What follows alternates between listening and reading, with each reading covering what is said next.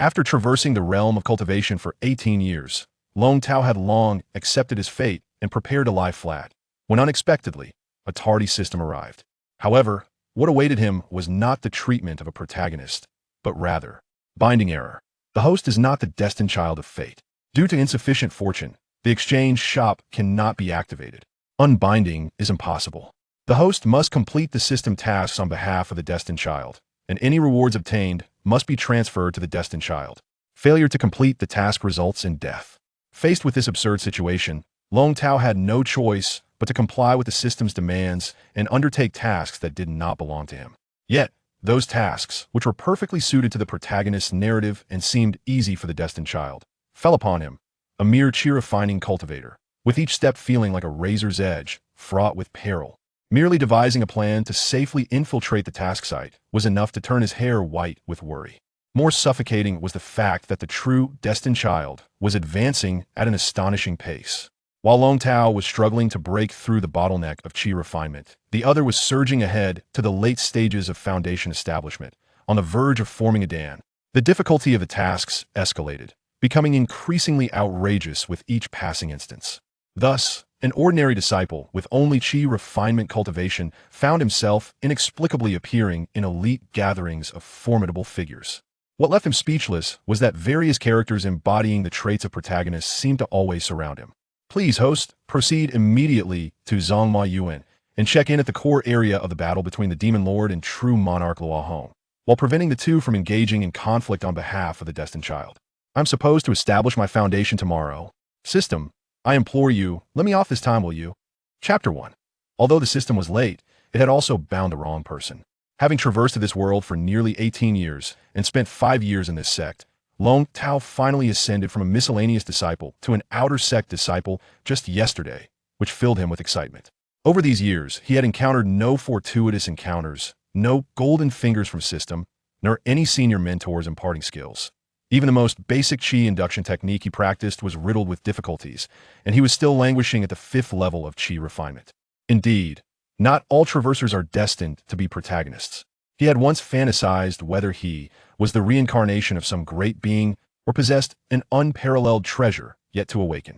But reality swiftly delivered a slap to his face. He was an ordinary person, albeit slightly better off than most, as his parents in this world had considerable wealth, leveraging their resources and past connections to secure his entry into the prestigious Xianxia Tianzone. In truth, he was quite content with his current situation, for one must acknowledge that being an outer sect disciple of a major sect already conferred a significant status in the mundane world.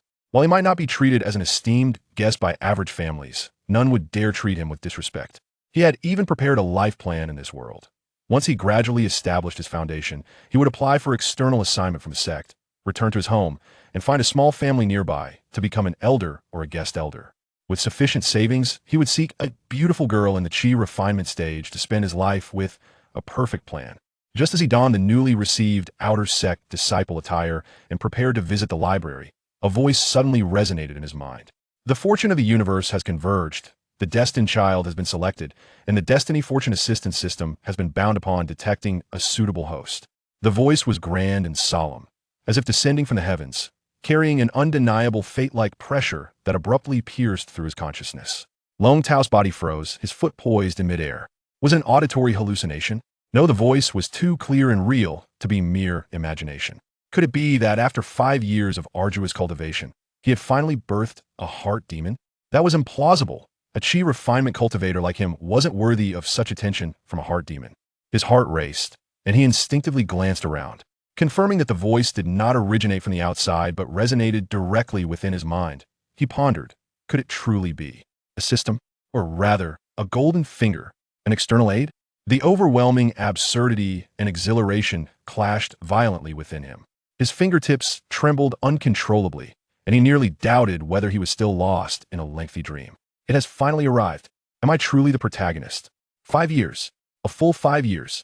Just when he was prepared to honestly save money to return home and marry a girl to live a simple life, he had finally awaited his external aid. Beautiful master, sex saintess, imperial princess. Could it be that I too have a chance to win their favor? I knew it. How could a traverser be an ordinary person? Long Tao exclaimed excitedly, System, you're indeed a system, right? Quickly, tell me, Do I possess some hidden spiritual roots? Or am I the reincarnation of a great being? Or do I have a special physique? The system did not respond immediately, perhaps stunned or for some other reason, remaining silent for a considerable time. During this brief silence, Long Tao had already envisioned candidates for his future beautiful master, whether the enchanting Mingzhu Jinren or the ethereal Jing Jinren. Detecting host qualifications. Comprehension, ordinary. Spiritual root attributes. Mixed spiritual roots, encompassing all 5 elements of low rank. Physique, no special traits. What the hell? Long Tao gazed at the peculiar panel before him, wondering if the system had made a mistake. So, I have no advantages whatsoever? This must be a mistake. He was evidently unwilling to accept this outcome. The system indeed recognizes an error. The grand voice echoed once more, acknowledging the mistake in a tone reminiscent of announcing the end of the world, which felt particularly incongruous. However, Long Tao shrugged off these thoughts. Since there had been a detection error, he felt a slight relief and proceeded to inquire further. So what is my true aptitude? Please do not misunderstand. There is no issue with the aptitude assessment. The error lies in finding the wrong individual. This system has designated you as Non-Yu Chen, a disciple of the Jiuxia Tianzong, the destined child of this generation. Non-Yu Chen. This name caused Long Tao's expression to fall instantly. The remarkable individual who astonished everyone at the disciple selection ceremony 2.5 years ago. A mere servant accompanying his young lady to the competition, yet tested positive for a rare celestial root.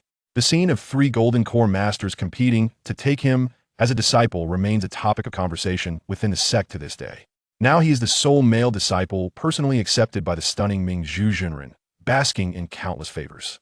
Having entered the sect for over 2 years, he has successfully established his foundation, while he himself has only reached the 5th level of Qi Refinement after 5 years. At that time, he felt that sometimes the gap between people could be greater than that between humans and dogs. And today, this system that has bound him incorrectly has audaciously revealed that the other party truly is the child of destiny. The disparity in status between him and Non-Yu Chen could only be described as an insult to dogs. What benefits does this system offer me? What about a marketplace or exchanges? The features are comprehensive, but exclusive to the child of destiny. Your luck value is insufficient. Permissions are not granted. Long Tao's mood at this moment felt akin to riding a derailed roller coaster, not merely slowing down, but crashing directly into the abyss. This was beyond mere disappointment. However, he lacked the courage and inclination to argue with this enigmatic system. Suppressing his rage, he took several deep breaths to barely calm himself. Since you've bound the wrong person, you should leave quickly and go to your destined child. Don't linger here and annoy me. Already locked in. Unbinding is impossible. What does that mean? Please rest assured, although you lack the authority to utilize the marketplace for rewards, the system will still enable you to check in at task locations and provide guidance. Rest assured? Didn't you just say you bound the wrong person? The system ignored his furious outburst and proceeded to display the task panel. Please check in at Xianxia before midnight tonight and ensure that the child of destiny, Non-Yu Chen, obtains the Jui Lingji. Task reward, none. Failure penalty, decrease of 20 points from the soul lamp value. Long Tao could hardly believe his eyes. Go to Xianxia? That cursed place is guarded by demonic beasts. Foundation establishment disciples generally do not enter recklessly, and here he was, a mere 5th-level Qi Refinement practitioner, being sent to his doom. Moreover, what did it mean to ensure that Non-Yu Chen obtained the Jui Lingji? So he had to run over to check in and gain no benefit while the reward was reserved for the destined child? And there was no task reward, yet a penalty for failure? What did that mean? Soon, the panel displayed a number alongside a flickering flame, which he immediately recognized as the soul lamp's fire, while the number indicated was 15. After pondering for a few seconds, he nearly spat blood. If he was not mistaken, this 15 should represent his soul lamp value, meaning that the penalty of 20 points for failure implied. So if I don't go, I die directly, right? Yes. So please do your best. The initial task difficulty is not high. Any Foundation establishment disciple can apply to venture to Xianxia for trials.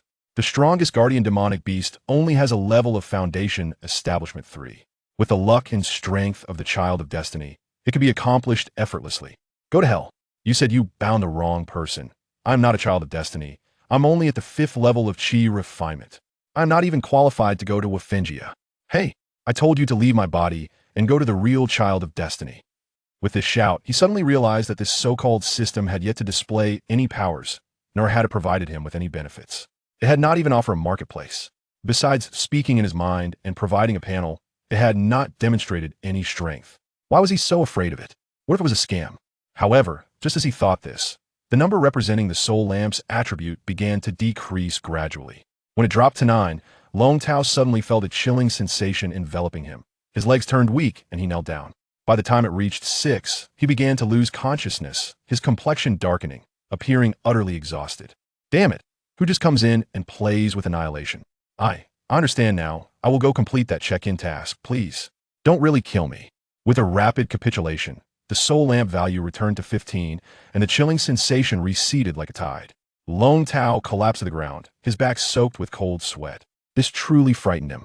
Regardless of the truth, this system possessed the ability to kill him, and he could not afford to defy it at will.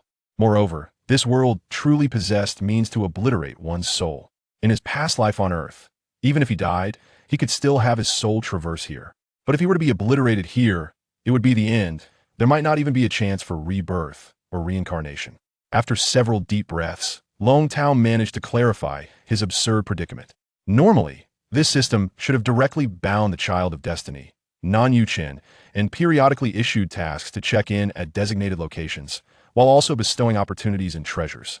With the luck of the Child of Destiny, he would surely complete tasks without peril, obtain treasures, unlock the system's marketplace, in exchange for various extraordinary techniques and elixirs, ultimately achieving greatness. Yet now, a hitch had occurred.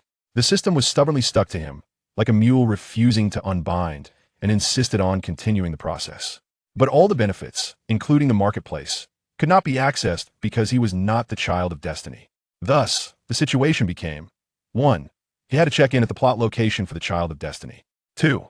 After checking in, he could not keep the rewards, but had to ensure they reached Non-Yu Chen. 3. He was working for free throughout, and failure would lead to death. This could not merely be called bullying the honest. It was akin to bullying someone and then cutting them open to see if they had eaten too well before dying. Chapter 2. Preparing for the task. At this moment, Long Tao was on the verge of tears. When he first obtained the system, he had envisioned a life filled with splendid adventures and companionship. Yet, mere moments later, he found himself ensnared in a struggle for survival. In his past life, while reading novels, he would often skip over the initial dungeons involving slaying beasts and gathering spirit herbs, confident that the protagonist would effortlessly conquer them. The only distinction lay in whether the beasts were captured as pets or slain for their essence.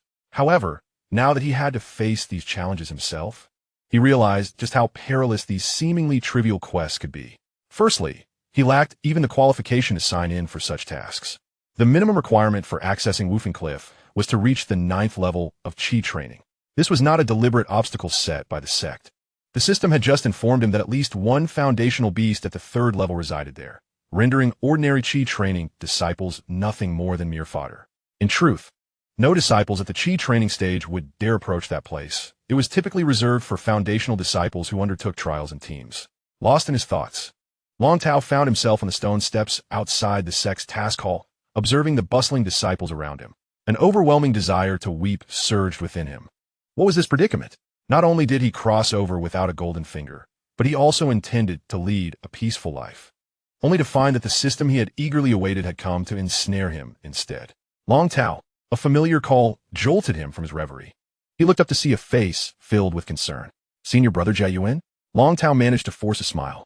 What's wrong? Are you troubled today? How did you know? Usually, you address me as Brother Dong. Yet today you suddenly call me Senior Brother Ji Yuan. Moreover, you just became an outer disciple yesterday. And now you look as though you've lost a fortune. If everything were fine, it would be rather suspicious. This Senior Brother Dong Jian was his fellow townsman, having entered the sect 3 years prior and now reaching the 9th level of Qi training. Though lacking a distinguished background, his diligence had caught the attention of Elder Liu, who specialized in mechanical arts. He often looked out for Long Tao, frequently assigning him lighter, more lucrative tasks. Long Tao opened his mouth, aware that he could not divulge the details about the system. Ultimately, he fabricated an excuse, saying, I encountered a fortune teller while descending the mountain, who claimed that my opportunity lies within a certain area of the sect. Upon calculating, it turned out to be Woofing Cliff. Hearing this, Dong Jiyuan couldn't help but chuckle. Is that so? With so many senior brothers and sisters skilled in divination in the sect, why would you trust a mere charlatan?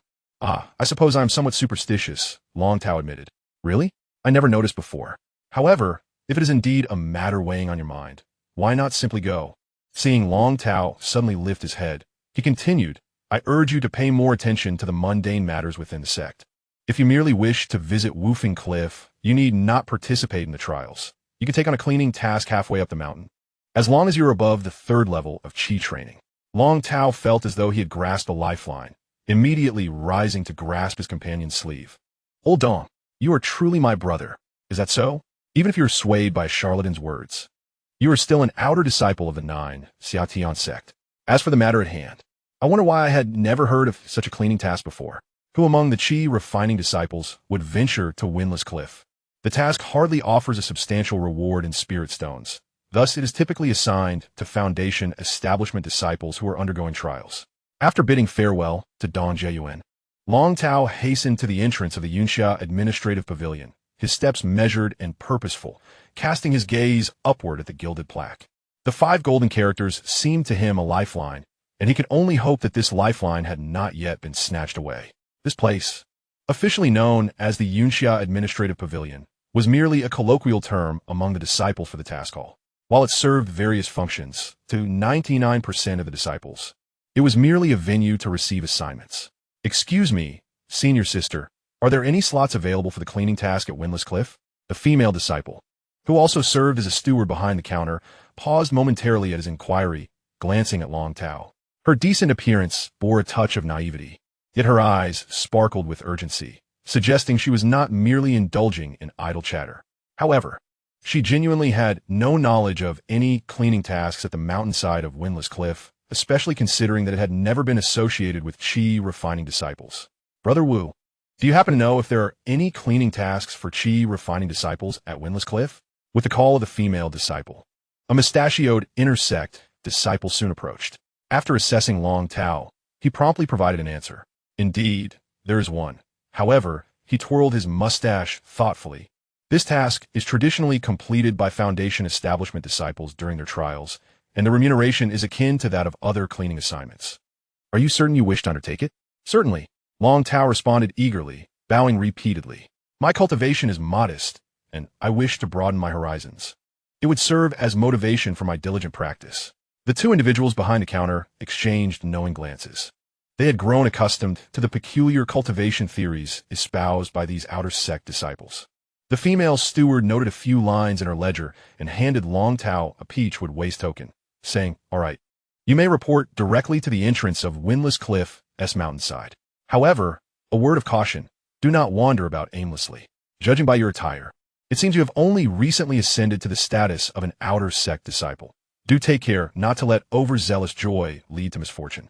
Thank you for the reminder, senior sister. I shall be vigilant. Long Tao bowed as he exited, only to let his smile fade as he turned away. Let misfortune strike before I even have the chance to rejoice. Upon returning to his dwelling, Long Tao hurriedly began to sort through his belongings, seeking out anything of utility. Previously, as a menial disciple, he had resided in a communal dormitory where no one would indulge in purchasing valuable items or equipment. Long Tao was no exception. Apart from a few low-grade healing elixirs, he possessed only a steel sword brought from home, devoid of any spiritual energy.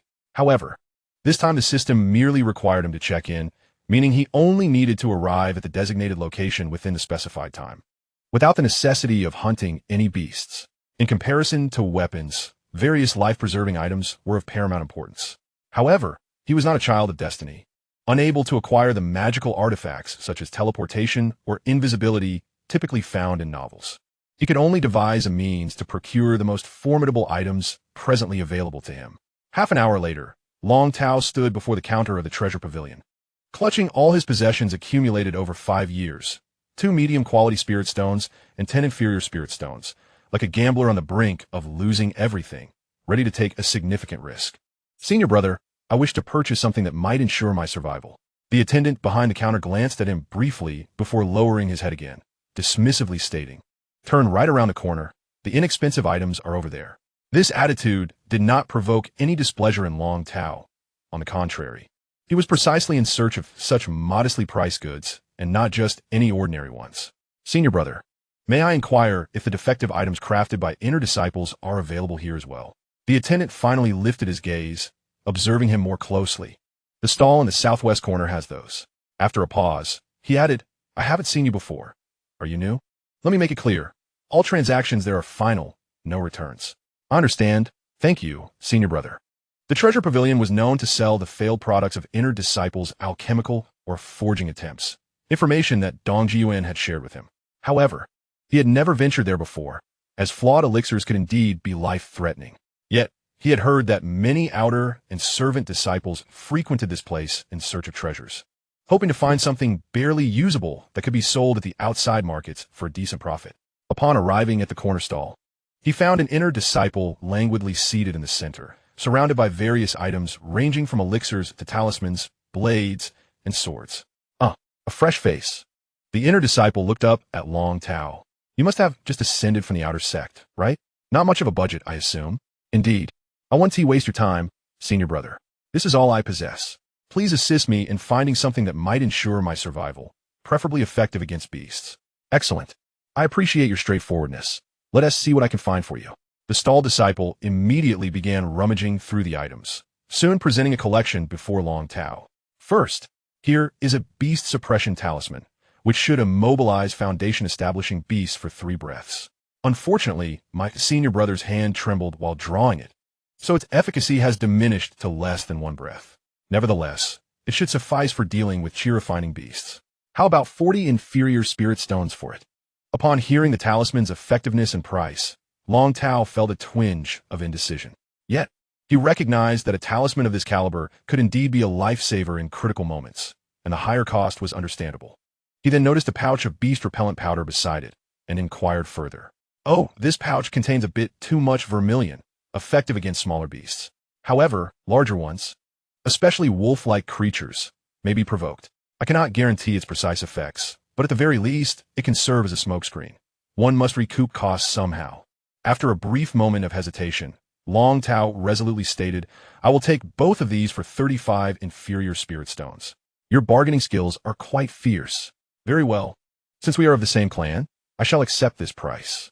Long Tao was well aware that the other party had undoubtedly made a considerable profit from the transaction. Yet he had no inclination to linger in the matter. As he rummaged through the goods, he soon came across a small porcelain vial. This is the turtle breathing pill that Elder Su concocted last month. Unfortunately, due to the disciples' mishap in controlling the fire, the efficacy turned out to be rather disappointing. How disappointing, you might ask? It is said that while it can deceive most low-tier demonic beasts, it does not induce the typical state of false death. Rather, it resembles a semi-conscious state akin to being pressed by a ghost, which is undoubtedly uncomfortable. This small vial contains 5 pills, and I would value it at around 20 low-grade spirit stones. Indeed, it is quite challenging to sell. Nevertheless, discomfort is preferable to death when the time comes. This price isn't excessively steep. The material costs of the turtle breathing pill are common knowledge. Were it to have a normal effect, I would certainly hesitate to part with this little vial. Subsequently, he purchased 3 inferior weight-reducing talismans. A vial containing 6 Qi recovery pills mixed with impurities, allegedly possessing only half the efficacy of standard pills, and a second-hand cloak devoid of any special function or scent. After setting aside some funds for emergencies, he hurriedly departed from the treasure pavilion, steeling himself for the grim journey to Windless Cliff, a place that might very well become his final resting ground. Chapter 3. Has he encountered the Child of Destiny? The Xianxia Heavenly Sect, a formidable super sect that dominates its territory, was formed by the merger of 3 major sections. Its scale is so vast that it could be likened to a small nation. Not only does it govern an expanse of over 1,000 miles, but its lands are also replete with abundant resources and favorable geomantic locations. Hundreds of towns and villages are scattered throughout its territory, and within the precincts of the sect's Mountain Gate, 3 mortal towns thrive, bustling with more vibrancy than many secular cities. Long Tao had previously estimated that the sect's governing territory was roughly the size of a province from his past life, while the core area, essentially the heart of the sect within its traditional mountain gates, was somewhat larger than a second-tier city. Although this may seem insignificant compared to renowned empires for a sect, both territory and population do not necessarily need to be vast. Sufficiency is key, with ley lines and resources being paramount. For an ordinary person to navigate within a sect the size of a city, relying solely on their legs, is evidently impractical. Fortunately, the sect has established a comprehensive transportation system, featuring everything from clouds boats of varying sizes to teleportation arrays between peaks. Disciples of lower tiers, like Long Tao, most commonly utilize a medium-sized cloud boat that follows a fixed route, akin to public transport in his previous life. This mode of transport is inexpensive and notoriously slow. By the time Long Tao arrived at Windless Cliff, the sun had already begun to set without needing to be looked at. Finally, a Qi Refinement disciple has come to take on a cleaning task. The senior brother stationed at the checkpoint was a round-faced man, who, upon learning of Long Tao's purpose, greeted him with enthusiasm. Long Tao was somewhat taken aback. He had expected his status to be met with indifference, yet the other's demeanor was unexpectedly warm. Senior brother, isn't it the Foundation establishment disciples who are responsible for cleaning during the trials? Oh, don't even mention it. The round-faced senior brother waved his hand dismissively, revealing a look of disdain. Most of those fellows are battered and bruised after their trials. Even those who aren't injured are utterly exhausted. They just wave the broom a couple of times to meet the requirements, and we can't really say much about it. As he spoke, he retrieved a jade slip from his sleeve and gently tapped it against Long Tao's waist token, inscribing the task details. Upon crossing the floating bridge, they would officially enter the Windless Cliff, where it sufficed to ascend along the mountain path, clearing away the debris. The area below was merely barren land strewn with stones, thus requiring no attention. It would be adequate to dispose of the fallen branches and leaves by casting them down the slope. The round-faced senior brother handed him a shovel and a relatively new hatchet. Understood, but I won't inadvertently wander into the trial area, will I? Although the objective of this expedition was indeed to penetrate the trial zone, he instinctively posed the question. There's no need for concern. The boundary markers around the trial area serve as reminders. Unless you are illiterate, it is impossible to stray in inadvertently. Moreover, the beasts atop the Windless Cliff prefer the calm environment and typically do not venture down a mountain. After inquiring about some minor details, Long Tao bid farewell to the gatekeeping senior brother and crossed the floating bridge, shouldering the shovel and hatchet. Though this place was named the Windless Cliff, true tranquility was found higher up the mountain. The mid-slope still experienced a significant breeze, coupled with its proximity to the entrance. The initial stretch of the path was remarkably clean, requiring no effort on his part. However, after ascending for approximately 15 minutes, the situation changed. The once vigorous mountain winds gradually subsided, and the accumulation of dead branches and leaves on the path became immovable by the breeze. Even though he had been compelled by the system to undertake this task, the work still needed to be done.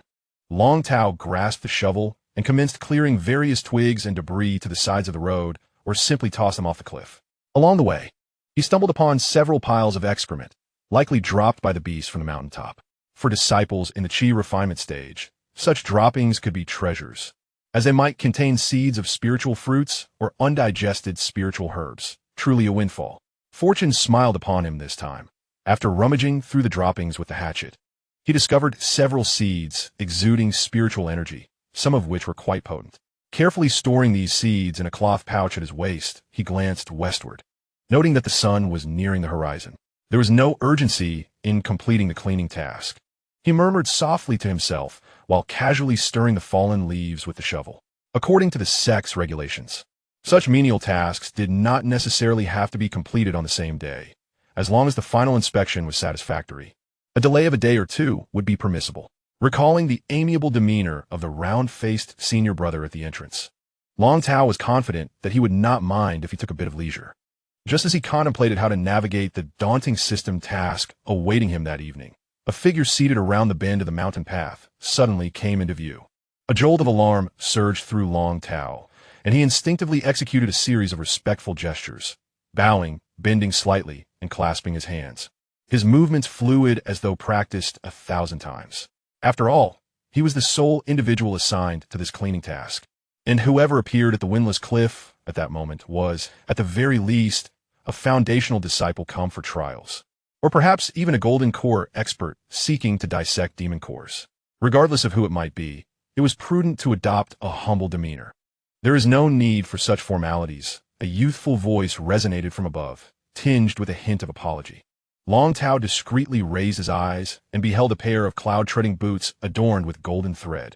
Certainly not something an ordinary foundation-building disciple could afford. The wearer, Nan Yuchen, a disciple of the Shuya Peak, was on his way to the summit of Woofing Cliff and had paused for a moment's respite. "May I inquire your esteemed name?" "Senior? What?" Long Tao doubted whether he had just heard a certain name, momentarily taken aback. Upon looking up, he saw a youth of about 15 or 16 years. With gentle features akin to a picturesque painting, wearing a faint smile devoid of the arrogance one might expect. He appeared as amiable as a neighbor's younger brother. However, the exquisite jade token at his waist, symbolizing his status as a direct disciple, coupled with his earlier self-introduction, unmistakably revealed his identity, Nan Yuchen. One of the most frequently mentioned names within the sect over the past 2 years, a prodigy, a paragon, a once-in-a-century talent, and a rarity in a millennium. Any commendatory phrase conceivable could be ascribed to him, and he was also one of the principal reasons that had led Long Tao to this perilous undertaking. Ordinarily, individuals like him would have no intersection with Long Tao's path. At best, they might exchange glances at various celebrations or competitions, harboring envy or admiration, or perhaps, as at present, simply greet one another in passing. "So it is Junior Brother Nan. I have long heard of your illustrious reputation. I did not expect to encounter you here. Unlike most sects, the Xianxia Tian sect adhered to a unique hierarchy. Disciples below the Golden Core stage were regarded in terms of their entry order unless there was a direct lineage connection. In other sects, if one were to possess a higher cultivation level, regardless of age or order of entry, the lower-ranking disciple would be compelled to address the senior as Shirshu, signifying the supremacy of cultivation in the realm of immortality. Had they been in another sect, Long Tao would have had to address this young lad, who had only been a disciple for a little over 2 years, as Shirshu, which would have felt quite awkward indeed. Awkward though it may be, one must maintain a proper demeanor. Moreover, at first glance, this lad seemed quite innocent. Yet, one could hardly claim that the children of destiny were ever truly innocent, unless, of course, one were to consider oneself. "Senior brother is too kind. I see you are tidying the mountain path. I have never witnessed a Qi Refining disciple at Woofing Cliff before, or at someone else." Facing a junior who had joined later and was younger yet surpassed him by an entire realm, they might have felt a twinge of embarrassment. However, Long Tao had long since adopted a nonchalant attitude, unbothered by such matters, and instead began contemplating how to take advantage of this fortuitous encounter to enhance his odds of survival for the daunting task ahead. "System, if I can manage to have Nan Yuchen sign in at the location on my behalf, may I avoid going myself?" This question lingered in Long Tao's mind, serving as his final struggle. However, judging by the system's nature, he harbored little hope for a favorable response. "Negative. The host must be present to sign in. However, should the child of destiny, Nan Yuchen, also be present, the host may receive a fortune reward." Before he could fully digest the disappointment, Long Tao's attention was captured by the mention of a fortune reward. He hastily inquired within his mind about the specifics. The initial task presents a low level of difficulty. Hence, the reward is a soul lamp valued at 3 points. Indeed, harboring expectations towards this system will only lead to greater disappointment. Not to mention any martial arts techniques. It even hesitates to offer a tangible reward, preferring instead to bestow an ethereal soul lamp value. This contraption serves merely as an excuse for the system to undermine its own users, and it grants a paltry 3 points. Should one fail the next task, the inevitable demise awaits, provided one survives long enough to accept another task. Having concluded the dialogue with the system, he turned once more to the prodigious youth before him and, with a simple grin, remarked, "Indeed, given my current cultivation level, I cannot fathom how many years I must wait to establish my foundation. Thus, I specifically accepted this task to witness the fabled windless cliff." Upon hearing this, Nan Yuchen's eyes sparkled with sudden excitement. He eagerly descended the steps, exclaiming, "Really? When I first embarked on my journey, I did the same, though regrettably, I was utterly ignorant at that time and did not undertake any tasks. I merely sneaked over, only to be scolded by my master and senior sister upon my return." Long Tao could not help but feel a pang of envy and jealousy. This lad was a treasure to both his master and the entire sect, and he was ever so cautious not to let anything happen to him.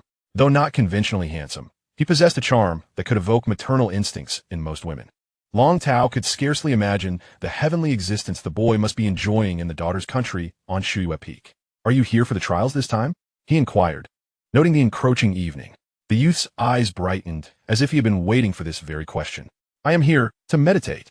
At the summit of the windless cliff, The night is devoid of wind and light, yet it is rife with the dangers of the wild, allowing one's sensory awareness to enter a profound state. In such a state, one can easily grasp certain truths. Is that truly so?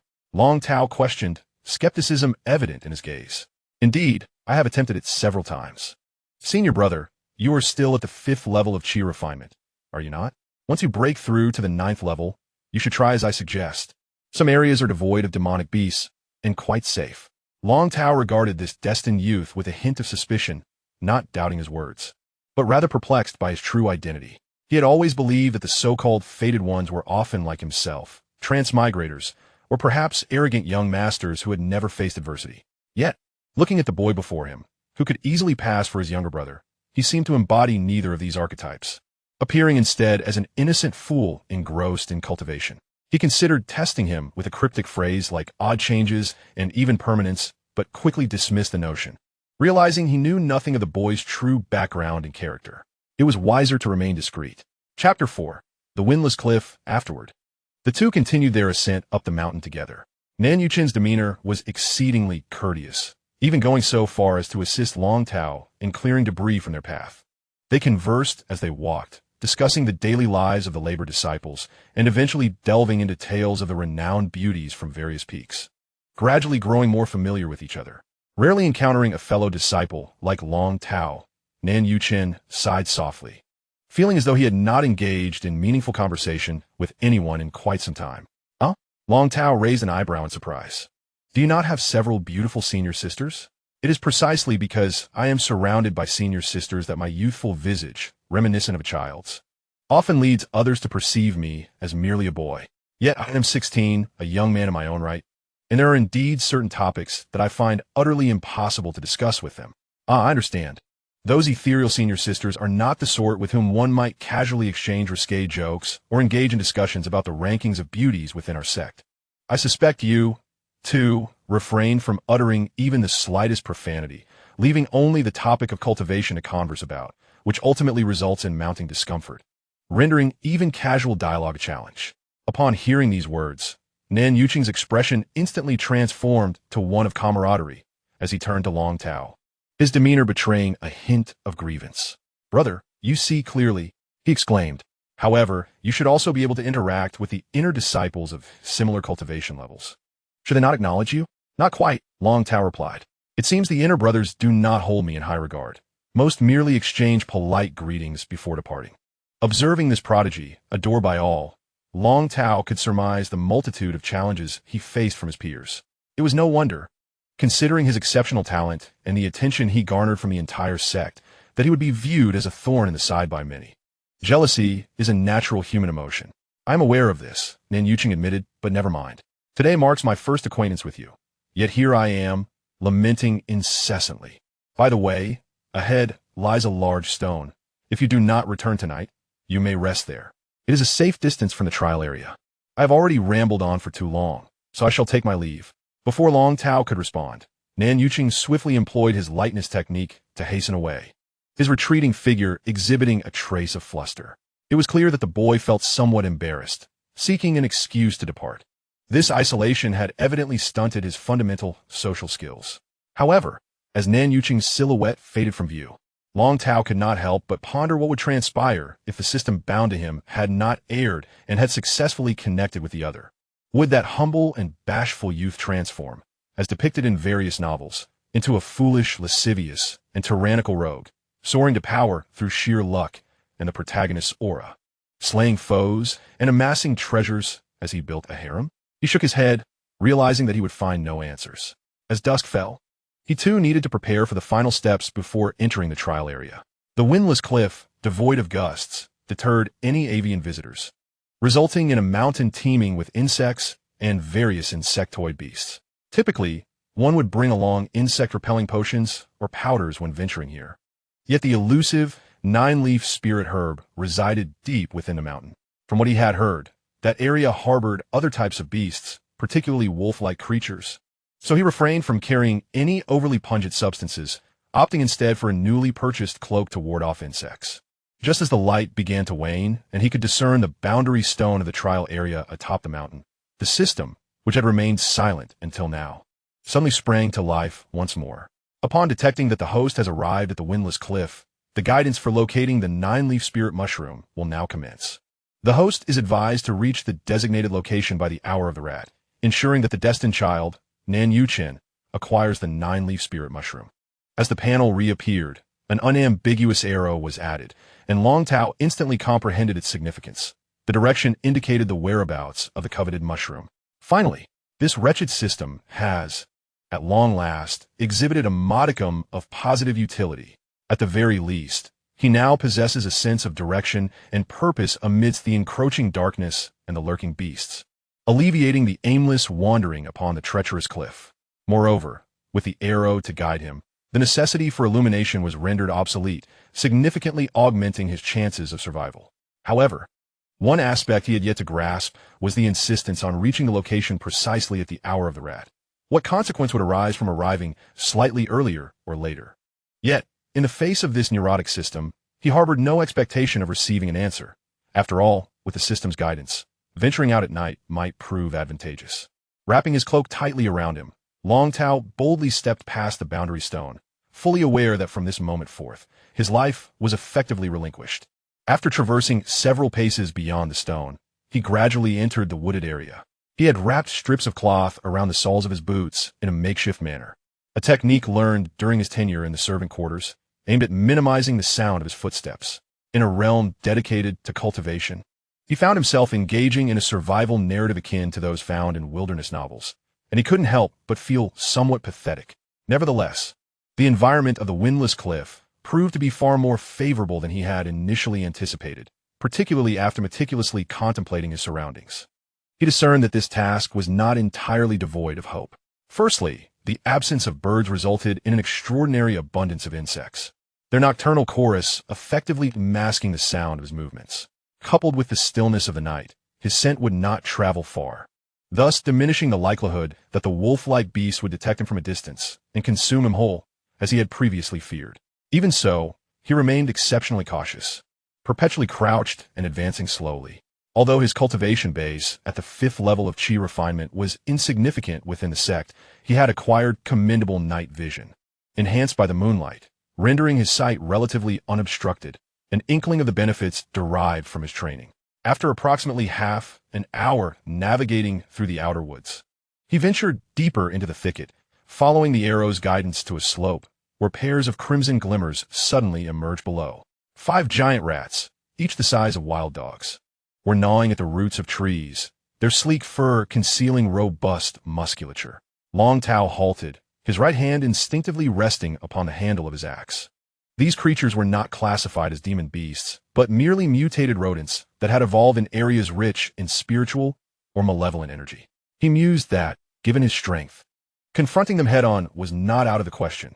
After all, during his time as a servant disciple, he had dealt with numerous small demon beasts and was no stranger to bloodshed.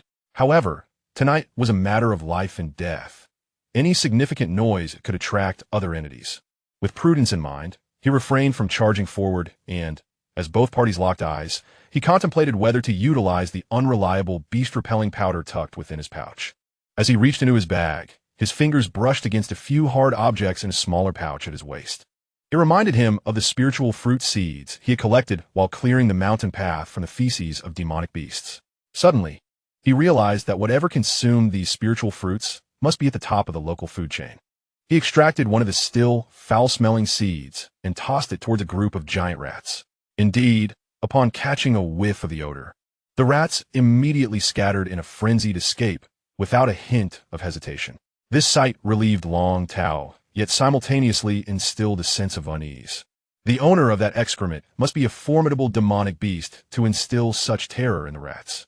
After rubbing the filth off his hands with some moss from the ground, Long Tao ventured a short distance forward, following the arrow indicated by the system. He soon discovered an open area bathed in moonlight, its surface cloaked in peculiar moss teeming with centipedes, scorpions, and unnamed venomous insects, while the air was thick with a cloying, decayed scent. Miasma. However, Long Tao remained unperturbed and promptly retrieved a vial of antidote ointment from his robe, applying some beneath his nose. Within the sect, there were numerous areas rife with miasma that required disciples, particularly the lower-ranking ones, to clean regularly. This antidote had become an essential item in his daily arsenal. Once he calmed himself, he observed that the area was primarily inhabited by common venomous insects, with only 3 bone-corroding scorpions posing a significant threat from a distance. If he charged forward with determination, he could likely overcome them. Moreover, this insect-ridden open space felt safer compared to navigating the complexities of the forest. Thus, he hesitated no longer, invoking a lightness technique that sent his spiritual energy surging through his meridians, tightening his leg muscles, and propelling him forward like an arrow released from a bow. As he entered the open area, the sound of his boots crunching through insect shells echoed continuously, with viscous fluids splattering onto his trousers. Yet, his focus remained unwavering on those 3 scorpions, each roughly the size of a household dog. However, he was not the favored child of fortune. Halfway through his advance, he was detected.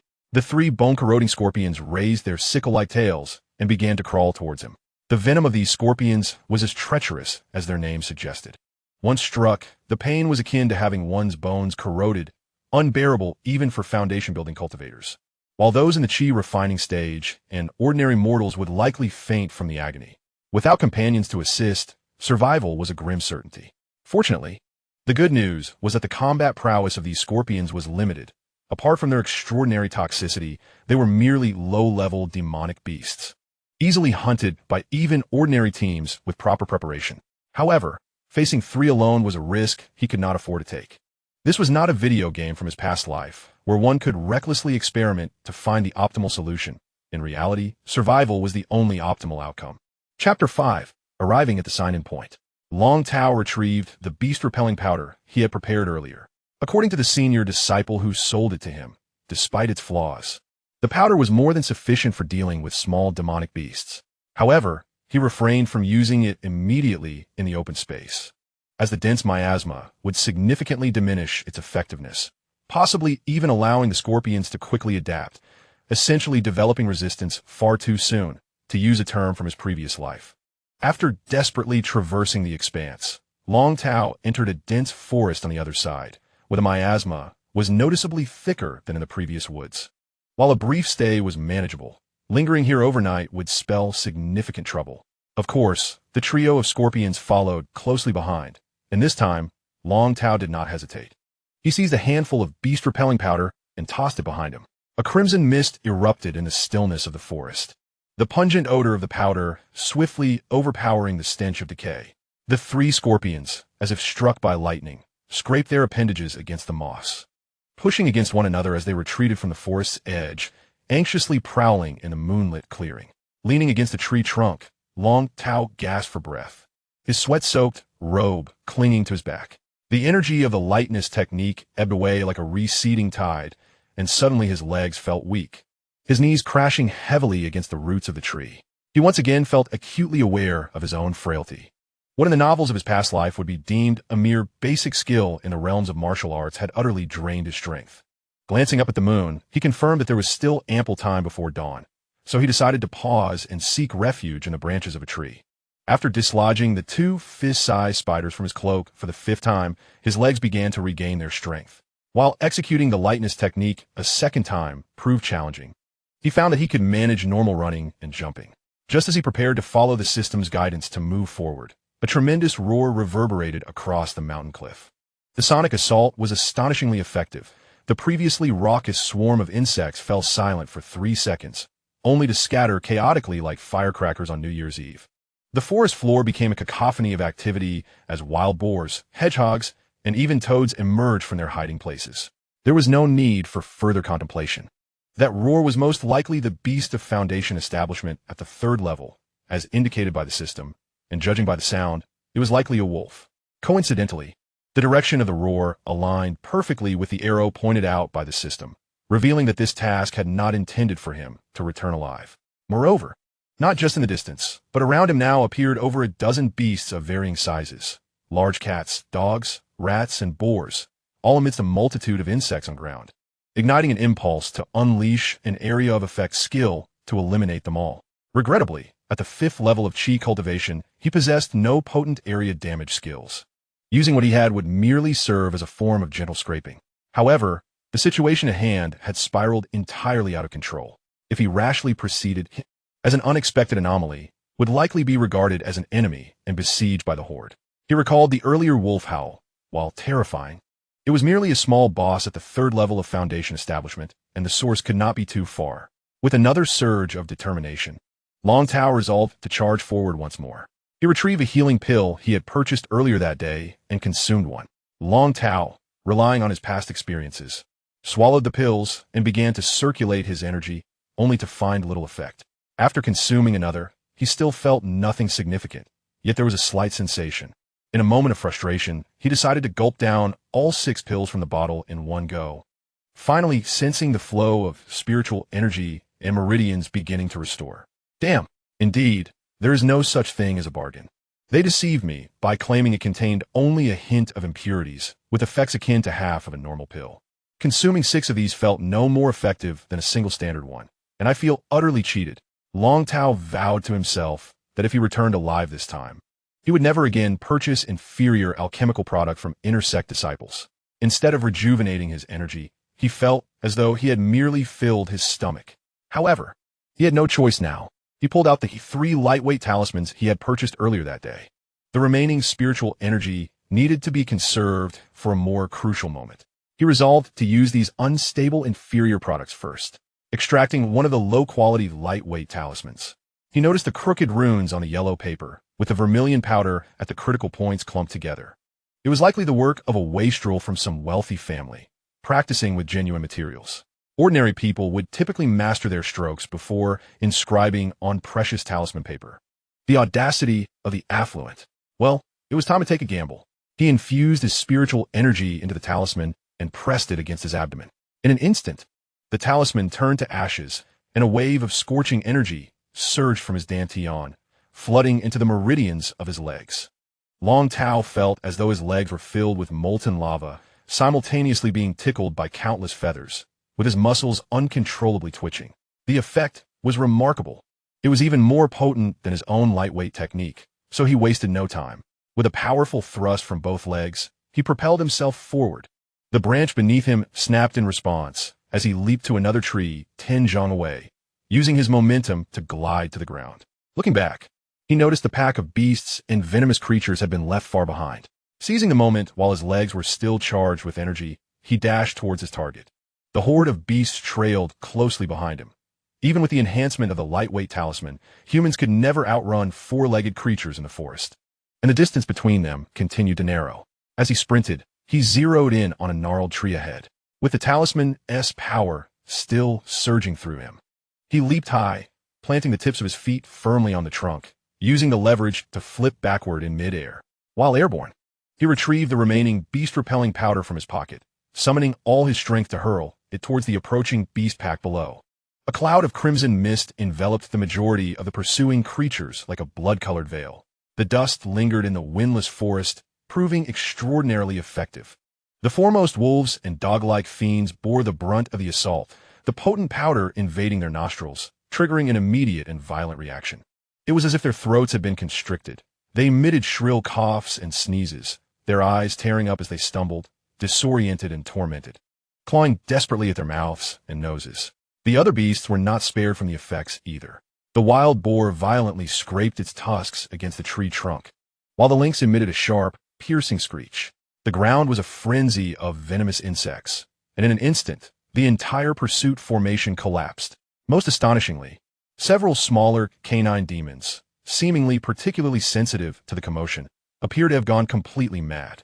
Ignoring Long Tao, they charged with bloodshot eyes, howling incomprehensibly, and began to tear at one another, stumbling into the deeper, darker recesses of the nearby forest, vanishing in the blink of an eye. My senior brother truly did not deceive me. This creature indeed has a peculiar effect on dogs. Amidst the chaos of the beast herd, he dared not linger.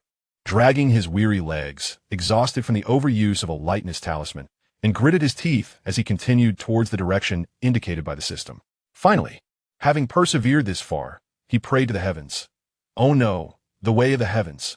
If there truly exists such a thing as a celestial order, having bestowed upon me this deceitful system, I implore you to grant me just a smidgen of luck.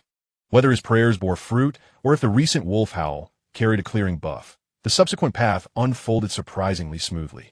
Not only did he encounter no beastly creatures, but even a single venomous insect was absent. It seems the celestial order still adheres to some logic. Just as Long Tao leaned against a tree to rest, a sudden sharp pain shot through his backside. He sprang up as if electrified, and upon reaching back, his fingers grazed a small, damp wooden splinter that had somehow pierced through his trousers. Grimacing in pain, he pulled out the splinter, intending to curse at the sky. But fearing that a loud voice might attract ferocious beasts, he silently applied some ointment and cautiously moved past the last patch of woodland ahead. Upon exiting the forest, he encountered a steep cliff. Approaching the edge, he was met with a breathtaking view. Below lay a clear spring shimmering under the moonlight. The spiritual energy emanating from the water palpable even from his perch on the cliff, and the system's arrow was pointing directly towards the spring. Chapter 6. Check-in complete. Preparing for death. Even Long Tao, normally slow to perceive danger, sensed something was amiss. The tranquil spring, overflowing with spiritual energy, felt eerily quiet, by all logic. Such a treasure should have been swarmed by demonic beasts, yet it lay desolate. Whenever things deviate from the norm, there is treachery afoot. But it was his presence as a mere Qi Refinement Stage 5 cultivator that was the most unusual occurrence this night. With no time to ponder further, this was his best chance at survival. If he could swiftly check in at the designated location and retrieve that so-called 9-leaf spear herb, this mission would be deemed a flawless success. As for the possibility of it being a trap, if a mere Qi Refinement Stage 5 like himself could provoke a trap set by a Foundation Establishment Stage 3 demonic beast, then it would surely be worth it. As he cautiously descended the cliff, his feet barely touching the ground, a pungent, repulsive odor assaulted him. Bathed in moonlight, a scene of carnage unfolded before his eyes. Polished beast bones, scattered silver-gray fur, and half a bloodied hoof. Indeed, this was a wolf's den. Judging by the thickness of the fur, it was likely the lair of that Foundation Establishment Stage 3 overlord. In any case, should he encounter it, he would undoubtedly be dispatched in a single exchange. With a stroke of luck, perhaps he might even find himself back on Earth. In the midst of his chaotic thoughts, he had followed the system's arrow to a grassy patch by the spring. However, a more troublesome predicament arose. He was neither versed in herbal studies nor alchemy, and he had never encountered the 9-leaf spirit mushroom before. In fact, he had only heard that name for the first time today from the system. The system confirmed that the host had arrived at the designated sign-in location, and the sign-in task was completed. It instructed him to ensure that the fated one, Nan Yu-chen, received the 9-leaf spear mushroom. Upon hearing the latter part of the system's announcement, Long Tao couldn't help but mutter a curse under his breath. Yet the ease with which he completed the sign-in task lifted a significant portion of the gloom that had enveloped him. 9-leaf spirit mushroom, 9-leaf spirit mushroom, he murmured while rummaging through the grass. Prior to his arrival, he had instinctively assumed that anything called the 9-leaf spirit mushroom would radiate ethereal brilliance, akin to the luminous quest items from online games, prominently displayed and glowing to ensure it was easily found. However, when he finally uncovered a dull, wilted specimen nestled between a clump of foxtail grass and stinging nettles, he found himself engulfed in profound self-doubt, repeatedly confirming with the system to ensure he had not made an error. The system verified that the host had acquired the 9-leaf spirit mushroom and urged him to promptly deliver it to the fated one, Nan Yu-chen. Still feeling uneasy, Long Tao scrutinized the mushroom closely. Indeed, it possessed 9 leaves, yet it bore no resemblance to the enchanting spirit herbs he had envisioned. Had it not been for the system's guidance, he might have passed this spot daily without ever noticing it. With a resigned sigh, he placed the mushroom into his bag, contemplating whether to ascend the cliff and retrace his steps when suddenly, a familiar wolf howl echoed from another entrance of the basin. Just as he turned to look, a massive figure, cloaked in silver-gray fur, charged towards him. In the moonlight, the creature spanned nearly 4 to 5 meters, its robust musculature evident even beneath its thick coat, each step causing the loose stones to tremble. The Wolf King had returned. To be honest, witnessing a foundational-level beast, at least 4 to 5 meters in length, charging at full speed was far beyond the realm of expectation for a Qi Refinement disciple. Long Tao's mind went blank. Thoughts of demon-suppressing talismans and lightness techniques swirled into chaos, leaving no room for even the slightest strategy to emerge. It was over. As the beast closed in near the spring, he resigned himself to his fate, helplessly watching as a paw, larger than half his body, swung toward him. With a loud shout, The wolf's paw crashed to the ground before Long Tao, and the massive wolf itself was suddenly struck from behind, toppling forward. "You vile creature! You were so arrogant just a moment ago. Why are you retreating, Senior Brother Long?"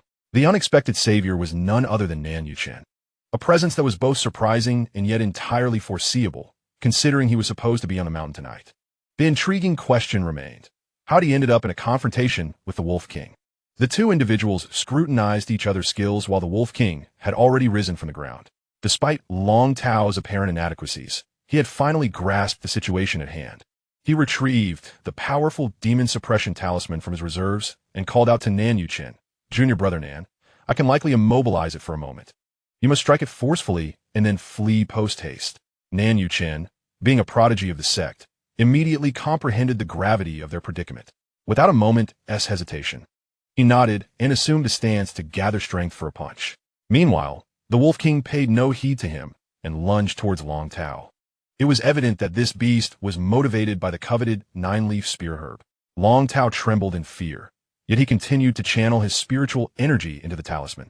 Although potent, activating it was taxing for a Qi cultivator. "Freeze!" he bellowed, and miraculously, the Wolf King was indeed momentarily restrained. However, its momentum caused it to collide with Long Tao, sending him flying. Fortunately, during that fleeting moment, Nan Yuchen had completed his preparatory strike. What appeared to be a simple straight punch was notably effective, striking the Wolf King's vulnerable flank and causing a visible dent in its formidable physique. The Wolf King howled in agony, its cries echoing throughout the valley, reminiscent of a small dog yelping after having its tail stepped on. As someone who had cared for dogs in both past and present lives, Long Tao couldn't help but feel a twinge of sympathy. The creature's cries were pitifully tragic. "Brother Long, hurry, it will soon recover." In truth, there was no need for such urging. Long Tao had already begun to apply the lightweight technique to his legs, a final reserve of spiritual energy he had intended to use for his survival that night. Which direction to flee? He pondered, recalling the opening through which the beast had charged in. He knew better than to run towards a cliff. That would be certain death. Though young, Nan Yuchen was seasoned in trials, quickly deducing Long Tao's route and offering guidance. Both were now devoid of any desire to linger in battle, desperate to escape the small basin. With astonishing agility, Nan Yuchen danced upon the protruding rocks, moving at a remarkable speed, while Long Tao found himself in a more precarious plight. The lightweight technique proved feeble, and he staggered through the muddy terrain, nearly falling several times, saved only by Nan Yuchen, who had deliberately slowed his pace to assist him. Without daring to glance back, Long Tao soon re-entered the dense forest, and his second attempt at the lightweight technique began to wane, his legs growing weaker once more. Summoning his courage, he stole a glance behind him and saw that the monstrous dog had regained its footing. With a chilling howl, the restored Wolf King went into a frenzy, disregarding its abdominal injury, and charged directly at the two. "Brother Long, we must run 5 more miles into the forest. There's a safety zone established by the sect. Once there, we shall be safe. 5 miles. If I can even make it to you." At this moment, Long Tao was preoccupied, hastily shedding his cloak, intending to discard it in hopes of enticing the large dog with its scent. Suddenly, a cacophony erupted ahead. The two men peered forward, only to discover a horde of wild beasts rushing towards them, led by a pack of wolves. With his exceptional vision as a foundational cultivator, Nan Yuchen discerned that the wolves appeared agitated, sneezing and dripping mucus, their bodies dusted with an unknown red powder. To evade this throng of beasts, they were compelled to deviate from their original path. Nonetheless, Long Tao flung the cloak ahead, landing it squarely on one of the wolves. The beastly horde, however, showed no sign of halting, continuing their mad dash toward the spring. At that moment, the exposed Wolf King burst forth from the entrance, colliding directly with the pack. The wolf, adorned with the cloak, likely drawn in by its scent, was swiftly met with a raspy growl from the Wolf King. Before it could comprehend the unfolding chaos, it was dispatched in a single bite, consumed whole. Long Tao, belatedly realizing that this very pack was the one he had previously driven away with beast-repelling powder, noted the serendipity of their arrival, inadvertently assisting in blocking the Wolf King. He cast a complex glance at Nan Yuchen, reflecting on the fortune of the destined one, whose luck seemingly turned the tide in critical moments. The Wolf King, too, appeared affected by the powder, succumbing to fits of sneezing. And with the confusion of the horde obstructing its path, even its massive form could not pursue them for the time being. Long Tao, summoning his last reserves of strength. Sprinted after Nan Yuchen. Chapter 7. The Chosen One seems to prevail. The Windless Cliff, as a trial ground for the sect, naturally harbored several so-called safe zones. After all, disciples at the 9th level of Qi cultivation were considered vital resources. It was implausible to allow them to perish recklessly during trials. After following Nan Yuchen for 5 miles, Long Tao slipped into a vast tree hollow. The interior was sparsely furnished, containing only basic medicinal herbs, healing artifacts, and a few spare garments. Indeed, a rudimentary sanctuary. Brother Long, he began, I shall refrain from inquiring how you found yourself at the spiritual spring. However, we're not entirely safe yet. That Wolf King is a 3rd-level foundational beast. And even here, it could track us by scent. We must employ the tortoise breathing technique in conjunction with the concealment formation here to ensure our safety. Long Tao's heart, which had briefly found solace, sank once more. The tortoise breathing technique was only accessible to those at the 8th level of Qi cultivation, a level he had yet to reach at his mere 5th. It dawned upon him why the Windless Cliff trials demanded at least 9th level cultivation. It was precisely to set such a requirement. With no other recourse, he reluctantly retrieved a bottle of inferior tortoise-breathing pills. Despite his deep reluctance, he recognized that he had no alternative in the face of the imminent threat. Senior Brother Nan, I am but a mere cultivator at the 5th level of Qi Refinement, lacking even the skill of turtle-breathing technique. However, I do possess a turtle-breathing pill, albeit one with certain complications. It is said that while it takes effect, it may render one in a state akin to sleep paralysis. Therefore, once it is safe, please remember to awaken me promptly. Nan Yuchen regarded the small vial with a peculiar expression. Since joining the sect, all the resources he had received were of the highest quality, and he had never encountered such a peculiar elixir. Yet, this was not the moment for inquiries. He merely nodded and began to circulate his energy. Long Tao steeled himself and swallowed the pill, focusing on digesting it. Indeed, many elixirs require the user's active energy manipulation to take effect, which is why the turtle-breathing pill cannot simply be tossed into an enemy's mouth as a poison. Unless the opponent is foolish enough to channel their energy, the pill would have no effect, serving only to enhance the quality of sleep at best. Before long, Long Tao felt his body growing weak, his breathing becoming increasingly shallow. Yet his consciousness remained alert, akin to being awake yet unable to move during a bout of sleep paralysis, an agonizing predicament. Nevertheless, he recognized that simply having the chance to live was a blessing. Time passed, though he could not ascertain how long, when suddenly a warm current coursed through his limbs and body, swiftly restoring sensation to his once heavy form. Upon opening his eyes, he was greeted by the concerned gaze of Nan Yuchen. Splendid. Senior Brother Long, that beast has retreated. We are safe now. Is that so? Long Tao exhaled deeply, the thrill of surviving a near-death experience surging within him. He had finally made it. This sentiment was a heartfelt reflection. The perilous task assigned by the system had been completed at the brink of life and death. However, Nan Yuchen's tone remained gentle, though his gaze held a probing intensity. What, pray tell, brought you to that place? Logically, you should not have been on the mountain. Long Tao sensed the skepticism in his eyes. There was no denying that his actions tonight were indeed suspicious. It was entirely reasonable to bring him before the discipline hall. Fortunately, he had prepared a plausible explanation. Once he propped himself up, a hint of regret surfaced on his face. Alas, I'm ashamed to admit that my greed led me astray. Junior Brother, you saw me clearing the mountain path today, and I may have disturbed some beast droppings. Indeed, could this be related? Yes, before encountering you, I discovered a spirit fruit pit among the dung, rich in spiritual energy. Thus, I surmised that there must be mature Lingji on the cliff, influencing the surrounding spirit fruits. As Long Tao spoke, he retrieved the fruit pit from his waist pouch. Nan Yuchen cast a glance and observed that it indeed contained a significantly denser spiritual essence than the average pit. Yet he still questioned. Even so, it was far too perilous. As a 5th-level Qi cultivator, you should not have ventured alone. I'm well aware, Long Tao replied. I remained vigilant, prepared to retreat at the slightest hint of danger. However, I encountered no serious beasts along the way, just a wave of ordinary creatures, which I dispelled with beast-repelling powder, allowing me to reach the spring without incident. He spoke with a steady cadence, weaving a tale that was half truth, half fabrication. Stealing glances to observe that Nan Yuchen was enraptured, the look of skepticism vanished from his face. indicating he believed much of it. To my astonishment, the surroundings were utterly devoid of anything. Gathering my resolve, I decided to descend and tempt fate, searching for some valuable spiritual herbs. However, scarcely had I begun my descent when I encountered that Wolf King. Long Tao suddenly shifted the direction of the conversation, his tone imbued with just the right amount of incredulity. Junior brother, did you not mention that you would be meditating atop the peak tonight? How did you come across paths with that ferocious beast? Nan Yuchen, perhaps lacking in social finesse, failed to recognize the deliberate pivot in Long Tao's line of questioning and promptly responded, I was indeed meditating tonight, but for reasons unknown. That beast seemed to have been provoked. Surely you heard that resounding roar. Indeed, it had startled me. The ensuing wave of beasts had been incited by that very cry. The young lad nodded, continuing, I possessed a life-saving talisman gifted by Master, so I felt no fear. I was merely curious to investigate. Little did I expect that before I could approach the den, it would charge out, intent on biting me. And then a confrontation ensued.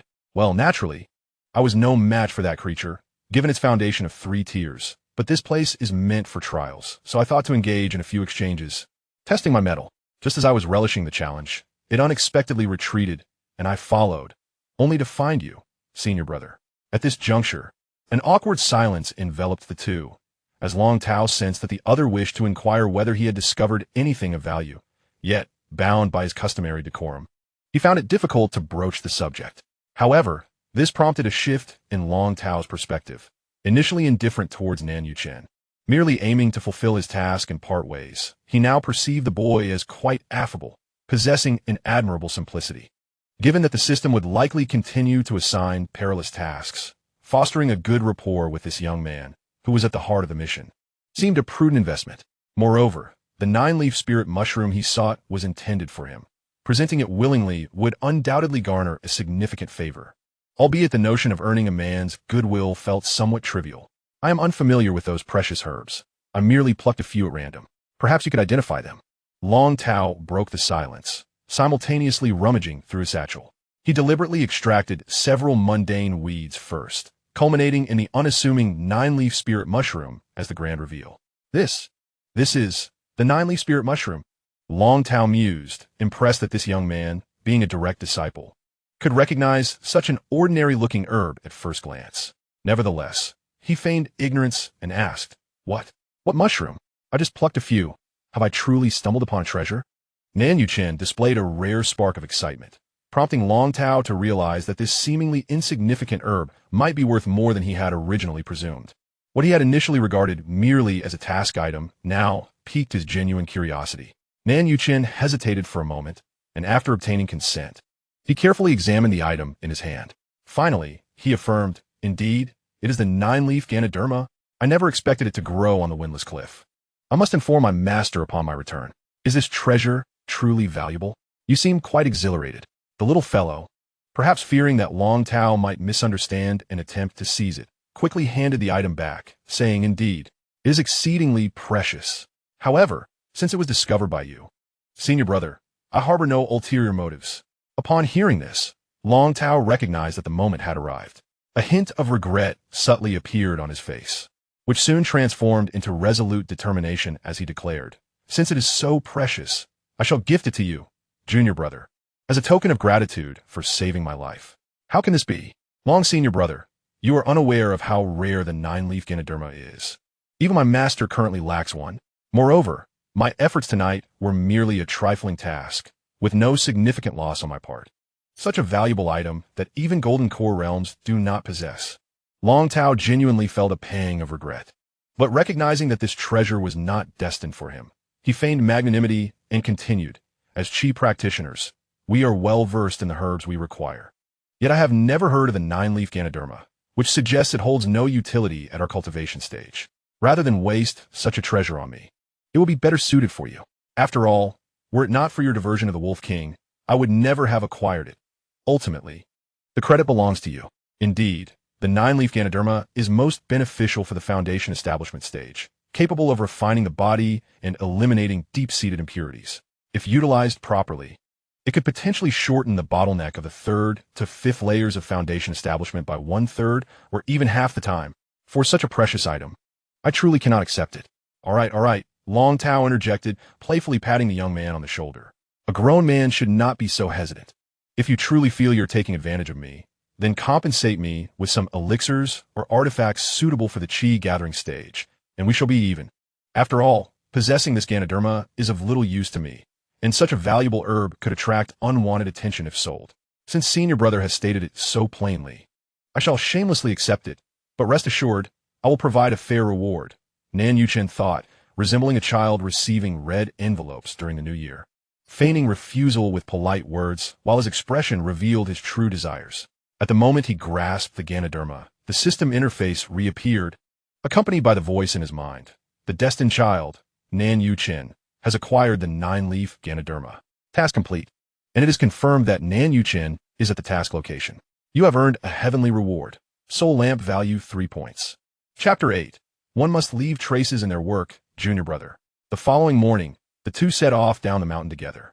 With Nan Yuchen leading the way, they encountered no dangers along their path and successfully exited the trial area. I wonder how the Wolf King fared last night. It hasn't truly gone mad and descended the mountain, has it? Long Tao murmured as he walked, a booklet in hand, pen gliding swiftly across the pages. It is improbable. The trial area is surrounded by formations established by the sect, allowing merely the foundational level beasts to reign within, lacking the audacity to venture outside. By the way, Brother Long, what are you writing? Long Tao, without raising his head, continued to move his pen back and forth across the paper, resembling a beleaguered accountant. A work report.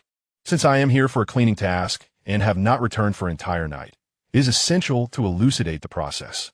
Nan Yuchen, who prided himself on having completed numerous sect tasks, had never heard of a cleaning task requiring a report, and thus curiously tiptoed to take a glance, only to be startled by the densely packed writing that filled an entire page, and it was evident that it was far from complete.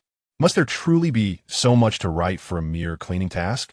This instance is indeed exceptional.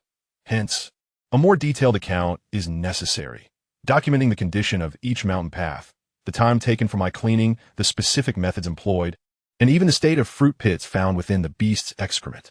Nan Yuchen, intrigued, leaned in to peer at the page and discovered that it not only detailed the cleaning task, but also included his encounter with Long Tao on the mountain path yesterday, as well as the nighttime wolf howl, even ambiguously describing how, out of a deep sense of responsibility and camaraderie, he escorted Brother Long to the safety shelter. However, there was nary a mention of the confrontation with the Wolf King or the 9-leaf spear herb. Did you even include my affairs? That seems unnecessary. On the contrary, it is quite necessary. Setting aside the fact that you saved me, I would write it out of personal inclination. That wolf howl was thunderous, and the traces of the beast tide, along with the activation of the formation at the tree hollow, are verifiable. Although it is unlikely anyone would take the time to investigate, should anything arise in the future, these records will prove significant. This is what we term as leaving a work trace.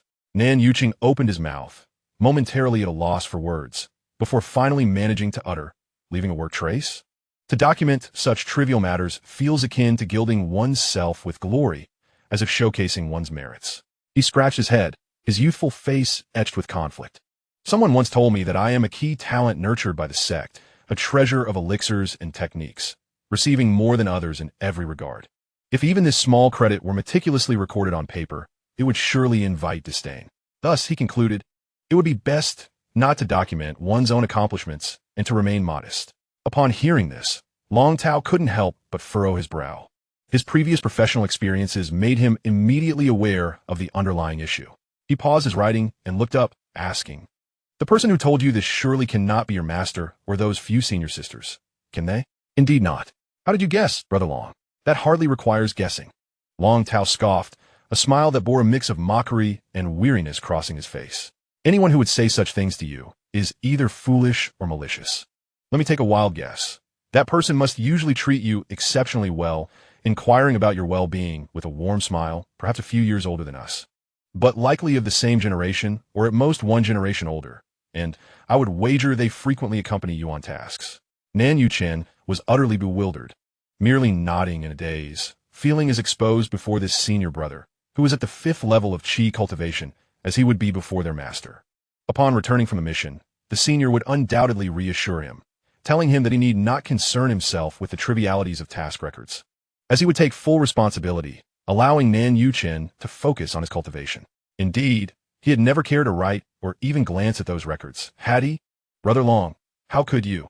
Dragon Tao understood that the conversation had reached a natural conclusion and thus closed the booklet, adopting a serious demeanor as he addressed the young lad. Junior Brother Nan, we have only just met, while that person has likely known you for quite some time. Hence, there are some matters I hesitate to discuss. However, if you trust this newly acquainted, somewhat inept senior brother, heed my advice. Steer clear of that individual in the future. After imparting this counsel, he felt it lacking and patted the task report booklet in his hands, continuing, moreover, I advise you to take the time to review the records of your missions with him. The work documentation I mentioned serves to guard against such so-called well-meaning individuals. Subsequently, the two tacitly refrained from delving further into the topic of that good senior brother. Upon reaching an expansive platform, Nan Yuchen formed a hand seal, and moments later, a sleek and compact cloud boat burst forth from the clouds. The vessel bore the emblem of a crescent moon, the insignia of Shuyue Peak. Brother Long, Nan Yuchen called back as he stepped onto the cloud boat. Please meet me tomorrow at noon at the Yuhua Tavern in Xixia Town. The reward for the 9-leaf spirit mushroom will certainly not disappoint you. He paused, a serious expression lingering on his youthful face from their previous exchange, and offered a respectful clasp of his hands before the cloud boat transformed into a streak of light, vanishing into the vast expanse of clouds. Dragon Tao gazed at the departing cloud boat, lingering in envy. How incredibly enviable it was, just having established his foundation. He already possessed his own cloud boat, albeit certainly under his masteress name. Nevertheless, the envy was palpable. It would likely take him another decade of menial cleaning tasks to afford even a single wheel, or rather, it would be insufficient to procure even a plank of the cloud boat's deck. Afterward, he ceased his lingering and made his way down the mountain to the checkpoint halfway up. There, the familiar round-faced senior brother stood guard, who greeted him with genuine concern upon his arrival. Junior Brother Long, it seems the Wolf King atop the mountain was acting rather strangely last night. It's a relief to see you unharmed. The commotion from that howl had indeed been significant, prompting him to hastily submit his work report. Thanks to your guidance, there were no mishaps. Here is the detailed record of this cleaning task. Please review it. The round-faced brother initially appeared indifferent as he casually flipped through the report. However, as he read further, his eyes grew increasingly bright. This is exceedingly detailed, remarkably thorough, truly commendable. If only everyone approached their duties with your level of diligence, the atmosphere within the sect would not be so lax.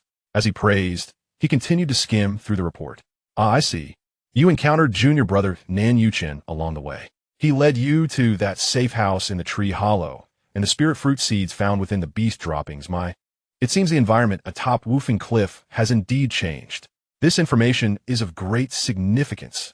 I shall promptly report to the sect, urging them to organize a thorough investigation. Brother Long, your report has indeed borne fruit. You flatter me, dear brother. It is merely my duty. By the way, does junior brother Nan Yuchen frequently visit here? Indeed, he comes quite often.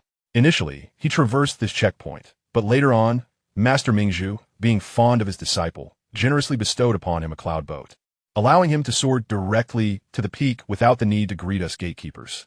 Ah, how I envy that. Long Tao let out a long, complex sigh, imbued with endless yearning and bittersweetness. I too desire a cloud boat of my own.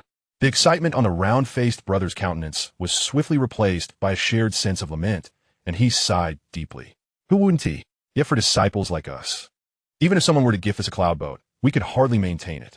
The spiritual liquid for daily upkeep and the spirit stones required for the core's gathering formation, just the thought of it is agonizing. Upon hearing this, Long Tao's expression shifted from longing to despair, and he emitted an even more prolonged lament. Alas, brother, your words only deepen my envy. Who wouldn't he feel the same? Chapter 9. The Woes of Lowly Cultivators. Upon returning to his dwelling, Long Tao felt as though he had traversed a different realm. Truth be told, he had not intended to return from this mission alive. The only thing that sustained his composure throughout, allowing him to avoid any unfortunate accidents and even engage in a game of hide-and-seek with the Foundation Establishment Wolf King, was a simple yet profound belief. I am a transmigrator. Even in death, perhaps I might return to Earth. Had he been a native, one who values life above all else, his mindset would have likely crumbled before departure. Simultaneously, he speculated that this system would likely not issue just one troublesome task, and that he must always be prepared. In this world of cultivation, what is the most crucial preparation? Strength. In this realm, lacking sufficient personal power renders one unworthy even as cannon fodder. Being at the 5th level of Qi refinement is pathetically inadequate. Nay, even the term pathetic is a disservice. One might as well be considered mere fodder. Even the weakest of chickens can squawk before their demise. However, mortals and those in the Qi refinement stage are utterly voiceless in death. In a world teeming with formidable beings capable of soaring through the skies, he did not dare to hope for any place at the table. At the very least, one ought to have the right to breathe. What does the right to breathe mean? Long Tao defined it as being able to withstand the pressure of a golden core cultivator without immediately losing consciousness. Otherwise, one would not even qualify as a mere extra. After all, if one day the system sends him into a crowd of golden core and nascent soul cultivators, the powerful beings might not even intend to crush him, merely exuding some pressure unconsciously, causing him to faint with a snap, rendering him incapable of completing any tasks.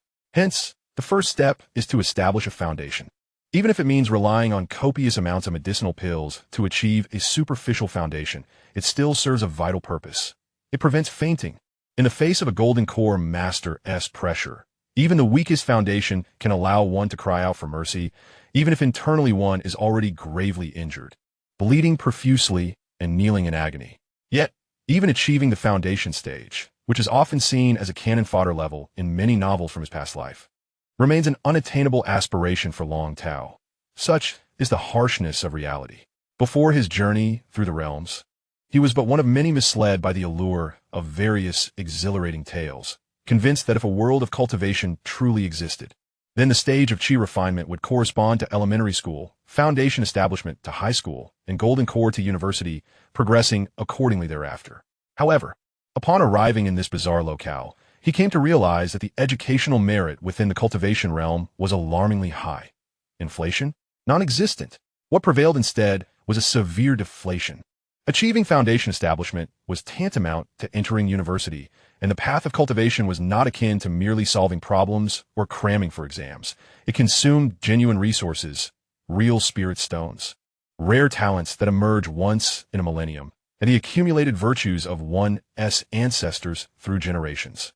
Most loose cultivators and ordinary disciples would find themselves stymied at the late stages of Qi refinement, not due to lack of capability or willpower, but because the resources required to break through to foundation establishment were burdensome for the average individual. Countless families exerted their utmost efforts, managing to nurture only a handful of foundation establishment cultivators, and even this was sufficient to safeguard the family for a century in the mundane world. As for reaching the golden core stage, it would require the ancestors to stir in their graves.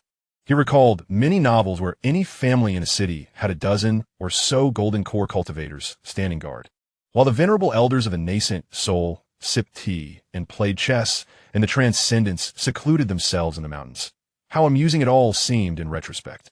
Yet, for the moment, he could not afford to dwell on such distant aspirations. His immediate priority was to break through to the 6th layer of Qi refinement. This realm, one that the protagonists of those exhilarating tales could easily surpass with a sip of water, had already consumed considerable time. Previously, he had adopted a laid-back attitude, merely passing the days, but now he must strive earnestly, at least summoning the fervor reminiscent of his final year in high school. However, to cultivate diligently, he must ensure the 4 essentials: wealth, companions, techniques, and land are adequately addressed. Wealth? This was not a concern for the time being, as tomorrow, yes, tomorrow, that foolish yet kind-hearted junior brother from the south, overflowing with riches, was set to fulfill his promise of gratitude. After all, it was a reward earned through perilous tasks, and he felt justified in claiming it. Moreover, he had gathered several herbs from the den of the Wolf King yesterday, which, being adjacent to the 9-leaf spirit mushroom, surely were not as trivial as roadside weeds. Coupled with a few spirit fruit seeds, it amounted to a modest windfall. Companions, this was not something to ponder for now. Techniques, surprisingly, this had turned into his competitive advantage. The Xianxia heavenly sect, as a super sect, offered the foundational technique for the Qi refinement stage. The Xianxia Qi induction method, which could be deemed among the finest cultivation methods in the world. Any dissatisfaction with it would be nothing short of pretentious. Land, this was the most pressing issue he needed to address. He could no longer remain in the communal quarters meant for servant disciples. Having just ascended to the rank of outer disciple, he was eligible to apply for a personal room. Of course, if he had the means, he could seek to establish a standalone residence within the sect, as the grounds were vast. However, it was not as simple as choosing any spot for construction.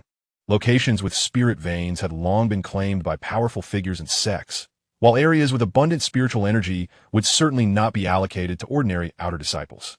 Long Tao understood that if he were to directly apply for land from the sect, he would undoubtedly be sent to a desolate place, suitable only for labor. Thus, this was the moment to test the connections and intelligence networks he had cultivated over time. Upon arriving at the grand plaza of the sect, known as the Heavenly Craft Pavilion, one can discern from its name that this is the stronghold of artisans and mechanists within the sect. Due to the unique nature of mechanical arts and the crafting of various artifacts, the Heavenly Craft Pavilion is not situated atop any mountain peak. Rather, it lies in a vast plain, precisely at the confluence of two spiritual veins, rendering it a veritable treasure within a treasure. This location underscores the significance that the Xianxia sect places on mechanical arts. However, given the inherent dangers associated with such practices, it is also situated at a considerable distance from the core areas of the sect. Old Dong, Long Tao, well acquainted with the surroundings, made his way to a workshop filled with the scent of charred materials. At the entrance lay the keel of a small cloud vessel alongside an assortment of peculiar remnants of magical artifacts. Upon hearing the call, the individual who had previously assigned him the cleaning task, Dong Jian, paused his work and turned to face him. You're back. Did you complete your task? It seems those pests on the mountain didn't gnaw you to bits after all. Dong Jin, unaware of Long Tao's harrowing ordeal, assumed he had merely returned from tidying up the mountain paths. Thus his tone bore a hint of jest. Long Tao chose not to engage in banter, instead glancing around before beckoning him closer, indicating he had matters of import to discuss. Observing Long Tao's serious demeanor, Dong Jin dusted himself off and approached with curiosity.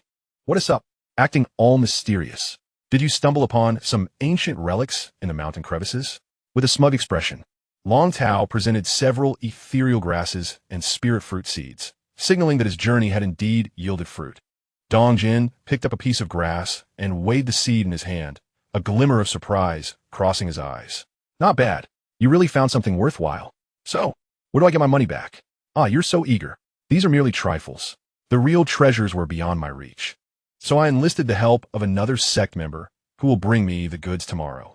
Just wait and see. All right, enough of your daydreaming, Dong Jin retorted dismissively. Sell these off and quickly exchange them for some elixirs. You've been stuck at the 5th level for quite some time now. It's high time you prepared for a breakthrough. He certainly did not believe that Long Tao had discovered any genuine treasures. But the fact that his trip had not been in vain was commendable. He had not anticipated that Long Tao would actually venture to Woofing Cliff due to an external fortune teller. Long Tao, for his part, did not expect immediate faith from Dong Jin. Even he himself harbored doubts about whether Nan Yuchun would uphold his promise, given their recent acquaintance and the uncertainty surrounding one's true nature. Well, if you choose not to believe, let us return to business. Old Dong, I have been promoted to an outer sect disciple and am considering securing a private residence. Are there any promising plots of land available within the sect? Dong Jin's interest was piqued by this inquiry, for he had harbored similar thoughts. However, prime plots of land were not easily come by. Recently, there have indeed been whispers of related news, but as I am merely an outer sect disciple, I cannot guarantee specifics. Let us discuss it further and gather more information. Last time, Elder Gonyang of Yume Peak approached Elder Liu to repair some items and mentioned that the sect plans to develop the Spirit Stone Mine near the riverbank, intending to establish a new town either there or to the north of the river. It is rumored that not only will there be a cloud boat route, but there might also be a teleportation array. Chapter 10. Housing Issues. A teleportation array? If this is indeed true, the information is crucial. Unlike the peaks rich in spiritual energy or blessed lands that possess spiritual veins, a typical plain area would require a staggering amount of resources to maintain a teleportation array of normal scale. Generally, only locations of significant importance would justify the expenditure required to sustain such a resource-consuming entity. If the newly constructed town is to have a teleportation array, it signifies that the sect is committed to substantial development in that area.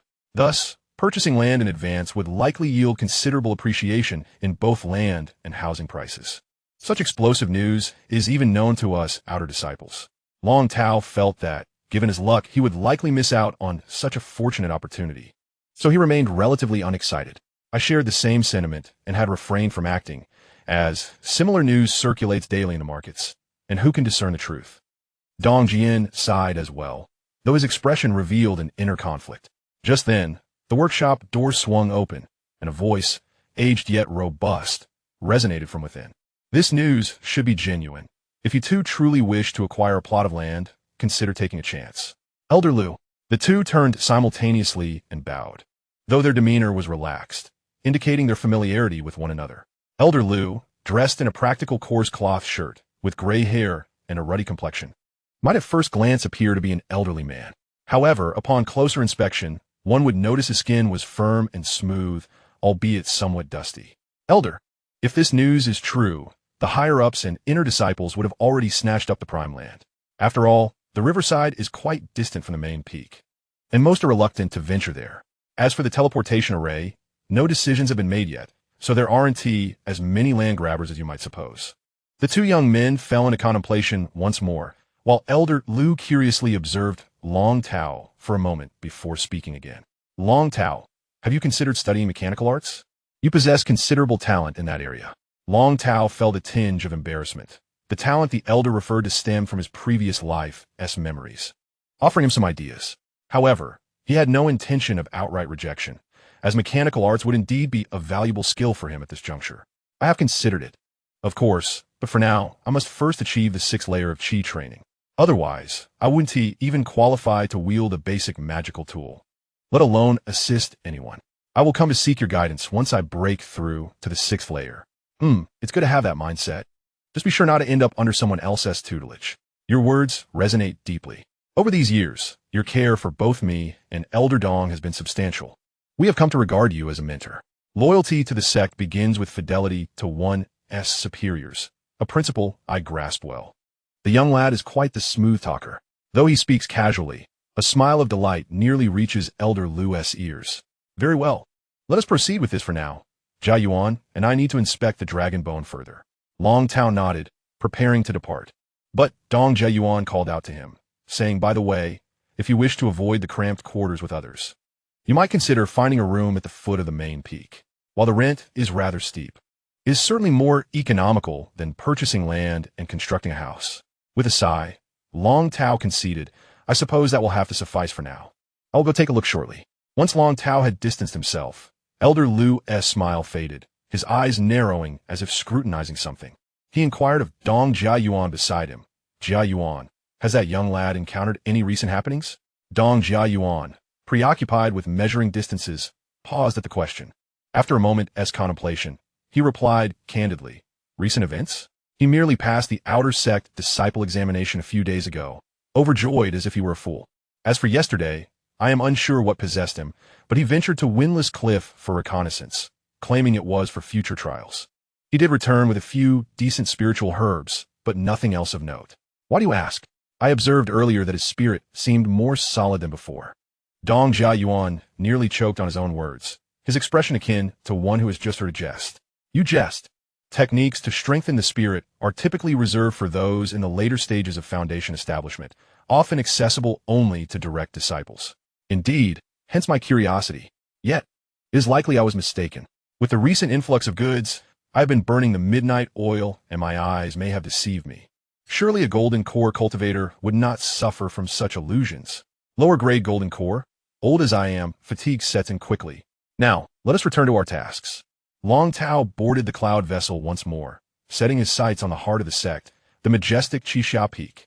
Even before the vessel landed, the cacophony of voices surged forth. Xianxia peak, the undeniable epicenter of the Xianxia heavenly sect. Gazing around, one could see pavilions and towers built against the mountainside, arranged in a splendid array, with streams of various lights darting like meteors. Disciples moved hurriedly, or congregated in groups engaged in animated discussions. As the air brimmed with rich spiritual energy, the fragrant scent of elixirs, and an undercurrent of anxiety known as involution. Long Tao was all too familiar with this scene. For the past few years, he had been the most inconspicuous nail here, a mere servant disciple, residing in a communal dormitory and laboring in menial tasks. Yet there was no alternative. At the call of the House of Miscellaneous Affairs, he was summoned for duties ranging from sweeping pathways to maintaining the latrines. Not to mention the essential departments such as the transmission hall and the library were stationed here, making classes and cultivation exceedingly convenient. Now Long Tao has finally been promoted to the status of an outer sect disciple. What is the greatest benefit, you may ask? Freedom. He can boldly declare to the overseers of the House of Miscellaneous Affairs, I shall no longer serve. Many outer disciples who seek tranquility often choose to relocate to more secluded areas, where the spiritual energy may be slightly diminished, but the peace is unparalleled. Long Tao had originally planned this way. His dreams were grand. A secluded courtyard, spiritual herbs and plants, quiet meditation, and an early foundation establishment. However, reality was starkly different. The risks associated with the riverside land were considerable, and the meager amount of spiritual herbs and fruit seeds in his possession fell far short of what was needed to purchase land or a house.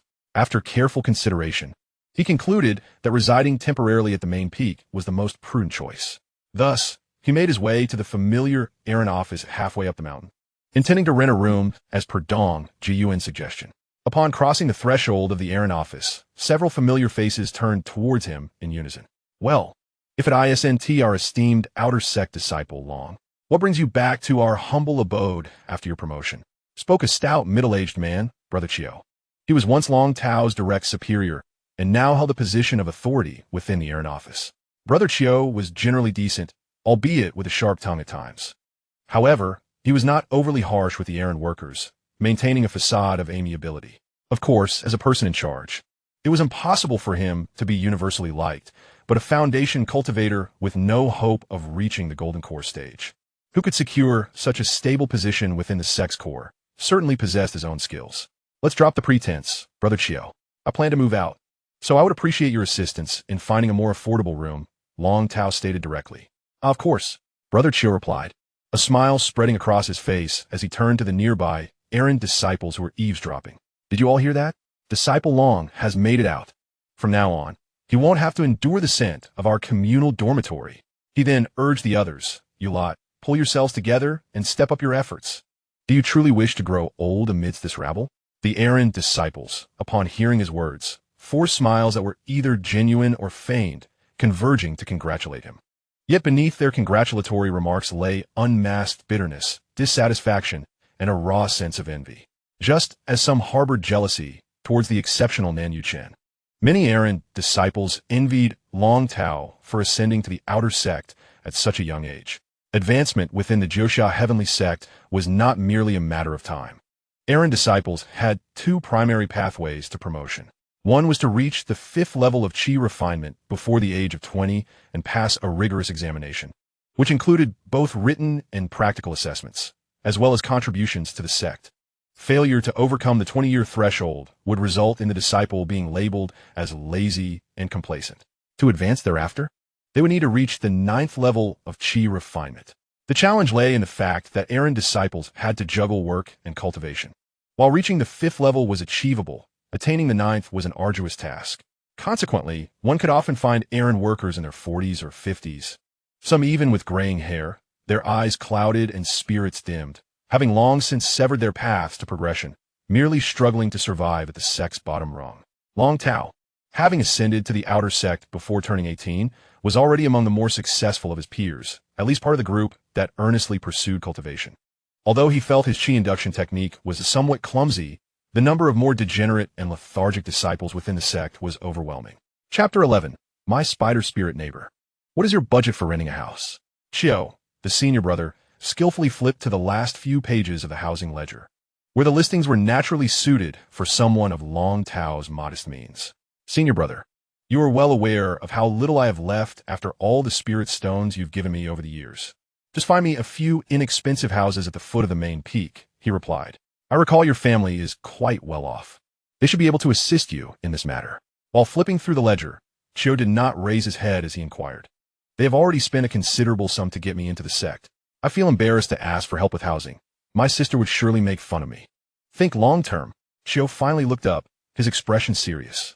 For someone with your mixed spiritual roots, to ascend to the outer sect at this age is akin to striking gold.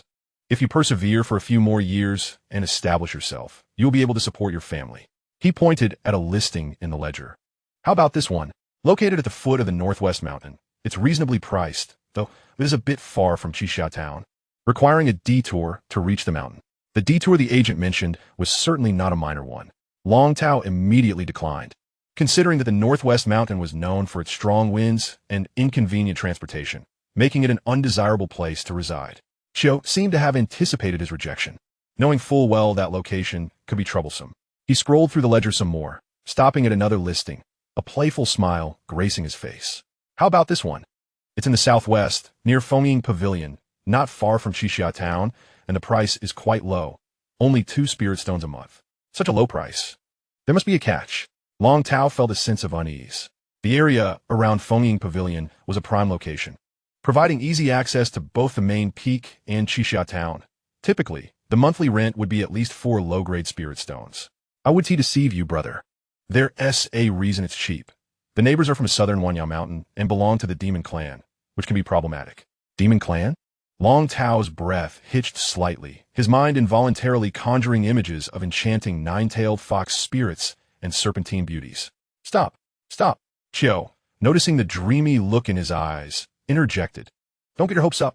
If those fox spirits or snake beauties live there, you wouldn't stand a chance. The D had been snatched up by the inner sect long ago. The neighbor is a spider spirit, and she hasn't mastered her transformation. Her upper body is barely acceptable, but her lower half, Qiu gestured dramatically, 6 long legs, the kind covered in bristles. What do you think? If you can tolerate that, the price is truly unbeatable. Upon hearing this, Long Tao shuddered. The sect maintained a good relationship with the demon clans of the southern mountains. So many demon students came to exchange knowledge. He had encountered a few spider spirits before, unlike the fantastical beauties depicted in various anime. The actual spider spirits had compound eyes and pincers, producing a disturbing sound as they walked, and their grotesque skin evoked a visceral repulsion whenever he encountered them up close. Yet he struggled for a moment, ultimately concluding that his current focus should be on cultivation. The challenges he faced paled in comparison to the tasks imposed by the system in his mind. Moreover, the allure of the 2 spirit stones proved too tempting, and he ultimately delivered his response. Very well, I shall accept the spider. Compared to the god of poverty, there is nothing to fear. I will take this house. How refreshing, at his age, to be able to ascend to the outer sect with a humble mixed spiritual root. Indeed, it takes a certain audacity. Do not worry, my senior brother. Just sign here and provide your thumbprint. I shall handle the remaining trifles, including the paperwork for your move from the communal dormitory. You may proceed with your relocation, he assured. Though it was termed a move, how much could a disciple of the communal dormitory possess? Upon arriving at his new residence with his meager belongings, Long Tao finally grasped the reason behind the low price. It was a rather dimly lit triplex, with 3 rooms sharing a single courtyard. What Brother Qiu had neglected to mention was that his spider-like neighbors were not 1, but 2. As he stood at the entrance of his new abode, witnessing the pair of spider spirit siblings dragging their cumbersome, 6-legged lower bodies from the adjacent rooms, he felt a genuine urge to return and rescind his acceptance of this subpar dwelling. Are you the new neighbors? The slightly larger figure on the left, resembling a somewhat handsome young man, wore a distinct expression of apology mixed with shyness. My sister and I are still inexperienced in our shape-shifting, and we fear that our appearance may have startled you. Beside him, the figure resembling a young girl timidly lowered her head. Compared to her brother, her transformation was evidently less successful, for she retained 6 spider-like eyes. Yet, when those 6 eyes blinked in unison, it was not as frightening as one might expect. Rather, it bore an intriguing charm. We will do our utmost to remain indoors and not disturb you. The girl's voice was as delicate as a whisper. Faced with such humble and courteous demeanor, even tinged with regret, Long Tao found his initial fear and discomfort subdued by an inexplicable sense of awkwardness and empathy. He had to concede that the etiquette displayed by the spider siblings was commendable. They, with their cumbersome spider lower bodies, even assisted him in tidying up his room. Through a brief exchange, he learned that the siblings were surnamed Luo, the brother named Luo Yunluo, and the sister Luo Yusi, a prominent name among spider spirits. Additionally, he sensed their underlying inferiority complex, as it was evident that such low rent had long left them neglected. Any fool could see they were looked down upon. However, Long Tao understood that maintaining a respectful distance from these peculiar neighbors was the wisest course of action. This place was merely a temporary refuge for him, devoid of a need for deep connections. A facade of courtesy and mutual coexistence would suffice. After a few simple pleasantries, he politely declined their offers for further assistance and turned to enter his small compartment. He hastily spread out his bedding and nearly fell asleep at once. The torment inflicted by the inferior turtle rest pills last night, combined with the life-threatening task atop the windless cliff and the lingering roar of the Foundation establishing Wolf King, had thoroughly drained both his spirit and physical strength. After a day spent in relentless pursuit of a place to reside, the dust had finally settled, and the taut string of his nerves had snapped completely. The following morning, Long Tao indulged in an exceedingly rare and leisurely slumber, freed from the burdens of menial tasks. He was no longer awakened at dawn by incessant knocks on his door. This sensation was akin to transitioning from high school to university. The newfound freedom was a bit disorienting. Nevertheless, the joy of awakening naturally when the sun was high in the sky was undeniably delightful. He leisurely donned the robes of an outer sect disciple and stepped into the courtyard, only to discover the spider spirit siblings already engrossed in their meditative practices. Although their six-legged sitting posture appeared rather peculiar, he surmised they were indeed meditating. "Ah, Long Tao, you has finally risen," exclaimed the elder brother, Luo Yunluo, turning slightly at the sound of the door opening, greeting him politely, yet maintaining a distant formality. "Ha! Having just ascended to the outer sect, I can finally take a breather and indulge myself a bit. Consider it a reward," Long Tao responded with a smile, stretching lazily. "By the way, I was about to head to Xianxia town to meet someone. If either of you require anything to be taken along, please do not hesitate to let me know." "Thank you for your kind offer, but I have no needs at the moment," Luo Yunluo replied with a slight nod. After a brief exchange of pleasantries, both parties fell into a comfortable silence. However, just before exiting the courtyard, Long Tao couldn't help but steal a glance at the 6 eyes of the spider sister, Luo Yusi. Observing them up close, their orderly arrangement failed to evoke any disgust. Instead, it radiated an inexplicable, almost bizarre charm and cuteness. A wave of unease washed over him, prompting him to hastily avert his gaze and step outside, wondering if perhaps there was a significant flaw in his aesthetic judgment. Chapter 12. The Damn Task returns. Xianxia Town, nestled on the southern flank of Xianxia Peak, stands directly opposite the majestic gates of the Jiuxia Heavenly Sect. Its history traces back to a time when the sect had yet to consolidate, and this area was still part of the main peak of the Xianxia sect. Since then, it has been jointly built by ordinary residents, wandering cultivators, and disciples of the sect, gradually taking shape. With the growing grandeur of the sect, the town has also expanded in kind. Today, although it retains its name, the scale and atmosphere of the town have transformed beyond recognition. Its bustling prosperity rivals that of the renowned capitals of various illustrious empires. Upon entering the main hall and surveying the surroundings, Long Tao noted the absence of Nan Yuchen. He made his way directly to the counter and inquired of the poised and evidently skilled proprietor behind it. "Excuse me, brother, has the disciple Nan Yuchen from Shuiwe Peak arrived?" Being able to manage such a thriving establishment in the heart of the town, the proprietor must surely be a foundation-establishing disciple of considerable standing within the sect. Addressing him as brother would certainly not be amiss. "Nan, he is somewhat of a regular, occasionally dining here for a small table. However, today the proprietor shook his head slightly. I have yet to see him." "I see. Then I shall claim a table for now. When he arrives, could you kindly pass on a message to him?" "Of course, that is no problem." The innkeeper readily agreed, gesturing towards the main hall. But since it was currently the peak time for guests, would it be acceptable for the junior brother to sit at a small table in the corner? "No problem." Long Tao nodded and added, "Could I trouble you, senior brother, to bring 2 lighter dishes as well?" "Certainly." As Long Tao followed the young waiter to the table, he couldn't help but feel a twinge of anxiety, fearing he might be stood up. However, this concern dissipated quickly, just as he was halfway through a small plate of assorted dishes. Nan Yuching appeared at the entrance and was promptly ushered to the small table by the keen-eyed innkeeper. "Brother Long, you arrived so early, it almost seems I, as the host, have been remiss." Nan Yuching placed a hefty redwood box beside the table and, with familiarity, addressed the innkeeper, Brother Qin, "The usual dishes, but make sure the portions are generous. By the way, the white knife fish should be in season now, right? Let us add a bowl of bamboo shoot soup with the white knife fish." "Understood. Please wait a moment." The innkeeper responded with a smile and departed. Once the innkeeper was gone, Nan Yuqing excitedly brought the redwood box onto the table. Although his face radiated enthusiasm, Long Tao astutely sensed that the young man seemed to harbor some concerns. "Brother Long, take a look at what's inside. Are you satisfied?" Long Tao, intrigued, opened the box. His eyes scanned the contents, nearly causing him to drop his chopsticks. Inside, the box was divided into 2 layers. The upper layer was meticulously arranged with an array of elixir bottles, the variety and quantity sufficient to support his journey from the 5th level of Qi Refinement to Foundation Establishment. A rough estimate revealed that the value of just this layer of elixirs equaled the entirety of his savings accumulated over a decade in the sect without food or drink. "Brother Nan, this is far too generous," Long Tao exclaimed. "Not at all.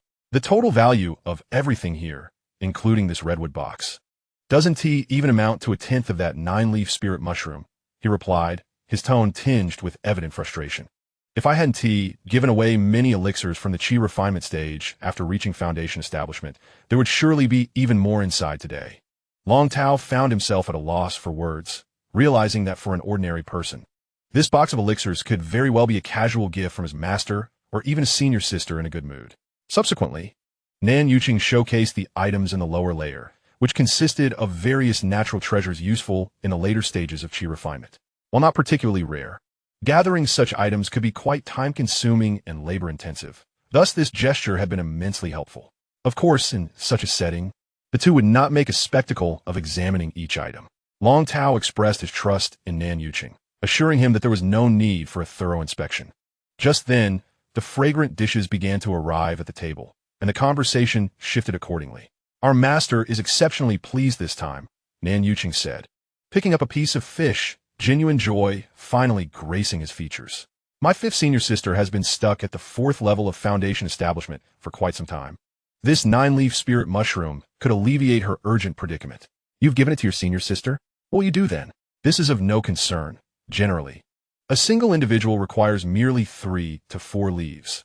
Thus, a single Lingji mushroom typically suffices for 3 people." He lowered his voice slightly, exuding a sense of pride, and continued, "This particular Lingji flourished beside the spiritual spring of Windless Cliff, nurtured by the essence of the Wolf King, far surpassing those cultivated within the sect's medicinal garden." Upon hearing this, Long Tao couldn't help but marvel at the fortune of this destined child. Even when possessing the same item, what he acquired was invariably superior to that of others. Curiously, he inquired, "I'd been meaning to ask, why does the Lingji resemble a common weed, starkly different from the glowing ones I observed in the sect's alchemy room? How could you recognize it at a glance?" Discerning the myriad spiritual plants and herbal medicines is a requisite skill for direct disciples. It is not an easy task," he replied, a teasing smile playing at the corners of his mouth. "As for those you observe in the alchemy room, they were deliberately dusted with luminescent powder by the elders, to prevent unknowledgeable disciples from damaging them." Long Tao, upon hearing this, could not suppress a self-deprecating smile, choosing to shift focus to the meal instead. After the two had finished the dish of white knife fish, Nan Yuqing seemed to have more to say, though he appeared hesitant. "Junior brother Nan, if you have something to say, do not hesitate. There is no need for discomfort at the dining table." "Senior brother, you have discerned it, huh? Well, it pertains to the individual we discussed descending the mountain yesterday. You advised me to investigate the records of missions he undertook." "Oh, have you already looked into it?" Long Tao expressed surprise at the boy's efficiency, recognizing the significance this matter held for him. "Yes," Nan Yuqing nodded, his voice dropping as he endeavored to maintain his composure. Yet for the first time, Long Tao distinctly perceived a flicker of anger on his youthful face. "I have indeed verified it, and you were right, Senior Brother Long. I was deceived." He inhaled deeply, his speech quickening, yet he could not conceal the sense of grievance. The records for the first 2 missions were accurate enough, but thereafter, they became distorted. Many spiritual herbs I discovered and monsters I vanquished were credited to him or allocated to unrelated individuals, especially in the recent mission. His voice rose suddenly with indignation. "He only mentioned me at the very end when distributing the spoils, portraying me as a shameless individual who merely awaited my share." Nan Yuqing was certainly not foolish.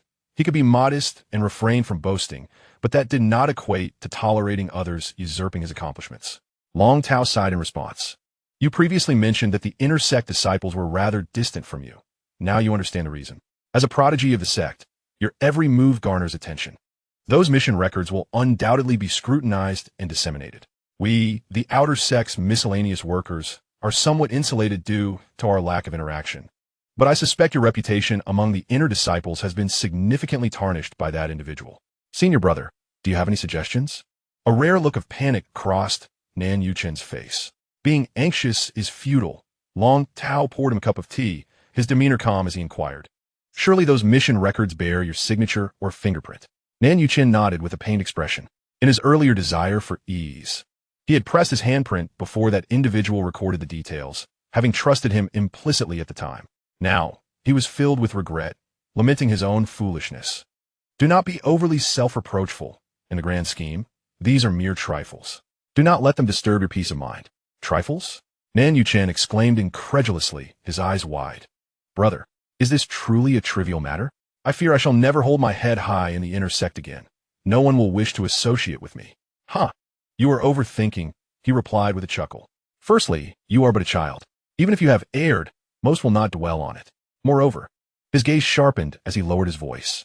The sect possesses numerous methods for lie detection. Lie detecting jade talismans, the hard inquiry array, the rewind water mirror. None of these are mere decorations. They're the ones playing with fire. Those tampered records are precisely the leverage they have unwittingly given you. You are the one holding the reins. Long Tao's words indicated a firm belief that the individual in question must have accomplices. Otherwise, it will be difficult for him to consistently usurp Nan Yuchen's merits on every mission. Nan Yuchen listened, his furrowed brow gradually smoothing as the shadows in his eyes dissipated. Indeed, falsehoods are ultimately revealed. The sect has ample means to expose them. It seems unnecessary for him to let this matter affect his resolve. Observing the youth's spirits lift, Long Tao picked up his chopsticks to continue eating.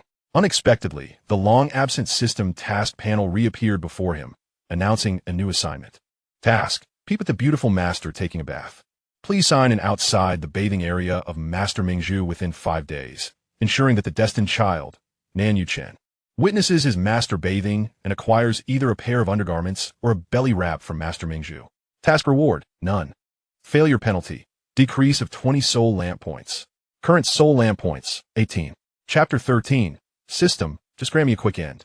Long Tao stared at the task panel, momentarily lost in thought. He blinked hard, verifying the text thrice. The stark, chilling words remained glaringly clear. The system had commanded him to sign in outside Master Mingzhu's bathing area and to spy on his master while she bathed. A sense of icy numbness engulfed him, drowning all other emotions. He felt drained of the strength to curse, sitting there dazed, with only an absurd and chilling thought circling in his mind. Is it better to be crushed to ash by Master Mingzhu's finger, or to be quietly erased by this wretched system? Perhaps I should choose a death that is not too painful. Brother Long, what is wrong? Why have you suddenly fallen silent? Noticing Long Tao's sudden quietness and his somewhat vacant expression, Nan Yuchen could no longer hold back and called out. Oh, it's nothing. Long Tao managed to force out a smile that was more painful than tears, having drained all his strength to do so. Hearing you speak of these matters reminded me of my early days in the sect, when I was bullied by those old servants. It has not been easy for any of us. Long Tao exerted nearly all his acting skills to feign normalcy. Otherwise, he would undoubtedly succumb to the overwhelming urge to unravel within the confines of this establishment. The wretched system had thrust upon him an insurmountable task. That was a golden core master, the Lord of a Peak. Shui Peak was her absolute dominion. As a mere nascent cultivator, he feared that the moment he encroached upon the boundary of the peak, he would be mercilessly locked onto by her terrifying divine sense, crushed with ease, as if he were but an insignificant ant in comparison to the golden core Master Mingzhu. The once mighty Foundation establishment Wolf King resembled nothing more than a slightly larger pet dog. Meanwhile, Nan Yuchen remained oblivious to the tempest raging within Long Tao, choosing instead to voice his own grievances. Gazing at the foolish lad before him, a flicker of hope ignited within Long Tao's previously despondent heart. After all, this boy was the most favored disciple of Master Mingzhu. Perhaps he could uncover a nearly impossible breakthrough, such as a ticket to the task location. Much like the previous predicament he faced, as a mere outer sect disciple at the 5th level of Qi Refinement, he should have had no chance of entering Shui Peak. Unlike the public areas of the Woofing Cliff sect, Shui Peak was a private domain of Master Mingzhu, inaccessible through ordinary means. Damn it, he finally comprehended. The tasks issued by this detestable system were tailored specifically for Nan Yuchen, crafted like a delightful narrative. Sending him to spy on his master bathing would likely result in nothing more than a mild reprimand, perhaps a few days of confinement. But for him, Long Tao, he shuddered at the thought. In the eyes of the Golden Core master, he was nothing. He imagined that the moment he dared to approach the window of the bathing chamber, he would be obliterated in an instant by a mere flick of her true essence. Taking a deep breath, Long Tao endeavored to steady his voice, infusing it with a hint of appropriate timidity and longing. I have a humble request, though I am uncertain whether it is appropriate to voice it. Please, speak freely, senior brother, as long as it does not contravene moral integrity. I shall do my utmost to assist, Nan Yuchen replied. Sighing, Long Tao continued, I have long admired your master, the Golden Core Master Mingzhu, but my lowly status has prevented me from ever paying my respects. I have heard that the scenery of Shuiwe Peak resembles a celestial realm, and I yearn for the opportunity to behold it. Might there be any means for me to enter the peak for a brief visit, thereby fulfilling a long-held aspiration? To Long Tao's astonishment, rather than appearing troubled, Nan Yuchen burst into laughter, a glimmer of self-satisfaction dancing across his features. Indeed, I suspected as much. Your master's admirers are numerous throughout the sect, and who would have thought that senior brother Long would be among them? I cannot guarantee an audience with master, but allowing you to tour the peak is a mere trifle. In these days, our Shuiwe Peak Spirit Spring Garden is undergoing renovations, and I can discreetly secure a position for you as a helper, allowing you to enter openly. Ah, behold the advantages of connections. The rewards for tasks at Shuiwe Peak were typically substantial, often monopolized by the inner sect disciples, with outer sect workers lacking even the privilege to catch a whiff of the opportunities. Yet now, due to his acquaintance with Nan Yuchen, a direct disciple, no formalities were necessary. A single sentence sufficed to resolve the matter. However, Nan Yuchen was indeed a busy individual. Before noon had passed, he had to leave for his afternoon training session. Coincidentally, Long Tao was not in the mood for idle chatter, and thus the two exchanged farewells with remarkable brevity. Nan Yuchen instructed Long Tao to report to the entrance of Shuiwe Peak the following morning, merely stating his name. After the prodigious youth departed, Long Tao let out a heavy sigh. He had secured the ticket for the task venue. The remainder now rested solely upon his fortune. Dragging his weary legs back to his small courtyard, Long Tao felt utterly exhausted in both body and spirit. As he stepped through the gate, he beheld his sister, the spider maiden Luo Yusi, in her youthful form, adorned with a simple apron, diligently sweeping the fallen leaves from the courtyard. This sight was undeniably peculiar. The girlesque body, the modest apron, combined with her otherworldly 6 compound eyes and 6 long, segmented legs, exuded an indescribable harmony reminiscent of an exotic maid. There was even a hint of an unusual beauty to it. Just as this thought crossed his mind, Long Tao couldn't help but give himself a light smack on the forehead, doubting whether the strange system in his head had distorted his sense of aesthetics. Ah, Long Tao, you have returned? Luo Yusi inquired, startled by his gesture, her 6 eyes turning towards him as she spoke in a soft voice. Yes, Long Tao replied feebly. Are you alone? Where's your brother? My brother is out searching for me, Luo Yusi said, unable to conceal her flustered demeanor. Her 6 eyes blinked in unison, and her fair cheeks flushed crimson. He had some matters to attend to.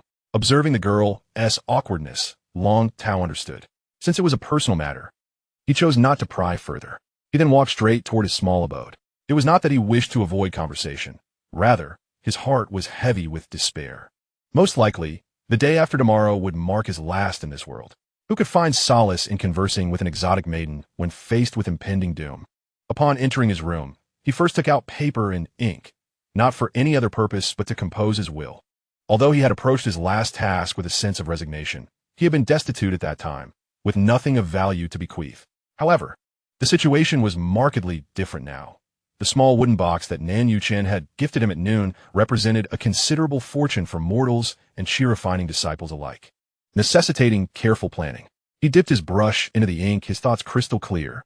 First, he considered his family. The majority of the elixirs and spiritual materials within the box would be bequeathed to them. These resources could sustain the modest Long family in the mundane world for generations and even nurture a few descendants with spiritual roots. Next, he thought of Dong Jiayuan, the elder brother from his hometown who had cared for him since childhood. He had to leave a generous gift for him. In his will, He specifically noted to reserve sufficient rare resources to support Dong Zheyuan in his pursuit of breaking through from the 9th level of Qi Refining to Foundation establishment. This was the only way he could repay Dong Zheyuan for years of friendship. Having hastily completed the writing, he folded the document and sealed it in an envelope, inscribing with emphasis Long Tao's last will. Should I perish, only Dong Zheyuan may open this letter to manage my affairs. After finishing these tasks, he let out a long sigh, as if he had lifted a portion of his burdens. Yet, resigning to fate was far from his intention. He compelled himself to calm down, racking his brain for a nearly non-existent opportunity to break the deadlock. However, the more he thought, the heavier his heart sank into despair. The fundamental difference from the previous mission lay not in the terrifying nature of the target boss, but in the transformation of the NPC, Nan Yuchen. In the last task of retrieving the 9-leaf spirit herb, Long Tao was merely the executor and deliverer.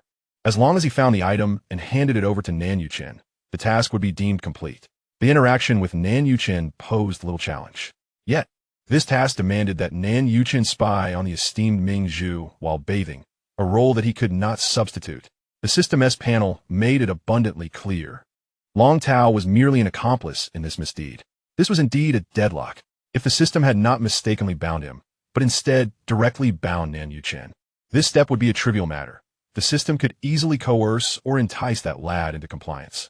However, he lacked the ability to compel Nan Yuchen into such an egregious act.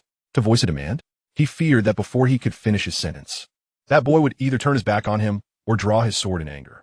Conclusion: merely signing in himself was futile. He must drag that foolish boy, Nan Yuchen, down with him. What a preposterous notion! As he languished through the night, he could conceive no method to complete the task, even contemplating directly confessing to Ming Zhu. Hoping for a swift end, dying at the hands of the illustrious Golden Core Master would surely be more dignified than being humiliated and erased by this wretched system. Yet, just as this thought crossed his mind, he found himself suddenly unable to speak, as if his brain had lost its linguistic function. He didn't even know how to begin. He realized this was the system's doing and could only vow internally to remain tight-lipped. Soon, the sensation of muteness dissipated, and once his speech returned, he immediately exclaimed, "I want to betray your existence, but for heaven's sake, grant me a way out." However, as before, the system seemed to regard him solely as a tool, indifferent to his fate, offering no response whatsoever. Chapter 14. The Last Day. The following morning, Long Tao needed no mirror to know his face must look dreadful, having hardly slept the night before. Yet, considering that today was likely his last day of freedom, he slapped his cheeks, resolving to make it meaningful. Dressed and ready to push open the door, he overheard a conversation between the spider siblings outside. "Brother, if you can't find it, let it go. There's no need to face scorn every day. You see, this time I truly found it, but that person, seeing me like this, deliberately hiked the price significantly, clearly taking advantage. Alas, our appearance is bound to attract disdain. We should focus on our cultivation. The stalactite is not a rare treasure. There will always be a way." Stalactite? Long Tao recalled that yesterday, Nan Yuchen had given him a small vial containing the substance. While it was not particularly sophisticated, it was relatively rare within the confines of the Jiuxiatian zone, primarily relying on imports. For outsiders without connections, acquiring it proved quite troublesome. At that moment, a sense of reckless abandon surged through him, as he pondered the futility of holding on to something when one was faced with imminent demise, coupled with the amiable demeanor of the siblings towards him. He rummaged through the box and retrieved the small vial of stalactite, pushing open the door to step outside. "Long Tao, you're awake." Long Tao's thoughts were a tangled mess, leaving no room for pleasantries. He thrust the vial before Luo Yunluo, disregarding her astonished expression. "This is stalactite. I'm not sure if it's sufficient, but take it for now." "Wait, what does this mean?" Luo Yunluo was clearly puzzled, unable to comprehend his intentions. Given their barely 2-day acquaintance, it seemed excessive to gift such a valuable material. Long Tao, engulfed in confusion and longing for a tranquil, solitary space to gather his thoughts, casually remarked, "Consider it a housewarming gift." His tone was indifferent, his gaze fleetingly brushing past Luo Yusi's face, landing precisely on the 6 quivering compound eyes. "And I find your sister's 6 eyes quite appealing. They seem pleasing, so let us regard that as a bonus." Having uttered those words, he paid no heed to the bewildered expressions of the siblings and exited through the courtyard gate. descending the mountain and arriving at Xianxia town. He reminisced about the delicious bamboo shoot soup and white knife fish that Nan Yuchen had treated him to the previous day. He contemplated whether to indulge in it once more, treating it as a farewell meal, yet thought it wiser to sample other dishes he had previously overlooked. Thus, he ambled along, savoring various snacks he had once deemed too extravagant or uninteresting, leisurely making his way to the largest marketplace. The cacophony of vendors calling out and haggling, intertwined with the brilliance of magical artifacts, assailed his senses. Regrettably, he lacked the inclination to shop at that moment. After all, this mission differed from the last, relying not on equipment or items to gain an advantage. The tales from his past life, wherein a mere dose of poison could ensnare golden core or nascent soul cultivators, were laughable in this context, bordering on the absurd. In his eyes, the array of talismans, magical instruments, and elixirs on display had become mere trifles. He concluded that it would be better to purchase some toys or crafts, which, should he meet his end, he could leave for his sister. With this thought, his steps finally gained purpose. He wandered into a carving shop, his gaze aimlessly sweeping over the exhibits. Fearsome demonic beasts, intricate celestial palaces, wooden cloud boat models, and an assortment of statues of prominent cultivators. Almost immediately, his attention was captured by a 1-foot-tall, white jade statue of a female cultivator. The figure, the artifact, was unmistakable. He approached the base to inspect the inscription, and indeed, it read, Ming Zhu Zhenren. Young brother, are you interested in this statue of Ming Zhu Zhenren? The shopkeeper, noticing Long Tao's fixation, inquired with a smile. Though it has a slight flaw, it is indeed remarkable. However, such intricate craftsmanship must have been custom-made, correct? Though the mention of minor imperfections caused the shopkeeper to furrow his brow, he nonetheless responded truthfully, affirming that it was indeed merely a display piece meant to attract attention. Not for sale. Long Tao gazed at the lifelike statue, pondering how delightful it would be if merely viewing it could fulfill a voyeuristic task. However, since it was not for sale, he felt no inclination to inquire further. Just as he turned to examine other items, a delicate voice chimed in from behind. You say there are flaws? This statue of Ming Zhu is reserved for me. What imperfections do you speak of? Turning around, Long Tao beheld a girl who appeared to be around 15 years of age, elegantly dressed and exuding an extraordinary aura. Yet, as she was not clad in sect robes, her identity remained obscured. Upon seeing her, the shopkeeper hurriedly greeted, Miss Zhu, you have arrived. This statue of Ming Zhu has been crafted with utmost dedication. And I assure you, there are no so-called flaws. Realization dawned upon Long Tao. He had unwittingly mentioned the product's defects in front of a customer, and the shopkeeper's restraint in not expelling him was commendable. Feeling somewhat apologetic and not wishing to disrupt the business, he quickly clarified. It is not that the statue itself has flaws, but rather that the likeness of Ming Zhu is slightly off. Oh, have you seen her face in person? The girl inquired, her expression devoid of discontent, merely curious. I have not seen it up close, but I have observed her from a distance during sect events. The real Ming Zhu possesses a youthful charm. This statue, perhaps to accentuate her dignity, has a nose and face that appears slightly elongated. Nevertheless, it is indeed quite splendid. If you do not wish to acquire it, I would be inclined to purchase it myself. Both the shopkeeper and the girl were taken aback by Long Tao's discerning remarks. The girl knelt down, scrutinizing the statue's visage for a considerable time before sighing. You are not mistaken. Indeed, the face is a tad elongated. However, it is of no great concern. I shall take it. Please wrap it up for me. Upon hearing this, the shopkeeper exhaled in relief. Although even if the girl declined, the piece would hardly lack buyers. It would still be unseemly for word to spread. After the girl departed with her purchase, Long Tao offered a slight bow of apology to the shopkeeper. The shopkeeper, far from being displeased, inquired with interest, might you be an admirer of Ming Zhu? Indeed, I have always believed that Ming Zhu is the most beautiful among the disciples of the Nine Xiatian sect, with only Ji Ying being her equal. Long Tao refrained from voicing any potentially offensive opinions about others in such a public setting, opting instead for a casual smile. The shopkeeper responded with an understanding smile of his own. However, discussing beauty rankings of sect members in such a venue was a recipe for trouble. So both parties tacitly agreed to refrain from further conversation. After leaving the shop, Long Tao found himself curious about the identity of the girl named Zhu. Typically, he would engage the shopkeeper in further conversation, but his interest soon faded, and he cast the thought aside. After casually wandering through several shops, he purchased some small toys and crafts, along with a model of a cloud boat measuring over a foot in length. Unable to afford the genuine article, he consoled himself with the thought of acquiring a replica to indulge his desires. He even contemplated adding a note in his will, requesting Dong Jiyuan to burn this item for him. Passing through the market, he made his way to the southern gate of Xianxia town, where a path would lead him directly to the main gate of the Sectes mountain. Beyond that, a journey of several hundred miles would bring him back to his hometown, Qinglin town. Unfortunately, the curse system did not afford him even a moment to bid farewell at home. If he had received the mission half a month in advance, he would have had ample time to prepare for his departure. As the sun dipped below the horizon, Long Tao roamed around the main peak for quite a while. When he returned to his residence with a pile of purchases, he was surprised to find the spider siblings waiting for him in the courtyard. As if they had been expecting him. "Long Taoist, you have finally returned," Luo Yunluo exclaimed, greeting him with a smile.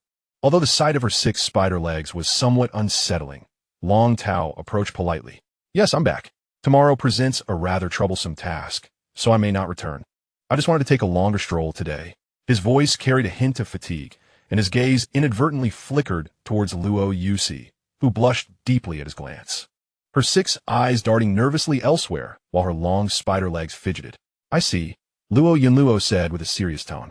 "Regardless, my brother and I must express our gratitude to you in person. The bottle of stalactite you gifted us is of such pure quality. It is truly rare and has alleviated our urgent need. This kindness shall never be forgotten."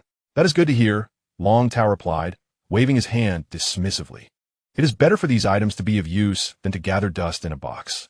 Though he spoke sincerely, the irony of his words hung in the air. "Taoist Long, our paths crossed but briefly, yet you bestowed upon us such a valuable gift. This bond cannot be repaid with mere words of thanks. However, as my brother and I currently have little to offer in return, please do not hesitate to inform us should you encounter difficulties in the future. We shall do our utmost to assist you." Long Tao gazed at the 2 siblings, their faces alight with gratitude, feeling a bittersweet pang in his heart. Such a significant favor, and yet he could not utilize it. In the next task, they would not be able to offer any help. He finally understood the feeling of having money unspent in death. He managed a strained smile before turning to carry his belongings toward his room, the setting sun casting a long shadow behind him, imbued with a sense of melancholy. The next morning, as the first light of dawn painted the sky, Long Tao painfully rented the cheapest small cloud boat available. It was as rudimentary as a flying bamboo raft, swaying unsteadily as it headed towards Shuyue Peak. There was no alternative. Shuyue Peak belonged to the private property of the Mingzhu real person and was not connected to the Sectes public cloud boat routes. As for the teleportation array, he could not afford to use it, so he had to begrudgingly settle for this economical option. Moreover, Shuyue Peak floated in the air, never touching the ground. How to ascend? One could either fly or dream. His small, rickety boat puffed and struggled for quite some time before finally tremblingly docking at the platform of the Celestial Mountain Gate. As he leaped down from the cloud vessel, still feeling a bit unsteady beneath his feet, Long Tao was struck breathless by the magnificent scene before him. Truly, Master Mingzhu was deserving of a reputation as a wealthy matron, possessing 2 veins of spiritual stone mines. The entire floating peak seemed to etch the words extravagance beyond reason into the clouds above. Surrounding the mountain, numerous exquisitely crafted pavilions and towers were suspended against the sheer cliffs, their flying eaves and bracketed roofs shimmering with golden hues in the morning light. Streams formed by the spiritual springs meandered down the mountain, cascading into breathtaking waterfalls that luxuriously flowed towards the sea of clouds below. Not to mention, several cloud boats circled the peak, their purpose unclear, whether they were a patrol for defense or merely private yachts. Long Tao instinctively tightened his empty storage bag, acutely aware that in this land of opulence, even his outer sect, disciple robes, exuded a sense of poverty. His curiosity deepened. Just how precious was the 9-leaf spirit mushroom he had previously found, if even a wealthy golden core cultivator like Master Jean Dan was temporarily out of stock? No wonder Nan Yu-chun had claimed that the box full of treasures was far from sufficient to match the value of the spirit mushroom. It appeared he had not exaggerated. As he wandered through this realm like a rustic villager in the city, he finally arrived at the resplendent entrance of Shuyue Peak. Before he could step forward, a beautiful inner-sect female disciple, clad in a cloud-patterned satin robe, gracefully approached him. her unmasked curiosity evident as she scrutinized Long Tao from head to toe. "This junior disciple," she began, her voice devoid of disdain, "only pure confusion. This is Shuya Peak. But you seem to be in the wrong place." Long Tao understood that her gaze was not one of contempt. It was merely unusual for outer sect disciples to be present here, and she was likely to question him. "Senior sister, please allow me to introduce myself. I am Long Tao, as in Waves of the Sea. I have come today to assist with the renovations at the Lingquan courtyard." He requested, "I kindly ask you to verify my name on the roster." The disciple's almond-shaped eyes widened in surprise, as if she had heard something extraordinary. She hesitated for a moment before turning back to the jade table at the entrance, swiftly flipping through a volume of the roster. After a few pages, her finger halted at the very end, where fresh ink revealed the following: Long Tao, outer sect disciple, renovation assistant at Lingquan courtyard. "Indeed, there is someone," she murmured, carefully cross-referencing the disciple's waist token that Long Tao had presented. Once she confirmed its accuracy, she waved her hand, a gentle spiritual light dispelling the barrier. "Enter now. Proceed straight along the right side cloud path to reach the Lingquan courtyard. Remember, this is the private domain of a true cultivator, so do not wander elsewhere." "Thank you, senior sister." Long Tao promptly bowed his head and hastened through. He had not gone far when he clearly heard the muffled, yet excited murmurs behind him. Without turning back, he knew that the senior sister had surely gathered with a few other female disciples to gossip. Disregarding them, he continued along the soft, cloud-like path, jogging for a little over a quarter of an hour before finally reaching his destination, where a world of clarity awaited him. Lingquan Courtyard. The name was indeed a perfect reflection of its essence. Surrounded by mountains, numerous streams converge into a crystal-clear spring at the heart of the garden. From the spring, several artificial channels meander outward, akin to a network of meridians, delivering the spiritually infused water to the various corners of Shuya Peak. It is likely that this place serves as the water source for Shuya Peak.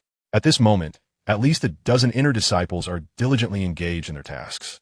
Unlike the lowly laborers who toil with their bare hands, these disciples employ spells to relocate spiritual plants, walls, stone carvings, and pathways to designated new positions without causing any damage. Although it resembles a construction site, there is no trace of dust or clamor. Rather, it appears to be a training ground for the disciples' magical skills. Who are you? How did an outer disciple manage to enter here?" A young senior with phoenix-like eyes inquired somewhat rudely upon seeing Long Tao. The others turned their gazes toward him, filled with curiosity, scrutiny, and disdain. But none offered welcome.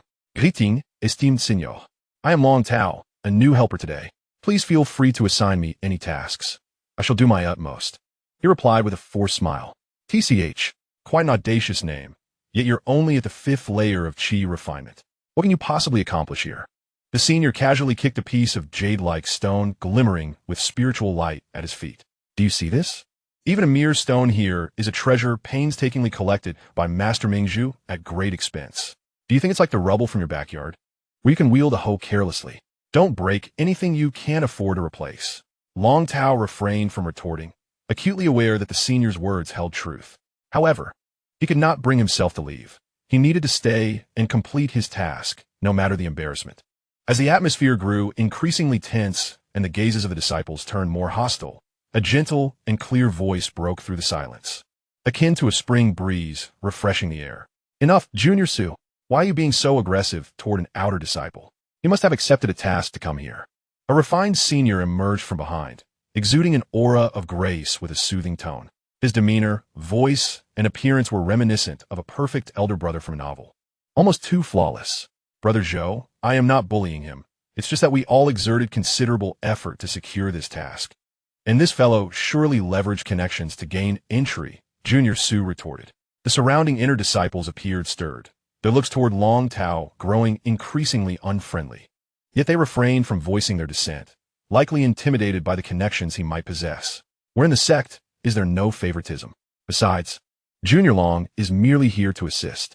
Do not forget, the more effort he puts in, the greater the reward he may receive, if he proves capable. What harm is there in sharing the bounty? Brother Zhou's words rendered the others, including Junior Su, momentarily speechless, though their discontent lingered. However, Long Tao seemed to have unearthed something significant. His extensive experience in the workplace from his previous life instilled within him a natural sense of vigilance towards the seemingly perfect Brother Zhou. The seemingly impartial words he had just spoken on his behalf also led him to a conjecture. Could it be that the brother who had stolen Nan Yuchen's credit was none other than this Brother Zhou? Chapter 16. The work done well observing Brother Zhou's gentle and cultured demeanor, with faint traces of makeup still visible, Long Tao offered a polite smile and expressed his gratitude. However, his gaze wandered, quickly honing in on a table nestled in the corner. There lay a task record book, its ink sparse, accompanied by several meticulously drawn, yet nearly blank construction blueprints.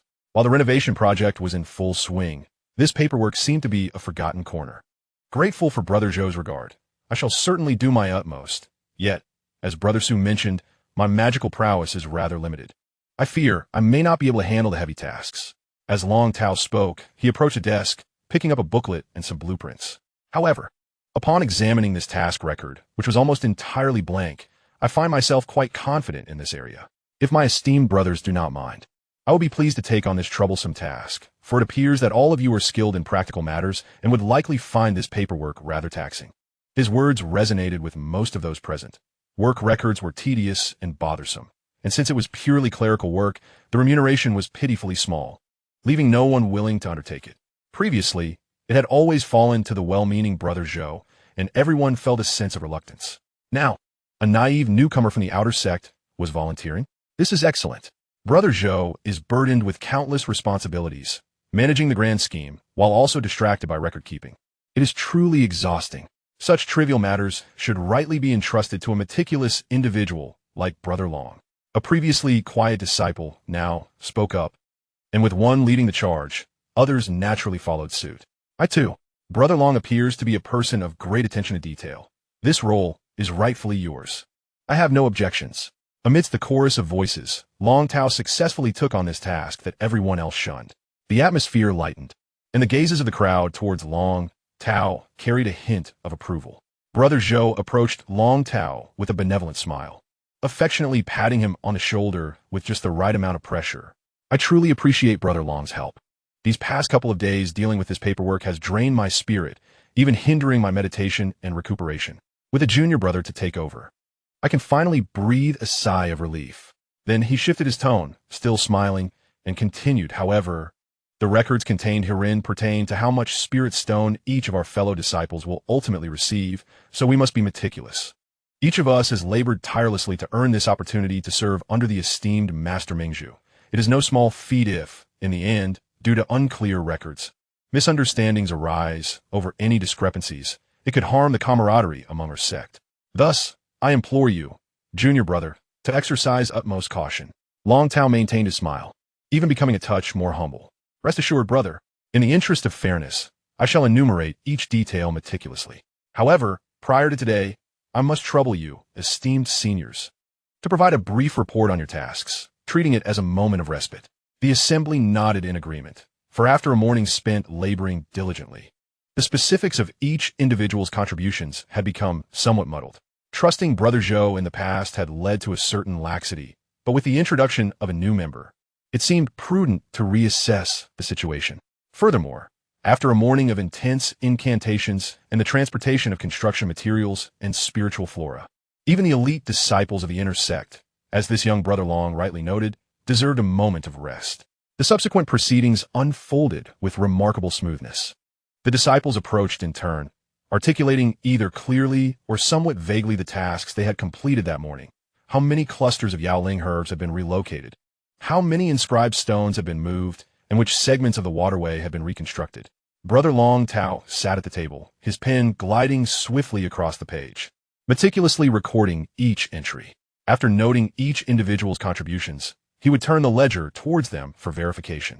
Under the watchful eyes of their peers, none dared to exaggerate their efforts, and with Brother Long Tao's clear and precise documentation, discrepancies were minimal. Those few who encountered minor inconsistencies chose to overlook them, amicably sharing the credit. Once the final report was confirmed, the break naturally came to an end, and the group resumed their tasks.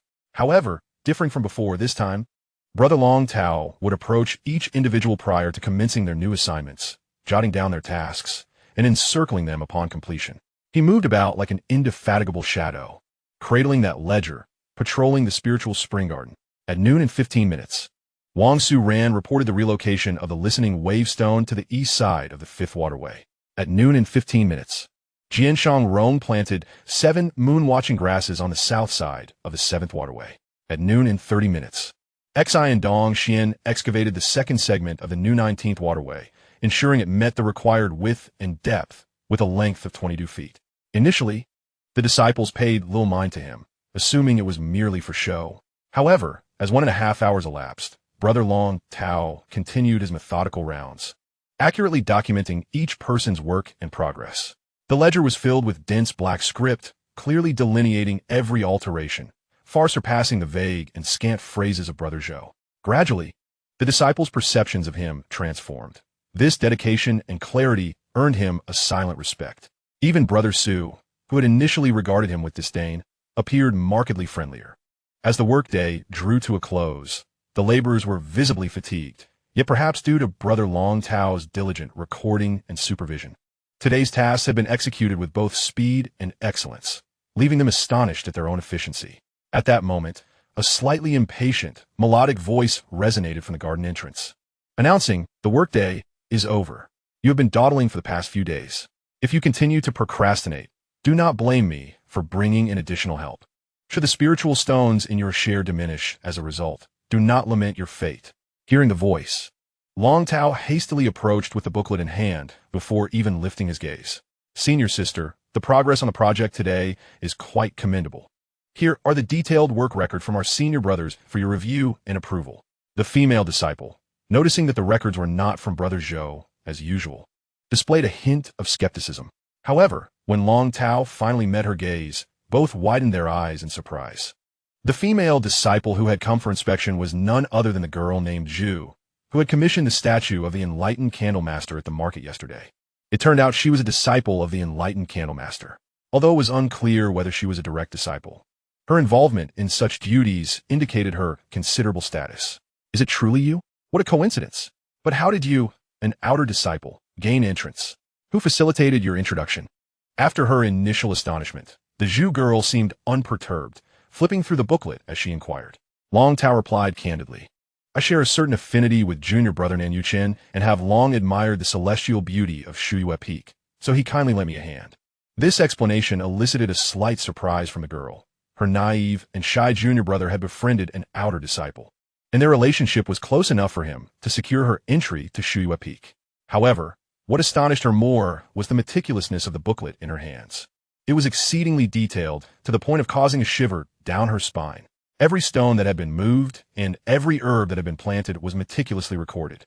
She quickly skimmed through a few pages, then glanced around at the actual alterations in the Lingquan garden. To her astonishment, the records matched perfectly down to the last detail.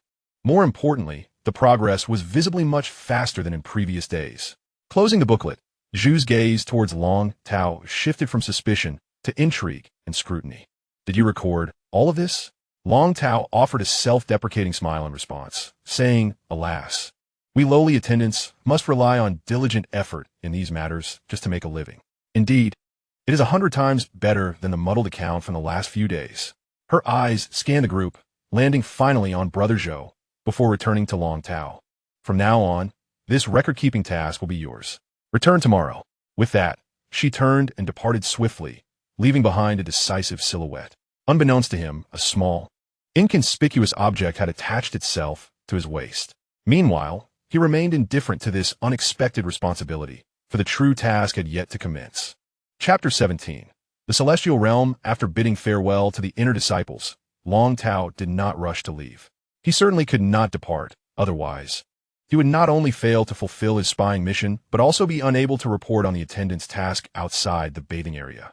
"Junior Brother Long, are you not leaving yet?" The familiar, warm voice, smooth as jade, emanated from behind.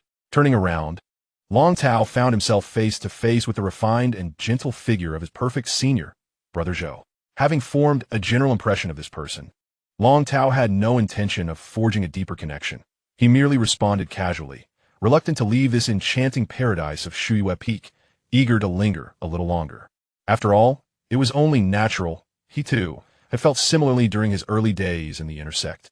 Brother Zhou's smile was warm and reminiscent, as if he genuinely recalled the past. But he shifted the conversation with a hint of caution, noting that the women of Shuiyue Peak were not easily dealt with. The task Sister Zhu had assigned him would likely prove quite arduous. Long Tao quickly displayed a fitting expression of concern and regret. Alas, I understand, brother. If I must record every trivial detail daily, I shall surely be overwhelmed. Today, I may have overexerted myself in trying to impress. I will undoubtedly rely on your guidance. His humble words and obsequious demeanor pleased Brother Zhou, who nodded in satisfaction and turned to depart towards the mountain gate. Not long after Brother Zhou left, a familiar figure appeared at the entrance. Brother Long. A voice, filled with youthful exuberance, rang out. Long Tao turned abruptly, and upon seeing that familiar face at the door, the tension in his lips finally yielded to a relieved smile. The key to breaking the stalemate had finally arrived. "Now, my junior brother." He hastened to greet him, his tone imbued with just the right amount of joy. "I've been waiting for you." Before him stood Nan Yuchen, resembling a high school student bursting out after a late-night study session. His face bore the marks of fatigue, yet he radiated the pure excitement of finally being free from class. "Brother Long, you really came? The sky is still bright. Let me show you around."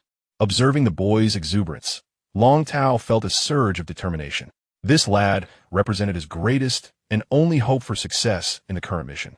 From this moment on, every word and action must be meticulously considered. The primary objective, to remain at Shuiyue Peak overnight. Otherwise, not only would peaking be an impossibility, even stepping near the bathroom door would be a distant dream. "Very well. After a long day, I cannot venture out. I shall shamelessly accompany you for a stroll." With his cherished disciple as his guide, Long Tao no longer needed to tread so cautiously. They swiftly traversed the cloud path to the heart of Shuiyue Peak. As the scenery unfolded before him, even with the weight of numerous burdens pressing on his heart, Long Tao found himself momentarily breathless. This was no longer the realm of mortals. It was as though celestial beings had forged a heavenly palace from spiritual stones. Above them stretched an azure and violet artificial sky, completely obscuring the true sun, replaced instead by a foam moon suspended in midair, emanating a cool, gentle glow. This moon, crafted from unknown celestial materials, was warm to the touch, immaculate and luminous, surpassing the true moon in its roundness, brightness, and proximity, as if one could reach out and touch it. Beneath its ethereal light lay an expansive, boundless lake. The lake is no ordinary body of water. It presents a dreamlike, flowing emerald hue, shimmering with light and reflecting the celestial bodies above. Scattered across the surface are islands of various sizes, resembling pieces casually cast by divine beings. Each isle is adorned with magnificent pavilions and exotic flora. Most astonishingly, a stream, glimmering with an emerald-like radiance, flows mysteriously from the high-hanging moon, cascading down like a luminous jade ribbon into the vast emerald waters below. The entire space is illuminated by an unusual brightness of night, with a blue-violet sky where stars are faintly visible. However, the immense moon and the sparkling lake below blend the horizon into a clarity reminiscent of day, yet infused with a softness and dreaminess surpassing daylight. What a sight, Brother Long. This is the celestial scene personally crafted by our master. The eager and boastful demeanor of Nan Yuchen did not elicit any disdain, for it was indeed worthy of admiration. Even Long Tao could not help but recite a line of poetry. The river and sky are one hue, devoid of dust. The solitary moon rotates in the clear sky. As Nan Yuchen and Long Tao departed from the Lingquan courtyard, the previously departing sister, Zhu, also arrived at an island on the Emerald Lake of Shuiyue Peak. The island featured only a modest building, simple in style and constructed with ordinary materials, appearing almost rustic compared to the exquisite palaces elsewhere on the peak. Yet, the core disciples knew that this seemingly humble abode was, in fact, the retreat of the peak master, Mingzhu Jinren. "Master, I'm back," Zhu Huaisu exclaimed like a returning swallow, pushing open the wooden door and rushing inside. However, she was met with two delicate fingers that pinched her ears. "Zhu Huaisu, you are now someone else's little sister, so stop acting like a child." "Ouch, that hurts, third sister. What are you doing here?" Zhu Huaisu grimaced, recognizing her captor, a striking beauty in a green robe, her demeanor sharp and commanding, her third sister, Chun Xinyan. "I heard that Xiao Yuchen obtained a fine 9-leaf spirit mushroom, so I was curious to see, only to find you in such a state." "Alas, It is our fault for indulging you for so many years. You're all grown up and still act as if you're returning to your own boudoir.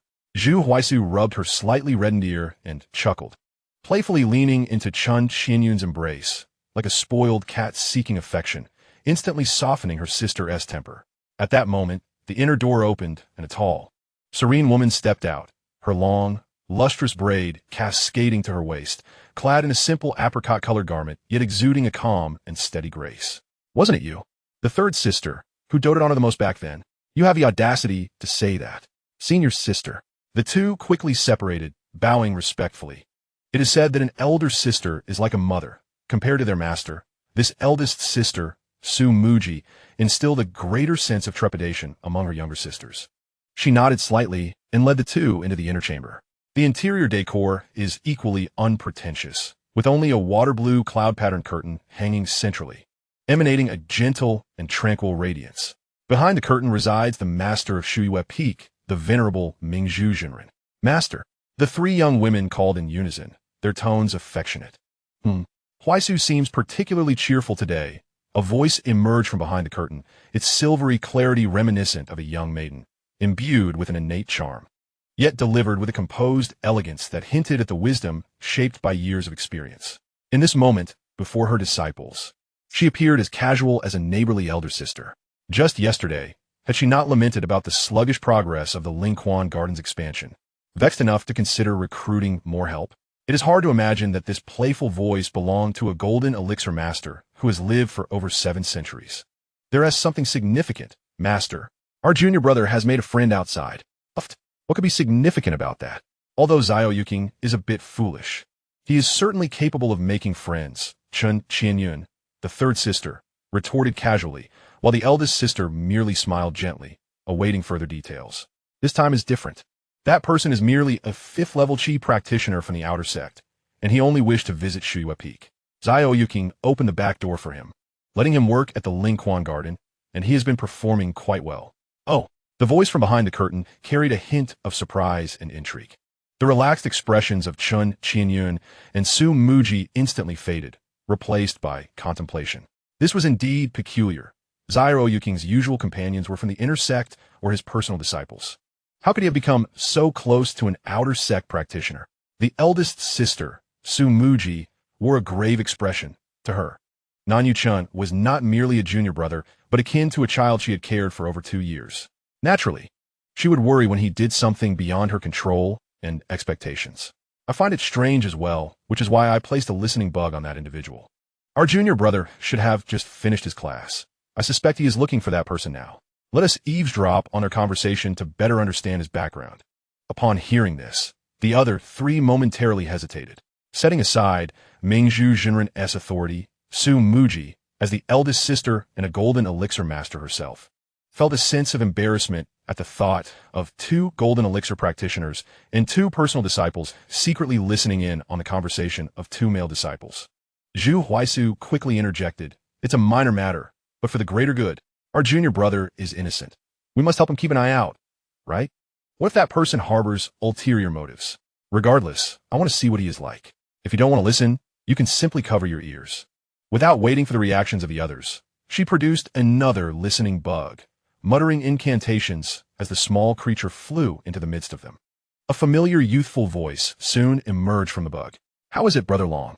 This is the celestial scenery personally crafted by our master." Naturally, all 4 recognized this as Nanyu Chun's voice, seemingly guiding his enigmatic new friend through a tour of the Great Lake within the peak. And as the next male voice resonated, time within the room seemed to come to a standstill. The river and sky are one, devoid of dust.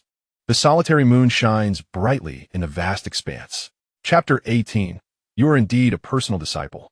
For women pondered the various responses of men in the Qi Refinement stage, flattering, appeasing, ingratiating, complimenting, yet none considered that the man would recite such a line of poetry. The eldest disciple, Su Muji, instinctively cast a glance toward the azure curtain. It stirred. The curtain, cascading like rippling water, quivered slightly. A jolt ran through her. Could it be that her master, moved by these 2 lines of verse, was also touched? The story of Mingzhu, the master, and his affection for the moon was no secret within the sect. The peak, named Washing the Moon, was adorned with scenery that was predominantly moonlit. Renowned poets had been invited to compose verses celebrating the moon for the pavilions, terraces, and lakes within the peak. Yet, as Su Muji pondered, she realized that over the centuries, countless moon poems had been accumulated, many of which contained exquisite lines. While she could not claim these two lines as the finest, they undoubtedly deserved to be inscribed upon the jade columns.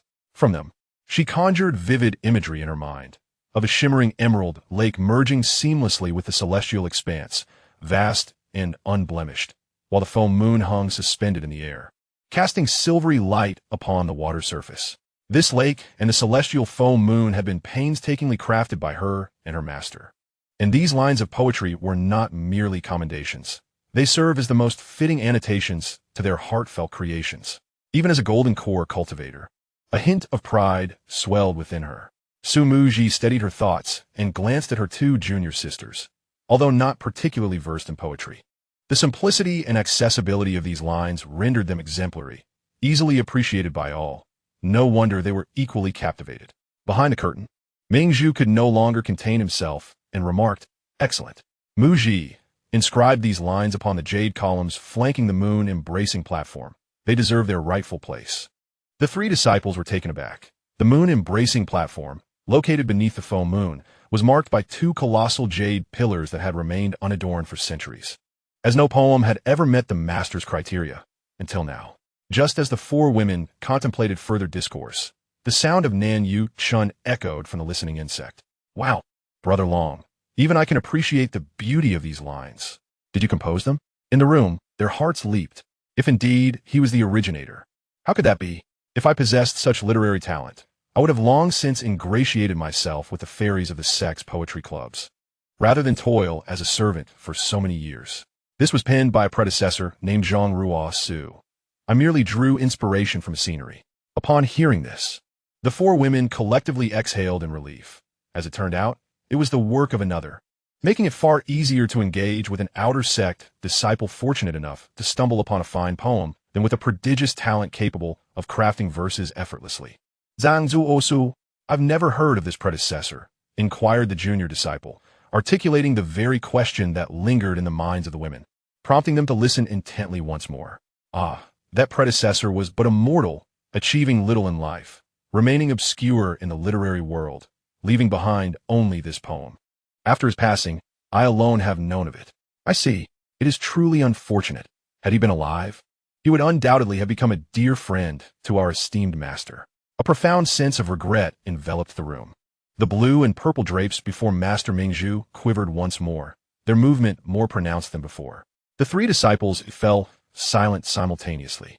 The fate of a talented individual, fraught with misfortune, always strikes a chord, especially in the presence of this master, who is infatuated with the moon.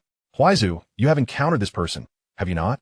Upon hearing the master's inquiry, Zhu Huaizu promptly replied, "Indeed, I met him this afternoon at Lingquan Garden. His calligraphy is commendable, and he is meticulous in his work, leaving no room for error." She paused, choosing not to mention their chance encounter at the market regarding the statue. Such trivial matters were not worth discussing at this moment. "Very well. Find him tomorrow and request the complete manuscript of this poem. Let him set his own price. This master, surely, must have some boundaries. What if this man were to demand an exorbitant sum? Then we shall permit him, at most, a cloud vessel akin to Yuchen's." The three were taken aback.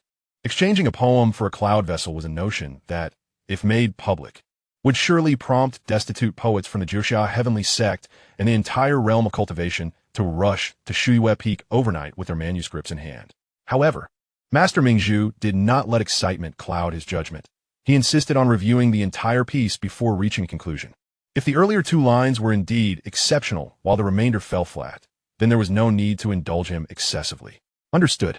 Soon after, the listening insect conveyed further sounds, casual greetings between Nanyu Chun and his fellow disciples, along with descriptions of the architectural scenery, which bore little significance. The four women in the room gradually regained their composure from the initial shock, yet they remained intrigued by the lively voice of the junior disciple. Just as the atmosphere began to settle, the senior brother Long suddenly inquired, "Junior brother Nan, the person you greeted earlier is Brother Chu Yuanbai, correct?" "Indeed. The senior sister has always held Brother Chu in high regard.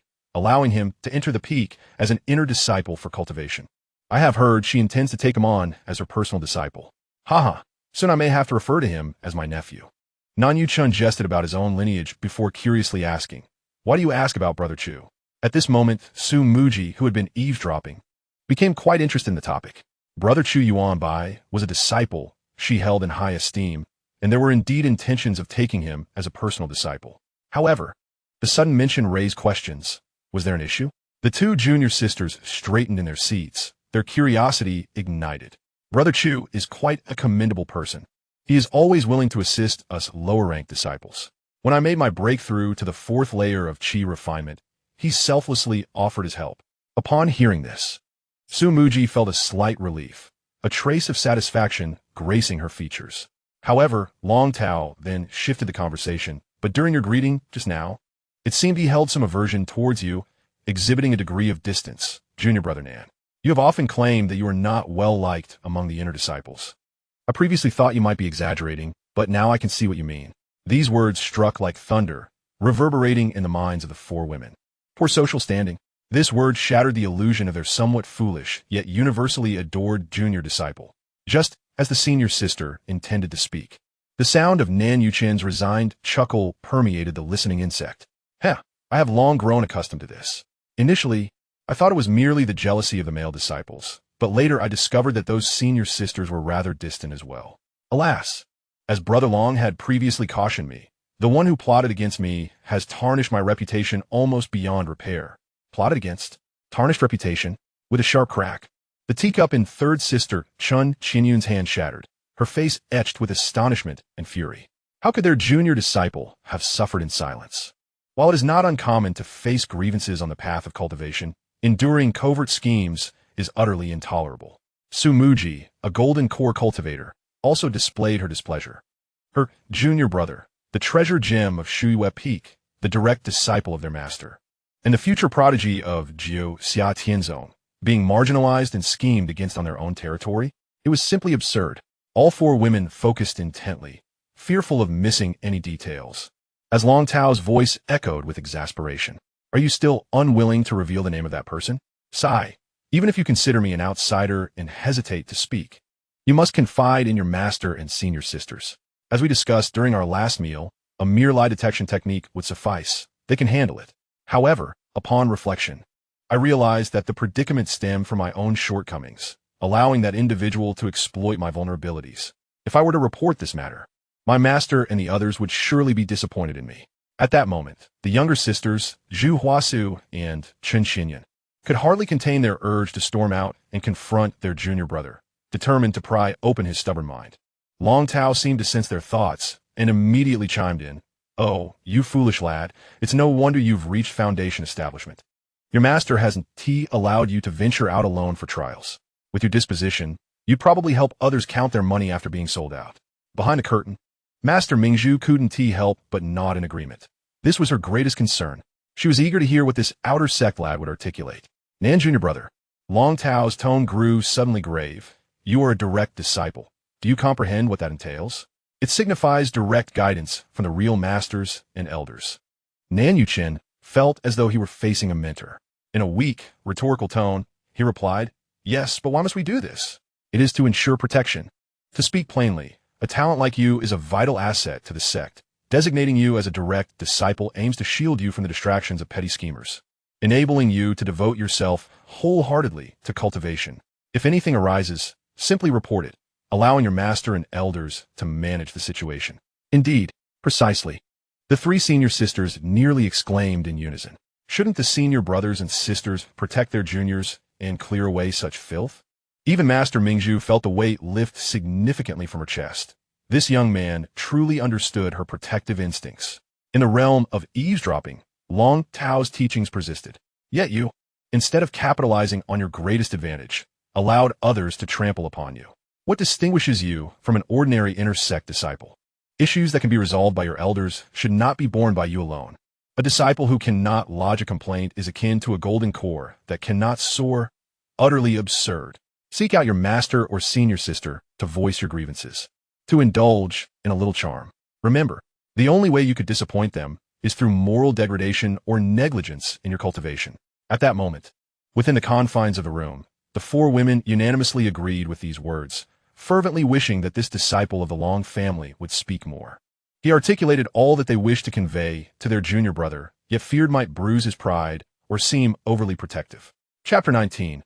Allow me, your senior brother, to guide you properly. At this moment, in a pavilion overlooking the grand lake of Shuyue Peak, Long Tao and Nan Yuqing were seated across from one another at a round table. The latter felt a twinge of embarrassment from Long Tao's remarks, but was reluctant to divulge the name of the individual in question. Brother Long, it is not that I am shielding that person. It is simply that this senior brother has a commendable reputation among the inner disciples. If I were to report him to our esteemed masters, it would surely complicate matters. Long Tao instinctively sensed an opportunity to break the impasse. If he could skillfully guide the conversation, it might allow him to remain on Shuyue Peak that very night. After a moment of contemplation, he spoke, I understand your kind heart and your reluctance to stir up trouble for personal matters. Allow me to make a guess, just one. If I can accurately identify that person, you will nod in acknowledgement? Yes? Nan Yuqing, bewildered, nodded, his heart resolute that he had never revealed even the slightest hint. There was no way Brother Long could guess correctly. The disguise of that individual was so well crafted that even he, the very person involved, would not dare to trust it without irrefutable evidence. How could an outsider discern the truth? Well, if I'm not mistaken, that person possesses an elegant demeanor and a gentle voice, embodying the ideal image of a senior brother. It's undoubtedly Brother Zhou, isn't it? Seeing Nan Yuqing's eyes widen like saucers, Long Tao felt a significant weight lift from his chest, knowing he had surmounted the first obstacle of his mission for the night. Brother Long, how do you know? I never mentioned anything to you. I didn't even describe Brother Zhou's appearance. Perhaps it was merely coincidence.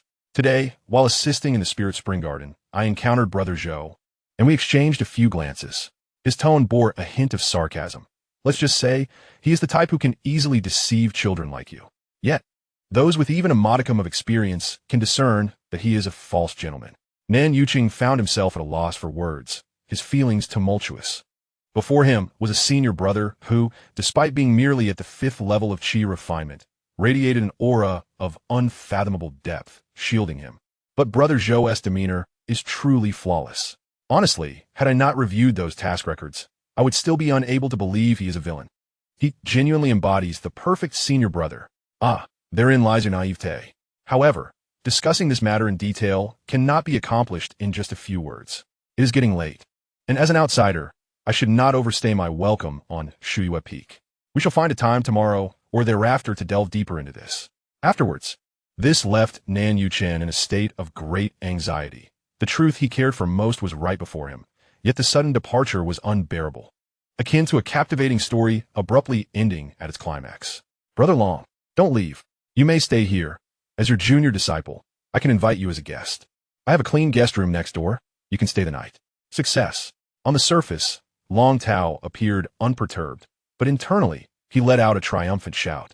The first step of this mission was accomplished, spending the night at Shuyue Peak, and, as he anticipated, it indeed relied on Nan Yuqing as the pivotal point. That should be acceptable, provided it is not too troublesome. However, we must discuss other fellow disciples, which may be somewhat inconvenient outside.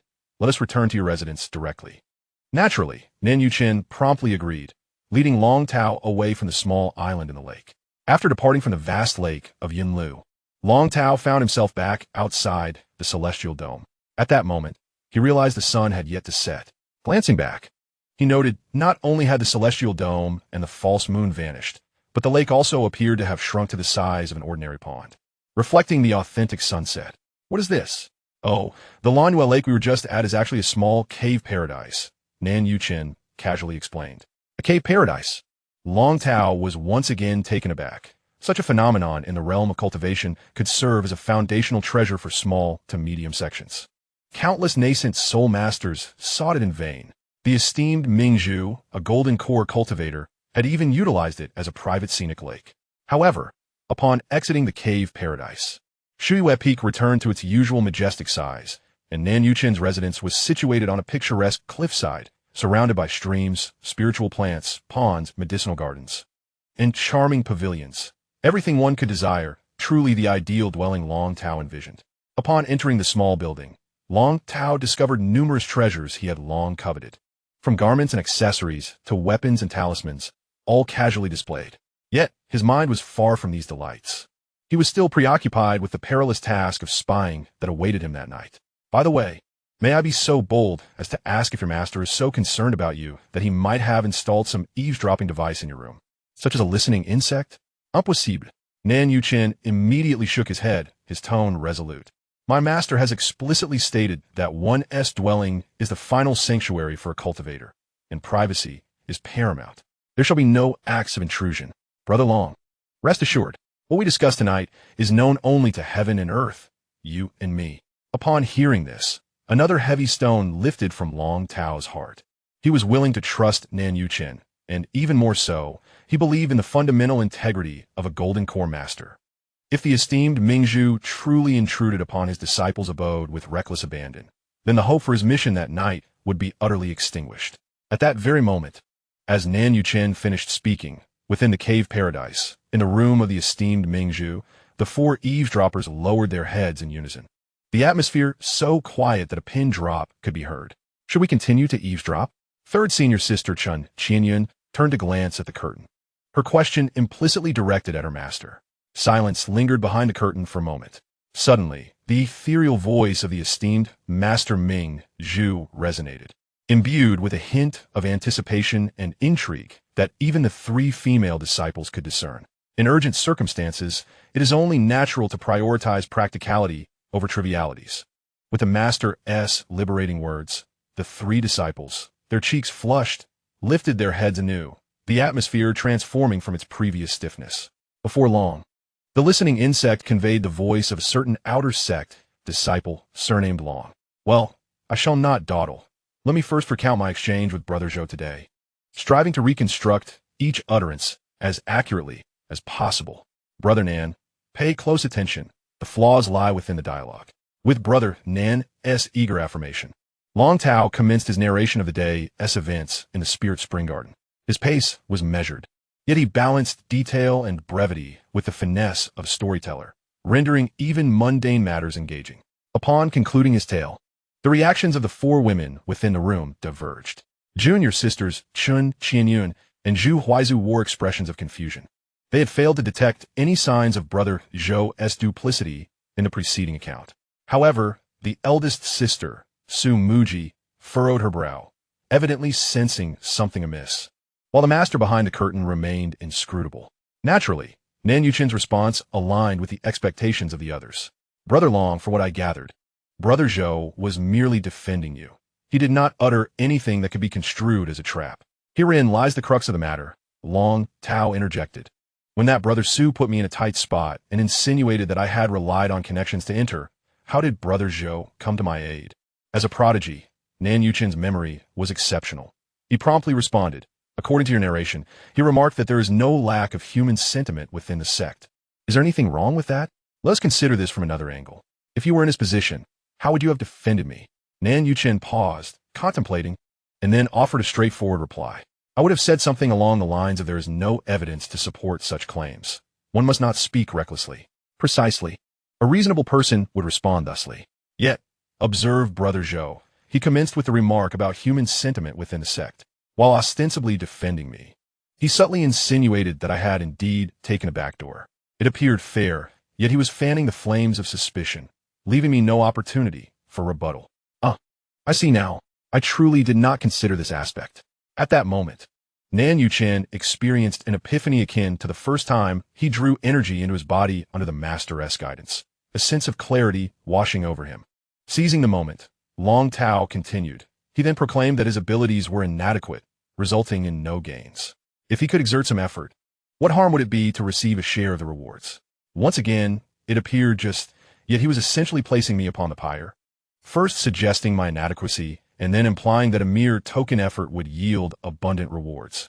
Coupled with my earlier mention of having utilized connections, it swiftly painted me as an incompetent and greedy individual relying on favors. Do you perceive this as assistance? Nan Yuchen felt an overwhelming admiration, completely astounded by the details he had failed to notice himself, now laid bare through Brother Long's words. If he had harbored any remnants of trust towards Brother Zhou, That facade of a hypocrite was now firmly entrenched in his mind. Yet, a question lingered in his thoughts. Why did Brother Long take such action? After all, he was a stranger to him, and as a mere Qi practitioner, he held little of value that would warrant such intervention. Perhaps this was simply the man's nature. He had a penchant for digging pitfalls for others. Furthermore, he seemed to be gathering followers. Consider this. If I were fall victim to his schemes and face isolation and bullying from all, the one who spoke on my behalf would undoubtedly become my sole ally. A small favor from him would compel me to pledge my loyalty, effectively rendering me his subordinate. Chapter 20. The Nature of Brother Zhou. Nan Yuchen was still perplexed as to why, in a world where personal strength was paramount, someone would expend energy on such matters. Should I, then, avoid Brother Zhou in the future? Upon witnessing the boy's instinctive reaction to evade rather than report to his master, Long Tao could only internally facepalm. Yet, after a moment's reflection, a new idea emerged. Since you are reluctant to expose the predicament he has put you in, I actually believe you should maintain your interactions with him, as long as you can navigate the surface without issue, just as before. But why? Such a hypocrite disgusts me. Nan Yuchen protested. Consider it a lesson, Long Tao replied, his tone tinged with the resignation of experience. You are a prodigy in cultivation, sailing smoothly on that front.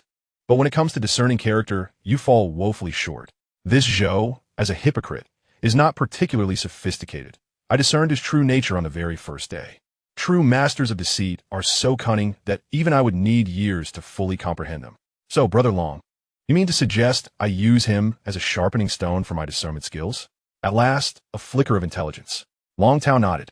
This person, though appearing respectable, is both foolish and impatient, perfectly matched to your naive disposition. Once you learn to interpret the subtleties in his words and actions independently, you will have graduated. At that point, I cannot guarantee much, but at least you will be able to venture out without being sold out and then counting the money for others. Meanwhile, within the abode of the enlightened Master Mingzhu, for women fell into silence. A subtle thought simultaneously surfaced in their minds. Why did this outer disciple, named Long, seem more like a brother to Nan Yuchen than they did, even resembling an elder brother? Over the past 2 years, their thoughts were almost entirely consumed by Nan Yuchen's cultivation progress and physical condition, neglecting his interactions with his peers and the nuances of human relationships. Of course, they did not believe this to be a fault in their eyes. Their junior brother was still a child, and worrying about such matters seemed premature, especially for the eldest sister, Su Muji. An inexplicable sense of crisis began to swell within her. She felt a twinge of concern, wondering if the cherished and trusted position in her junior brother's heart might be usurped by this suddenly emerging disciple of the dragon family. Meanwhile, her fifth senior sister, Zhu Huaisu, was more preoccupied with the so-called Brother Zhou. As the overseer of the Lingquan Courtyard Project, she immediately deduced his identity and was well aware of his clandestine schemes to embezzle the spirit stones of others. Indeed, he was a consummate hypocrite, stealing herself. She gazed into the depths behind the curtain. Master, what are your thoughts? Should we retain the one named Zhou? Let us first discuss this individual. The voice of Master Mingzhu remained calm. Indeed, this person is named Zhou Qingshu, having entered the sect over a decade ago, hailing from a minor family within our ranks. He has twice applied to practice at our Shuiyue Peak, both times to no avail. Zhu Huaisu responded respectfully. Oh, what were the reasons for the rejections? Master Mingzhu had no recollection of this matter. You mentioned, Zhu Huaisu reflected, her tone tinged with peculiarity, that a grown man who invests so much effort into his attire and grooming appears overly affected, which did not sit well with you. Suddenly, as if enlightened, she gazed at the curtain with admiration. Master, did you perhaps see through his hypocritical nature, even then? The master, caught off guard by her unexpected admiration, felt a hint of embarrassment. At that moment, her hazy memory sharpened slightly. It seemed there was some truth to her words. However, the reality was far less profound than her disciple imagined. She had rejected several well-regarded disciples in the past for a rather straightforward reason. She simply could not abide a grown man who presented himself as excessively pristine, even adorning himself with makeup, which unsettled her deeply. Once again, the sound from the listening insect interrupted the conversation among the 4 disciples. Alas, Brother Long, if only you were truly my fellow disciple. There are so many matters I could discuss with you. As a man, I find it rather awkward to vent to the senior sisters. Su Muji's hands unconsciously clenched in her sleeves. A fierce determination surged within her. She vowed to keep her junior brother away from this dragon fellow. The most intimate position in her junior brother's heart could never be claimed by an outer disciple still in the Qi training stage. Who wouldn't desire that? Long Tao's voice echoed with resignation. Unfortunately, my talent is lacking. Master Mingzhu would never take notice of me. Between us, my parents believe that, as a person with mixed spiritual roots, I would not be well received in a prestigious sect like the Xianxia sect, and that it would be better to join a smaller clan. Yet, I still came, hoping for even the slightest chance to catch Master Mingzhu's eye. Oh, right? You mentioned that during our last meal together, Nan Yuchen recalled, then continued with confusion, but, brother, I wasn't here when you entered. At that time, Master only had seen your sisters under her wing. That doesn't seem right. How could you have met Master before joining the sect? The eavesdropping individuals perked up their ears. According to his account, it was evident that he was not from a prominent sect family. How could he have had the opportunity to meet Master Mingzhu prior to his admission? Oh, I am from Qinglin Town, Long Tao explained.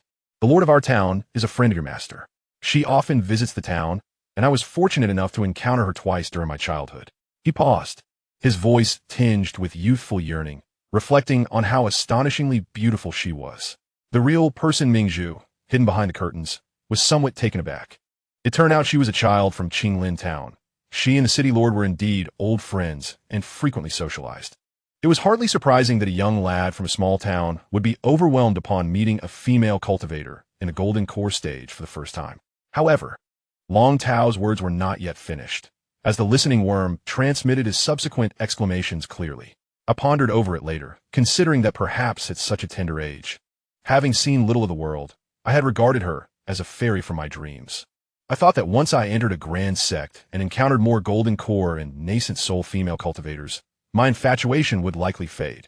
Yet he sighed deeply, his tone imbued with a resigned honesty, admitting that after spending 5 years in the sect, I still believed that the real person Mingzhu was the most beautiful woman in the Xianxia sect. Chapter 21. You do not understand your master's beauty.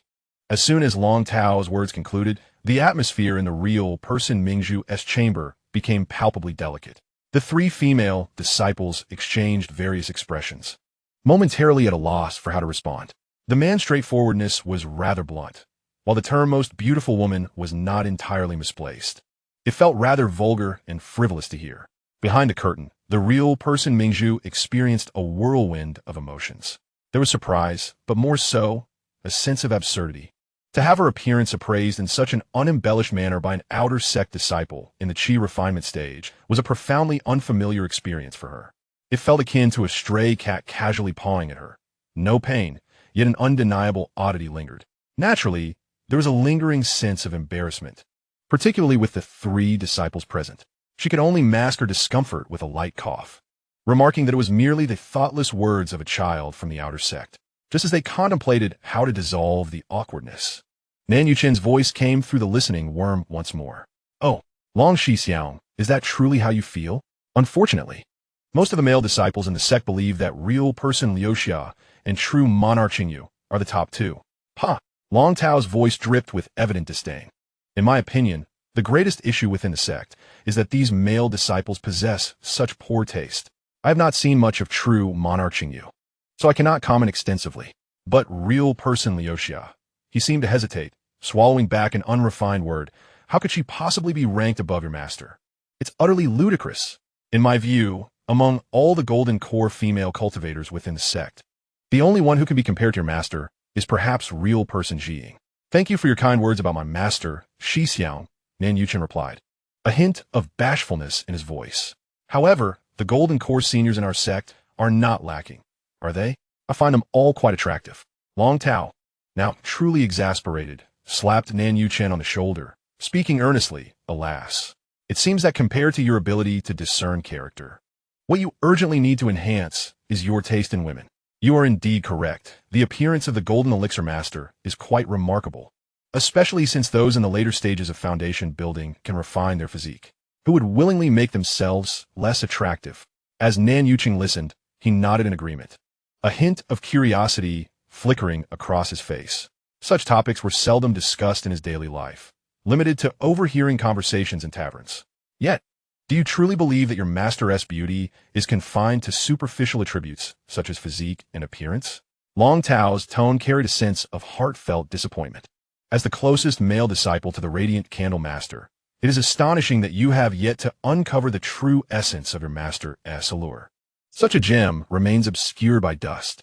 Nevertheless, he shifted his tone, now imbued with a sense of purpose and imparting wisdom. The night is still young. Allow me to enlighten you. Meanwhile, the four women in the presence of the Radiant Candle Master were equally intrigued. If one were to set aside discussions of looks and physique, what could truly be said? Surely it could not be mere platitudes about profound cultivation in enigmatic realms, akin to the flattery of other men. To their surprise, the first words transmitted from the listening insect defied their expectations. Firstly, the most striking characteristic of the Radiant Candle Master is her youthful essence. Youthful essence? Nan Yuqing's voice was laced with confusion. Indeed, although she has lived for several centuries, the Master exhibits none of the weariness typically associated with age. My reference to weariness pertains not to her physical form, but rather her mindset and demeanor. In her every gesture, the Radiant Candle Master exudes a vivacious spirit, even possessing a touch of playful charm, devoid of the pretentiousness often displayed by other venerable masters. Upon hearing this, Nan Yuqing realized the truth in Long Tao's words. Moreover, I surmise that your master interacts with you and your senior sisters far more casually than the rigid decorum observed among disciples of other peaks, akin to the camaraderie of sisters. Oh, Long Xixiang, you have articulated this perfectly. Nan Yuqing's voice brimmed with excitement, as if he had discovered a kindred spirit. Just the other day, I witnessed Master affectionately embracing senior sister's waist, playfully insisting that she buy her something. On the other side, Zhu Huaisu nearly succumbed to laughter, hastily covering her mouth, while Qin Xinyan's face flushed red with suppressed mirth, both glancing simultaneously at senior sister. The two other parties involved were rendered utterly flustered by the unexpected revelation. Senior sister Su Muji felt warmth rush to her cheeks, her voice a frantic outburst. No. At that moment, Master whimsically desired to create a small island on the lake. I deemed it a frivolous expenditure of spirit stones with little utility, and when I refused, she persistently pestered me. It was not about buying anything. Her rapid speech sought to clarify, but inadvertently confirmed the playful affection. As the two junior sisters contemplated further teasing senior sister and master, Long Tao's voice resonated once more. Do you see how accurate my assessment of your master is? His voice carried a hint of pride. Then he continued, revealing the second facet of the Radiant Candle Master's charm. Her maternal essence. Maternal essence? Nan Yuqing's voice sounded as if he had been rendered speechless. I understand what you are thinking, Long Tao remarked knowingly. Do you feel that maternal instinct contradicts the youthful charm I just mentioned? Indeed, it does seem somewhat contradictory, Nan Yuqing replied, his voice tinged with confusion. I'm a bit perplexed. Do not be confused. Long Tao's tone exuded confidence. Some women possess an inherent maternal instinct within them, even if they appear youthful and lively. Exuding the essence of a young girl, there is an indescribable quality that compels one to yearn for a maternal figure. Master Mingzhu embodies this very essence. She radiates both a playful innocence and a warm maternal glow from within. Noticing Nan Yuqing had fallen silent, seemingly grappling with this paradoxical yet unified trait, Long Tao suddenly elevated his voice, laced with a hint of interrogation. I ask you, junior brother Nan, when you first entered the sect, the three golden elixir masters vied for your acceptance. Why then did you choose your master? Oh well, Nan Yuqing stammered, clearly at a loss. It surely wasn't due to her appearance.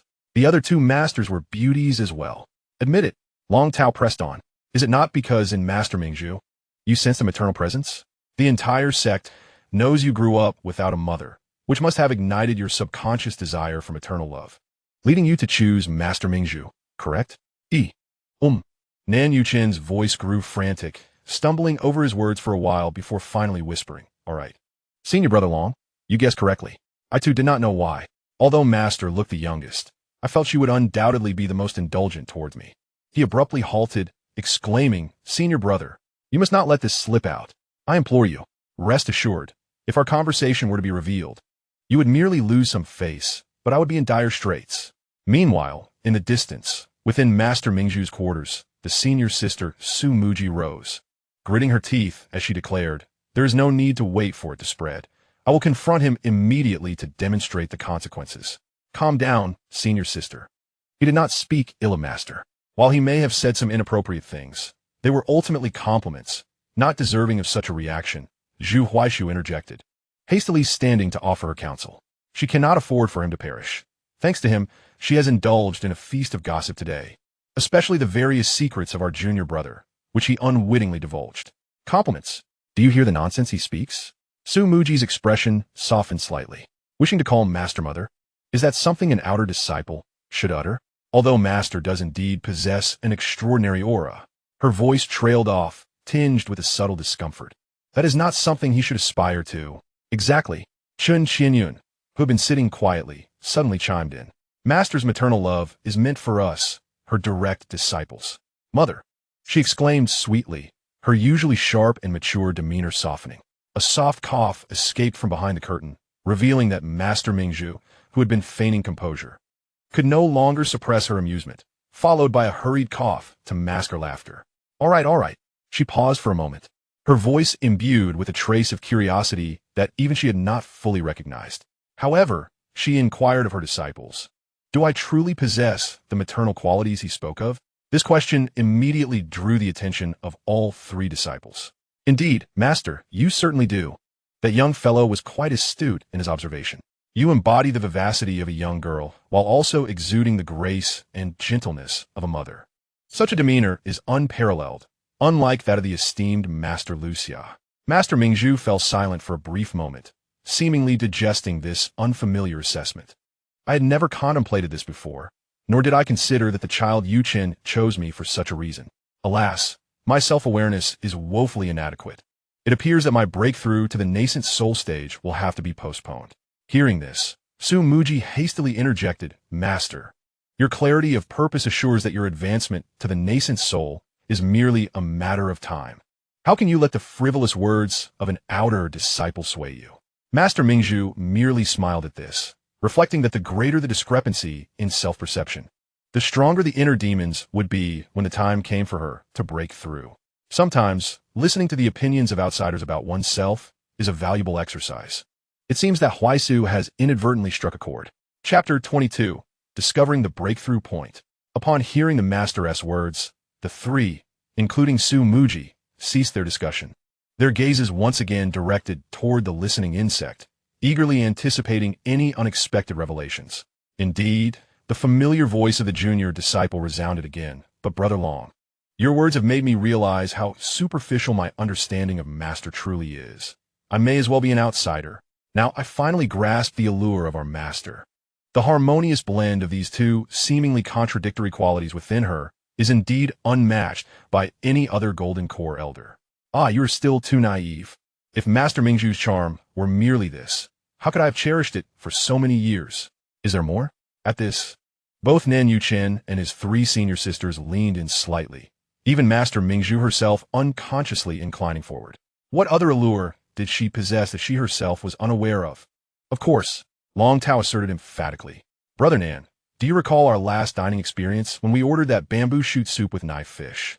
Indeed, that was the signature dish at Yuhua restaurant. This is the perfect season for knife fish. Wait, Nan Yuchen suddenly realized. How do we suddenly shift to food? Yes. While many eateries prepare this dish, why is Yuhua restaurants the finest? Though puzzled, Nan Yuchen pondered seriously before responding. Perhaps it is because of the special blend of crushed seaweed they sprinkle on top. That is their unique recipe. Precisely. Those final garnishes are the piece de resistance. Meanwhile, the four eavesdroppers were utterly bewildered. What connection did knife fish have with Master allure? The youngest, Zhu Huaisu, instinctively swallowed, reminded by Long Tao's mention that the knife fish season had arrived, and she had forgotten to indulge in its delicacies the day prior. As Long Tao continued his discourse, he remarked on his master's final point, akin to those delicate fragments of seaweed. Though seemingly insignificant, it constituted the key element that distinguished her from other female cultivators. Oh, brother, do elaborate. Nan Yuchen's curiosity was thoroughly piqued. If we were to liken Master Mingzhu to a bowl of bamboo shoot soup with white knife fish, her ethereal beauty as a golden core cultivator would be comparable to the seasonal knife fish. And the unique essence of youthful femininity intertwined with maternal grace she exudes would resemble the exquisite bamboo shoot broth. And finally, the most pivotal aspect, much like the secret blend of crushed seaweed, is her melancholic longing While the comparison of one's master to a dish might sound bizarre, Nan Yuchen was more intrigued by that particular term, melancholic longing, but master seldom exhibits any resentment, appearing quite serene. You foolish boy, of course, you wouldn't perceive it. Long Tao's tone bore a hint of superiority as he continued. The melancholic longing of Master Mingzhu is subtle. Unlike the wailing lament of a scorned woman, it is deeply concealed, occasionally surfacing through her expressions or in fleeting moments of distraction. His voice softened as if lost in reminiscence. It's like she harbors some weighty concern, rendering her somewhat absent-minded. It's a faint, lingering worry that tugs at the heartstrings. Yet she skillfully conceals this burden, as if deliberately enduring it, unwilling to let any heaviness taint those around her. This tantalizing sensation of unspoken thoughts is what makes her most unique and alluring. Once Long Tao concluded his reflections, a brief silence enveloped both parties. On Nan Yuchen's side, his simplistic mind was momentarily bewildered by this culinary metaphor intertwined with psychological analysis, struggling to comprehend. Meanwhile, the four female disciples of Master Mingzhu were utterly astounded. They had not anticipated that this outer disciple named Long could so earnestly present an argument that seemed irrefutable. The subtle aloofness and concealed thoughts occasionally revealed by Master Mingzhu had certainly not gone unnoticed by her close disciples. Yet, considering she was a golden core cultivator with centuries of experience, was it not natural for her to harbor numerous concerns? Who would regard this as a point of allure, let alone the most captivating one? The three female disciples even caught a hint of envy in each other's eyes, pondering why no man had ever bestowed such praise upon them. This feeling of being exalted based solely on temperament and the so-called essence of the soul, rather than appearance or cultivation, was something no woman could remain indifferent to. Just as the trio contemplated seeking their master's opinion, Long Tao's voice resounded once more, this time seemingly signaling the conclusion of the topic. In any case, if there exists a standard for a perfect woman in this world, Master Mingzhu may not embody it completely, but she is undoubtedly the closest to that ideal. With a rustle, the curtain noticeably swayed, and within, Master Mingzhu appeared unable to suppress her emotions, lightly covering her mouth as she remarked, "This person speaks with a certain audacity and wanders far from the point." Her tone carried a hint of forced reprimand. In any case, you may treat this as a bizarre anecdote and not take it to heart. Indeed, the three responded in unison, yet their expressions betrayed that they were not entirely dismissive. Fortunately, the topic of the perfect woman had finally been put to rest. The few female disciples in the room had completely cast aside their excuses, leaving only pure curiosity as they eagerly listened, anticipating what further amusing exchanges might unfold between the two young men.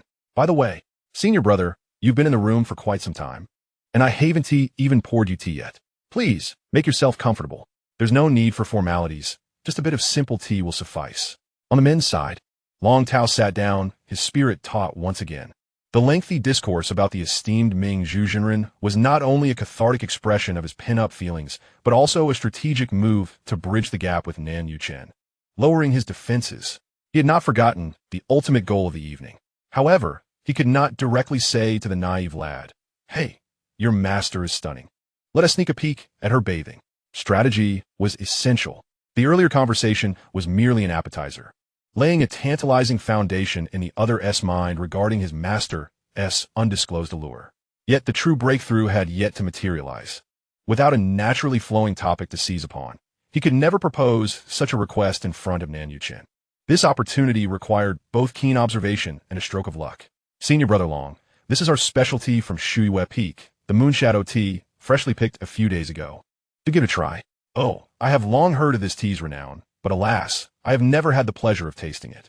This is, just as his gaze fell upon the graceful motion of Nan Yuchen pouring the tea, Long Tao felt as if struck by an invisible bolt of lightning. The long-awaited opportunity had appeared in the most unexpected manner. His mind raced, and a coherent framework of dialogue swiftly took shape. "Stop, Junior Brother Nan, remain still."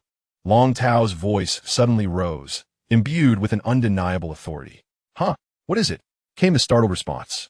Meanwhile, within the confines of Master Mingzhu's abode, the four women were equally taken aback, unsure of the commotion occurring in the adjacent room. They could only hear Long Tao's voice continue. "I have been perplexed. Even if you have been wronged by that surname Zhou, and your reputation among ordinary disciples is lacking, Chu Yuanbai, senior brother Chu, should not behave in such a manner. He is not the sort to turn a cold shoulder out of jealousy, nor is he a fool easily swayed by mere rumors. He is a true gentleman, yet he has been distant with you. He deliberately paused, creating suspense. Now I have finally discovered the reason. What? Senior brother Long, please do tell. Nan Yuchen's voice was filled with urgency and unease. Not only him, but the others on this side of the curtain also perked up, especially the eldest sister, Su Muji, who held Chu Yuanbai in high regard, preparing to take him as her direct disciple. She would not tolerate any discord between her most cherished prospective disciple and her beloved junior brother. The reason is quite simple, even a bit childish. Junior brother Nan, you may not have realized it yourself. He paused as if reluctant to speak, then finally declared emphatically, you are too effeminate. What? Nan Yuchen's expression instantly froze, as though he had encountered an absurd tale. His face flushed crimson, and his voice ascended an octave, exclaiming, how is that possible? I am quite masculine, you know? Just look at me. I regularly hunt ferocious beasts. My martial arts training has never faltered. How could I possibly be effeminate? Senior brother Long, even you cannot slander me thus. The little fellow's reaction was entirely within Long Tao's expectations, yet he refrained from immediate rebuttal, simply remarking, why don't you take a look at the manner in which you are holding the teapot and teacup? In an instant, all of Nan Yuchen's indignation and grievance were stifled. He instinctively lowered his head to glance, and the moment his gaze fell upon his hands, it was as though he had been struck by lightning. His previously flushed face drained of color in an instant. He could hardly believe it, yet the evidence lay before him, rendering him speechless. His pinky fingers on both hands were raised, a sight even he could not bear to behold, feeling utterly emasculated. How could this happen? Chapter 23. You are too effeminate. Meanwhile, at Mingzhu Zhenren's side, the four female cultivators were rife with curiosity. What could the junior brother have seen that caused the previously fierce demeanor to dissipate so suddenly? Third sister, Zhu Huaisu, gently nudged the elbow of her companion Xianxia. Do you truly think little Yu Chen is that effeminate? Having lingered in the feminine-dominant environment of Shuiyue Peak for so long, their standards of masculinity had indeed become somewhat blurred. I don't think so. Chan Xinyan tilted her head in contemplation, her tone uncertain. The junior brother seems like a perfectly normal boy, doesn't he? Though she spoke thus, her conviction wavered, while the eldest sister, Su Muji, appeared indifferent. Not only did she not perceive any effeminacy in the junior brother, but even if there were a hint of it, she believed it far preferable to becoming a boorish, rude, and uncouth lad. At that moment, the detestable voice of the dragon once again resonated. You see, you have unconsciously changed. Senior brother Long, but I truly feel nothing amiss in my usual demeanor. Nan Yuchen's voice bore the last vestiges of struggle and grievance. I am well aware that you are not problematic. If you lacked masculinity, how could you have rescued me on Woofing Cliff? Had it not been for you, I would have been devoured by that wolf king the moment I extracted that 9-leaf spirit herb. In a quiet room, the three female disciples simultaneously gasped in realization. So that's it. No wonder when the junior brother brought back that precious 9-leaf spirit herb, he vaguely mentioned finding it on Woofing Cliff. This little fellow had actually concealed from them that he had fought with the Wolf King. Yet, despite their astonishment, they felt a sense of gratification. It was commendable to act bravely in aid of a fellow disciple. The youngest, Zhu Huaisu, while feeling relieved, was also preoccupied with another matter. That 9-leaf spirit herb was directly used by the master and junior brother to help her break through her bottleneck. If this dragon-surnamed outer disciple had found it, then including their previous chance encounter at the market, she and he had already crossed paths 3 times in a mere few days. According to certain theories of fate, this was nothing short of a sign of entangled destiny. However, Zhu Huaishu, being a direct disciple of the esteemed Mingzhu Zhenren, possesses a boundless future, destined for the attainment of golden core. She harbors no desire to be entangled with an outer sect idler, nearly 20 years old, yet still wallowing in the 5th layer of Qi Refinement. Resolute in her decision, she vows to keep her distance from this dragon fellow. At that moment, a voice emerged from the listening insect. This predicament is hardly your fault. After all, you have been residing on Shuiyue Peak, where men are rarer than celestial treasures. Having spent 2 years here, you must have unconsciously absorbed the nuances of your surroundings.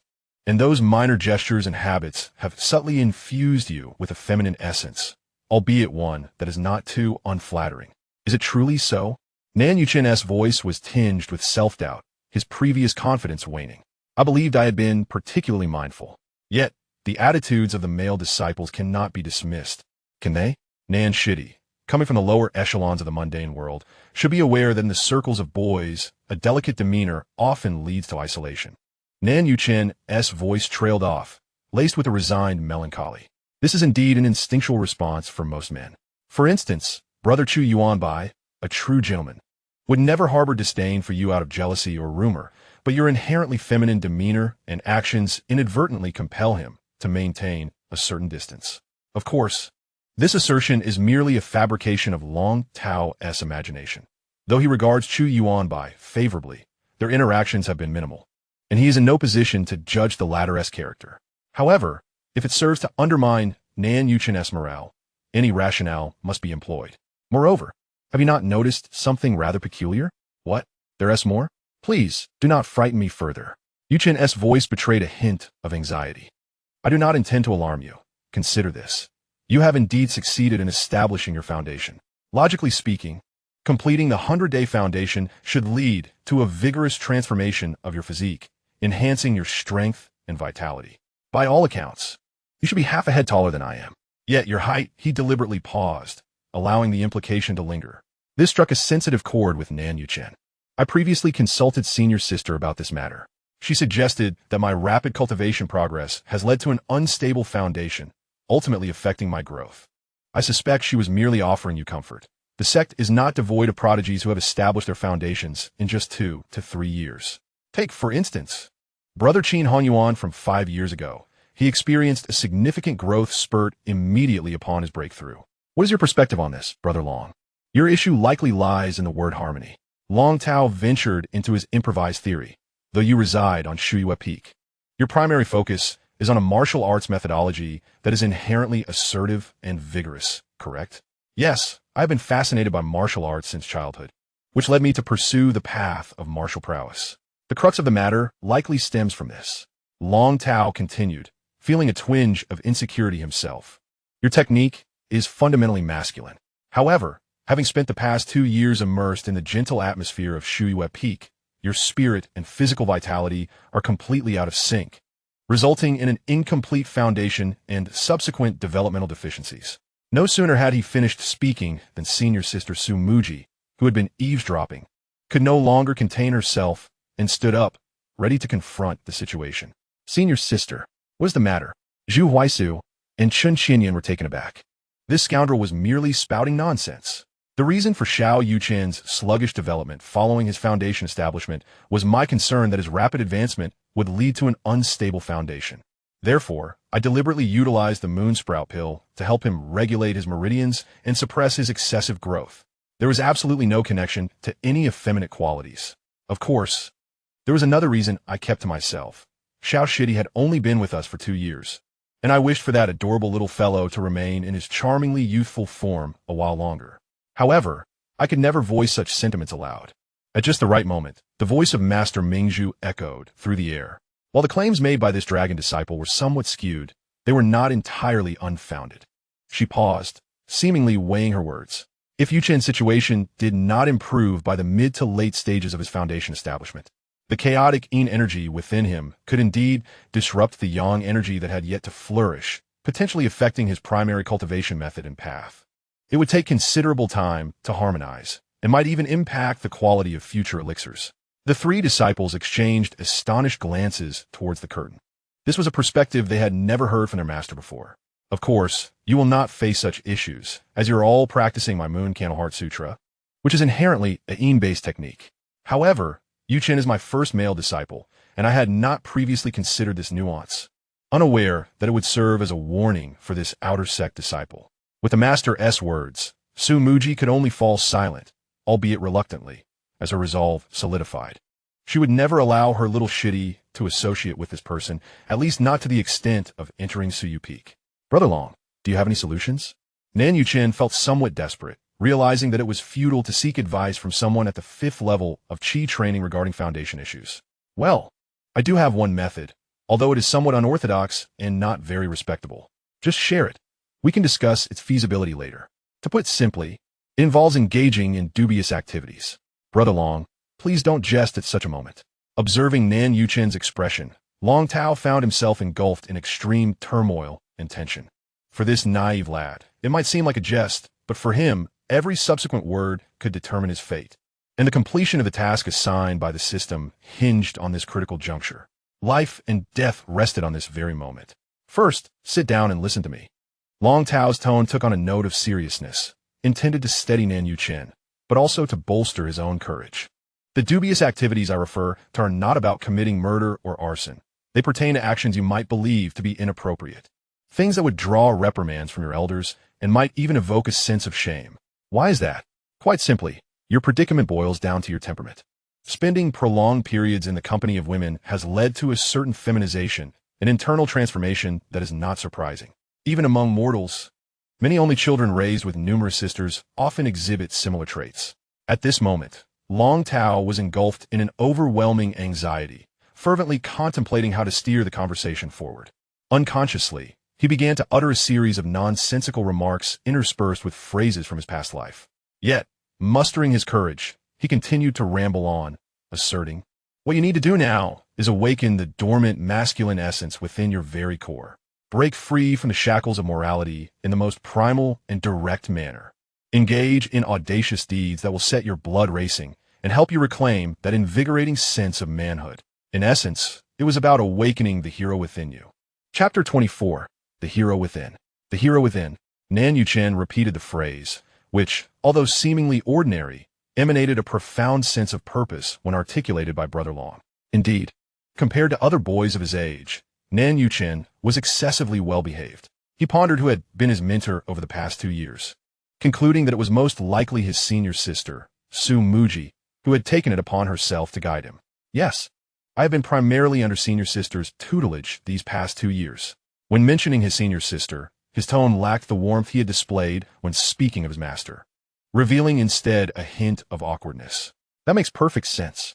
Senior sister Su strikes me as the kind of person who adheres strictly to rules, valuing order above all, and is meticulous in her approach.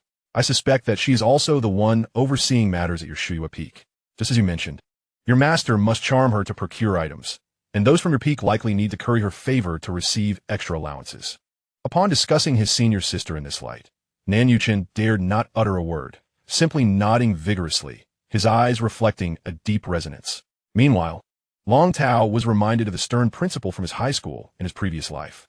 Thus, what you must do now is shatter the high walls of regulation that senior sister has erected in your heart. Long Tao's voice was charged with fervor. Engage in some mischief. Experience that exhilarating thrill of crossing boundaries, the kind that quickens your heartbeat and leaves you with a sense of guilt upon reflection. The exhilaration derived from breaking moral constraints is the most effective means to ignite the dormant masculine energy within you. However, Nan Yuchen still felt that something was amiss. Was such an approach truly necessary? I could also apply to temporarily relocate to a place like Liring Peak, where there are more male disciples. Perhaps a change of environment would. That is indeed a viable option. If you were still in the Qi Refinement stage, I would advocate for such a move. However, you have already established your foundation, and therein lies a significant issue. On the path of cultivation, many thresholds, once crossed, offer no return, a sentiment often reiterated by the elders during our lectures. Indeed, you have now reached a stage where rectification requires decisive action. To treat a stubborn ailment, one must employ potent remedies. Do you still entertain the notion of recovery through mere rest? That would only cause the affliction to entrench itself deeper within, ultimately becoming irreparable. Seizing the moment while Nan Yuchen pondered, Long Tao wiped away the cold sweat that had trickled down his brow due to his nervousness and continued. I understand your confusion regarding the connection between masculinity and wrongdoing. This concept is, in fact, quite comprehensible. Any force taken to extremes often becomes distorted. If you peruse the annals of history, who are the ones that instigated the cataclysmic wars that swept across the world? Men. Why is that? The primal desire for conquest and pillaging stems from an excess of unbridled yang energy, wreaking havoc. As Nan Yuchen absorbed this profound historical lesson, he shifted his tone, asserting, I certainly do not intend for you to become a violent maniac, but rather to engage in minor mischief in a gentle and controllable manner. This can serve as a catalyst, effectively igniting the dormant essence of your masculinity that yearns for revival. It should awaken without spiraling into chaos. This is the most prudent strategy. This somewhat absurd theory, even to Long Tao himself, left Nan Yuchen utterly stunned, while the four women nearby were similarly taken aback. Unsure of how to retort, even the venerable Ming Zhu questioned whether, if this person were a golden core practitioner, she would have stood a chance against him when little Yuchen first joined. Long Tao then became the center of attention, with four pairs of ears perked up, holding their breath in anticipation of what profound insight this man, named Long, might impart. Let me think. Long Tao feigned contemplation for a moment before dropping a bombshell. For you, the most direct and effective remedy is to spy on your master or senior sister while they bathe. Boom! This statement erupted like thunder, instantly shattering the tranquility of Ming Zhu's meditation chamber. A tempestuous mix of fury and astonishment surged forth from Su Muji, Zhu Huaisu, Chun Xianyan, and even the hidden Ming Zhu herself. Had it not been for the powerful isolation barriers set in the chamber, the entire Suyu Peak might have been threatened by the explosive wrath unleashed. I knew it. This child cannot be allowed to remain. Su Muskies Gaze Hardant. He must be eradicated. Immediately, he would ruin little Yuchen. This time, even Zhu Huaisu and Chun Xianyan remarkably refrained from contradicting their senior sister. Yet the rationality of cultivators prevailed. Moreover, charging out now would blatantly reveal to their junior brother that they had been eavesdropping, shattering their image entirely. Brother Long, even you must refrain from making such outrageous jokes before me. Upon hearing her junior brother's resolute rejection, a wave of immense relief surged through the four women. What a good child. He had not been completely led astray. In the face of right and wrong, he remained clear-headed. On the men's side, Long Tao was not surprised by Nan Yuchen's reaction, but was engulfed in profound panic. For this was the greatest challenge he had faced thus far. Previous encounters could be dismissed as trivial, but matters concerning their mentors were not to be trifled with. Just as Long Tao contemplated employing his usual sophistry to manipulate the situation, an instinctive intuition halted him. No, absolutely not. This was fundamentally different. For a normal person, it involved their moral boundaries, which could not be swayed by mere words. Furthermore, he had already employed too many rhetorical tricks. This child was no fool and would likely see through his deception, leading to complete disaster. In an instant, he devised a new strategy in his mind, opting to turn the tables and, with a lifetime of acting prowess, donned an expression of mingled surprise and curiosity. In the most innocent tone, he inquired, "Why are you suddenly so angry? Wait a moment, have you never spied on a woman bathing before, junior brother?" Nan Yuchen was taken aback, not only by the lack of acknowledgement, but also by the unexpected reversal of questioning. However, his innate disposition compelled him to respond, "No, of course not. Surely not. Before you joined the sect, did no other boys from that family take you to sneak a glance at some lady or a charming widow?" Observing Long Tao's exaggerated expression of disbelief, Nan Yuchen felt a flicker of self-doubt. Was he truly abnormal? Was peeping at mature women while they bathed a rite of passage for all men? No, his voice faltered, lacking conviction. He recalled that during his days as a servant, he had often heard other boys whispering about their plans to go sightseeing, yet, being young and introverted, no one had ever included him. At that moment, Long Tao's question inexplicably stirred within him a sense of outdated embarrassment. Alas, he suddenly felt a twinge of sympathy for the esteemed Master Mingzhu, who, after centuries of existence, had only female disciples and no partner to appreciate her beauty. After finally accepting a male apprentice, he turned out to be as wooden as a block of wood, having never developed even a hint of romantic feelings toward his master or senior sisters. Nan Yuchen was dumbfounded. How had he suddenly become the one at fault?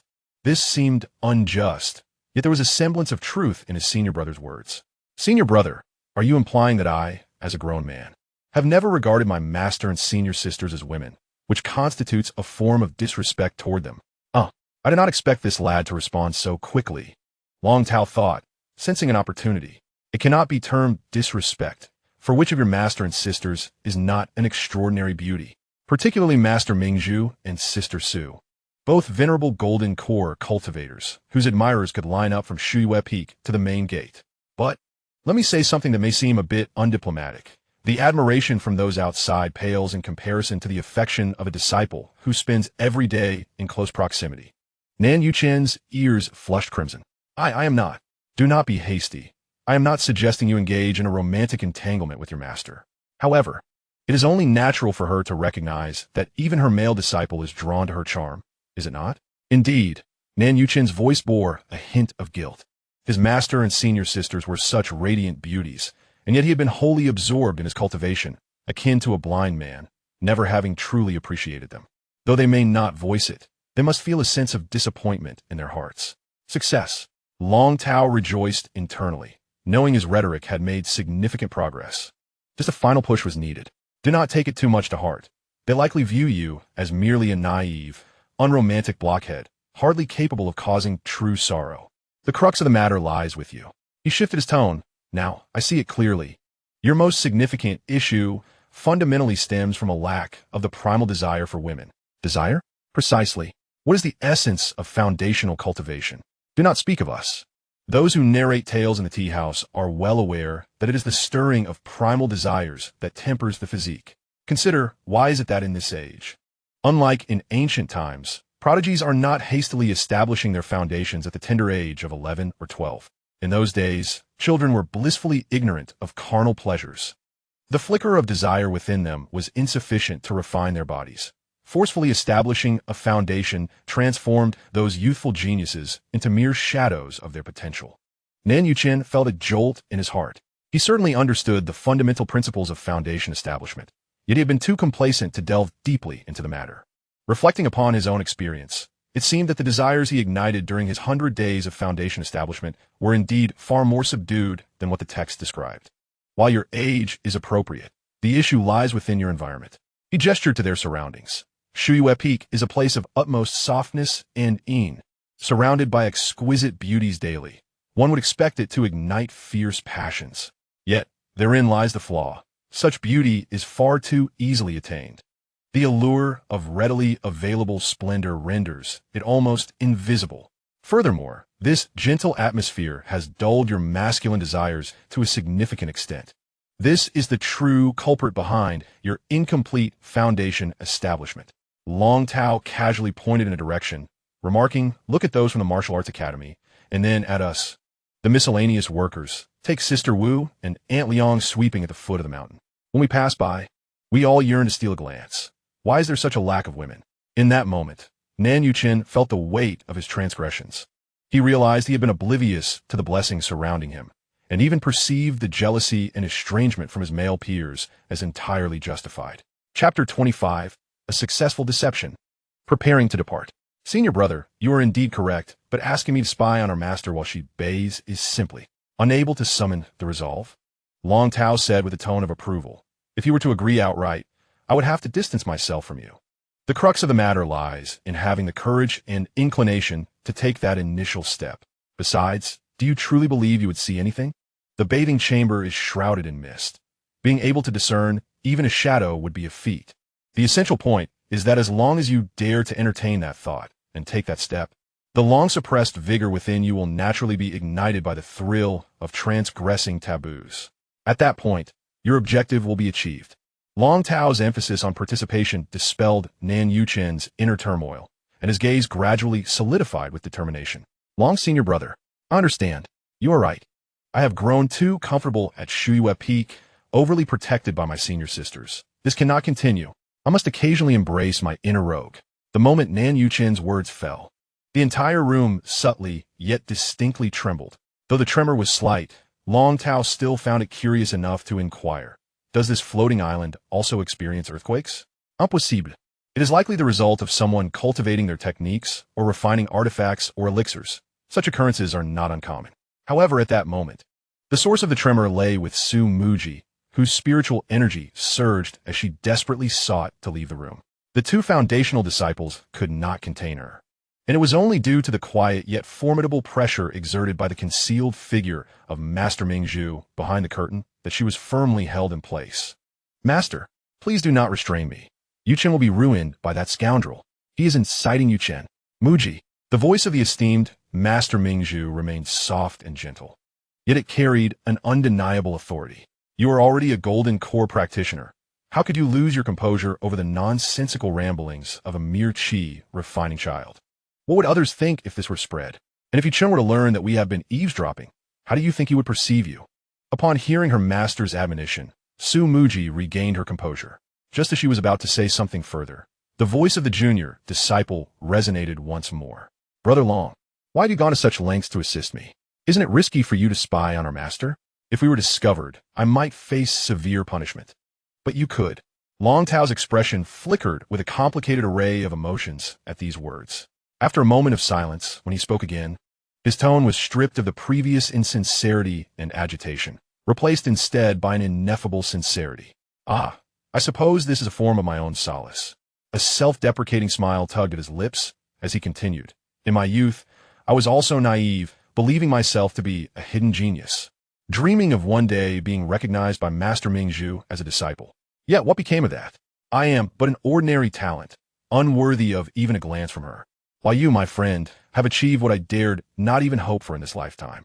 His voice carried a profound sense of loneliness, yet it was refreshingly candid. Before I met you, I must admit I felt jealousy. However, after you rescued me at Windless Cliff, I realized you were merely a simpleton, pure of heart, as innocent as a pristine piece of jade. I thought if I could assist you in some way, it would be worthwhile. A person like you, standing beside Master Mingzhu, could potentially accomplish great things, far better than those who, relying on mere talent, become arrogant and morally corrupt. Moreover, we, who are but forgotten names in the annals of history, wish to leave some mark upon this world.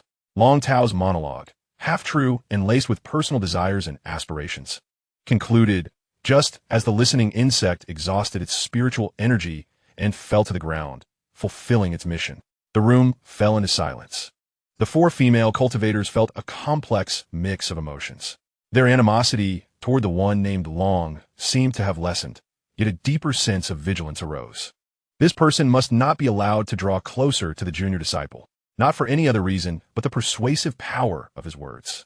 Look at how little time it has taken, just a few sentences, and he has coaxed their most innocent junior into contemplating spying on their master during her bath. Master, Zhu Huaizu tentatively spoke. What should we do now? Should we perhaps knock that boy out and throw him off the peak to prevent him from further instigating the junior disciple? Behind the curtain, a tranquil silence enveloped the three, each speculating how their master would unleash her wrath upon the soon-to-be rebellious junior disciple. Yet, the gentle voice of Master Mingzhu rang out, containing an unexpected reply. No need. I shall bathe, as usual tonight. Wait. Su Muji nearly thought she had misheard. Are you truly allowing them? Humph.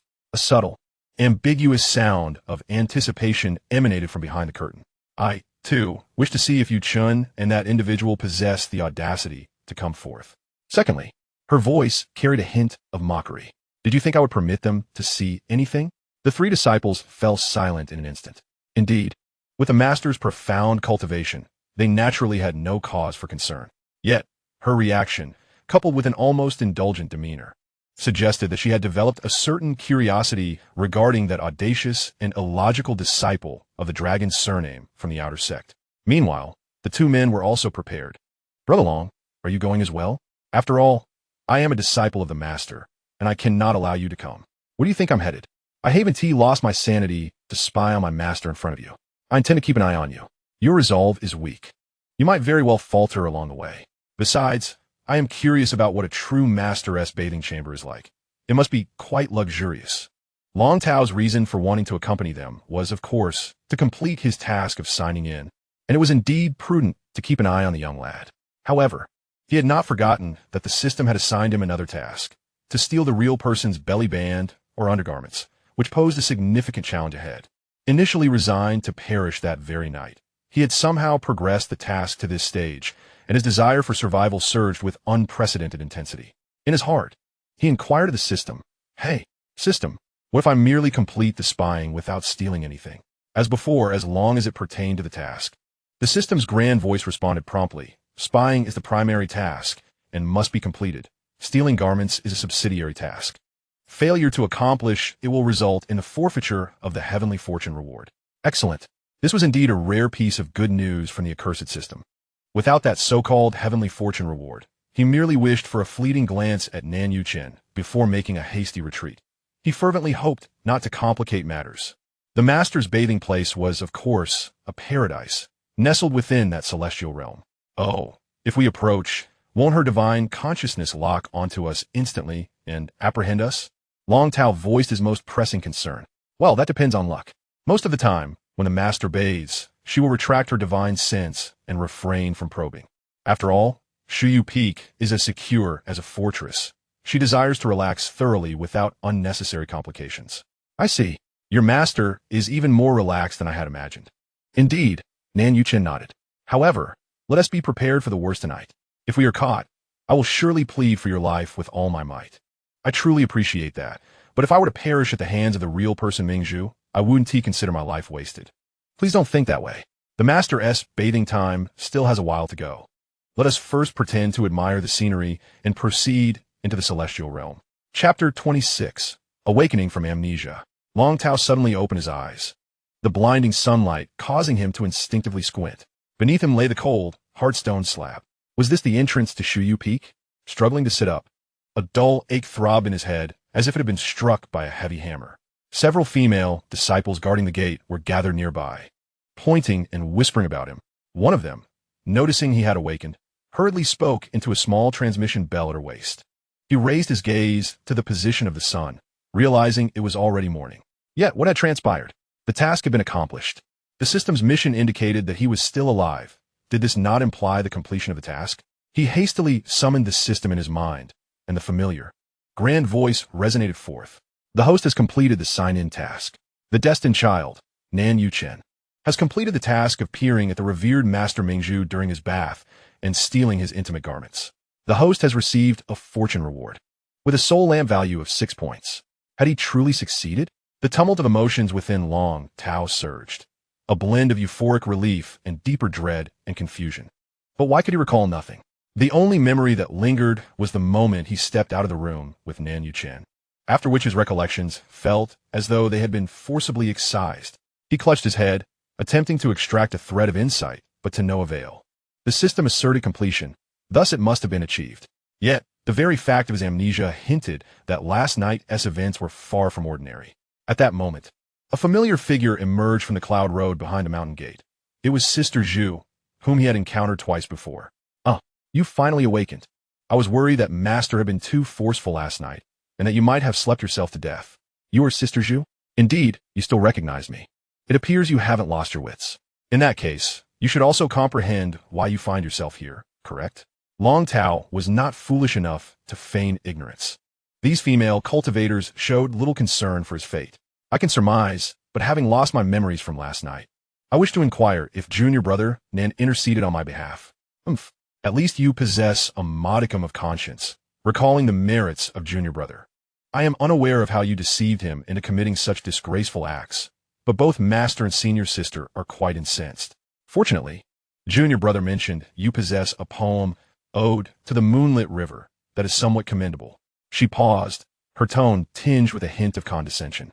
Master has thus spared your life to this point, eager to ascertain whether that poem is indeed as exquisite as junior brother claimed. Should it truly merit Master's approval, perhaps you might descend the mountain alive. Long Tao could scarcely fathom that the 2 verses he had casually recited the previous day would become the pivotal element of his salvation. He couldn't help but marvel at the capriciousness of fate. However, he felt a measure of reassurance. If Xianxia's ode to the moonlit river could not satisfy Master Mingzhu, then his demise would not be in vain. Very well, yet that poem is not my composition. It is merely a relic of a predecessor. But does that suffice? As long as Master is satisfied, it matters not, Zhu Huaisu replied, waving her hand with an expression of knowing impatience. Given your character, we had already surmised it was someone else's work. The paper and brush are here. Hurry up. Long Tao ceased his further discourse, took the paper and brush, and, enduring a throbbing headache, began to transcribe the entirety of Ode to the Moonlit River. However, halfway through, he suddenly recalled something he had overlooked yesterday. When he recited those 2 lines, Nan Yuchen's reaction had clearly indicated he had never heard them before. Could it be that he was indeed a local rather than a time traveler? However, one cannot be too certain, for although this poem is renowned, it is not one that must be memorized during one's schooling. Many may only recognize its title, having neither read it nor even heard of it. He ceased contemplating this matter and concentrated on completing the poem. After handing the paper back to Zhu Huaishu, she merely cast a fleeting glance at it. Yet mere lines later, her gaze abruptly fixed revealing a momentary expression of astonishment, which quickly transformed into a stern countenance as she commanded, "Wait here and see if the master will grant you an opportunity." She then instructed the gatekeeping female disciple to keep a close watch on Long Tao before returning to report. Within the ethereal confines of the cave, amidst the misty lake pavilion, the esteemed Master Ming Zhu sat gracefully at the center, unshielded by curtains. Her visage, a harmonious blend of youthful allure and centuries of wisdom, radiated an unparalleled brilliance. Su Muji and Chun Qianyun stood respectfully by her side, the atmosphere serene. The recently returned Zhu Huaishu stepped forward briskly, respectfully presenting the poem with both hands. "Master, that scoundrel has completed his poem." Master Ming Zhu did not extend her hand. Instead, the delicate manuscript was lifted by an unseen force, hovering steadily before her. Her crystalline eyes slowly traversed the text, initially imbued with scrutiny, which gradually morphed into focused intensity, as if she were absorbed in the moonlit scene depicted within the verses. Moments later, the poem gracefully drifted into Su Muji's hands. Master Ming Zhu maintained her tranquil demeanor, yet her gentle voice betrayed an ineffable admiration, a masterpiece. "Upon hearing those 2 lines yesterday, I sensed its extraordinary quality, but I feared the remainder might merely serve as filler." She shook her head slightly, accompanied by a rare, self-deprecating smile. "How small-minded of me. Muji, the Stardew Jade Stone you acquired recently, do not use it for anything else. Carve the entire poem upon it." "Master," Su Musi gasped, her hands trembling as she held the manuscript. That was a top-tier Stardew Jade Stone. Its worth in crafting was beyond measure. To inscribe a poem upon it, was that not a flagrant waste? As she spoke, she could not help but hastily peruse the poem, her initial shock swiftly replaced by a more complex array of emotions. Wonder, admiration, yet tinged with intense reluctance and heartache. However, upon recalling that this unparalleled poem was not the creation of that shameless rogue, she managed to suppress her discontent. Master Ming Zhu, undeterred by any sense of loss, turned her gaze back to Zhu Huaishu, continuing her instructions. "Huaishu, the disciple with the surname Long, is it Long Tao? Allow him to descend the mountain. Additionally, reward him with some items to take with him. Master, given his actions, he deserves to perish a dozen times over. Allowing him to escape with his life is already a tremendous grace. You wish to reward him further?" Master Ming Zhu chuckled softly. Even if he were to be crushed 100 times, it would not equate to the value of this poem. Simply letting him return seems to take advantage of the esteemed Zhang Ruoxu. "The rewards I give him shall serve as modest compensation for his transferring this poem to me." This rationale rendered the 3 disciples momentarily speechless. With a reluctant bow of her head, Zhu Huaisu couldn't help but voice her dissatisfaction. "But master, why must it always be me?" she protested. "That 9-leaf spirit mushroom was discovered by someone else, and it is only fair that you go, as they have done you a favor." The mention of the 9-leaf spirit mushroom rendered Zhu Huaisu speechless. It had indeed been of great assistance to her. Yet, it was precisely for this reason that she was even less inclined to engage with Long Tao. However, since her master had spoken, she had no choice but to begrudgingly make her way back to the mountain gate. Upon her arrival, she found Long Tao still seated in the same spot. Approaching him, she gave him a swift kick. "All right, my master has shown mercy and let you off. Besides, she mentioned that your wretched life is worth less than a single character of that poem, so consider yourself fortunate to be released. In light of this, we shall make an exception and grant you a token. Think of it as compensation for the poem. Speak up about what you desire. But let me make it clear, should you dare to overreach, I will promptly toss you off the mountain." Long Tao was taken aback by the generosity of the esteemed Zhenren Mingzhu. Such magnanimity was truly commendable. He could hardly believe that she was his ultimate goddess. However, he found himself at a loss for what to request. If he were to ask for a cloud boat, he was certain that Zhu Huaisu would indeed throw him off the mountain.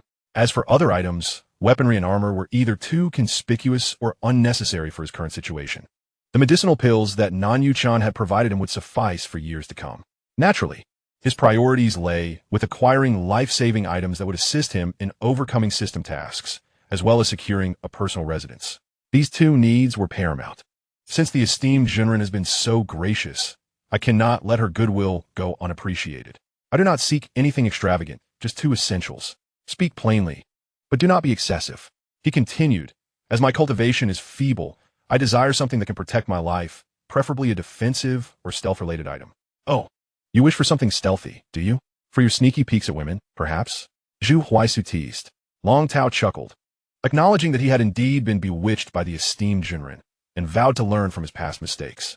Zhu Huaisu, indifferent to the authenticity of his intentions, decided to provide him with a life-saving tool from her storage pouch, a silver chain necklace adorned with an ancient design and a jade green gem the size of a pigeon's egg. This should suffice. This is the shrinking jade chain. Once you wear it and channel your spiritual energy into the gem, you can perform a short-range shrinking spell. Is it truly that simple? What is the cooldown period? Long Tao inquired. Just over 2/4 of an hour, and it requires a considerable amount of spiritual energy. As for the specifics, you'll have to experiment with it yourself. Long Tao carefully tucked the necklace into his robe, feeling significantly more at ease. He finally possessed a means of protection. As for my other request, I have just ascended to the outer sect and would like to acquire a residence within the sect. You have quite the audacity, asking for a house outright. Zhu Huaisu nearly laughed in disbelief. In truth, given the resources of Shuyue Peak, it wouldn't be difficult for her to grant him a small courtyard in a prime location within the sect. However, recalling his shameless behavior from the previous night, she chose not to indulge his expectations too readily. Sister, where have you gone?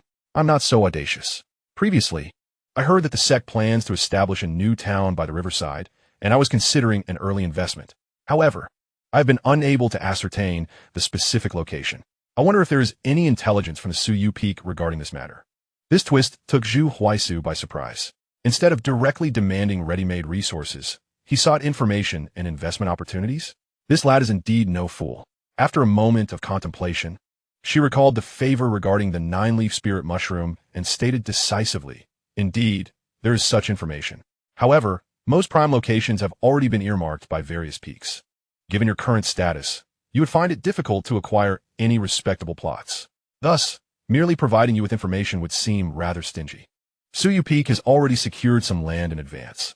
I shall allocate you a corner of it. I will return to fetch the land deed, so please wait here. Chapter 27. I have survived another task. As Long Tao boarded the same rickety cloud boat that had brought him here, he was astonished that he had managed to return alive, having acquired a life-saving talisman and a piece of land. Moreover, from the land deed Zhu Huaisu had given him, it became apparent that the location of a new town was not among the places he had previously speculated. Had he and Dong Jiyuan recklessly gambled on purchasing land, they would likely have suffered significant losses. The cloud boat finally came to a halt at the aerial platform of the main peak. As Long Tao's feet touched the solid ground, he felt a bit disoriented. Although he had spent merely a day at Suyu Peak, it felt as if he had experienced an eternity.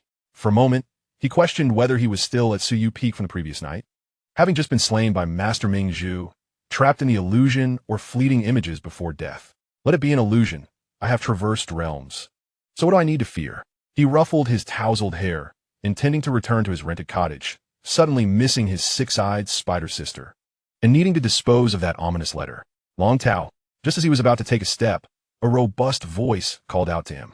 Turning around, Long Tao was greeted by a rare, genuine smile. Elder Wu, what a surprise to see you basking in the sun today. What a coincidence. What coincidence. You just barely passed the outer gate test. Instead of retreating to cultivate and seize the moment to break through, why are you idly loitering around? Elder Wu was the instructor of foundational classes for the miscellaneous and outer disciples, making him a teacher to nearly every disciple, a veritable garden of students. His straightforward nature and integrity earned him respect, as he did not look down upon anyone due to their background. Long Tao had previously undergone the outer disciple test under his watchful eye. Although he did not cheat, Elder Wu had certainly eased the process somewhat. Moreover, he personally assisted in the breakthroughs from the 2nd to the 3rd level of Qi Refining, making him the most qualified individual in the Xianxia sect to be addressed as a master.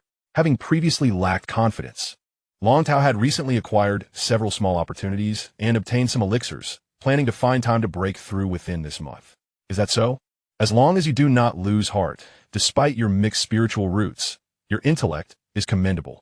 With diligent effort, establishing a foundation should pose no difficulty. Should fortune favor you in the future, the golden elixir is not beyond your reach. This month, I have been occupied in the alchemy chamber, and when the time comes for you to break through, should you require protection, feel free to seek me out. Thank you, Elder. Long Tao responded earnestly with a bow. bidding farewell to the elder as he departed from the floating platform. However, just a few steps away, Elder Wu paused, glancing back at Long Tao's retreating figure. Stroking his chin in contemplation, this young man seems to possess a slightly enhanced spirit than before. Long Tao walked home with a lightness in his step, reflecting on whether to take a brief nap on his bed or to stroll through Xianxia town. Although he had just awakened, the previous night's events had left him somewhat dazed. Upon pushing open the gate to his courtyard, he halted abruptly, taken aback.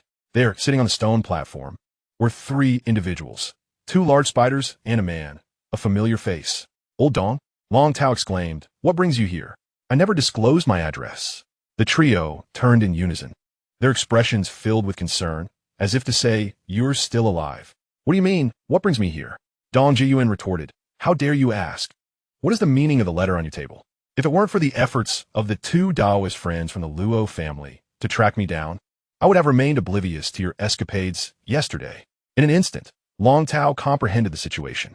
It was likely that one of the spider siblings had entered his room, spotted the letter on the table, and panicked, summoning Old Dong as per the instructions inscribed on the envelope regarding posthumous matters. "Oh, that." Long Tao scratched his head. Forcing a grin, "I took on a job yesterday that had a slight element of risk. I was intending to return and dispose of it, just in case." Seeing his carefree demeanor, the trio finally relaxed.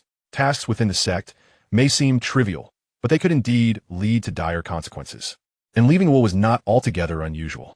"I am sorry," Long Taoist, the spider sister Luo Yusi, spoke softly, her 6 eyes blinking nervously. "I noticed you hadn't returned yesterday, and thought to help tidy your room. I accidentally came across the letter on the table." Long Tao felt a tinge of displeasure. They had only known each other for a few days, and even with good intentions, invading someone else's space lacked a sense of boundaries. Yet, upon meeting her peculiar yet charming gaze, his irritation subsided. After all, the spider sister fit his aesthetic perfectly. It's all right." He waved his hand dismissively. "It's my fault for not clarifying beforehand. If my room is off limits in the future, I shall inform you in advance." The siblings exhaled in relief. They had indeed acted with good intentions, but inadvertently caused distress, and after offering their apologies, they retreated to their own dwelling. Seeing that everything was under control, Dong Jiyuan also felt reassured and prepared to head back to the workshop. However, Long Tao called out to him, "Old Dong, wait. Come to my room. I have something for you." Dong Jiyuan felt somewhat bewildered, yet he refrained from asking further questions as he followed inside. Long Tao's gaze first darted toward the small mahogany box nestled in the corner, which encompassed nearly all of his wealth. Fortunately, it remained untouched. It seemed that Sister Spider, Luo Yusi, truly understood the rules. She had only tidied up without meddling. A sense of relief washed over him. Thus, he unabashedly retrieved 3 vials of elixirs and a root from the box, carelessly placing them onto the table. "Here, take them. Now, let us not have you constantly reminding me to repay you." Dong Jiyuan's astonishment at the items displayed on the table was no longer concealed. Each of the 3 vials contained the precise elixirs he desperately needed, nearly enough to propel him to the threshold of foundational cultivation. The root was even more extraordinary. It was a fibrous root of a millennium-old yellow sandalwood tree, an exquisite supplement for solidifying the foundation during the 100-day cultivation period. These items were treasures he had longed for, yet their exorbitant prices forced him to labor tirelessly in the workshop for spirit stones, slowly refining his energy over time to save for elixirs. Yet now, Long Tao had casually produced the very items he had dreamed of obtaining. "Your voice has changed. Dong Jiyuan, you Haven T truly engaged in some perilous business, have you?" This reaction was more appropriate. Long Tao grinned. "Didn't I mention I stumbled upon something good at Windless Cliff? Just inconvenient to act then. Had to wait a few days. You thought I was speaking nonsense. Wait a moment. You truly stumbled upon such fortune? Humph. The items are right here. Could there be any doubt?" Long Tao waved his hand, eager to take possession. "Let us hasten your foundational cultivation, so I'll have a strong ally in the future, right?"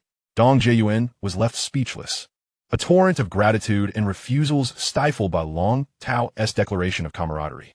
He understood that Long Tao was attempting to spare him any awkwardness by voicing such sentiments first. His heart warmed, yet he felt a sense of helplessness, managing only a bitter smile. "I've cared for you like a brother for years, and now it seems I owe you a significant favor." "Very well. With your good wishes, I, Donggu, shall hasten my foundational cultivation to repay this debt." After uttering these words, he seemed to recall something and, with a hint of anticipation, inquired, "By the way, Long Tao, didn't you mention that a fortune teller had informed you of opportunities at Windless Cliff? Is that esteemed master still around?" Long Tao remembered that he had concocted the tale of a fortune teller to avoid revealing the system's tasks. He had expected Dong Ji Yuan to remember. Cough. Such a master is elusive, like a dragon that only shows its head but never its tail. Long Tao replied vaguely. I went back to look later, but there was no sign of him. Chapter 28. Preparing for the breakthrough. After bidding farewell to Dong Ji Yuan, Long Tao settled cross-legged on the hard bed, contemplating the breakthrough to the 6th level of energy cultivation. The foremost priority was to find a place of absolute tranquility, free from disturbances, should the system suddenly appear during a critical moment, commanding him to undertake some nonsensical task, regardless of its difficulty. His opportunity for a breakthrough would surely be lost. The 6th level of energy cultivation, also known as opening the palace, signified the initial formation of the Qi Sea in the Dantian, leading to a significant surge in his internal spiritual power. This marks a pivotal and perilous juncture in the Qi Refinement stage. Should one falter during the breakthrough, the nascent energy pool may dissipate in an instant. If fortune favors, one might merely regress and begin anew. However, should misfortune strike, the Dantian could be irreparably damaged, leading to a life forever compromised. Fortunately, within the esteemed Xianxia heavenly sect, the presence of elder protectors and the assurance of solidifying elixirs significantly mitigate risks. It is rare to hear of anyone truly encountering such dire circumstances, which elucidates why so many strive fervently to enter grand sects. Training here instills a profound sense of security. Yet, an unruly system occupies his mind, posing a tangible threat of betrayal at critical moments. Dragon Tao resolved to attempt communication with this entity once more. "Hey, system, can you hear me?" he called out inwardly, only to be met with the expected silence. Undeterred, he pressed on, "Surely, you can divulge the time frame for the next task? While the shop remained closed, some fundamental information ought to be provided, right? The specific timing cannot be determined and must be assessed based on the actions of a destined child. However, no new tasks will be issued within the coming month." At last, some useful information emerged. Yet, the phrase about assessing based on the destined child felt nonsensical to Dragon Tao. After all, Nan Yuqing was comfortably situated at the Suyu Peak, yet this troublesome system compelled him to undertake some voyeuristic task. Nevertheless, a month of stability felt like a blessing from above. He would set aside the land by the river for now. The immediate priority was to muster all his efforts to surmount the 6th layer of Qi Refinement. Dragon Tao hung a do not disturb sign on his door. Within the sect, this sign essentially conveyed a message of seclusion, and unless a matter of great urgency arose, no one would intrude. Typically, the prudent would inform neighbors or friends in advance, providing a rough estimate of their seclusion duration. Otherwise, should one inadvertently mismanage their energy and faint within, there would be no one to attend to their demise, an unfortunate fate indeed. However, Dragon Tao harbored no such concerns. The task at hand bore manageable risks. He retrieved a vial of solidifying spirit powder from a small box, poured out 5 grains, and swallowed them with a tilt of his head. He then reclined on his bed, focused his mind, and commenced the thunder resonance tuning of his internal organs. This technique, part of the 9 Xianxia induction method, specifically pertains to the 5th layer of Qi Refinement, utilizing organ resonance to expel the last vestiges of obstinate impurities from his spiritual energy. In essence, the entire 5th layer of Qi Refinement revolves around this endeavor. Dragon Tao had nearly completed this task. However, the final stages proved most challenging. Inadequate control over force and timing could lead to severe internal injury, a matter not to be trifled with. He had hesitated, reluctant to make the final push. The solidifying spirit powder he had just consumed was intended to bolster his chances of success. Priced neither too high nor too low, it had not been worth the investment until now. With an entire bottle gifted by Nan Yuqing, he finally felt prepared to take the plunge. As the rhythmic, muffled vibrations of thunder resonated from deep within his organs, a gentle yet resilient force enveloped his insides. The effects of the top-tier, solidifying spirit powder were immediate. Dragon Tao felt a wave of relief wash over him, and with no further reservations, he dedicated himself to maintaining the delicate yet potent tremors within. 5 hours elapsed, and the sweat had thoroughly soaked the mat beneath him.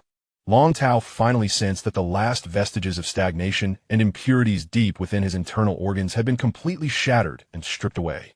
Expelled from his body, along with heavy breaths and copious sweat, his body felt suddenly light, as if he had cast off an immense burden. An indescribable sensation of clarity and ease enveloping him.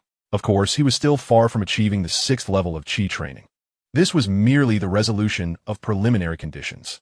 Pushing open the door, he was greeted by a sky full of stars. He removed his sweat-soaked clothes, which emanated an unpleasant odor, casually tossing them at the doorway, intending to wash them the next day. Approaching the stream at the edge of the courtyard, he scooped up the cool water and splashed it onto his face and body, cleansing himself of the stickiness.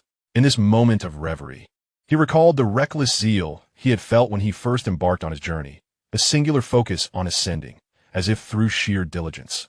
He could pierce through layer after layer of realms. The next morning, whether it was the lightness of his body after expelling impurities or simply a buoyant mood, Long Tao astonishingly did not linger in bed. Seizing this momentum, he resolved to press on, aiming to streamline all preparations necessary for breaking through the 6th level. As he contemplated this, he opened the door, intending to wash the dirty clothes he had left at the entrance and perhaps prepare some food. However, to his surprise, the space at the doorway was empty. The clothes were nowhere to be found. "Ah, Long Tao, my friend," came the voice of the spider maiden, Luo Yusi, from the courtyard entrance.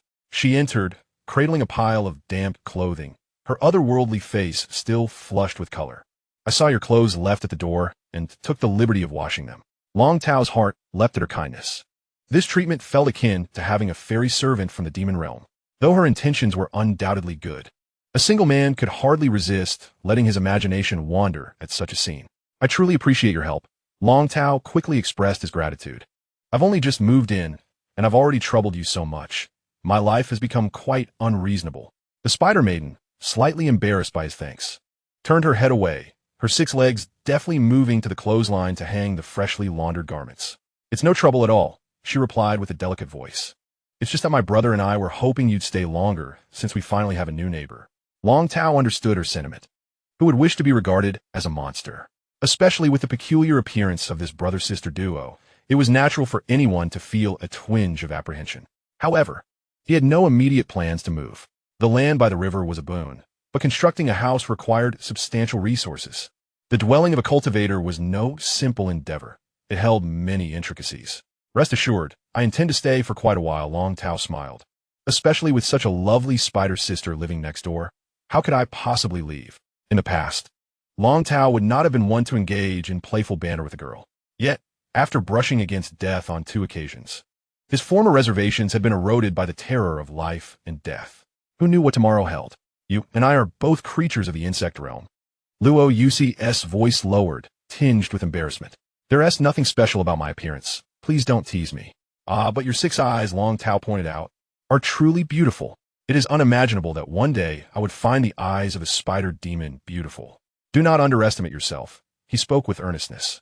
"How annoying." Luo Yusi's voice was as delicate as a mosquito's buzz. Her entire face flushed like a ripe fruit, and she swiftly turned and darted back into her room. Long Tao gazed at the closed door, still pondering the implications, when another door swung open. The spider brother, Luo Yunluo, leaned out halfway, a hint of apology in his tone as he asked, "Long Taoist? There was quite a commotion earlier. Did my sister cause any trouble?" "Not at all." Long Tao quickly waved his hand. "She kindly helped me wash my clothes, and when I complimented her on her beautiful eyes, she ran back inside." He shrugged helplessly. Luo Yunluo's face immediately displayed a mix of amusement and disbelief. "Since we siblings arrived at the Xianxia zone, you're the first to praise her like that. Not to mention, even I find it quite novel." Unlike an ordinary human brother who would react with fury at perceived flirtation with his sister, he discerned the vast difference in their races, recognizing whether the sentiment was genuine or feigned. The mere fact that Long Tao had uttered such words indicated there was no malice intended. "I understand you might not believe me." Long Tao scratched his head, his expression sincere, "but I genuinely find her 6 eyes quite captivating. To be honest, I even wondered if your sister had secretly cast some unique charm from Mount Wanyao on me." "Ha!" Luo Yunluo was amused by this remark, his lower shell vibrating slightly with laughter. "That little girl? If she were to actively learn some enchanting skills, I, as her brother, would be truly blessed." However, Long Taoist, your taste is indeed one of a kind among humans. Who says so? I simply have discerning taste. Long Tao retorted earnestly. Your sister must possess some extraordinary charm to earn admiration from a member of the human race. All right, enough of that. We shall be neighbors from now on. And there will surely be times when we need to look out for each other. Naturally, Yin Luo nodded, casually adding, by the way, most from Mount Wanyao follow the path of the 9 refinements of demon bones. Both Yusi and I are currently at the 3rd refinement, which in human terms would be considered the mid to late stages of foundation establishment.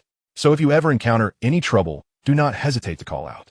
Wow, Long Tao was genuinely astonished, his eyes widening in surprise. I've been living next to 2 esteemed individuals, addressing you both as Taoist without realizing. He thought to himself that he would be more cautious in the future. After exchanging a few polite words, Long Tao took his leave and stepped outside. Chapter 29, The Alchemy Room. With the system unlikely to cause any disruptions for a month, this rare period of tranquility made Long Tao wish he could stretch each hour into 2. As soon as he stepped out of his house, he headed straight for the summit, with a clear destination in mind, the Alchemy Room. The Alchemy Room at the main peak was no mere small establishment with a few furnaces. It was a vast complex of buildings, comparable in scale to a factory from a previous life.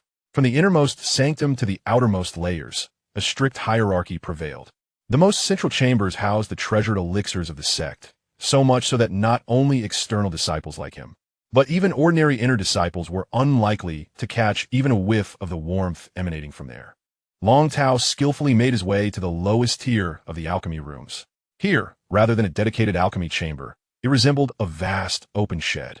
Dozens of the most rudimentary, even somewhat dilapidated, alchemical furnaces were arranged in 3 rows. Numerous low-ranking disciples, much like himself, were bustling around the furnaces, their activities reminiscent of students in a cooking school, though instead of simmering dishes, they were concocting potions of bizarre colors and questionable aromas. His purpose for visiting today was not to squander precious herbs. Rather, he was here to complete an essential preparatory task before his breakthrough. Long Tao, what brings you to the alchemy chambers today? A familiar voice rang out. Long Tao turned to see Wang Hanxiong, with whom he had shared the trials of the miscellaneous disciples' courtyard 5 years prior. They were of similar age and shared a good rapport, often lending each other small sums in times of need. Why, if at ISNTU, Wang Hanxiong, what brings you here? Planning to switch careers and become an alchemist? Wang Hanxiong, tapping on the furnace beside him with a sigh, lamented, I have little hope of progressing in cultivation, so I need to learn a skill to secure a stable life within the sect. After much deliberation, I concluded that alchemy is the most practical option. At least it ensures I won't starve. And you? Here to savor the aroma of potions? Long Tao sighed as well, but his tone held a hint of determination. I aim to break through to the 6th layer today. I intend to finalize the step of the 9 whirlpools returning flow. Oh, Wang Hanxiong exclaimed, a smile breaking across his face. So you're seeking a warm spot to gather heat? Huh. I came here for the same reason when I was breaking through. Indeed. I'll sit beside you then. Your furnace will be burning for a while, and I could use your help keeping an eye on it. Perfect. Long Tao wasted no time and found a spot to sit cross-legged beside Wang Hanxiong. The 9 whirlpools returning flow, he mentioned, was the next step following the expulsion of impurities from the Dantian, which involved manipulating the 9 streams of spiritual energy within the Dantian to rotate and intertwine along specific trajectories, ultimately forming an initial mist of spiritual energy. Though this step sounded esoteric, it was not overly difficult for a disciple at the 5th layer of Qi training, as long as one exercised patience. The only peril lay in the latter half of the process, where one would feel as if plunged into an icy abyss, experiencing a drastic drop in body temperature. Without a source of warmth, one might suffer from frostbite, risking injury to their foundation. Thus, for ordinary disciples like them, who lack the means to use warm jade or fire arrays, the alchemy rooms, with their perpetually burning furnaces, became the sect's tacitly accepted source of warmth. The ensuing process, while seemingly straightforward, required immense patience and gradual effort. Conversely, it could also prove challenging, as it merely required adherence to a systematic approach. The only vexing aspect was the cacophony within the alchemy room. The clamor of dozens of furnaces, mingled with voices, explosions, and complaints, created a chaotic atmosphere reminiscent of a bustling marketplace. Fortunately, having endured the rigors of life among the miscellaneous disciples. Long Tao and his peers had long since mastered the art of finding tranquility amidst the noise. He took a deep breath, quickly immersing himself in concentration, cautiously guiding the 9 restless currents of energy within him.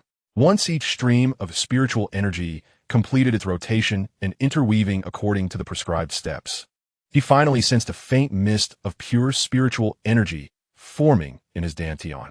Had it not been for the impurities expelled by the previous day's efforts, his dantian would have been burdened with numerous contaminants, and removing them would have posed a considerable challenge.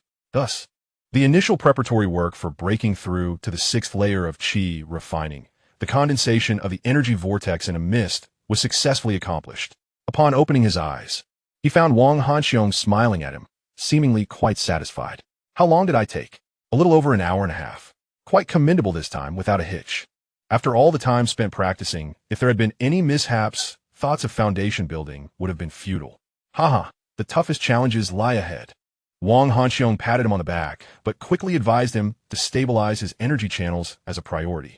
Listen to me, take a proper rest tomorrow, rejuvenate your spirit, and at least wait until the day after to contemplate your next step. There is no need to rush. Long Tao nodded. Wang Hanxiong's words echoed the countless reminders from Elder Wu during their lectures. After overcoming each hurdle, it was essential to take a day to thoroughly assess the results, ensuring the foundation was solid and checking for any hidden injuries.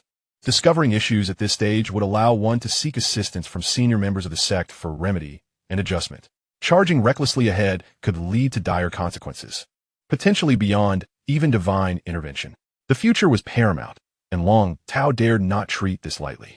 Just as he was packing his belongings to leave the sweltering alchemical chamber, a sudden eruption of heated argument erupted from the other end of the shed. The volume was so outrageous that it drowned out the roaring flames and hushed murmurs within the room, leaving only the 2 combatants and the stove to continue their discourse. Long Tao stood at a distance, unable to discern the specifics of the quarrel. Beside him, Wang Hanxiong looked equally intrigued, and they decided to approach a fellow disciple who appeared engrossed in the spectacle. "Brother, what is happening over there?" Wang Hanxiong inquired. The disciple, eager to share the gossip, animatedly replied, "Ah, it's the disciple from the Liren Peak and the Jing Peak. They started discussing the sect's grand competition in 4 months, and somehow veered into a debate about that incident from 3 years ago. You all remember, right? The time when Liren Peak ultimately lost to Jing Peak. Well, one remark led to another, and now here we are."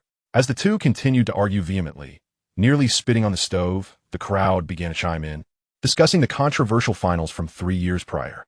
This old grievance had indeed become a timeless topic of conversation among the disciples. However, Long Tao had no interest in who had won or lost. His mind buzzed with the 4 blood-red characters. Sect grand competition. What did this signify? It meant the stage was set. It meant the spotlight was about to shine. It meant that the destined one, Nan Yuchen, was preparing to reveal himself and to flaunt his prowess. More importantly, it signified that a new mission was undoubtedly on the horizon. Long Tao boldly wagered his recently salvaged life, confident that the troublesome system would inevitably appear on cue, issuing absurdly difficult tasks such as signing in at a certain arena or ensuring that Nan Yuchen defeats a particular senior disciple. The fleeting joy he had just accumulated from a successful breakthrough dissipated like smoke in the wind upon receiving this news. He forced himself to contemplate the brighter side. After all, the set competition would merely involve foundation-building disciples battling it out, devoid of any golden core masters. With a bit of effort, and perhaps a stroke of luck, he might just scrape through. Surely, it couldn't be more perilous than spying on a golden core master in the bath. Could it? Hey, Long Tao. Wang Hanxiong nudged him, clearly still engrossed in gossip. Who do you think won 3 years ago? Didn't we also compete back then? As Long Tao struggled to recall the nonsensical chatter he had engaged in 3 years prior, a gust of wind announced the arrival of an elder from the alchemy hall. Without uttering a word, the elder, with hands as large as fans, effortlessly lifted the 2 bickering disciples like chicks and flung them out the door, bellowing, "What are you all staring at? Get back and tend to your furnace. If it blows up, who will take responsibility?" That booming voice scattered the remnants of Long Tao's hazy memories. Suddenly disinterested, he waved dismissively at Wang Hanxiong, saying, "I'm off. Time to rest." Chapter 30. Farewell to Sister Zhu. Upon leaving the alchemy hall, Long Tao did not rush home. He contemplated visiting the library to review the details of the process following his breakthrough to the 6th layer of Qi Refinement, striving for absolute perfection. As his fingers delved into his waist pouch for his disciple token, they brushed against a cool, smooth object, the jade necklace gifted by Zhu Huaisu. Capable of employing the space compression technique, this treasure should have been tested since his return from Shuiyue Peak. But it had been overshadowed by the recent incident involving a letter and his subsequent breakthrough, causing him to completely forget about it. He turned into a secluded clearing by the roadside and donned the necklace, carefully channeling a hint of spiritual energy. He watched as the emerald gem at the center of the pendant emitted a faint glow. Almost immediately, the space ahead of him visibly compressed, the scenery appearing to be drawn closer and flattened by an invisible hand.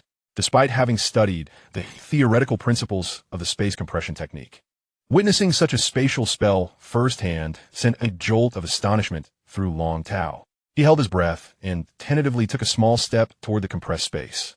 In an instant, the world spun wildly. The surrounding scenery rushed past him at a dizzying pace, inducing a powerful wave of vertigo that surged through his mind, while his stomach churned violently. When his feet finally landed and he steadied himself, he turned to discover that his seemingly small step had covered a distance that would normally require over 20 steps. After assessing the depletion of his internal spiritual energy, he found it considerable, yet still within acceptable limits. The necklace required a 2/4-hour interval before its next use, and Long Tao, disinclined to wait idly, set off directly toward the library. In any sect, the library holds a pivotal status, and the Xianxia heavenly sect was no exception. The towering edifice, constructed following the amalgamation of the 3 principal sects, stands grander in scale than even the main halls of the sects themselves. Numerous internal meetings and activities of the sects are conveniently held within its walls. The ground level boasts an impressive height of 5 stories. Unlike the meager and secretive smaller sects, the library of the Zhuxiatian sect is open to all disciples, allowing access to any floor without the restrictive rules of insufficient cultivation levels. Naturally, the shells contain only the knowledge that the sect deems appropriate for public dissemination. As for the truly powerful high-level techniques, one must wonder which rational sect would carelessly display such confidential secrets on public shelves, inviting theft. Those are the teachings privately imparted by the peak masters and elders behind closed doors. However, the library does indeed possess an underground section. Rumors abound that it conceals unspeakable treasures, but such insider information is clearly beyond the reach of a mere outer sect disciple like him, and he couldn't be bothered to speculate. Upon verifying his identity token and entering, Long Tao did not linger in the hall. The place resembled a celestial garden, complete with artificial mountains, flowing water, and exotic flowers, exuding opulence. Yet for someone like him, in search of books, it was merely a hindrance. He skillfully navigated through several rows of bookshelves, heading straight for the area dedicated to insights on Qi cultivation. This time, he sought not the dry and tedious diagrams of techniques, but rather those manuscripts stained with ink, imbued with the scent of sweat, and perhaps even touched by the blood and tears of predecessors. After breaking through, disciples would submit their experiences and lessons learned, gaining contribution points while guiding future practitioners. Before long, he selected a few volumes that caught his eye and turned to find a quiet corner to delve into his reading. Just as he turned, he nearly collided with someone. Sister Zhu? Long Tao was taken aback. You're Long Tao. Zhu Huaisu's voice shifted in pitch, her beautiful eyes widening in disbelief. She could scarcely believe her eyes. How could she run into him again, merely while visiting the library? The matter concerning the 9-leaf spirit herb remained unresolved, and the eavesdropping incident lingered in her mind. This marked their 3rd direct encounter in just a few days. The intensity of this connection sent shivers down her spine. Cough. Long Tao also felt a sense of the uncanny, offering a nervous chuckle. What a coincidence, Sister Zhu. Don't you think our encounters have been rather frequent these past few days? Frequent? Zhu Huaisu's brows furrowed, her tone laced with scrutiny. You wouldn't be doing this on purpose, would you? On purpose? Long Tao spread his hands, feigning innocence. Me? A mere 5th-level Qi cultivator? Even if I had the audacity, I lack the capability to block your path every day. Enough with the excuses. Zhu Huaisu was not swayed by his act. Remembering the incident at Shuiyue Peak ignited her anger. Who knows what you are capable of? You managed to charm even our junior disciple into helping you gain access to Shuiyue Peak. That talent cannot be trivialized. Her words pierced through Long Tao's facade of innocence like a needle. Indeed, while the statue encounter could still be deemed coincidental. His visit to Shuya Peak was a calculated move. Resolving to drop the pretense, he grinned broadly and conceded. All right, I admit it. I merely seek the opportunity to gaze upon you, Sister Zhu. I, Long Tao, am but a brazen and indulgent commoner. Your celestial beauty is worth 1,000 deaths to behold. You, Zhu Huaisu, found herself momentarily taken aback by his unabashed confession, her cheeks flushing a deep red from a mix of embarrassment and irritation. No wonder she could coax the little junior disciple into such antics. Your audacity rivals that of the sect's protective formation. Oh, Sister Zhu, you are of noble lineage, akin to a princess. Long Tao continued to stoke the flames of his flirtation, asserting that a mere mortal like himself would not dare to converse with someone of your stature without such boldness.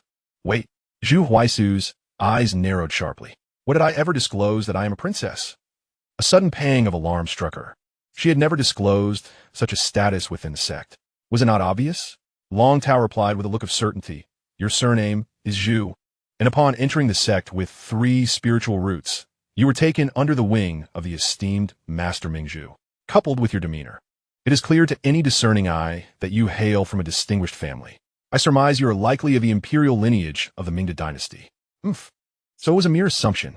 Zhu Huaisu let out a sigh of relief, yet quickly adopted a serious demeanor. My acceptance into my master's tutelage is due to genuine prowess. It has nothing to do with my background. Besides, the bloodline of the Zhu family has long since become a jest within the current Jiuxiatian sect. Oh dear sister, please do not speak thus. Long Tao hastily waved his hands, his tone becoming more earnest. We common folk hold the Mingda dynasty in high regard. When we refer to you as princess, it is a sincere expression of respect. Just think, during the height of the Mingda dynasty, one would hardly dare to speak to you, as we do now. Merely gazing upon your exquisite feet would have been deemed an act of great disrespect, risking one's head. Scoundrel. The blush that had faded from Zhu Huaisu's face flared back to life, her ears heating with indignation. What nonsense about exquisite feet. She forced herself to suppress her anger, diverting her gaze to the stack of books in Long Tao's arms. What brings you here? You, at the 5th level of Qi training, should be diligently in seclusion rather than idly perusing trivial texts. I have no time for trivialities, sister. Long Tao quickly clutched the pile of books closer, asserting that he was merely seeking wisdom to ensure a stable breakthrough by learning from the pitfalls encountered by his senior brothers and sisters. Zhu Huaisu cast a glance at the stack, initially intending to ask no further questions, but her gaze was abruptly drawn like iron to a magnet, fixating on the cover of the topmost book. With lightning speed, she reached out and snatched it from Long Tao's grasp. This book? She lifted the tome, her expression shifting to one of curiosity. This was penned by me years ago. Recently, I recalled a few areas that lacked thoroughness, and I came to amend them. What a coincidence that you stumbled upon it. Oh, Long Tao's eyes sparkled with delight, his playful demeanor returning. So this is your masterpiece, sister. I thought as much. Your handwriting exudes an ethereal quality, both delicate and imbued with character. Please, do make your revisions, and once you are finished, may I humbly request to admire it? Dream on. Zhu Huaisu recoiled as if her hand had been scalded, swiftly concealing the book behind her, her expression one of disdain. Who would want your filthy hands rifling through this? I shall take it back to revise. The mere thought of her heartfelt insights being subjected to her contemptible touch made her stomach churn. Recalling the events of that night at Shuya Peak, her tone grew even sharper. Long Tao, rubbing his nose, acknowledged his prior transgressions, having deeply offended the Shuya Peak with his actions, and chose not to contest her barbed remarks. However, he could not restrain himself from inquiring about the matter that weighed most heavily on his mind. All right, senior sister. Let's temper our spirits. I must ask, how is junior brother Nan? Has he been unduly punished? Your feigned concern is unnecessary. Zhu Huaisu's eyebrows shot up, her tone resolute. It would be the greatest kindness for you to keep your distance from junior brother in the future. She paused deliberately, hoping to witness some semblance of regret on Long Tao's face. Junior brother himself has declared that it is all your fault for encouraging him to engage in such absurdity that nearly led him to a grievous mistake. He has seen through your duplicitous facade and has vowed to sever ties with you. After delivering her statement, she fixed her gaze on Long Tao, eager to see him in a state of dismay. To her astonishment, not only did he not appear disheartened, but he chuckled lightly, a knowing smirk gracing his features. Seeing your sister Zhu, he began leisurely, though his eyes sharpened with intensity. I shall heed your words regarding other matters. However, concerning junior brother Nan, let us be realistic. I have known him for only a few days, yet I am certain he is not the type to shift blame onto others when trouble arises, cowering in a corner pretending to be innocent. Perhaps he is simply stubbornly bearing the brunt of it alone, and you all, unable to contain your frustration, have confined him? You. Zhu Huaisu reacted as if a cat's tail had been stepped on, her face flushing with indignation, torn between the urge to retort and an overwhelming sense of being choked. For this rogue had struck a nerve. Since that fateful night, junior brother Nan Yuchen had resolutely maintained that the decision was his own, the fault solely his, with no connection to Long Tao whatsoever. Regardless of how her fellow sisters pressed, coaxed, or even scolded him, he steadfastly held his ground, leaving them both exasperated and heartsick. Stung at her core, Zhu Huaisu, a mix of embarrassment and fury swelling within her, could no longer remain. She shot Long Tao a fierce glare, letting out a cold huff through clenched teeth, gripping the troublesome notebook as if it were contagious plague. Without another word, she turned on her heel, her footsteps swift and purposeful, disappearing behind the towering shelves of books in an instant. Chapter 31. News of junior brother Nan's safety has arrived. Watching Zhu Huaisu's fiery departure, Long Tao could only click his tongue in exasperation. These female cultivators, whether foundational or golden core, possessed tempers as capricious as the weather in June, changing at a whim. He had intended to express his gratitude for that necklace capable of shrinking space, yet she had afforded him no opportunity to speak. Nonetheless, reflecting on the frequency with which he encountered the Zhu sister in recent days felt almost uncanny. According to the mystical teachings of fate, what was it called again? Entangled destiny? Long Tao pondered, a sense of unease creeping into his thoughts. Surely it could not be so. In a rather unexpected twist of fate, two individuals, who share little rapport and seem ill-matched, find themselves entangled in a connection that portends misfortune, either calamity or chaos. While Zhu Huaizu is undeniably attractive and possesses the grace of a princess, she is hardly suited to Long Tao's tastes. In contrast to this woman, who is prone to sudden outbursts, he dreams of the enchanting demeanor of the radiant Ming Zhu. To take a hypothetical step back, even his own sister, the six-eyed spider Luo Yusi, appears more docile and endearing than Zhu Huaizu. One can only imagine how charming she might become were she to assume human form. However, what truly troubles him at this moment is the foolishness of Nan Yuchen. It is not out of excessive loyalty or concern for this destined child that Long Tao feels compelled to act. It is the pressing nature of their tasks that weighs heavily on him. That wretched system might one day compel him to collaborate with Nan Yuchen. Should the fool sever ties with him over this matter and his favor plummet to negative numbers, how would he navigate the ensuing challenges? The difficulty would surely escalate beyond measure. At the very least, he must ensure that the foolish boy understands Long Xixiang is not the type to abandon someone after a fleeting encounter. He genuinely wishes to assist. Although the efficacy of that assistance remains uncertain, his intentions are sincere. The predicament lies in the fact that if the boy is indeed confined by the formidable women of Shuyue Peak, how could he possibly convey his goodwill? Long Tao shook his head, unable to devise a satisfactory plan. At present, he had no desire to engage with the women of Shuyue Peak. He settled into a seat and began to meticulously peruse the notes he had gathered from his predecessors. By the time he had absorbed all the blood and tear experiences recorded in those tomes, the night had fallen. Rubbing his weary eyes, he prepared to return home when a paper crane flapped its wings, fluttering gracefully through the window and landing precisely on the desk before him. Long Tao was taken aback. He had heard of these message-carrying paper cranes, a sophisticated means of communication within the realm of cultivation, typically beyond the reach of novices like him. Today marked an enlightening moment. The paper crane unfurled itself, transforming back into a smooth sheet of talisman paper, the ink swiftly spreading to reveal a line of text. Long Xixiao. It's me, Nan Yuchen. Can you see this? If you can, please write your reply directly on the paper. Long Tao couldn't help but smile. This contraption resembled the diary of Voldemort from Harry Potter. While it lacked voice capability, it allowed for real-time, written communication. Nan Yuchen, true to his status as the chosen one, had managed to conjure such a rare spell. Without delay, he seized a nearby brush, dipped it in ink, and wrote, "I can see it. Are you all right? I just encountered your sister, Zhu, judging by her reaction. Have you been confined?" As soon as he finished writing, the ink seemed to be absorbed by the paper, vanishing swiftly. Almost immediately, new characters emerged eagerly. Yes, I have been confined. I just heard from my sister that you were in the library.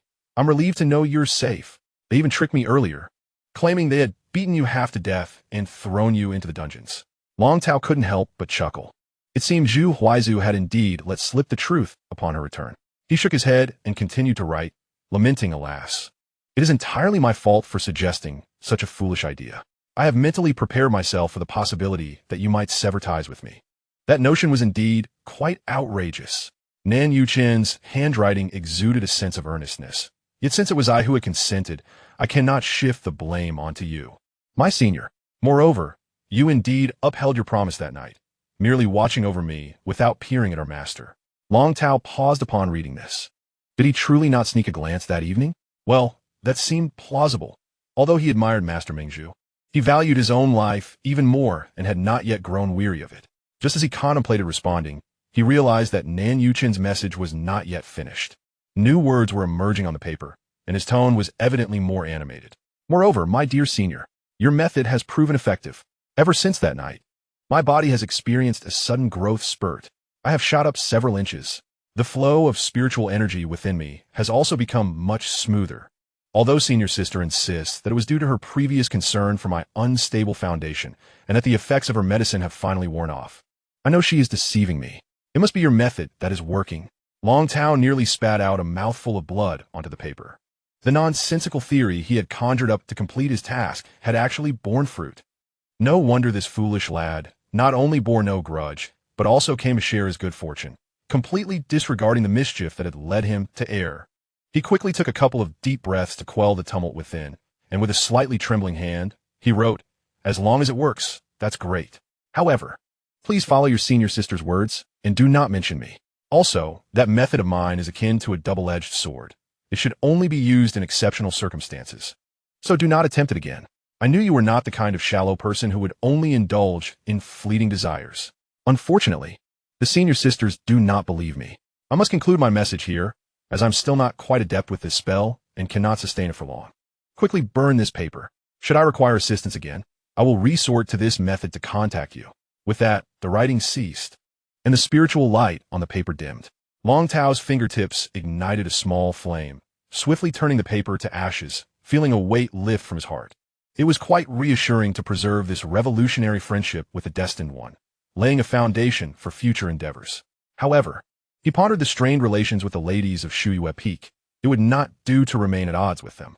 After all, they were all senior sister Nan Yuchen's companions, and he might find himself needing their assistance in future tasks. It would be prudent to ease the tension. Yet how could he achieve that? On his first visit, he had instigated their most cherished junior brother to spy, and he had not been met with immediate hostility, but rather had merely had his memory wiped and been cast down the mountain. That demonstrated considerable restraint on their part. Had he encountered the notoriously fiery female demons of the sect, he would likely not have remained intact in this very moment. Sighing deeply, Long Tao rubbed his face, wishing he were more handsome. This thought was both pragmatic and disheartening. In the realm of cultivation, appearances also mattered. Those who were aesthetically pleasing often reaped the rewards. For instance, Lu Wenjie and Zhang Jianqi from the sect are universally acknowledged as mere decorative figures, possessing the trifling aptitude of 3 spiritual roots. The resources they consume could easily propel others with the same trifling roots to the golden core stage. Yet these two remain languidly entrenched in the mid-foundation stage. However, who can blame them when their enchanting master takes such delight in nurturing them, content to admire them as mere ornaments? In contrast, Nan Yuchen stands out, effortlessly overshadowing them with his capabilities. Alas, fate does not favor him. Chapter 32. The goddess in my dreams. As night cloaked the surroundings, I returned to the small courtyard, where the delicate spider sister, Luo Yusi, was laboriously attempting to light an old oil lamp at the entrance, balancing on her slender legs. The warm, amber glow cascaded over her chitinous exterior, exuding a gentle warmth. Upon hearing my footsteps, she gracefully turned, her movement not clumsy, but reminiscent of an exotic dance. Her 6 long legs weaving together in a stable and elegant manner, her upper body almost motionless. I found myself momentarily entranced, forgetting to move. Dragon Taoist? Luo Yusi. feeling somewhat uneasy under my gaze, blinked her 6 eyes and inquired, "Is something the matter? Do I have dust on me?" And no, not all. I quickly regained my composure, waving my hands. My words tumbled out without thought. "It's just that the way you turned was truly beautiful, like a dance." I was mesmerized. "If I may be so bold to ask, Luo Daoist, might you be from one of those affluent families among your spider? Demon clan?" A visible blush spread across her non-human cheeks. She had initially assumed my previous compliment about her eyes was merely a polite kindness. However, witnessing the unabashed admiration in my gaze, she felt a stir of emotion within her. This human man seemed to genuinely appreciate her unique spider-like traits. And no, there is no such thing as a young lady. Her voice was as delicate as a whisper, and she instinctively tried to retract her somewhat hefty form. With my cumbersome body, I am utterly clumsy when I turn around. It's quite unappealing. Dragon Daoist, please do not jest with me any further. I must return to my room.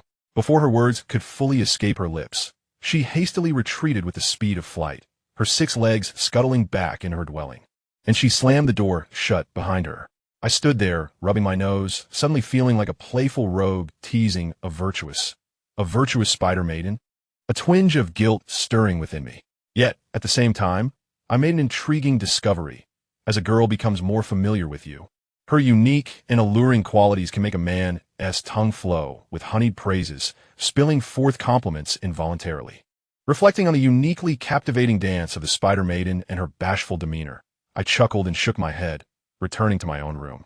While teasing the charming neighbor next door was amusing, my primary focus remained on my cultivation. Although tomorrow promised a respite, it did not mean a complete cessation of effort.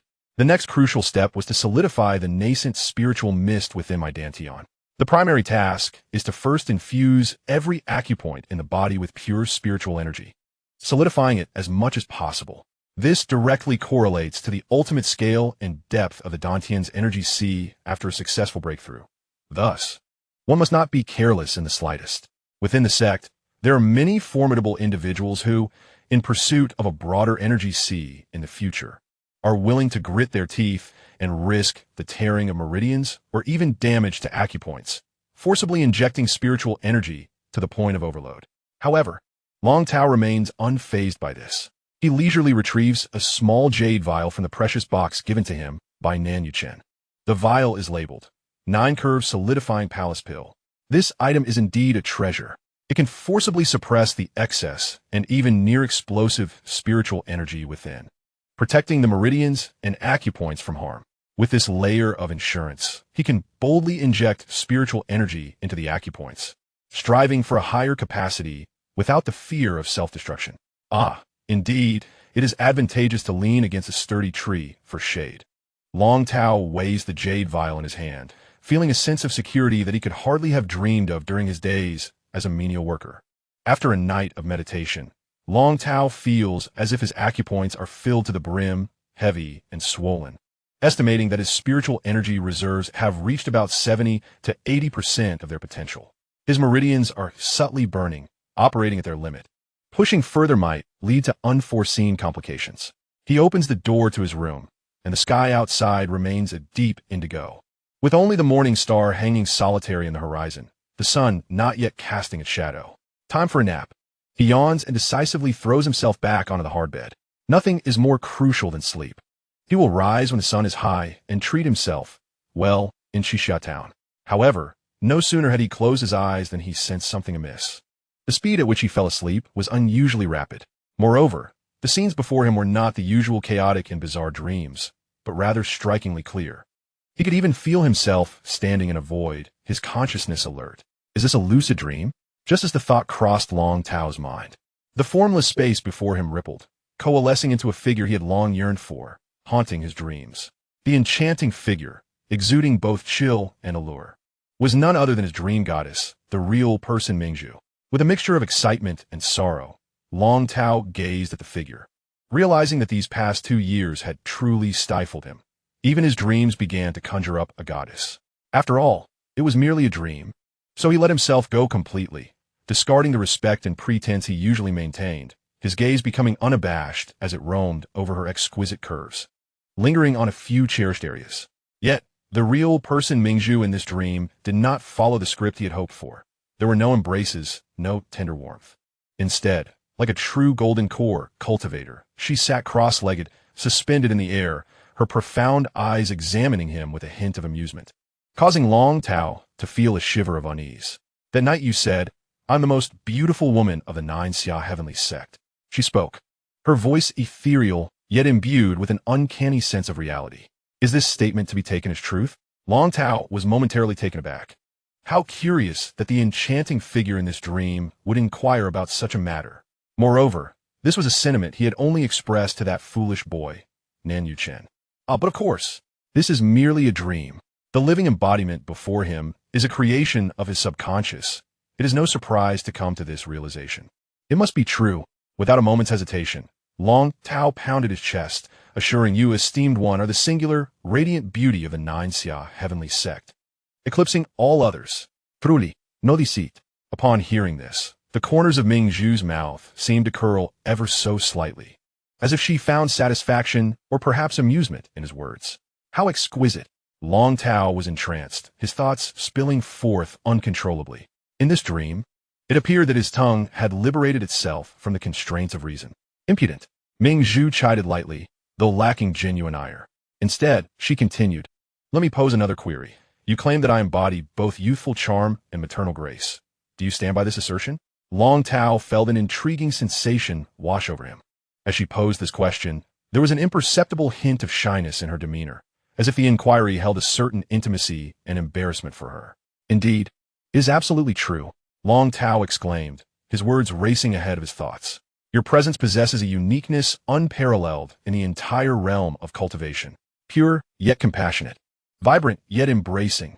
I dare say, not even the most revered of Yuan Ying ancestors could rival your grace." Nonsense. Ming Zhu's expression turned stern, yet her eyes lacked any real severity. "How many true lords have you even encountered, young one? To admire is one thing, but to show disrespect to the venerable elders of the sect is quite another." She paused, seemingly disinclined to engage further with this dreamer. "Very well, ignorant youth. You know not the heights of heaven or depths of earth. Lastly, you mentioned a fondness for the air of melancholy that surrounds me. Does this hold true as well?" "Absolutely. More genuine than the 2 inferior spirit stones in my pocket." Long Tao was now thoroughly exhilarated. After all, it was merely a dream. He felt emboldened to express his admiration unabashedly. "What I adore most about you, esteemed one, is that elusive, indescribable aura of melancholy. When I first laid eyes upon you in Qinglin town, I was utterly captivated. I sensed that you harbored some sorrow within, and I longed to embrace you tightly, to cherish and comfort you." The more he spoke, the more fervent he became, reveling in the absurdity of the dream, believing that none could judge him here. "Impertinent." Ming Zhu's voice rose sharply, tinged with genuine annoyance. "There are lines that should not be crossed, even within the confines of a dream."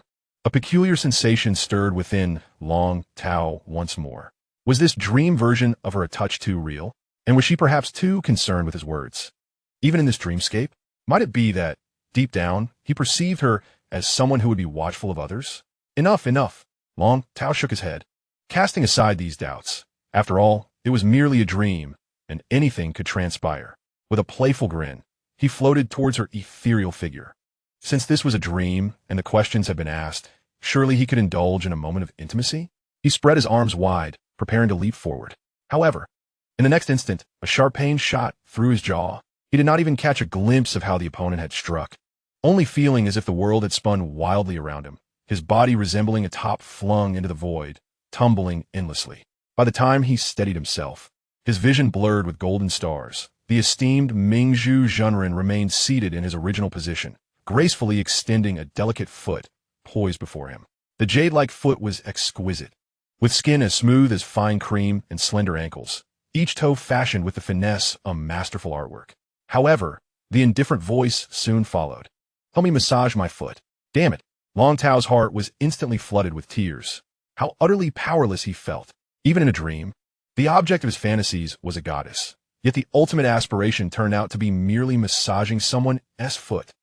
Was there no hope for him at all? Yet his gaze was involuntarily glued to that flawless jade foot, swallowing hard. Perhaps it wasn't entirely out of the question. Chapter 33. A remarkable individual emerged from our hometown. Above the Shuiwe Peak, a lavish cloud vessel, adorned with intricate carvings and paintings, hung gracefully amidst the sea of clouds. The eldest disciple, Su Muji, tiptoed into her master's serene chamber, immediately spotting her master sitting cross-legged, seemingly in deep meditation. However, a closer look revealed something amiss. The usually frosty and serene countenance of Mingzhu Jinren now bore a faint, playful smile, barely perceptible. What bewildered her further was the delicate right foot, peeking out from beneath the hem of her robe, its toes curling unconsciously, exuding a sense of mischief. Su Muji was momentarily taken aback, compelled to acknowledge that her master radiated a certain youthful charm at that moment, having been raised almost single-handedly by her master. An overwhelming sense of both reverence and affection surged within her. That absurd statement made by the scoundrel Long Tao about possessing both a youthful allure and maternal quality now seemed astonishingly apt. For a moment, Su Muji felt an impulse to confront Long Tao, demanding he retract those ridiculous words, and instead, she, as the devoted disciple, would articulate more refined and fitting phrases to extol her master. Master? She suppressed the strange competitive urge within her and tentatively called out. Mingzhu Jinren appeared startled, abruptly opening her eyes, a fleeting expression of guilt and panic crossing her features. Once she recognized it was her eldest disciple, she swiftly regained her usual composure, though her ears seemed to bear an imperceptible tinge of crimson. It is Muji. I shall strive to maintain my calm. I was momentarily lost in thought. What brings you here? Oh, it's nothing urgent, Su Muji replied, eyeing her master's seemingly overly serene visage. I noticed you were smiling just now. Did something amusing occur? Oh, smiling? That. Mingzhu Jinren's gaze drifted momentarily as she lifted a cup of tea that had long cooled, feigning composure before taking a sip. It was nothing, merely a whimsical encounter during my reverie with a rather spirited little dog, which managed to sense my soul and pursued me, playfully licking my foot. It was quite ticklish, thus provoking some amusement. A little dog? Su Muji tilted her head inquisitively. Within the sect, it is indeed not surprising that some spirit beasts in the spirit beast garden have developed a degree of intelligence, particularly the keen-sensed spirit hounds. However, the rationale behind this seems somewhat dubious. The esteemed Mingzhu Jinren clearly wished to steer away from this topic, promptly changing the subject and adopting a more serious tone. The matter regarding Elder Mu's commission to engrave the poem Spring River, Flower Moon Night onto a stone tablet should be nearing completion. It would be prudent to pay a visit. Yes, master. Su Muji suppressed the lingering curiosity in her heart and complied. The moment the door to the quiet chamber closed, Mingzhu Jinren let out a long sigh of relief, instinctively raising a hand to touch her cheek, revealing a hint of guilt on her face. Next time I delve into dreams, I must exercise more caution, she muttered softly. Yet almost immediately, a glimmer of indescribable pride flickered in her beautiful eyes as her fingertips unconsciously twirled a loose strand of hair. Well, that little scoundrel did not utter a single falsehood. His words were truly heartfelt. Perhaps I should consider rewarding him slightly upon our next encounter.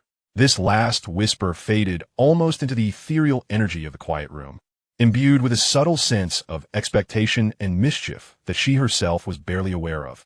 Just as she prepared to rest, the door swung open once more, revealing Su Muji, though this time her expression bore an air of surprise.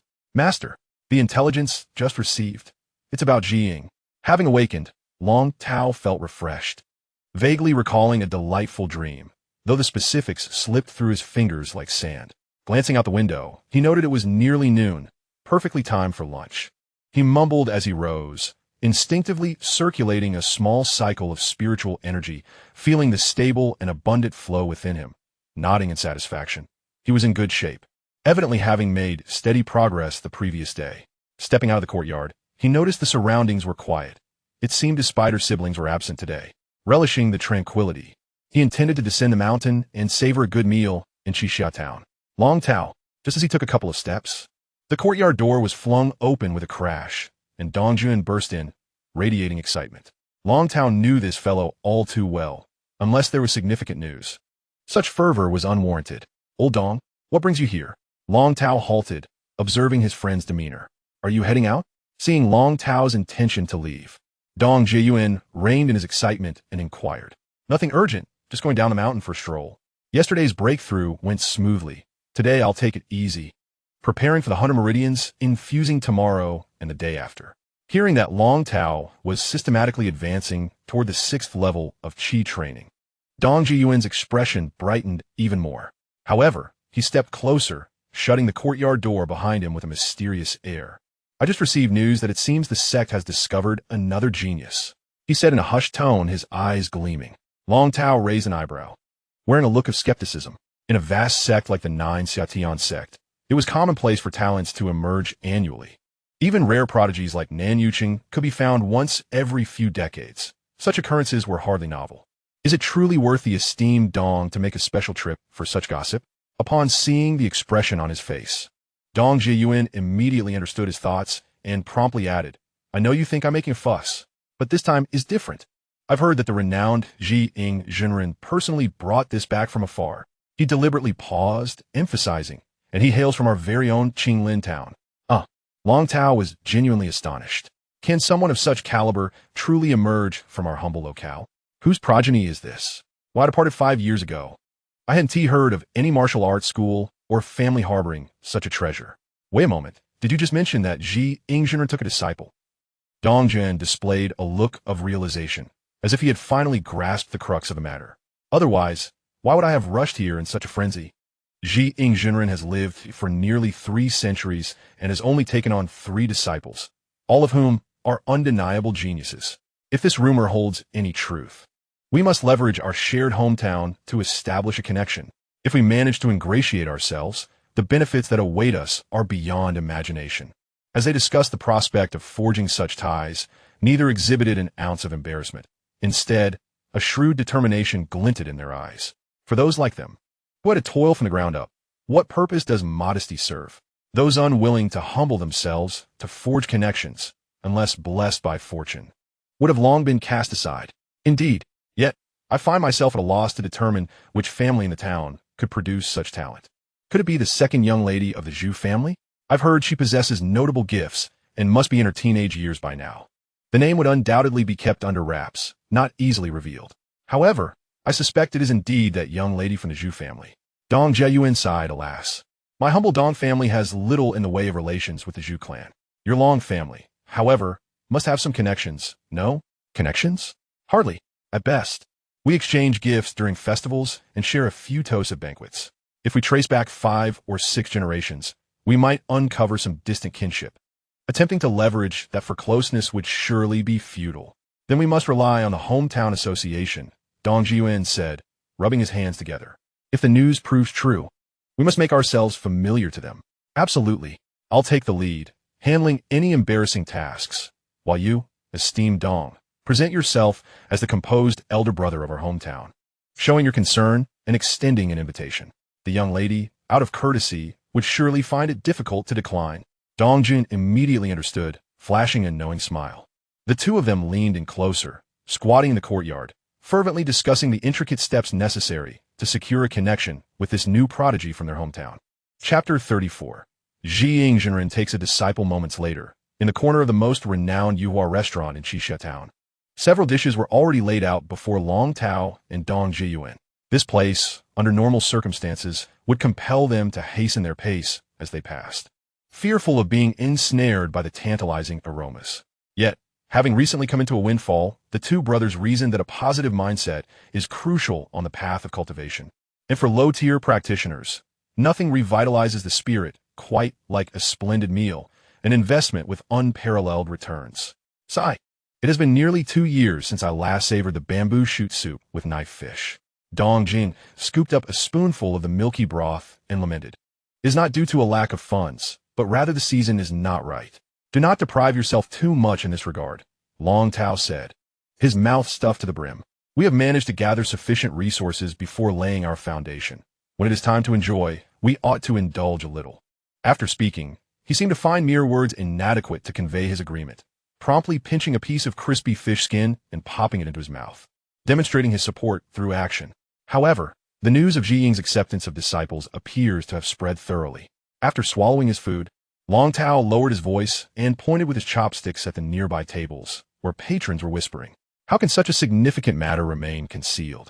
Dong Jiyuan swallowed and replied in hushed tones. Zhi Ying is a prodigious talent. having achieved the golden core before turning 40. It is said she will reach the nascent soul stage before her 400th year, with her sudden decision to take on disciples. Who in the entire sect would not be straining to gather information? Indeed, Long Tao's eyes sparkle with a mix of excitement and anxiety. If fortune favors us, that new disciple may soon become a direct disciple of a nascent soul, true monarch. He exclaimed, "We must seize this opportunity. Old Dong, is there anyone in the Alumni Association who can speak to the Zhu family?" Dong Juan furrowed his brow, pondering for a long while before shaking his head in resignation. No, the Zhu family has deeper ties with the Wui sect, and their disciples have always been prioritized for Wui. The Wui sect, a prominent power in the southeast, had once stood shoulder to shoulder with the Mingda heavenly dynasty before the rise of the Jiu Xiatian sect. Although its influence has waned, its foundation remains robust, far surpassing that of ordinary factions. "This is truly frustrating," Long Tao said, raking his fingers through his hair. "The worst part is we do not even know whether the disciple is male or female, tall or short. It is impossible to flatter them without knowing their identity." Suddenly, Dong Jiyuan's eyes lit up, and he lowered his voice. "Long Tao, could it be your sister? Or perhaps that little maid who has always trailed behind you since childhood?" "Absolutely impossible," Long Tao replied emphatically. "Those two girls are like me. Although they are fortunate to possess spiritual roots, they are of mixed types. Even if they were to experience miraculous fortune and have their roots mutated, my parents would have surely sent word by now, rather than waiting until this moment." "That is indeed a letdown," Dong Jiyuan sighed. "So how shall we manage to meet this person? We cannot simply wait at the foot of Ji Ying Peak, can we?" As the two lamented with furrowed brows and restless hands, the innkeeper, passing by to refill their tea, overheard snippets of their conversation and could not help but chuckle as he pulled over a chair to join them. "Young disciples discussing this matter, are we? In my opinion, you might be wasting your thoughts," he said with the wisdom of experience. Ji Ying Peak is not a place for ordinary folk to visit. Without a true master's decree or guidance from a disciple within the peak, one wouldn't even know which way the mountain gate faces. I believe that if we wish to learn about the new disciple, whether they are round or flat, we shall have to wait until the next sect competition, when they publicly make their appearance. Alas, the shopkeeper's elder brother spoke the truth. Long Tao sighed. But how could one overlook such an extraordinary figure emerging from one's hometown? Opportunities such as this are rare. One must strive for greatness. What if it leads to success? The shopkeeper chuckled at his words and poured them some tea. Indeed, when a genius arises from one's own region, everyone wishes to bask in a bit of that celestial aura. It all depends on the fortune of the two juniors. Suddenly he smacked his thigh, as if struck by a moment of clarity, and with excitement exclaimed, "Someone of the caliber of Master Ji Ying would surely not bring a disciple directly back to the peak, but rather present them first at the main hall for the sect leader and the elders to examine." Upon hearing this, Long Tao and Dong Jian exchanged glances that conveyed an unspoken understanding of the foolishness of the situation. Indeed, a true Golden Core master would never privately take on a disciple without first presenting them to the sect leader and other high-ranking officials. After all, what if the individual were a spy from a rival faction or harbored some nefarious intentions? The more eyes scrutinizing the newcomer, the greater the likelihood of discerning any hidden threats. The personal disciple of a peak master is in a league entirely separate from the ordinary outer disciples and servants of the sect. The privileges, core techniques, and secrets accessible to these prodigious talents are unfathomable to those of lower status.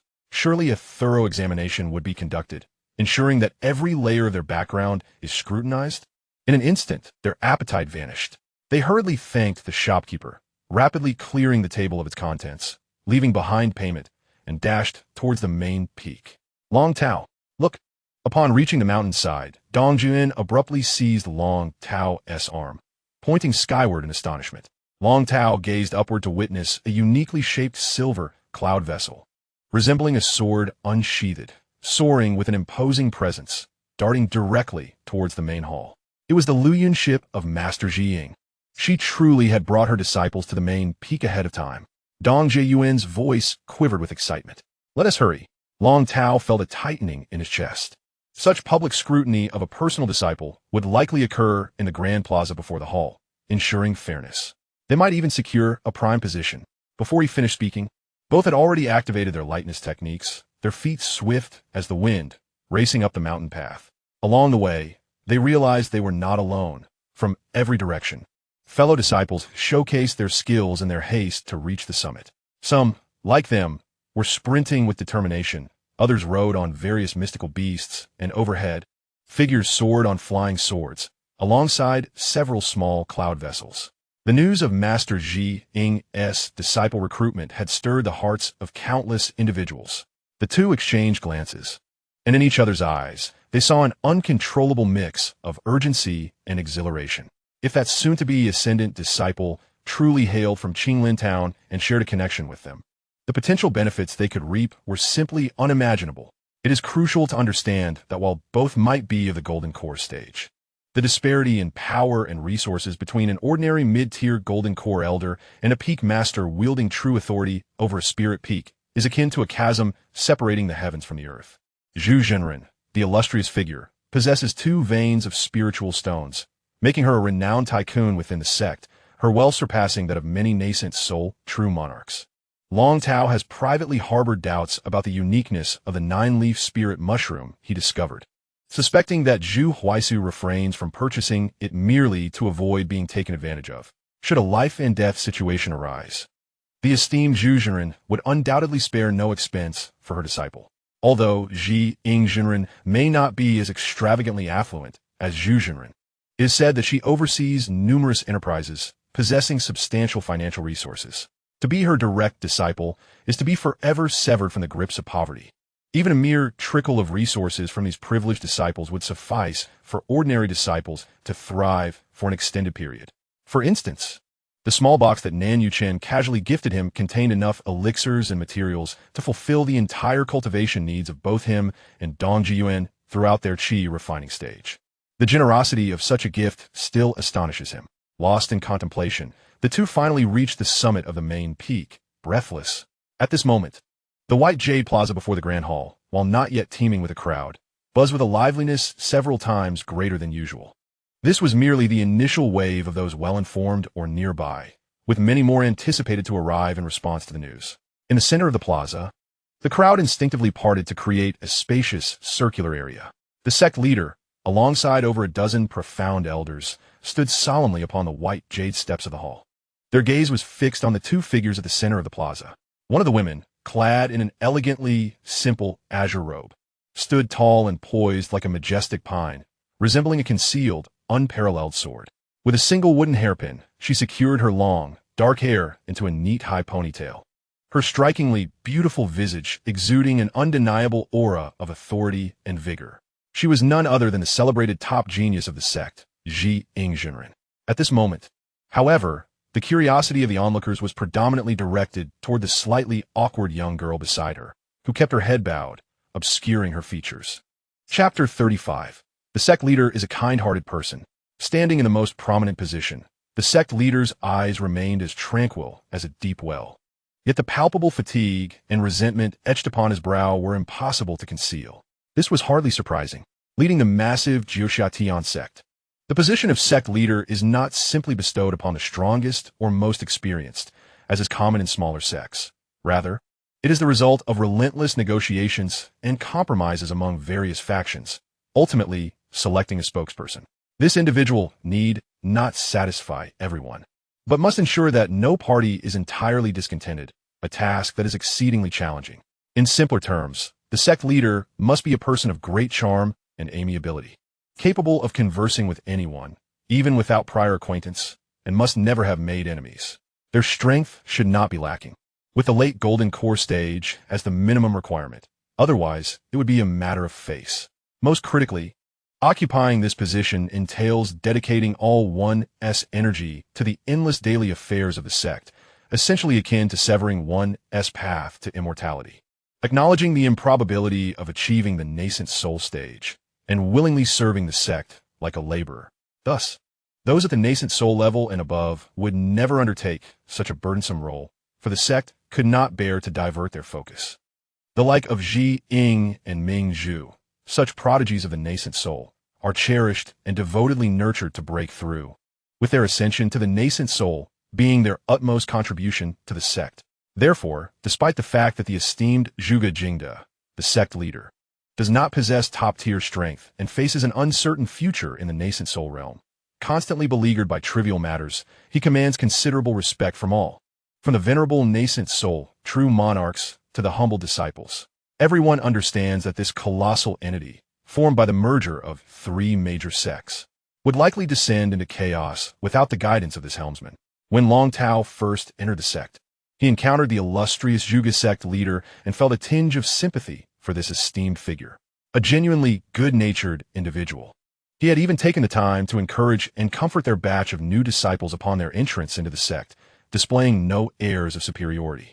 Xianxia, the sect leader, commenced, his tone imbued with profound exasperation, markedly unlike that of a commanding leader. Rather, he resembled an elder exasperated by the whims of his own headstrong daughter. "You're no longer that reckless little girl from years past. As the master of a peak, matters as significant as accepting a personal disciple should surely be discussed with the sect first."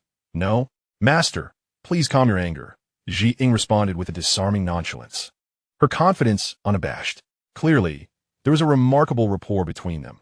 In a moment of joy, she had proceeded to conduct the disciple acceptance ceremony right there outside. Upon uttering those words, a wave of astonishment swept through the assembly. Accepting a personal disciple is a matter of great solemnity. Such ceremonies are traditionally held within the sect, under the witness of elders and fellow disciples. Xianxia, as rumored, was indeed audacious enough to defy such conventions. "You, sigh, never mind." Zhuge sect leader seemed momentarily at a loss, letting out a heavy sigh. "In any case, we have never been able to control you. However, this child's background must be reviewed by the elders and myself. That should pose no issue, right?" Xianxia shrugged nonchalantly, gently nudging the young girl forward by half a step, her expression unmistakably conveying, "Feel free to inspect, for I have already made my decision." Instantly, the girl became the focal point of attention. She appeared to be around 15 or 16 years of age, donned in a slightly oversized standard intersect disciple robe, her shoulder-length hair neatly arranged. However, facing the sect leader and the elders, Long Tao and the others could only catch a glimpse of her slender silhouette from behind. "Hey, old dong, Long Tao et sitali pot zong jieun." She is definitely a girl. It seems she truly is the second young lady of the Zhu family. I suspected as much. Dong Jiyun squinted, scrutinizing her closely. "But isn't her hair a tad too short? I hadn't heard that female disciples must cut their hair." As the crowd murmured their speculations, the Zhuge sect leader commenced his customary inquiries. "Child, from whence do you hail? What is your family's situation?"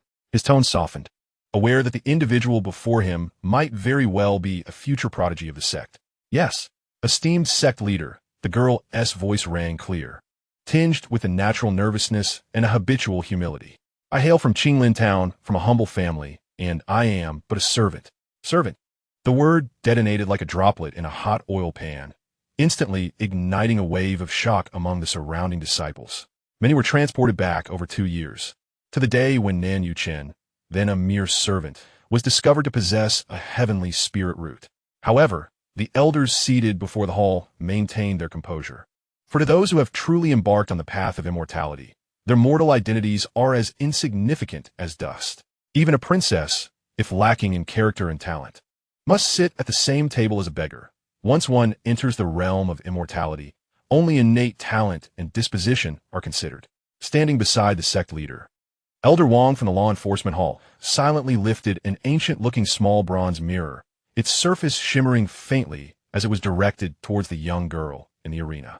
All present understood that the lie detection had commenced. This was the aspect of utmost concern for the higher-ups. If she were indeed a virtuous mortal woman, it would be ideal, regardless of whether she were a maid or even a beggar, she would be accepted without hesitation.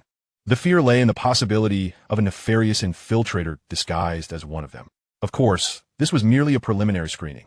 Various factions employed myriad methods to send spies into their rivals' domains. Erasing memories and reshaping personalities were routine practices, enabling a spy to believe themselves to be an ordinary disciple until the opportune moment when special means would awaken their true nature. Engaging in a battle of wits against these insidious spies had always been one of the sect's core responsibilities. Just as Elder Wang was intently observing the mirror, the true person of weaving shadows displayed a hint of impatience and waved her hand. "Rest assured, esteemed sect leader, on the way back, I have already employed the heart-querying sword." This child's memories are pure, her spirit untainted, devoid of any false recollections or hidden personalities. She is nothing more than an exceedingly ordinary young girl. There is no need to trouble Elder Wang further. Her tone was resolute, carrying an undeniable sharpness. Upon hearing her words, the elders could not help but reveal wry smiles of resignation. They were well aware of the efficacy of the heart-querying sword, one of the sect's most formidable lie detection methods. Given her assertion, further deliberation would be a mere waste of time. Sect leader Zhuge appeared to shed a heavy burden, quietly exhaling in relief as he rubbed his throbbing temples, contemplating an exit. At last, this troublesome matter could reach a conclusion. Before turning away, adhering to procedural habit, he casually inquired further, "If that is the case, let be so. By the way, child, what is the quality of your spiritual root?" The girl seemed to grow even more anxious, her head bowed lower, her voice faint as a whisper, trembling as she replied, "That disciple possesses a 5-element spiritual root." Boom! The declaration reverberated like thunder, instantly shocking the entire assembly. The disciples who had been murmuring moments ago could no longer contain themselves, erupting into exclamations, doubts, and gasps of disbelief. Even the elders, who had remained composed and impassive, now displayed expressions of astonishment and incredulity. On the path of cultivation, it is true that as one ascends to higher realms, the influence of spiritual root quality gradually diminishes, yielding to character, comprehension, and even destiny. However, this holds true only for those who have already embarked on the path as golden core cultivators. In the initial stages of Qi refinement and foundation establishment, spiritual roots are the keys to opening the doors of immortality. Their quality almost dictates everything. The master of a peak, a prospective Yuan seed for the sect, had actually accepted a disciple with a 5-element spiritual root as their personal apprentice. This was utterly unfathomable, unheard of. To put it bluntly, such qualifications would barely suffice even among the outer sect's miscellaneous disciples. The esteemed Master Zhuge, as the leader of a sect, skillfully concealed his astonishment, though a subtle twitch at the corner of his mouth betrayed his inner turmoil. Taking a deep breath, he deftly returned the metaphorical hot potato, addressing Ji Ying with a tone imbued with a sense of helplessness, as if questioning the absurdity of the situation. Despite the scrutinizing gazes and whispers of doubt from the audience, Ji Ying remained composed, her lips curling into a faint, haughty smile that seemed to convey a message of superiority over the mundane crowd. Stepping forward, her voice rang clear and resolute, echoing throughout the vast square. "Master, esteemed elders, the quality of spiritual roots has always been the least valuable asset in my eyes." Her gaze swept across the assembly, eventually landing on the anxious girl beside her, her tone unyielding and infused with an undeniable certainty. "The reason I am determined to take this child as my disciple is simple." Pausing for emphasis, she enunciated each word with clarity. "This child grasped my principles and soared intent after merely one explanation and demonstration. Such comprehension is extraordinarily rare. After a century of searching, I have finally found my successor. I am resolute in my decision to accept her as my pupil." Chapter 36. That seems to be my maidservant.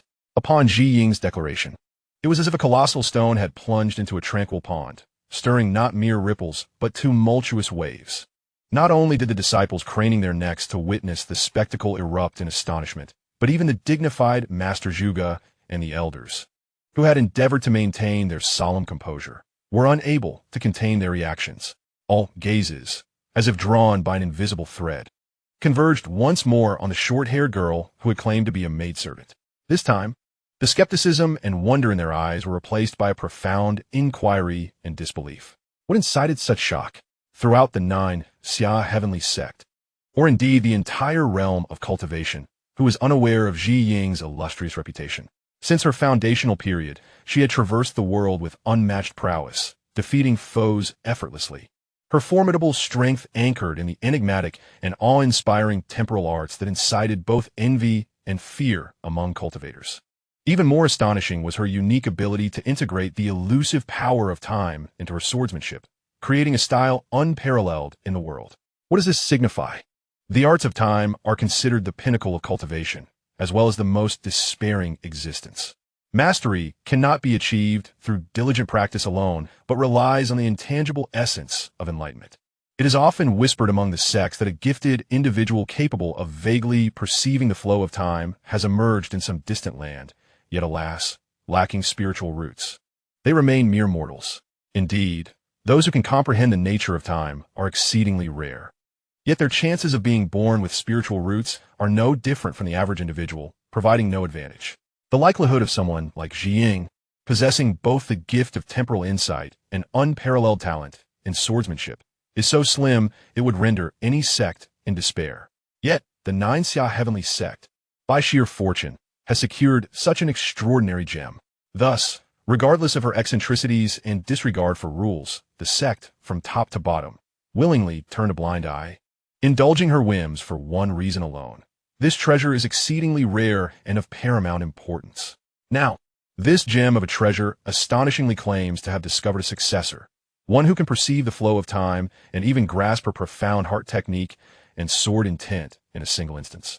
Moreover, this child possesses a spiritual root. What? Just a 5-element root? Oh, what difference does it make? In light of the staggering fact that she can inherit the true teachings of the weaving shadow, the quality of the spiritual root pales in significance. Does the sect lack resources? Absolutely not. They will lavishly provide elixirs and rare treasures without restraint. Even if she were truly a dullard, there would be many within the sect willing to expend their cultivation to impart their teachings to her. At the very least, she could be elevated to the later stages of foundation establishment. In an instant, the atmosphere before the hall transformed entirely. The weariness, helplessness, and astonishment etched on the faces of sect leader Zhuge and the elders dissipated, replaced by sparkling eyes and smiles that radiated warmth and kindness, brimming with excitement and elation. For a sect, while geniuses are undoubtedly precious, what is even more feared is the potential loss of unparalleled, unique skills. The 3 disciples previously accepted by the Weaving Shadow were all prodigious talents, yet none could truly inherit her core sword intent of time. And now this long-awaited hope, which had nearly turned to despair after a century, had manifested in the most unexpected form. A mere maid with a 5-element root. This was no longer a mere surprise. It was nothing short of celestial fortune. Observing the nearly unrestrained excitement of the prominent figures on the high platform, disciples of lower ranks, such as Long Tao and Dong Jiyuan, felt utterly perplexed, struggling to empathize with the fervor surrounding them. This is hardly surprising. To them, any technique or supernatural ability above the golden core stage seemed as distant as the stars, a luxury even in dreams. Concepts like sword intent and unique skills might sound impressive, but their true significance and the difficulty of inheritance were entirely beyond their comprehension, leaving them unable to grasp the shock and distinction of the moment. Old Dong, it seems we both misjudged the situation, Long Tao remarked, somewhat disheartened. She's merely a maid, relying on a peculiar talent unrelated to her spiritual root. She surely cannot be the second miss of a Zhu family. Indeed, Dong Jiyuan sighed, his brow furrowed in thought. This broadens the scope considerably. With Qinglin Town being so vast, it's not surprising for a maid to suddenly emerge with a 5-element root. The key question is, what connection can we possibly have with her? The difficulty of establishing such a relationship is formidable. Dong Jiyuan hailed from a humble background. With only his parents, an elder brother, and an elder sister, they had never needed a maid. Although Long Tao's family was somewhat wealthier, they were merely a branch in Qinglin Town, consisting of his parents, a younger sister, a small maid, and an old steward to maintain appearances. The likelihood of such a fortuitous event occurring was so low that he had never considered it in relation to his own family. As the atmosphere in the venue grew increasingly fervent, the higher-ups encircled the young maiden, showering her with warmth and concern. At that moment, the fortunate girl, who had kept her head bowed, timidly turned around under the benevolent gaze of the sect leader and the elders. Although there was a considerable distance between them, the vision of the cultivators surpassed that of ordinary mortals. Long Tao and Dong Jiyuan simultaneously recognized the exquisite yet strikingly familiar visage. The 2 men froze in place, as if ensnared by an immobilizing spell, their eyes wide with disbelief. Long Tao's voice emerged from his throat, trembling with incredulity. Am I seeing things? Is that truly your littling? Dong Jin's voice was no less strained, hoarse and dry. I too suspect I am imagining it. It appears to be littling. Their hushed exclamations were drowned in the surrounding clamor, evoking no attention from those nearby. Nevertheless, they instinctively rubbed their eyes vigorously, fearful of having conjured a mirage from excessive cultivation. Little Ling, the maidservant of Long Tao's household. To be precise, she was Long Tao's personal maid. He had discovered her as a small waif in the wilderness during his childhood, emaciated yet possessing an unsettling brightness in her eyes. After bringing her home, she had silently trailed behind him like a shadow, earning the endearing name of Little Ing. Were it not for the sect's stringent decree prohibiting servant disciples from bringing attendants, she would have undoubtedly remained by his side throughout these 5 years. In truth, Long Tao's fervent desire to ascend to the outer sect and secure a private courtyard stemmed from an unspoken ambition to eventually bring her to his abode in a concealed sanctuary. Yet now, she had indeed arrived. However, she had done so in a manner he could never have fathomed, manifesting in a posture that sent shivers down his spine. Under the focused light of the power core of the Xianxia Tianzong, do not frighten yourself unnecessarily. Long Tao endeavored to maintain his composure, though his voice betrayed him. Perhaps it is merely a coincidence of appearance? The world is vast and full of wonders. Enough of this self-deception. Long Tao, Dongjian interjected, his tone more assertive. In all of Qinglin town, where else could you find a maid as beautiful as Little Ling? It is highly likely that it is indeed her. Moreover, did we not return together 2 years ago? It has not been long. How could one possibly mistake her? Dongjian referred to their collective effort as fellow townsfolk of Qinglin to pool their resources for a dilapidated cloud boat, embarking on a long-awaited visit home during a day that allowed for everyone to take turns. The Xianxia Tianzong was not a place devoid of compassion. It did not sever ties with the mundane world upon entering the sect. As long as the requisite sect duties were fulfilled, disciples were permitted to visit their families. However, for servant disciples, a lengthy and free holiday was indeed a luxury. In the 5 years since joining the sect, Long Tao had only returned home once. Naturally, during that solitary visit, they had encountered Little Ing. Chapter 37. After the gathering. Plans cannot keep pace with change. Initially, the two believed their target to be merely an ordinary local prodigy. Emboldened, they approached him, seeking to establish a rapport, albeit feeling somewhat embarrassed. Yet this was a common practice. However, to their astonishment, this prodigy had transformed into their own maid. Long Tao's schemes instantly withered, replaced by an inexplicable sense of awkwardness and embarrassment. Moreover, at that moment, Xiao Ying was surrounded by the sect leader and elders, who enveloped her with warmth and concern, elevating her status beyond measure. As mere novices in the Qi Refinement stage, they had no chance of approaching her. Old Dong, let us retreat for today. Long Tao tugged at Dong Jiyuan's sleeve, his voice somewhat parched. I will send a message home via a spirit pigeon to inquire about the situation, and we could deliberate further afterward. Dong Jiyuan nodded, then suddenly realized, wait, I suspect you won't even need to send a letter. Your family's message is likely already en route. Perhaps it's even concealed on Xiao Ying herself.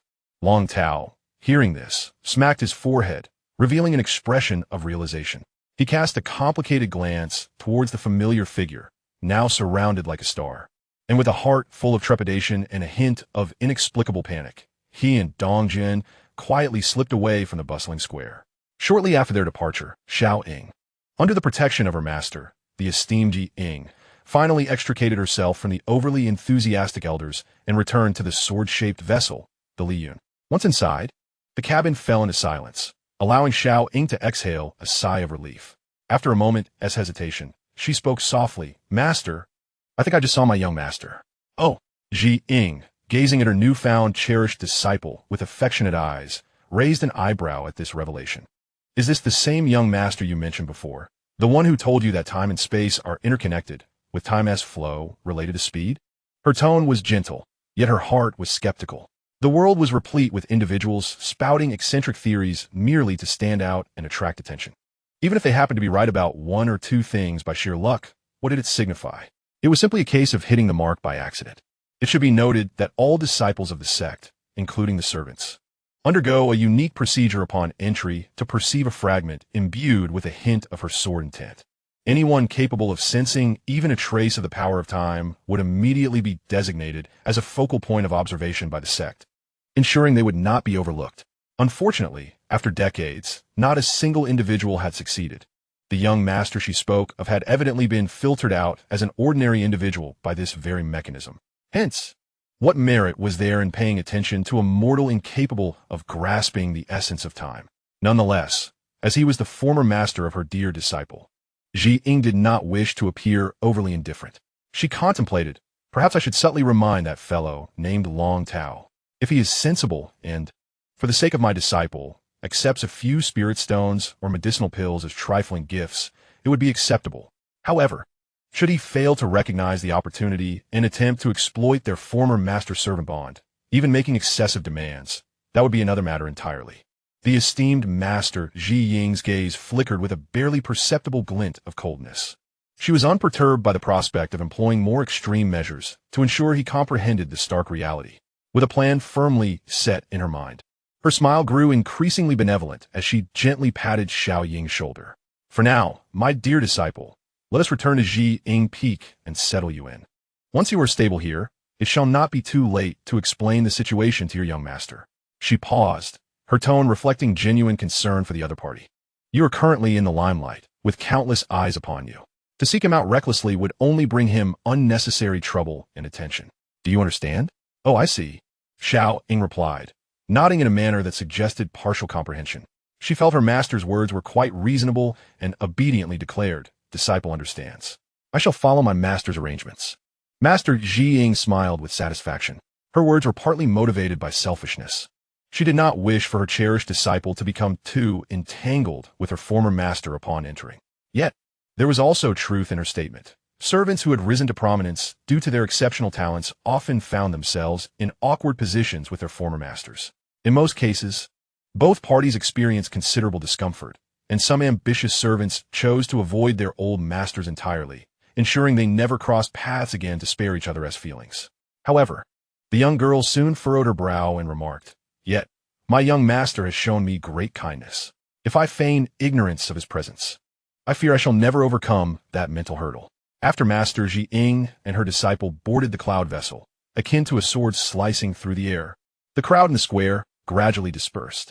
The elders either departed on beams of light or gathered in small clusters to take advantage of this rare opportunity to discuss sect matters in hushed tones. Zhuge, the sect leader, stood silently. The radiance that had illuminated his face upon discovering a prodigious talent swiftly faded, returning to a visage weary from the burdens of countless trivialities, appearing even more fatigued than before. Master, this is the documentation that requires your personal review today. I have already sifted through it. A poised female disciple clad in dark robes approached at an opportune moment, presenting a substantial stack of scrolls and jade slips before him. Her tone was respectful yet insistent. You mustn't find excuses to shirk your duties. Manu, Zhuge sighed despondently, casting a glance at his rigorously demanding disciple. As my considerate little aide, might you show a modicum of compassion for this old body of mine? Is it not a tad cruel to burden me with such an avalanche of work at this hour? Unfazed, the female disciple replied with a calm, yet incisive demeanor. You, a late-stage golden core cultivator, sustained by the sect's resources, cannot be easily exhausted regardless of your efforts. However, our sect, like a fragile vessel, could falter at any moment if you allow yourself even a moment's respite. The safety of our sect is at stake, and I shall not indulge you in this matter. Alas, what folly led me to choose you as my aide? Zhuge lamented, resignedly accepting the stack of documents. Despite his verbal complaints, he was acutely aware that the materials you had filtered were undoubtedly mundane, yet essential tasks that required his personal attention. He habitually skimmed through titles and summaries, most of which were predictably mundane. Fluctuations in the output of the spirit stone veins, mediation of disputes among affiliated families, progress reports on secret realm explorations, and applications for resource quotas from various peaks. As his gaze passed almost numbly over these entries, a task record with a somewhat different title suddenly captured his attention. Is this a report on the daily cleaning task in the Windless Cliff area? He straightened slightly, a flicker of curiosity igniting in his eyes. A cleaning task recorded with such meticulous detail? Quite rare indeed. For him, such unexpected yet slightly unusual trivialities provided a rare diversion and amusement amidst the mountains of official duties. Yes, a faint smile curved the corner of Manu's mouth. This record was not only rich in content, but also the process was described in an intriguing manner. The handwriting of the author was neat and vigorous. The disciple had specifically highlighted it, perhaps to alleviate his boredom. I must express my gratitude to you. The sect master, Zhuge, perked up, taking the booklet in hand. Let me see the recorder, Long Tao. A rather imposing name. An outer sect disciple at the 5th layer of Qi Refining, who inadvertently entered the trial area of the Windless Cliff while executing a cleaning task, and was then rescued by the passing Nan Yuchen. As he read on, a look of interest blossomed on the sect master's face. This task record was written with dramatic flair, the details vivid, akin to a short story. Indeed. As Manu had said, it was quite refreshing. This Nan Yuchen exemplified unwavering righteousness and kindness. Master Mingzhu surely teaches her disciples well. He nodded in approval, then turned his attention to the report's focal point. However, from this report, it seemed the spiritual energy environment of the Windless Cliff area had recently experienced some fluctuations. Master, as you discern, Manu nodded, it is precisely based on this detailed report that some believe it necessary to conduct a new exploration of the Windless Cliff, hoping to ascertain the reasons behind the environmental changes and perhaps discover new resource points or unique spirit plant species. Agreed. Zhuge, the sect master, waved his hand decisively, authorizing a special investigation task in the name of the sect, permitting intersect disciples and cultivators above the foundation establishment stage to form teams to undertake it. Moreover, his gaze fell once more on the signature at the end of the record, Long Tao, his fingers lightly tapping the paper. This young fellow named Long Tao, though his cultivation is merely at the 5th layer of Qi Refining, from this report alone, his clarity of thought, comprehensive narration, and adept capture of key details demonstrate that he is quite skilled in handling practical documentation. He raised his head, looking towards his astute and capable eldest disciple, a glimmer of light in his eyes, a smile playing at the corners of his mouth. Manu, find an opportunity to assess this Long Tao. If his aptitude for handling affairs proves commendable, and his character is sound, it would be worthwhile to cultivate him as a potential future asset. He nearly let slip the candid remark about nurturing new steeds. Chapter 38, The Sect Master's Aid. After Zhuge, the sect leader, finally finished reviewing the backlog of documents, Manu cradled the substantial stack of her master's heartfelt work and returned to her dedicated workspace in the side wing of the Grand Hall.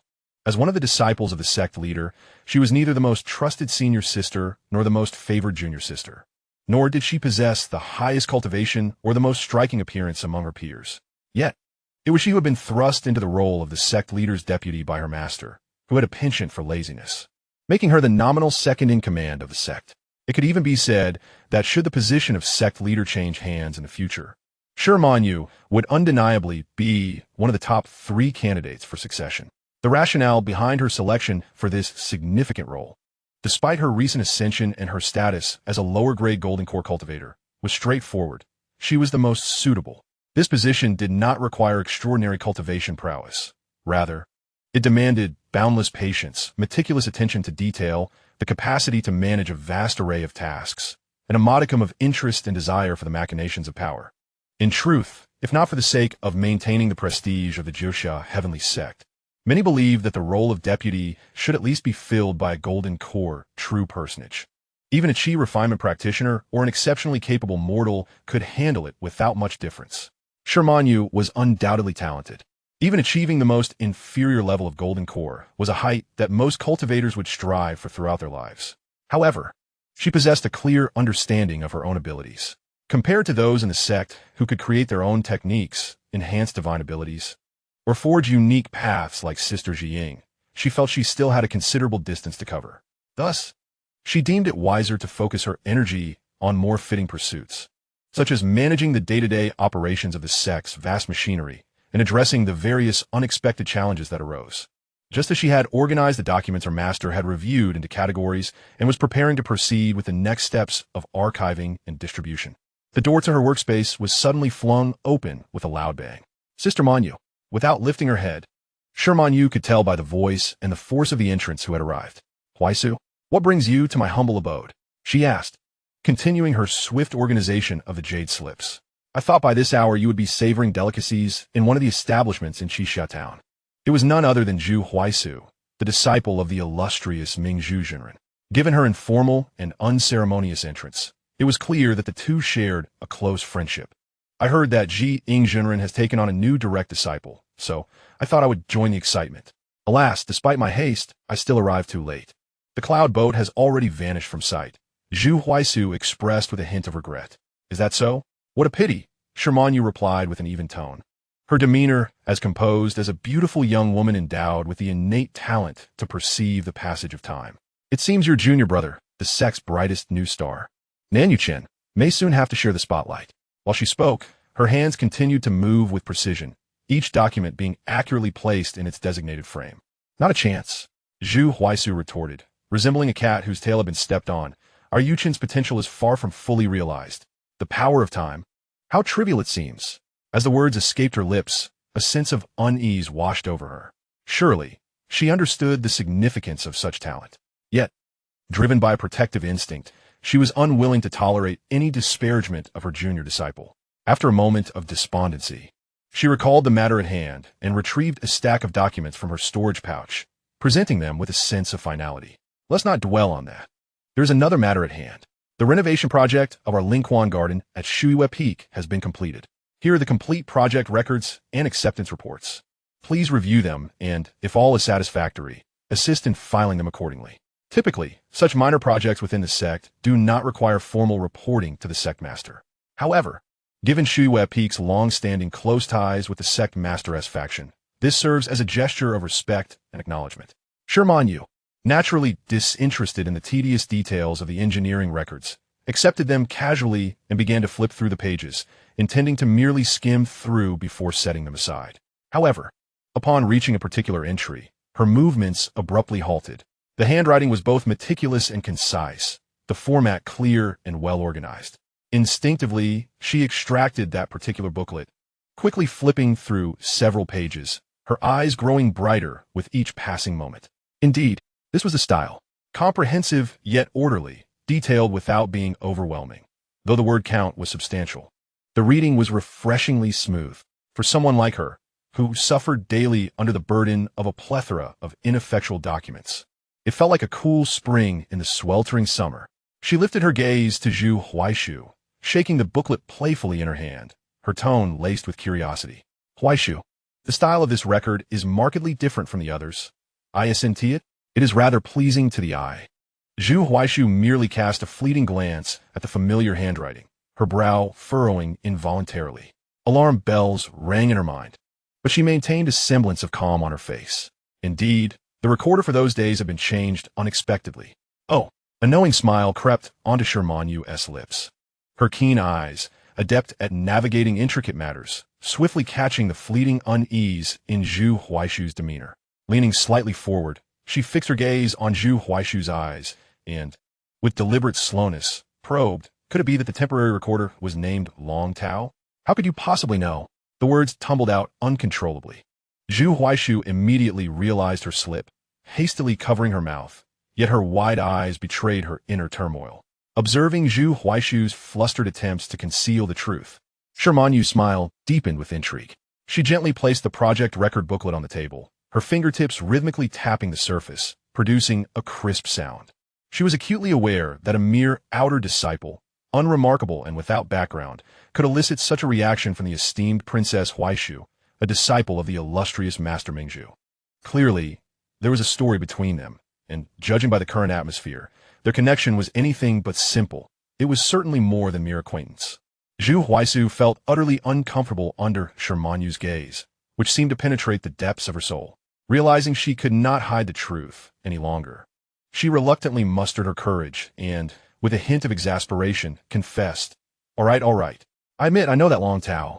Though he is merely at the 5th level of Qi cultivation, he is truly wicked. His mind is filled with malice. He constantly devises schemes to lead my little junior brother astray into doing absurd things. As she spoke, her anger intensified, as if she had found a release for her pent-up frustration. Yes, I acknowledge that he possesses some cunning in his writings, which may appear somewhat impressive. However, one must prioritize character before capability. A person with flawed morals and ulterior motives should never be entrusted with significant responsibilities.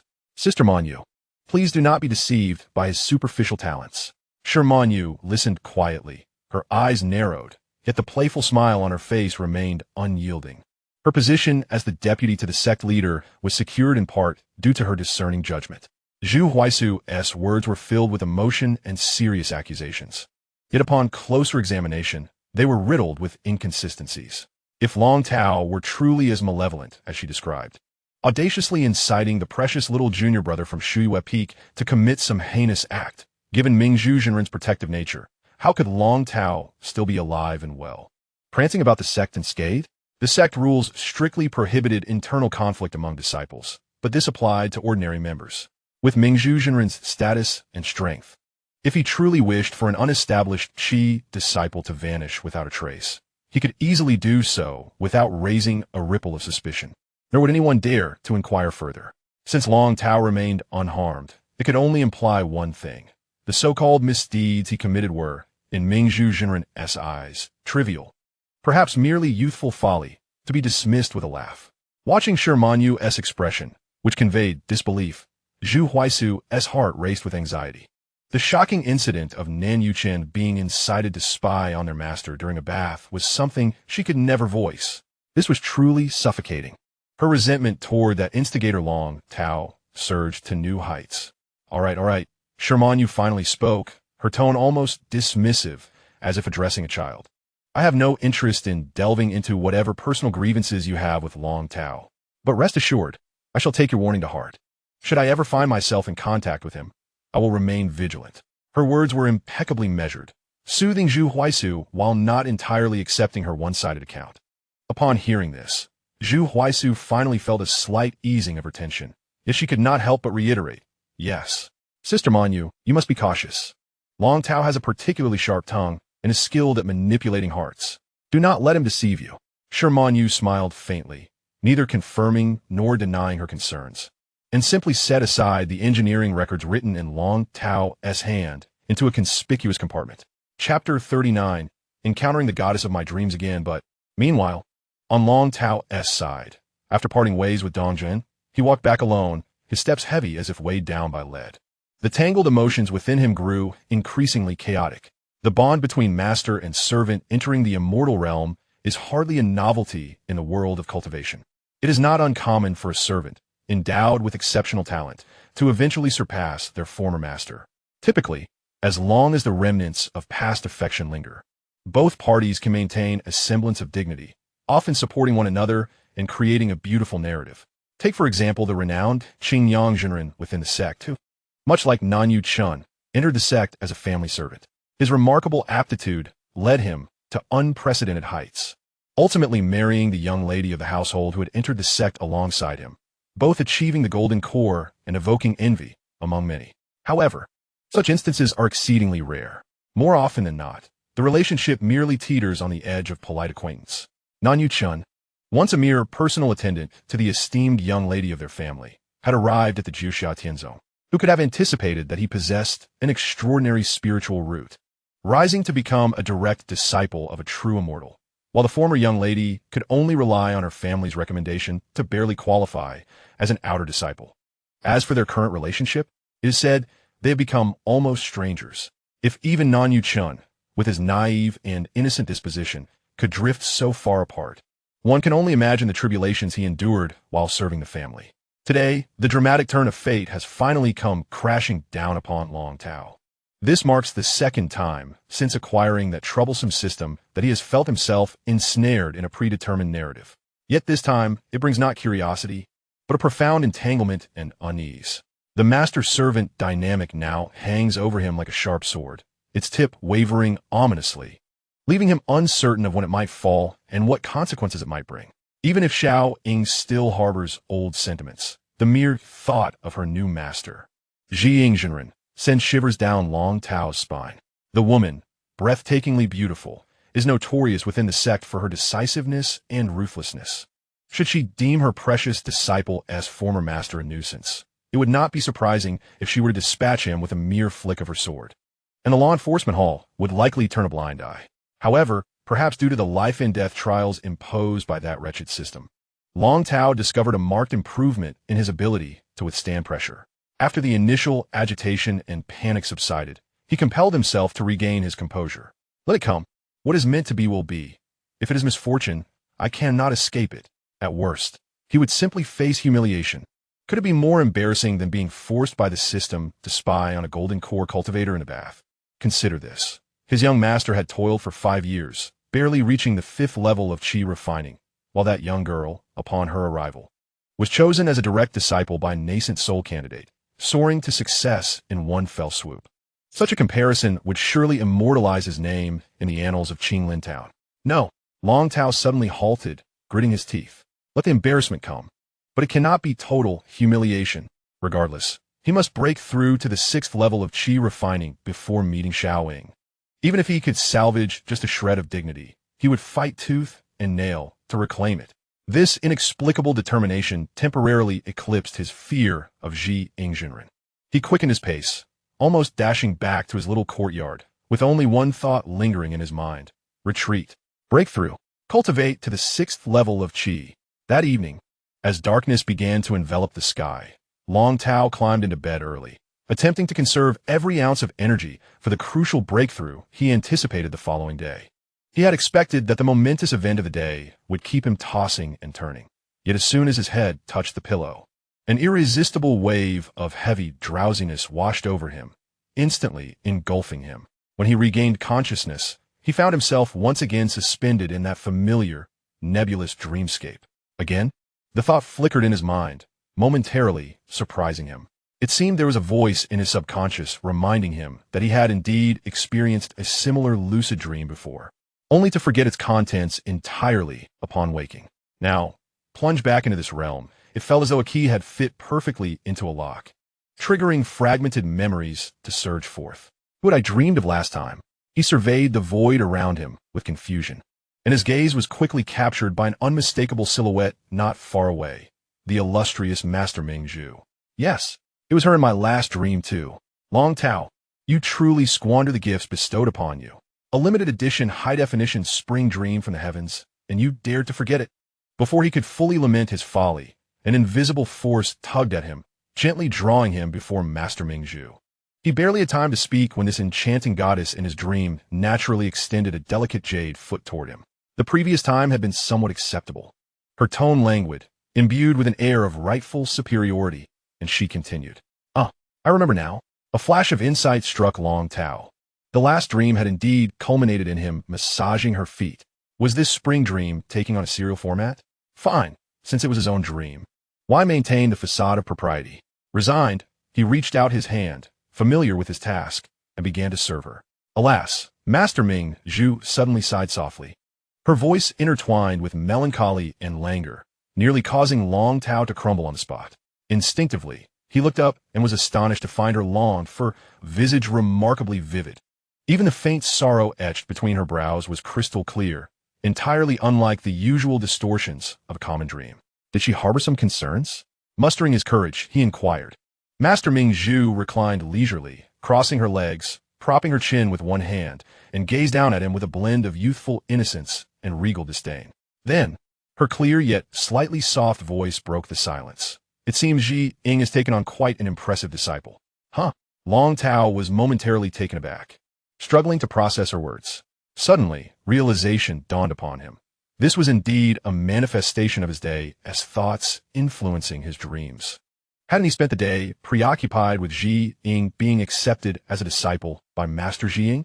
Hadn't he expected such emotions to spill into his dreams? However, for goodness sake, introducing such mundane reality into such a rare spring dream was utterly deflating.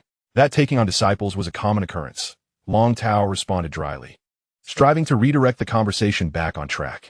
Not good. Not good at all. Suddenly, the esteemed Ming Zhu Zhenren resembled a cat whose tail had been stepped on, her voice rising in pitch, imbued with an unreasonable petulance. Why was it that everything seemed to go her way?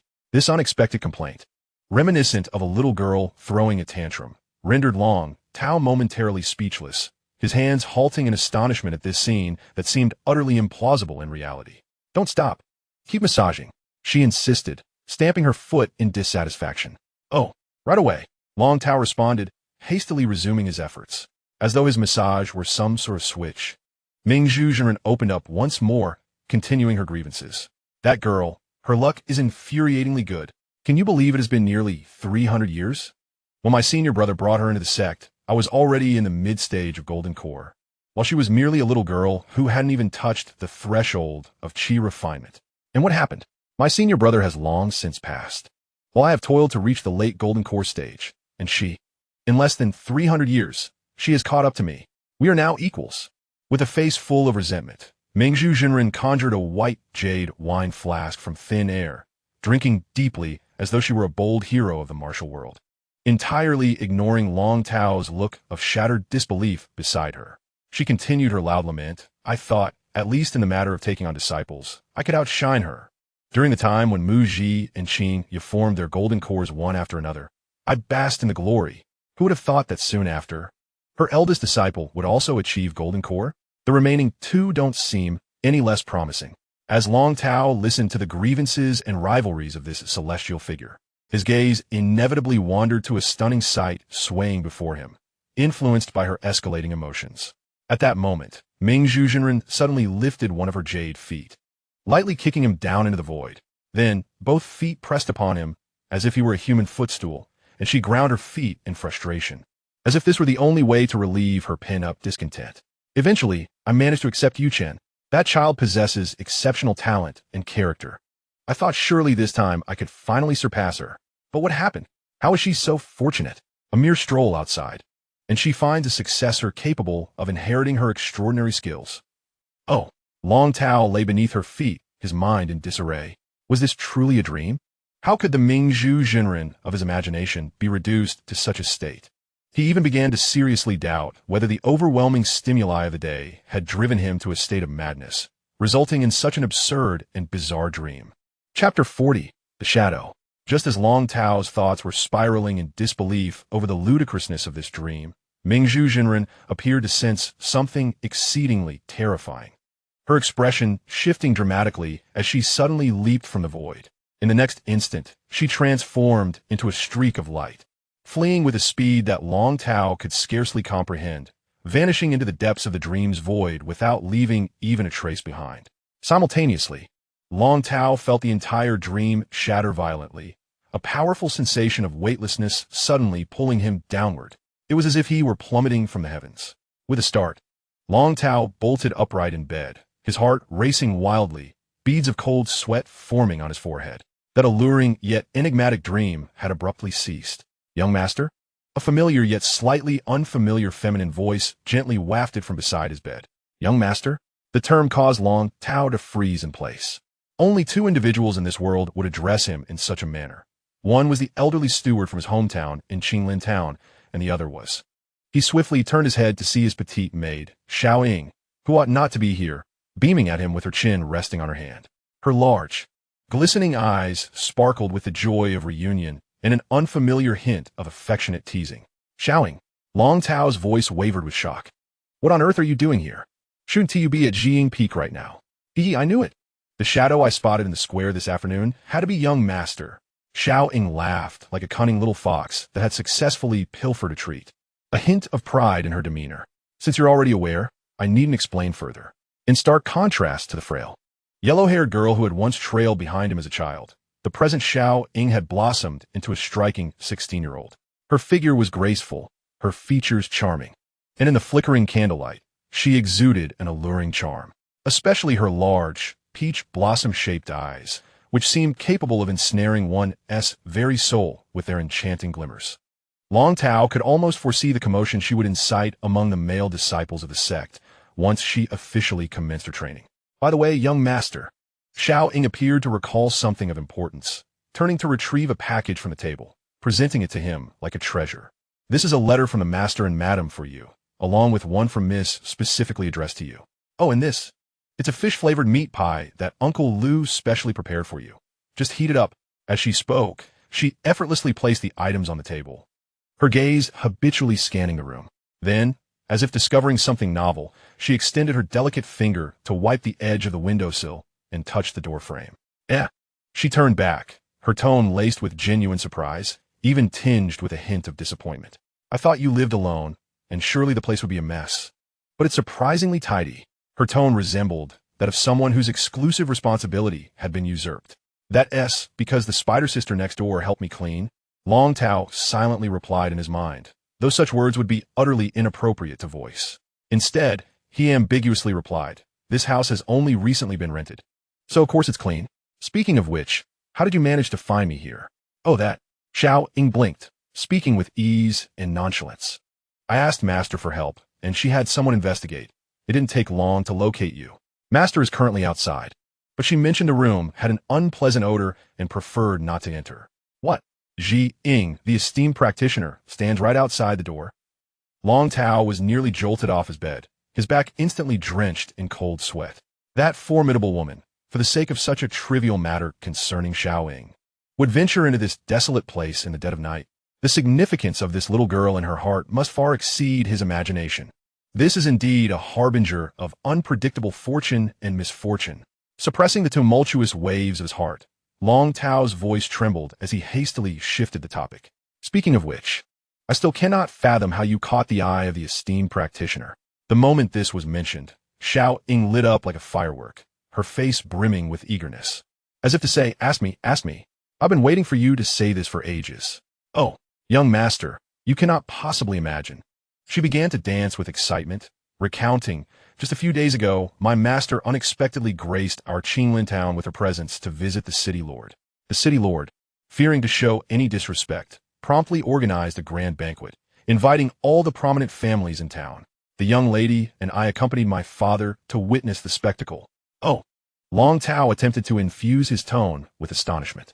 I surmised that during the banquet, Ji Ying performed her swordplay, and amidst the crowd, only you discerned its essence. Oh dear, Xiaoying pouted, stamping her foot in playful indignation. Why must you snatch my words away?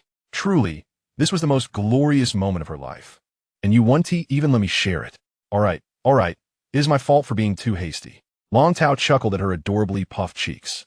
And what transpired next? Did the practitioner take you as her disciple on the spot? Indeed, Xiaoying nodded vigorously, her eyes sparkling. My master is decisive in her actions. She directly had me perform the disciple right before all the heads of the families in the city. So straightforward. Yes. She mentioned that her childhood nickname was also Xiaoying, and since I could comprehend her sword intent and shared her name, it was a fated connection. Long Tao nodded in agreement. It was indeed a profound bond, explaining why the little girl was so cherished. Xiaoying continued, her voice dipping slightly. My master even bought my contract from my father and burned it on the spot. Wait. Long Tao seized upon this pivotal information, feeling an inexplicable emptiness within. Your contract was burned? So you are free now? No longer bound to me. His voice trailed off, tinged with a hint of unrecognized melancholy. Oh, Xiaoying suddenly leaned closer, her face adorned with a mischievous and alluring smile, exhaling softly. So, young master, you harbor such feelings for me? Hee, it's all right, as long as you wish. I can readily sign a new and different contract with you. Spare me. Long Tao's scalp tingled, instinctively glancing toward the door. I fear that before the ink on that contract dries, Ji Ying's sword light will cleave this dilapidated abode, and me, into two. Xiaoying burst into laughter at his words. With a playful smile, she suddenly climbed onto the bed, using both hands and feet, and positioned herself above Long Tao, gazing down at him. The candlelight behind her outlined her soft silhouette, her eyes still warm, yet tinged with a myriad of complex emotions. However, she said, her voice dropping to a whisper imbued with a hint of reproach, it is entirely your fault for being so disappointing. You've been here for 5 years, and you've only reached the 5th level of Qi cultivation. Of course, my master thinks it's better for me to keep my distance from you. You didn't say that when you left home 5 years ago. If you had reached the foundation stage by now, she would certainly not have any objections. Honestly, can't you show a little more ambition? Just imagine if you had come a few days later. Long Tao's face turned crimson from her words, and he protested. I would have already broken through to the 6th level of Qi cultivation by now. Oh, so, should I be the one to praise you? Xiaoying giggled like a mischievous little fox, playfully poking his forehead with her finger. Well, who could resist your rather unimpressive demeanor? Alas, if I could achieve something in the future. Suddenly, she leaned down, her soft, warm lips swiftly brushing against Long Tao's cheek, leaving a gentle sensation and a faint fragrance. Just wait patiently to enjoy my support, she declared, straightening up and leaping off the bed, her tone light yet undeniably serious. I shall take care of you. After speaking, she habitually tidied the slightly disheveled bed, patting the pillow with the deftness of a devoted maid. Upon reaching the door, she seemingly remembered something and turned back to the still-dazed Long Tao, saying, by the way, Master has sent a letter of introduction from the sect to the family. You'll be able to enter the sect as an external disciple without the need for an assessment. Don't forget to greet her when she arrives. With that, she flashed him a radiant smile and gently pushed open the door, her figure melding into the night outside. Long Tao remained seated on the bed, touching his cheek where she had just kissed him, staring at the pile of family letters and meat pies on the table. His mind in a tumult of thoughts. One moment filled with the dread that Qi Refinement might be just outside. The next with Xiao Ying's astonishing declaration of support, and then the news of his sister's impending arrival at the sect. The weight of information that night was indeed overwhelming. Chapter 41. The Discovery of Qi Refinement. A moment earlier, we returned to the scene where Xiao Ying and Qi Refinement had just arrived at the entrance of Long Tao's courtyard. "Master, I shall enter first. Please wait a moment," Xiao Ying respectfully said, turning to the still figure of Qi Refinement. Qi Refinement nodded slightly, her cool gaze sweeping over the unremarkable wooden door, her tone flat yet carrying an undeniable authority. "By the way, inform your young master that I have annulled your servant contract. You are now a free individual and my direct disciple. He should be aware of his position moving forward." Upon hearing this, Xiao Ying could only manage a helpless smile, yet she obediently nodded in acknowledgement.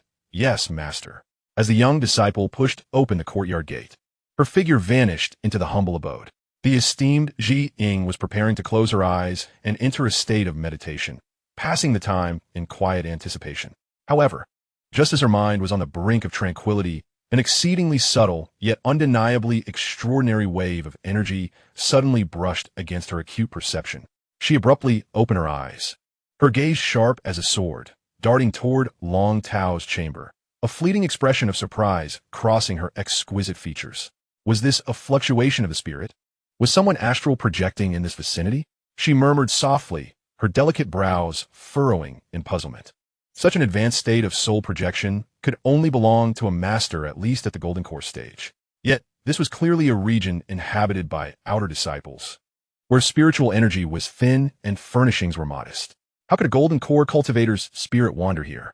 Qi Ying's curiosity was instantly piqued. Though the trace of the spirit dissipated swiftly, almost leaving no trace. Who was she? She was Qi Ying. Such matters were hardly beyond her grasp.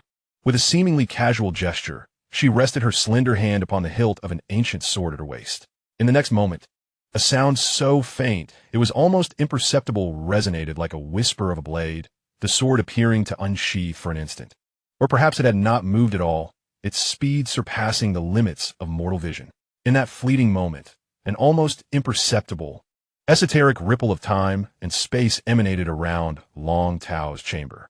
Qi Ying elegantly raised her jade finger, gently caressing the rippling wave as it began to settle, as if she were capturing the lingering essence of an elusive fragrance in the wind, savoring it delicately at her nostrils. She squinted slightly, absorbing the nearly dissipated remnants of that spirit's aura, and suddenly, her clear and frosty eyes ignited with incredulous brilliance. Was it Master Mingzhu? How could this be?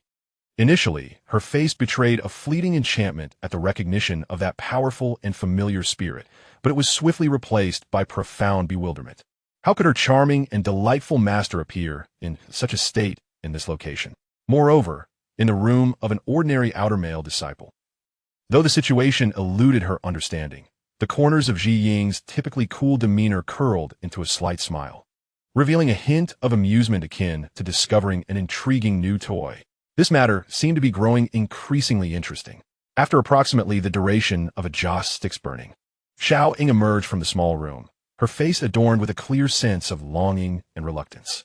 Approaching Qi Ying, she spoke softly, "Master, I have completed my tasks, and I will strive to avoid contact with the young master." Xiao Ying's voice was filled with an air of grievance.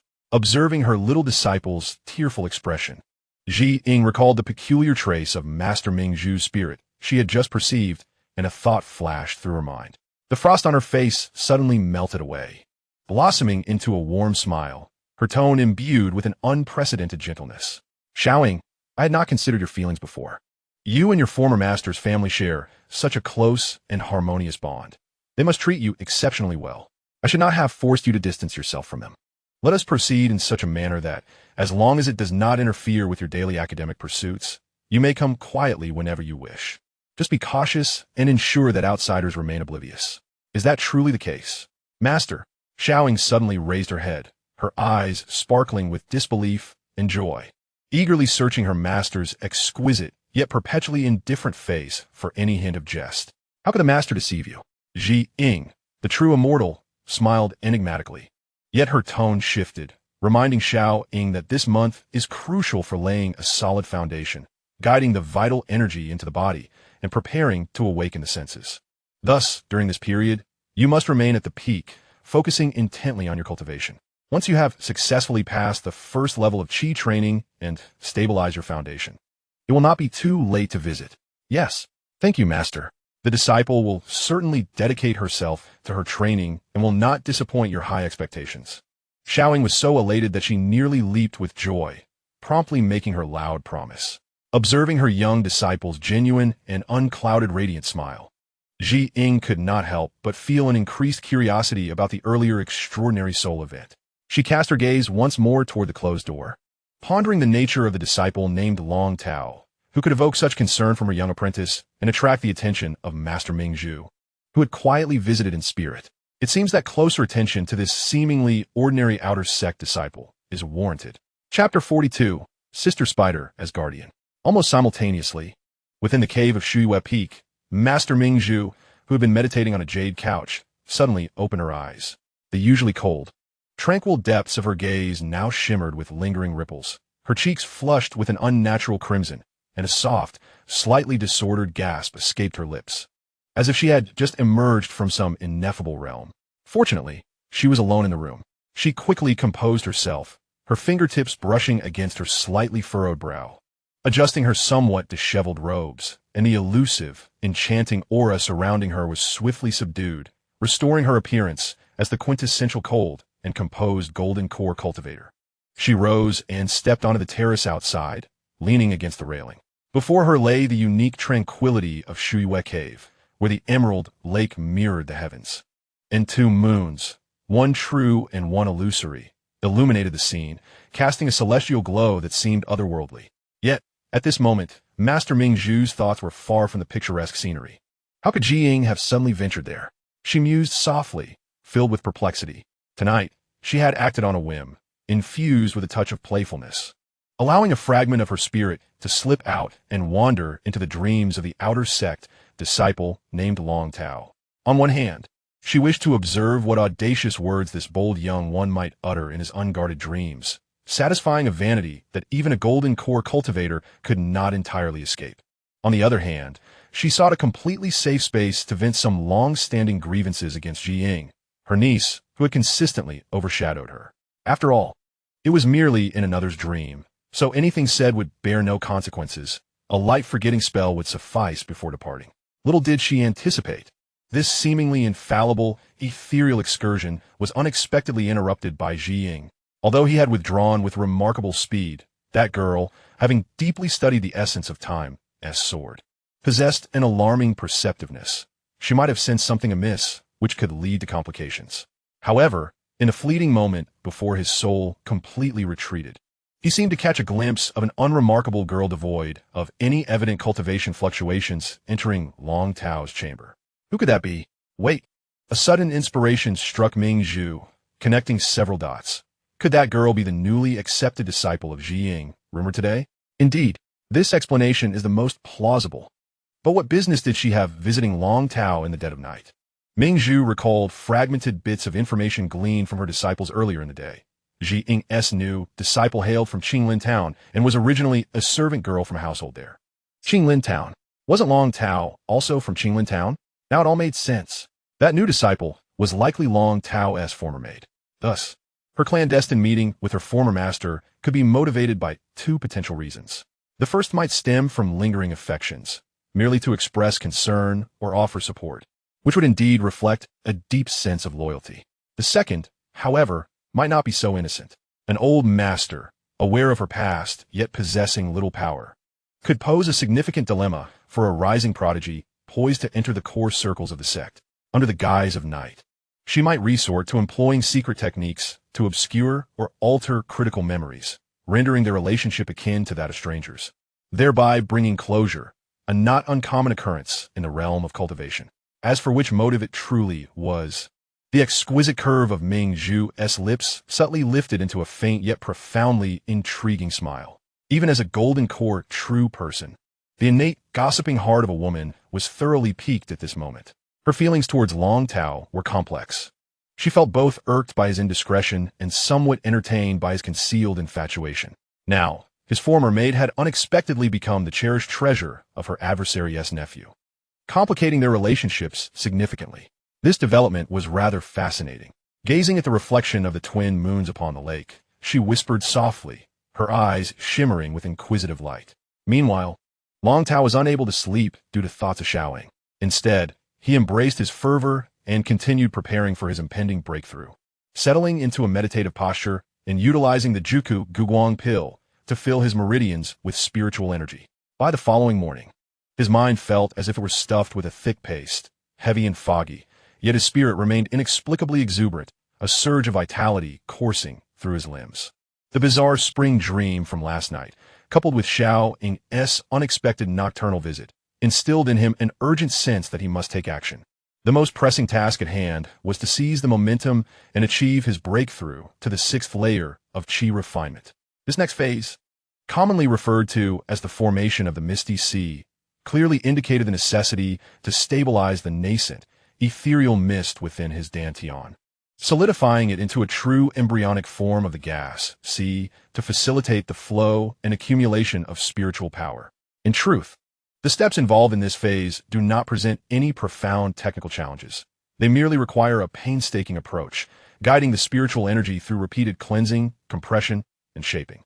However, this process cannot tolerate the slightest disturbance, and should any mishap occur midway, leading to a backlash of uncontrolled spiritual energy, the consequences could be dire, ranging from a collapse of one's cultivation to severe injuries to the meridians and dantian. Therefore, a reliable protector is crucial during this stage of breakthrough. They must be present to promptly dissipate any runaway spiritual energy and provide timely assistance. It is precisely at such moments that the advantages of being a disciple of a major sect become apparent. In the Xianxia celestial sect, if one's interpersonal relationships are lacking and one cannot find a familiar senior or peer to serve as a protector, there is no cause for concern. One can directly request a protector from the sect. The sect will arrange for a sufficiently skilled elder to safeguard you. Naturally, this is a benefit provided by the sect, and as one's cultivation improves, they will also be required to serve as protectors for the younger generation, balancing the privileges enjoyed with the responsibilities to be borne. However, the issue lies in the fact that this sect's guaranteed service often entails a lengthy waiting period, typically around 10 days. At present, Long Tao is brimming with enthusiasm and feels at his peak, wishing to wait not a moment longer. Yet, when it comes to seeking out a familiar Golden Core elder, such as Elder Lu from the workshop, who has been kind to him, or Elder Wu as lecturer, he hesitates to voice his request. While it is highly probable they would assist him, the favor owed to a Golden Core cultivator is not easily repaid. With a furrowed brow, he pushed open the door, contemplating whether to venture to the usual haunts of outer disciples in hopes of encountering a free and familiar senior. Just then, he caught sight of Sister Spider, Luo Yusi, in the courtyard, gracefully sweeping with her 6 legs, diligently tidying the space. Wait, an idea sparked in Long Tao's mind. These spider siblings have been in the sect for quite some time. Perhaps they know of some reliable and available candidates? Long Tao, good morning. Luo Yusi noticed his gaze, shyly pausing her work. Are you heading out? Well, not exactly. Long Tao scratched his head and decided to be direct. By the way, Luo Daoyu, I happen to have a favor to ask. I plan to break through to the 6th layer of Qi Refinement today and need a protector. Do you know anyone who might be free and willing to help? A protector? Luo Yusi was taken aback for a moment, her fair cheeks flushing slightly as she pointed to her own face. In a soft yet clear voice, she replied, I could do it. You? Long Tao was quite surprised, taking a moment to assess her. A demon serving as a protector? He had indeed heard of such precedents. But most human cultivators would rarely consider this option, perceiving the cultivation systems of demons and humans as fundamentally disparate, leading to a lingering unease about having a demon as a protector. Can you really serve as a protector? He confirmed, his tone infused with astonishment. Indeed, Luo Yusi nodded emphatically, seemingly striving to enhance her persuasive tone. Over the years, my brother and I have assisted many outer disciples in our sect with their protective endeavors. While I cannot guarantee success at higher levels, I assure you that overcoming the 8th level of Qi training is absolutely within our capabilities. Given Luo Yuxi's typically introverted and shy demeanor, her assertive declaration suggested a genuine confidence. However, Long Tao still harbored some doubts. Isn't the path of your cultivation quite different from that of our human race? Can this truly work? In a hushed tone, Luo Yuxi explained, her 6 eyes blinking shyly. In order to master the transformation technique, we must possess a profound understanding of the human body structure and the flow of spiritual energy. Therefore, there should be no issues regarding protection. Long Tao pondered this and recognized the validity of her reasoning. It was akin to learning a foreign language in a past life. Non-native speakers might struggle with spoken fluency, yet often delve deeper into the theoretical aspects of grammar and structure than many native speakers. Consequently, his apprehensions dissipated significantly, replaced by a burgeoning curiosity. Having a beautiful spider spirit as his protector would surely provide ample conversation fodder in the future. Then I must trouble you, fellow Taoist Luo. Long Tao resolved, smiling as he clasped his hands together. Is today convenient for you? Absolutely. It's quite convenient. Luo Yuxi eagerly nodded, her legs fidgeting slightly with excitement and nervousness. I happen to have no other matters to attend to today. Chapter 43.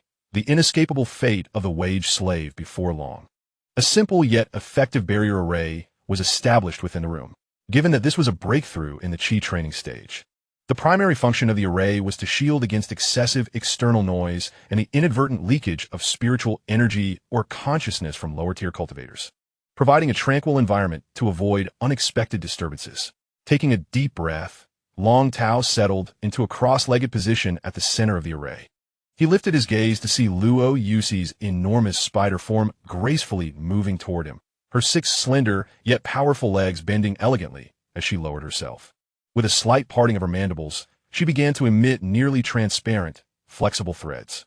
Long Tao could distinctly perceive that these threads did not make direct contact with his body. Rather, they cleverly utilized the faint spiritual energy circulating within the array, weaving together in the space just beyond a foot around him, forming an invisible yet tangible protective net. Strangely, he felt a sense of calm wash over him, intermingled with an indescribable anticipation, as if he were subtly ensnared by a dangerous yet alluring presence. Once the threads had been fully released, Luo Yuxi's cheeks flushed a rosy hue. She shyly clarified, "Fellow Taoist Long, please rest assured that these threads will not interfere with you in the slightest. However, during the breakthrough process, should your spiritual energy show any signs of destabilization, I will be able to sense it immediately through these threads and guide you to release the errant energy. With a bit of luck, you may even be able to fully recuperate and attempt again on the same day." Ah, I see. This method is even more reliable than our human protectors. Long Tao acknowledged, feeling somewhat remiss for his earlier doubts. Then I shall entrust everything to you, fellow Taoist Luo. The shy spider sister nodded softly, choosing to remain silent. Both individuals simultaneously closed their eyes, centering their thoughts, officially commencing the breakthrough. This initial stage, known as the 100 Vessels Infusion, required them to completely deplete the nearly overflowing spiritual energy accumulated within their meridians, forcefully injecting it into the minuscule vortex formed at the center of the dantian during the previous 9 worlds reflux phase, thereby triggering a phenomenon referred to as spiritual energy collapse. This was precisely why Long Tao had previously expended the precious elixirs gifted by Nan Yuchen, striving to fill his body's acupoints and meridians with spiritual energy to the brink of explosion. The total amount and purity of the energy infused during this stage directly correlated to the future scale and potential of the Dantian's energy sea, serving as the very foundation of foundation establishment. Every disciple of a sect with aspirations would undoubtedly exhaust their resources in pursuit of perfection during this stage. Had it not been for the unexpected fortune from Nan Yuchen, Long Tao would have had to toil for a considerable time to acquire these resources. As time quietly slipped away, approximately half an hour later, Long Tao's seated form began to exhibit unusual signs. Blood gradually seeped from his 7 orifices, while his skin surfaced with distinctly visible spiderweb-like purplish-blue vein patterns, presenting a rather alarming sight. However, the ever-watchful Luo Yuxi did not display any panic upon witnessing this. Instead, a subtle smile of relief graced her inhuman visage. She understood well that these were standard signs indicating the successful completion of the 100 vessels infusion. The rapid depletion of spiritual energy from his meridians caused the capillaries to succumb to the sudden pressure change, inevitably leading to bleeding from the orifices. The spiritual patterns manifesting on his skin were a normal projection resulting from the successful collapse of spiritual energy within the dantian, beginning to draw power spontaneously. After approximately the duration of a fragrant incense stick, accompanied by a long, weary exhalation, Long Tao finally opened his eyes slowly. Wiping away the blood from under his nose and the corner of his eyes, he glanced at the crimson, staining his hands without a hint of alarm. It was merely the intense weakness resulting from the abrupt depletion of his meridians that made it difficult for him to rise unaided. Fortunately, Luo Yusi, with her wealth of experience, gently extended several strands of spiritual silk to support his arms and back, assisting him to sit on a nearby stool. "Thank you so much." Taoist Luo, Long Tao's voice bore clear fatigue, yet his tone was invigorated. "Once I regain my strength this afternoon, I will strive to complete the Eye of the Sea as well. I may need to trouble you once more then." "It is no trouble at all," Luo Yusi softly replied, her 6 eyes regarding him with concern. "This stage is best approached with a concerted effort. Taoist Long, focus on your recovery. I will return to guard you this afternoon." Just as Long Tao, weary, intended to retreat to his quarters to meditate and recuperate, a steady knocking echoed from the courtyard gate. He surmised that Luo Yusi might not be adept at dealing with strangers. So he mustered the strength to support his still weak legs and slowly made his way to the gate, pulling it open. Standing outside was an unfamiliar young male cultivator, clad in the attire of an inner sect disciple. Long Tao rummaged through his memories, confirming that he did not recognize the man before him. Instinctively, he assumed the visitor was seeking the spider siblings and was about to turn around to call out when the male cultivator spoke first, his tone quite courteous. "May I inquire if you're junior brother Long Tao?" "Huh?" Long Tao was taken aback for a moment, quickly responding, "Yes, that is indeed me."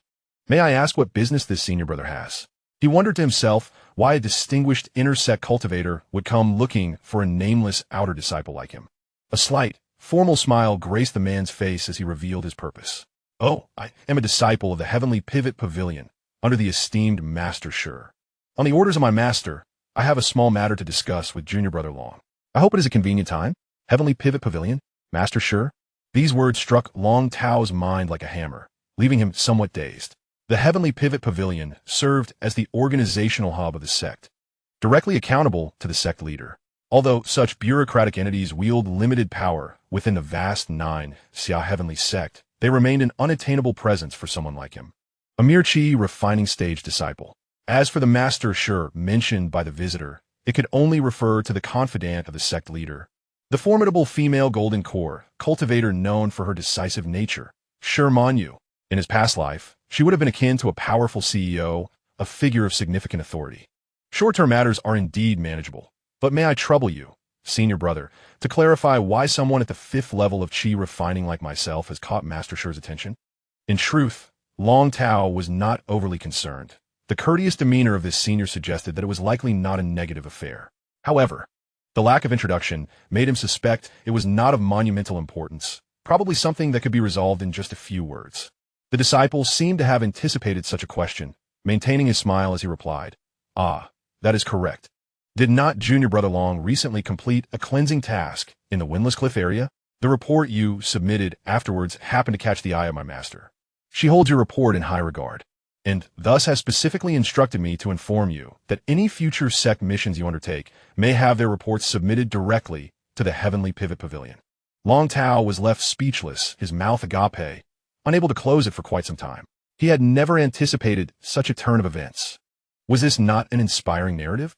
Since joining the sect, he had approached every task with meticulous attention to detail in his reports, a habit ingrained from his previous life. He never expected that, after 5 years in this world of cultivation, he would attract the attention of the upper echelons of the sect. If it were not for the troublesome matters brought on by the system, he would likely be overjoyed at this remarkable opportunity.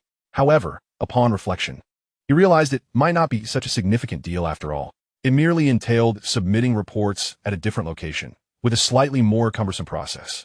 Yet, a more sinister thought suddenly pierced his mind. Could it be that the Heavenly Pivot Pavilion had taken notice of his ability to draft documents, intending to utilize him as a mere workhorse, cultivating him into a new laborer? Long Tao's facial muscles twitched slightly as he cautiously and tentatively inquired, if, and I emphasize if, Senior Shurjan were to take a liking to my rather insignificant literary talents, it wouldn't lead to any future complications, would it? Before he could finish his sentence, the intersex senior brother immediately displayed a sympathetic understanding in his gaze, patting Long Tao's shoulder with an air of camaraderie. I had a feeling you were perceptive, junior brother. It seems I need not elaborate further, he sighed, his tone laced with a hint of shared plight. Once you catch the eye of my master, unless you are resolute in forsaking the sect, you cannot evade the task she assigns. He paused, observing Long Tao's countenance fall, and attempted a feeble consolation. However, do not succumb to despair. Truth be told, your mixed spiritual roots still allowed you to make a name for yourself at the Tianshu Pavilion, which is no small fortune, on the path of cultivation. Aside from the truly gifted, who doesn't struggle and persevere, work is work, no matter where it occurs. Try to remain optimistic. These words solidified Long Tao's ominous premonitions. Chapter 44. I knew it. After bidding farewell to the Tianshu Pavilion Senior, Long Tao returned to the courtyard, weighed down by heavy thoughts. The only piece of good news was that the senior had not pressed him, showing understanding upon learning that he was in a critical phase of breakthrough. The senior expressed that there was no rush regarding either the tasks or reports. For the Tianshu Pavilion, it was akin to a leisurely game of chess. Best, if advantageous, but inconsequential if not. Yet, the incessant series of events left him feeling somewhat unsettled. He hastily concocted a reason to explain to Luo Yusi and retreated to his room, intending to concentrate on his breathing and gather strength for the critical breakthrough later that afternoon. When I first traversed into this realm and discovered it was a world of cultivation, I dreamt of soaring through the skies on my sword, reveling in eternal freedom. And yet, what has become of me? I have merely exchanged one world for another, still bound to the fate of toiling away, penning reports. Lying on a hard bed, he couldn't help but mutter softly, growing increasingly frustrated. In this vast sect, the only place that valued his talents was the Tianshu Pavilion, dealing with bureaucratic matters. Had I known this, why would I have insisted on joining the sect to cultivate? Would it not have been far more delightful to remain in Qinglin Town as a carefree young master, indulging in pleasures for decades, with Littling by my side? Of course, despite his complaints, Long Tao would not allow this wave of negativity to overshadow his duties. With a few frustrated thumps on the bed, he took several deep breaths, gradually calming his agitated mind through meditation. Once he felt his composure restored, he opened the door once more. After inviting Luo Yusi outside, the two of them, along with the spider, returned to the simple formation they had set up in the morning, preparing for the afternoon's breakthrough at the CI town. The name sounded somewhat mystical, yet its principles were easy to grasp. The spiritual energy collapse that occurred during the final phase of the 100 Meridians infusion would create a core point in the center of the Dantian, possessing a faint gravitational pull. This is what is colloquially referred to as the CEI. In the afternoon, the task at hand was to fervently mobilize the spiritual energy of one's soul, meticulously guiding and controlling the nascent CEI. The objective was to harness its gravitational pull to firmly attract and orderly circulate the surrounding restored and newly refined spiritual energy, preventing the invaluable essence from dissipating, ultimately stabilizing this fragile energy structure. At this juncture, conventional elixirs were rendered nearly useless. The stability of the CEI hinged entirely on the practitioner's soul strength and mental control. Should the soul prove feeble, not only would it fail to restrain the CEI, but it might also suffer a backlash from the spiritual energy, with the direst outcome being potential damage to one's consciousness, leading to a state of confusion. Long Tao had never held much confidence in his soul strength. However, based on Elder Wu's earlier assessment, it was suggested that although his strength was somewhat lacking, as long as he concentrated and was unafraid of failure with repeated attempts, he would eventually succeed in stabilizing the CEI. Taking a deep breath, enveloped by Luo Yusi's silent yet reassuring spiritual threads, he closed his eyes once more, immersing all his focus into his Dantian, beginning to guide the newly birthed and unstable CEI. To his astonishment, as the process unfolded, everything seemed to progress far more smoothly than he had anticipated. The minute CEI at the center of his Dantian appeared exceedingly docile within his spiritual perception, as if innately attuned to his soul. The guidance of spiritual energy flowed seamlessly, stabilizing the structure in an orderly fashion, as if it were a natural progression. The anticipated backlash and signs of loss of control failed to materialize, leaving even him in disbelief. Countless predecessors had shared their harrowing experiences, emphasizing that stabilizing the sea was fraught with peril and demanded considerable soul strength. Most would decisively abandon the attempt if they sensed insufficient control during their initial endeavor, opting to wait until they had recovered before trying again. Elder Wu had explicitly stated in class that nearly 90% of the disciples could not succeed in stabilizing the sea on their first attempt, typically requiring 2 to 3 tries to accumulate experience before achieving success. Yet, he had accomplished it in a single attempt. As he felt the sea within his dantian stabilize completely, pulsating steadily and powerfully like a heartbeat, drawing in spiritual energy, Long Tao slowly opened his eyes, tinged with disbelief. Before him stood Luo Yusi, her 6 eyes alight with excitement and astonishment. Long Tao, you are incredible. Her voice trembled with exhilaration, momentarily forgetting to address him as fellow cultivator. You succeeded on your first try.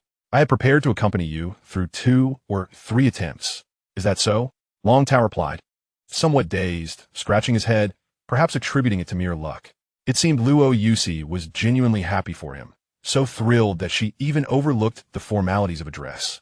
This is no mere luck, she asserted earnestly, admiration glowing in her 6 eyes. It is quite challenging to stabilize the sea on the first attempt without a strong soul. Although your spiritual root is ordinary, you may possess a unique talent in terms of your soul. Listening to this comforting remark, Long Tao found it hard to believe that his spirit could be so formidable.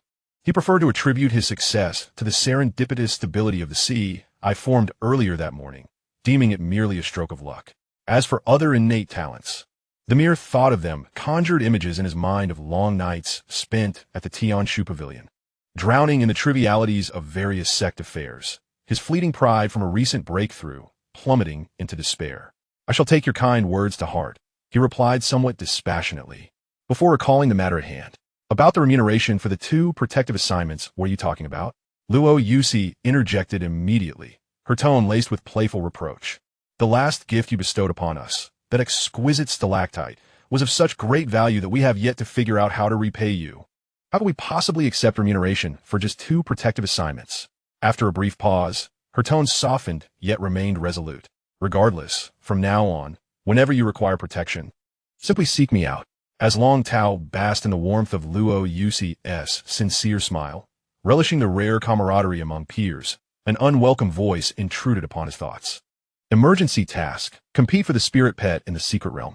In the southeastern secret realm of the Xianxia sect, an entrance to the Qingmu demon forest has suddenly appeared, where a rare spirit beast egg, the Yao Guangqing phone, is currently being nurtured. The host must proceed to the location of the egg to sign in and ensure that the child of destiny, Nan Yuchen, becomes its master. Task reward: none. Failure penalty: decrease of 25 soul lamp points. Current soul lamp points: 24.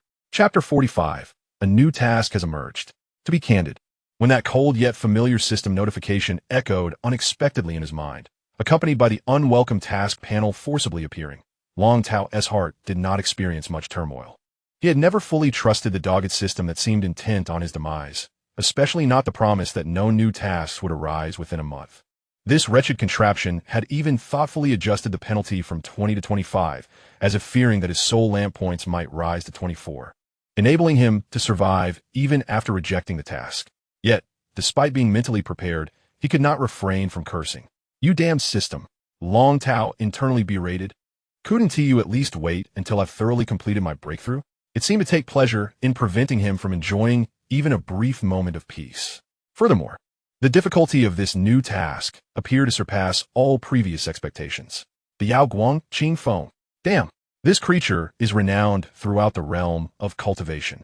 It is said to be a hybrid descendant of the Qing Yuan and the Phoenix, possessing a lineage so noble that it is awe-inspiring, embodying the elegance of the Qing Yuan and the sanctity of the Phoenix. Legend has it that its flight path harmonizes with the celestial movements.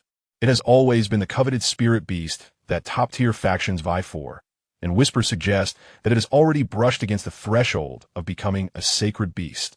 Should the secret realm be unveiled this time, with the coveted bird as the focal point of contention among various factions, His meager cultivation would be akin to an elderly immortal consuming arsenic out of sheer boredom.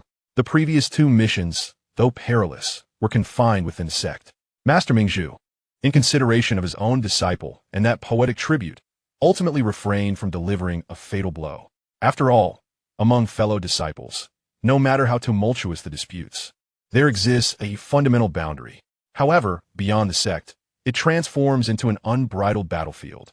Not only are the Machiavellian Wui sect and the 9 Xiatian sect at odds, but the swarm of rogue cultivators drawn by the scent of blood would suffice to ensure his demise 100-fold. Those individuals would spill rivers of blood over the slightest resources, let alone a treasure like the Yaoguang Qingfeng egg, which could incite a sect-wide war. There is also the crucial variable, Nan Yuchun. Would that foolish lad venture into this secret realm? If he does, perhaps by trailing behind him, buoyed by the aura of the destined child, he might seize a sliver of fortune, rendering the mission's difficulty somewhat negotiable. Yet, if he remains confined on Shiyue Peak, just the thought of having to stealthily procure the Qingfeng egg beneath the watchful eyes of elite sect members, elders, and ruthless rogue cultivators leaves Long Tao sighing deeply. Chilled to the bone.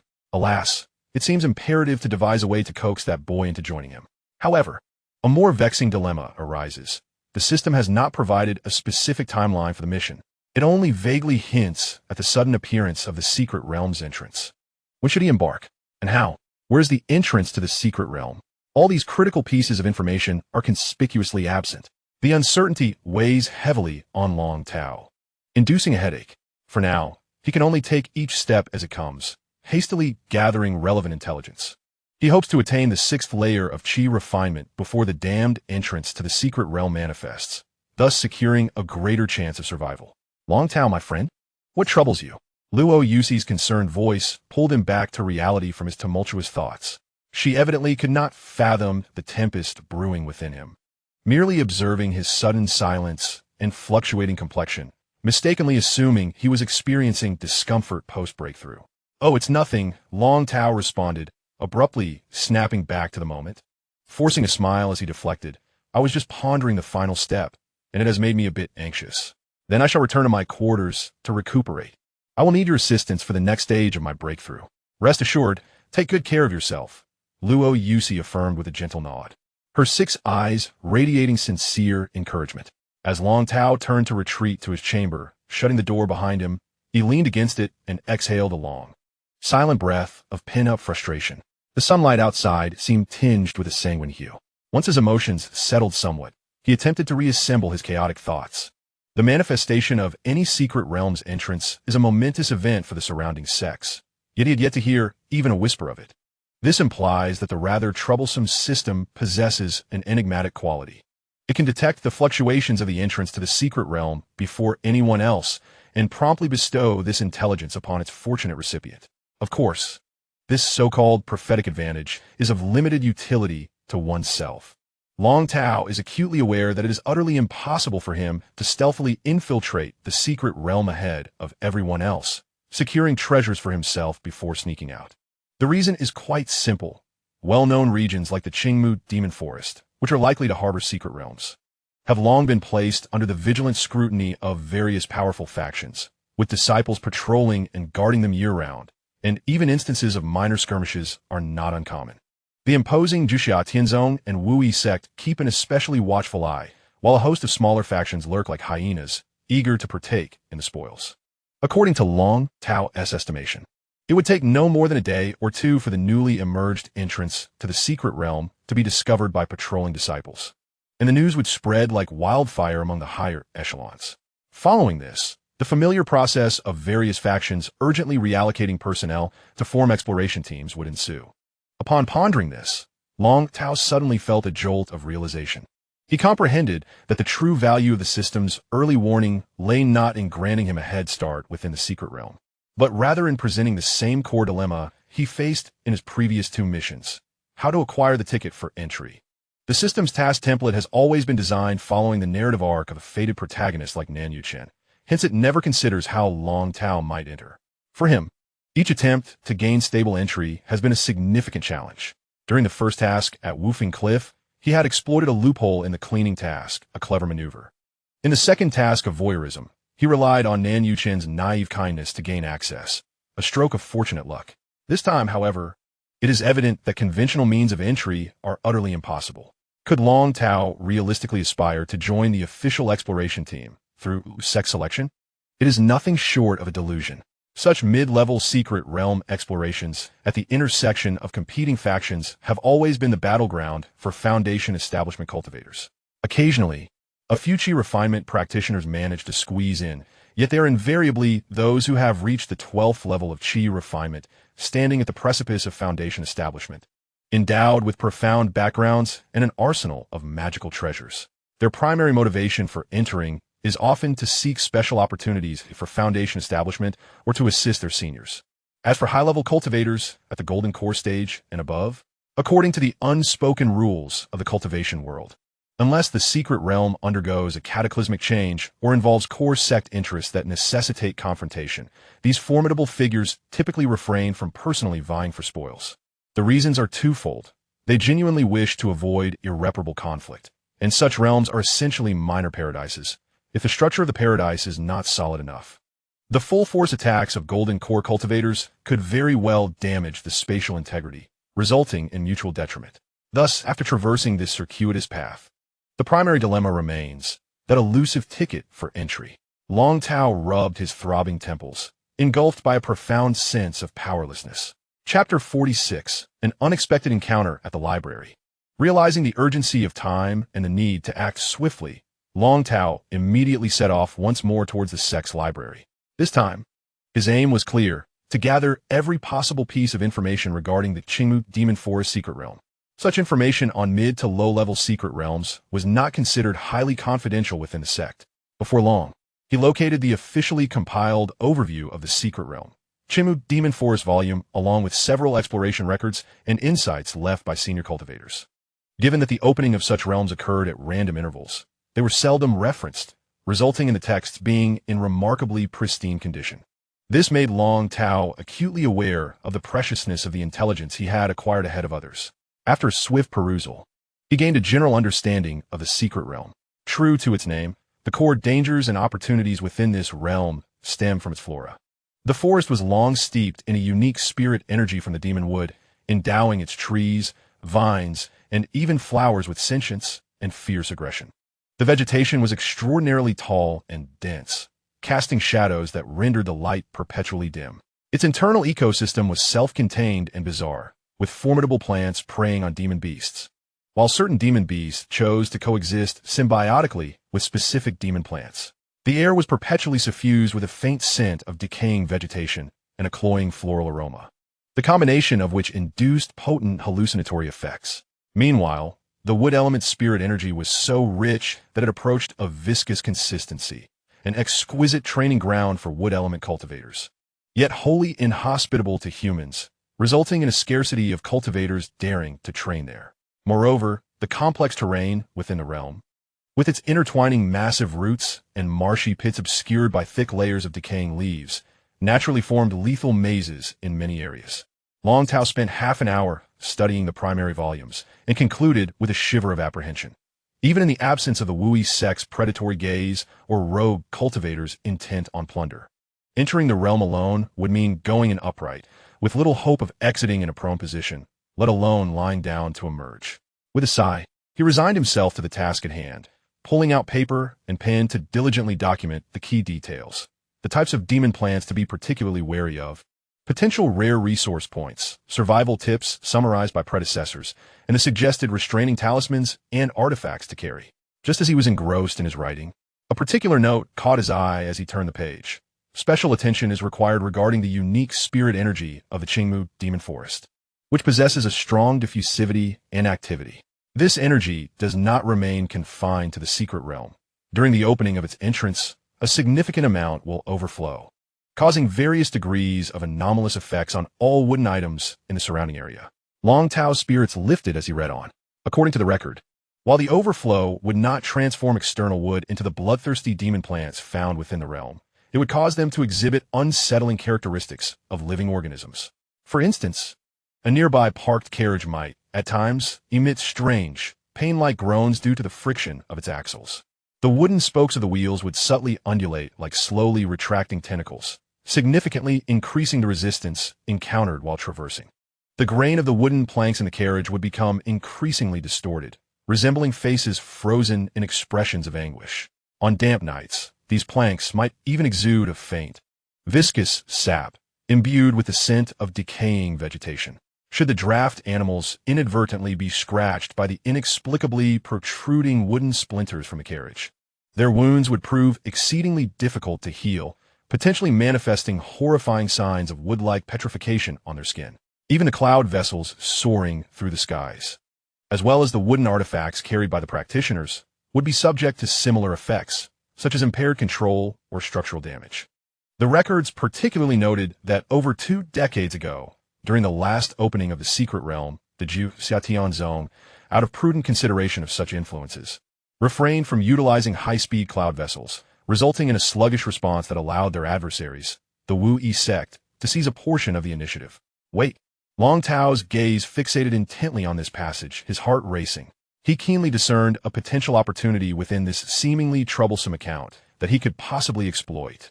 Eagerly, he continued to peruse the text, his fingers swiftly gliding over line after line, until he finally uncovered what he saw in a rather inconspicuous note at the end of the document. The small print read, "In light of this drawback, the sect has resolved to allocate resources towards the development of a new protective coating, intended for application on the surface of cloud vessels and critical wooden components, with the aim of effectively isolating them from the corrosive influence of demonic with spiritual energy, thereby ensuring the proper functioning of cloud vessels and vital wooden spiritual artifacts during the next opening of the secret realm." Long Tao abruptly lifted his head, a glimmer of insight flashing in his eyes. It seemed he had indeed heard whispers regarding this coating, which the sect had begun developing 2 decades prior, in Elder Lu's workshop. Thus, a simple plan took shape in his mind. If successful, it could pave the way for this mission. However, another crucial preparatory task was how to persuade that foolish boy, Nan Yuchen, to join him. Alas, the mere thought of that pivotal connection caused Long Tao's brow to furrow tightly. Even now, he found himself utterly unable to reach out to the foolish lad, marking a monumental oversight. Had he known that following the completion of their first mission, he should have devised a means to bypass the sect's conventional channels and contact him directly. Just as he racked his brain, pondering how to rectify this oversight, a voice, unexpected and disconcerting, emerged from behind him, rendering his legs weak. "Are you Long Tao?" The voice was cool and ethereal, yet as clear as the tone of a young girl, penetrating his ears with startling clarity. The moment Long Tao heard this voice, he froze, scarcely daring to believe his ears, yet slowly turned his head. Then, the exquisite visage he had long gazed upon from afar, one he had even dared not approach in a recent peculiar dream, abruptly appeared before him, within arm's reach. Bright Candlemaster? Excluding those 2 absurd spring dreams and the hazy first encounter of his childhood in Qinglin Town, this is indeed Long Tao's first opportunity in 5 years to confront the goddess of countless disciples, the master of Shuiyue Peak, at such a close distance. In the past, he could only gaze from afar at her tall and flawless silhouette, mingling among thousands of disciples during grand ceremonies and dharma meetings. Occasionally, during rare lectures, she, as a high-ranking golden core cultivator, would descend to elucidate profound techniques. Yet even then, the distance felt insurmountable. How unlike the present, where they are nearly face to face, allowing him to catch a whiff of her delicate fragrance. At this moment, despite having lived 2 lives, he felt as bashful as an inexperienced youth, his cheeks burning with embarrassment. The radiant gaze of Master Mingzhu, seemingly capable of piercing through the soul, observed his awkwardness with quiet amusement. Her lips curled slightly, betraying a hint of playful teasing. "Oh, you become flustered at the sight of me? I must say, when you encouraged Yu Chen to spy on me during my bath, I had no inkling of your true nature." Long Tao inwardly lamented, wishing he could disappear into the ground. If it weren't for that infernal system compelling him, he wouldn't dare entertain such foolish thoughts, even with the courage of a dragon. However, a ludicrous idea suddenly crossed his mind. Perhaps it was precisely due to the system's influence that he had made such a reckless impression on this exalted beauty, regardless of whether it was good or bad. Had he remained hidden among the crowd as a mere faceless admirer, it was likely that Master Mingzhu would never have known of his existence in the Jiuxia Tianzhou. Hence, it seems that in the end, the true admirers gain nothing. To capture a woman's attention, one must resort to cunning? No. He suddenly awoke to the realization that he hadn't even qualified as a true admirer in the past. A genuine admirer, at least, would have garnered some attention. Today marks the first time he has ventured close. And to call himself an admirer would be an overestimation of his former self. Chapter 47. The beginning of the scheme. Truth be told, Master Mingzhu is breathtakingly beautiful. Yet her allure transcends mere physical features. The core reason that left Long Tao, who had grown accustomed to exquisite photographs and influencer filters in his previous life, momentarily disoriented, lies in her transcendence beyond the mundane. As a golden core cultivator, her essence of life is fundamentally different. Standing there, her skin radiates a lustrous translucence akin to jade, not the ordinary fair complexion of a beauty.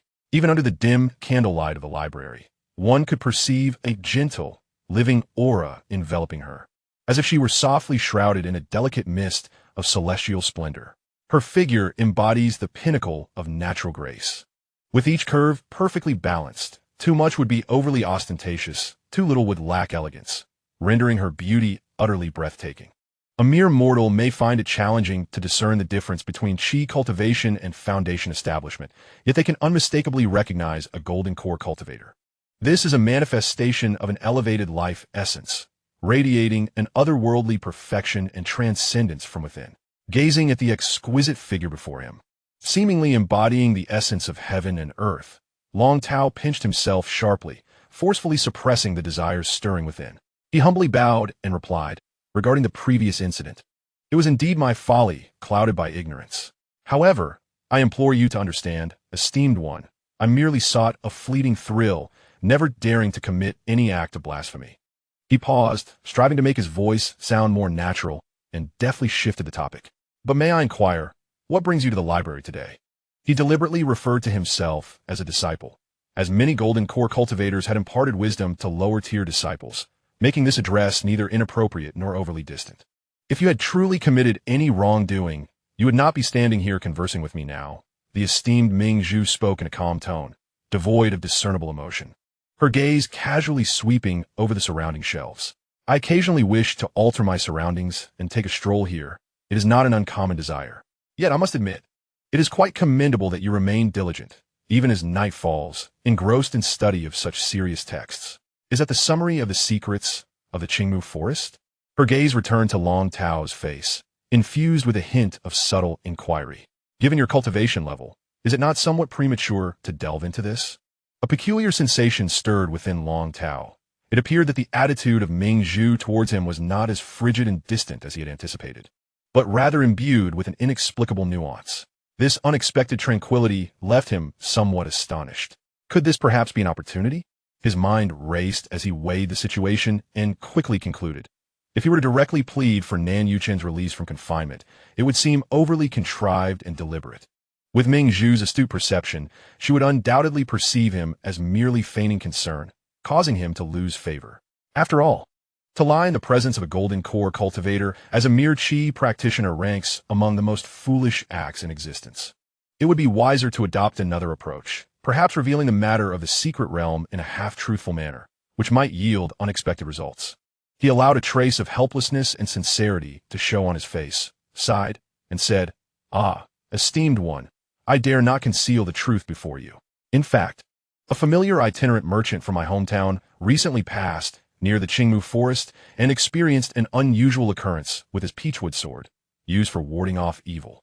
This merchant, having traveled extensively, immediately suspected that the secret realm of the Qingmu forest might soon reopen. Today, he happened to pass through Xianxia town and discreetly informed me of this matter." "Oh," a slight arch raised at the corner of Ming Zhu's brow, hinting at a spark of intrigue.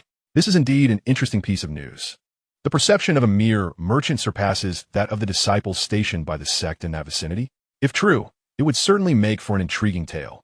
Her light, languid chuckle, laden with a touch of skepticism, sent a tremor through Long Tao's heart, nearly causing him to lose his composure once more. He maintained his composure and revealed a more crucial statement. "Alas, initially, I thought he was merely indulging in drunken bravado. Yet, his words were so convincing that he even claimed to have seen a divine bird resembling a blue phoenix or a qilin gliding through the forest with dazzling light. After all, boasting incurs no taxes, so I let him speak freely. Long Tao understood that Ming Zhu, the true master, would not believe a word of it. However, if he waited a day or two for the news of the secret realm's entrance to be officially discovered by the disciples of the sect, she would surely recall his words today. At that time, even if there were but a 1 in 10,000 chance that it was related to such sacred beasts as the blue phoenix or the qilin, the majority of golden core cultivators would be inclined to take the risk. There was a significant likelihood that she would lift the confinement of Nan Yuchen, allowing him to join the exploration team of the secret realm. Indeed, upon hearing this, a trace of unabashed disdain immediately crossed the exquisite features of Ming Zhu, clearly dismissing this fanciful tale as the delusions of common folk and Long Tao's unreliability, causing her opinion of him to diminish further. Just as Long Tao racked his brain, pondering how to salvage his image with a different topic, Ming Zhu abruptly shifted her line of questioning and posed a completely unexpected inquiry. Forget it. Let's not dwell on these absurdities of the common folk. I have a question for you. I heard that yesterday, Ji Ying took on a new direct disciple, said to be from Qinglin Town, your hometown. Do you know her? Long Tao's mind buzzed, and he found himself momentarily stunned. He never anticipated such a question. Moreover, how could Ming Zhu know that he was from Qinglin Town? He had never mentioned it to her, nor had he even had the opportunity to speak. It dawned on him that she must have investigated his background after the previous incident of peeping. Long Tao's thoughts raced, swiftly arriving at a reasonable explanation. After a brief contemplation, he resolved to speak honestly.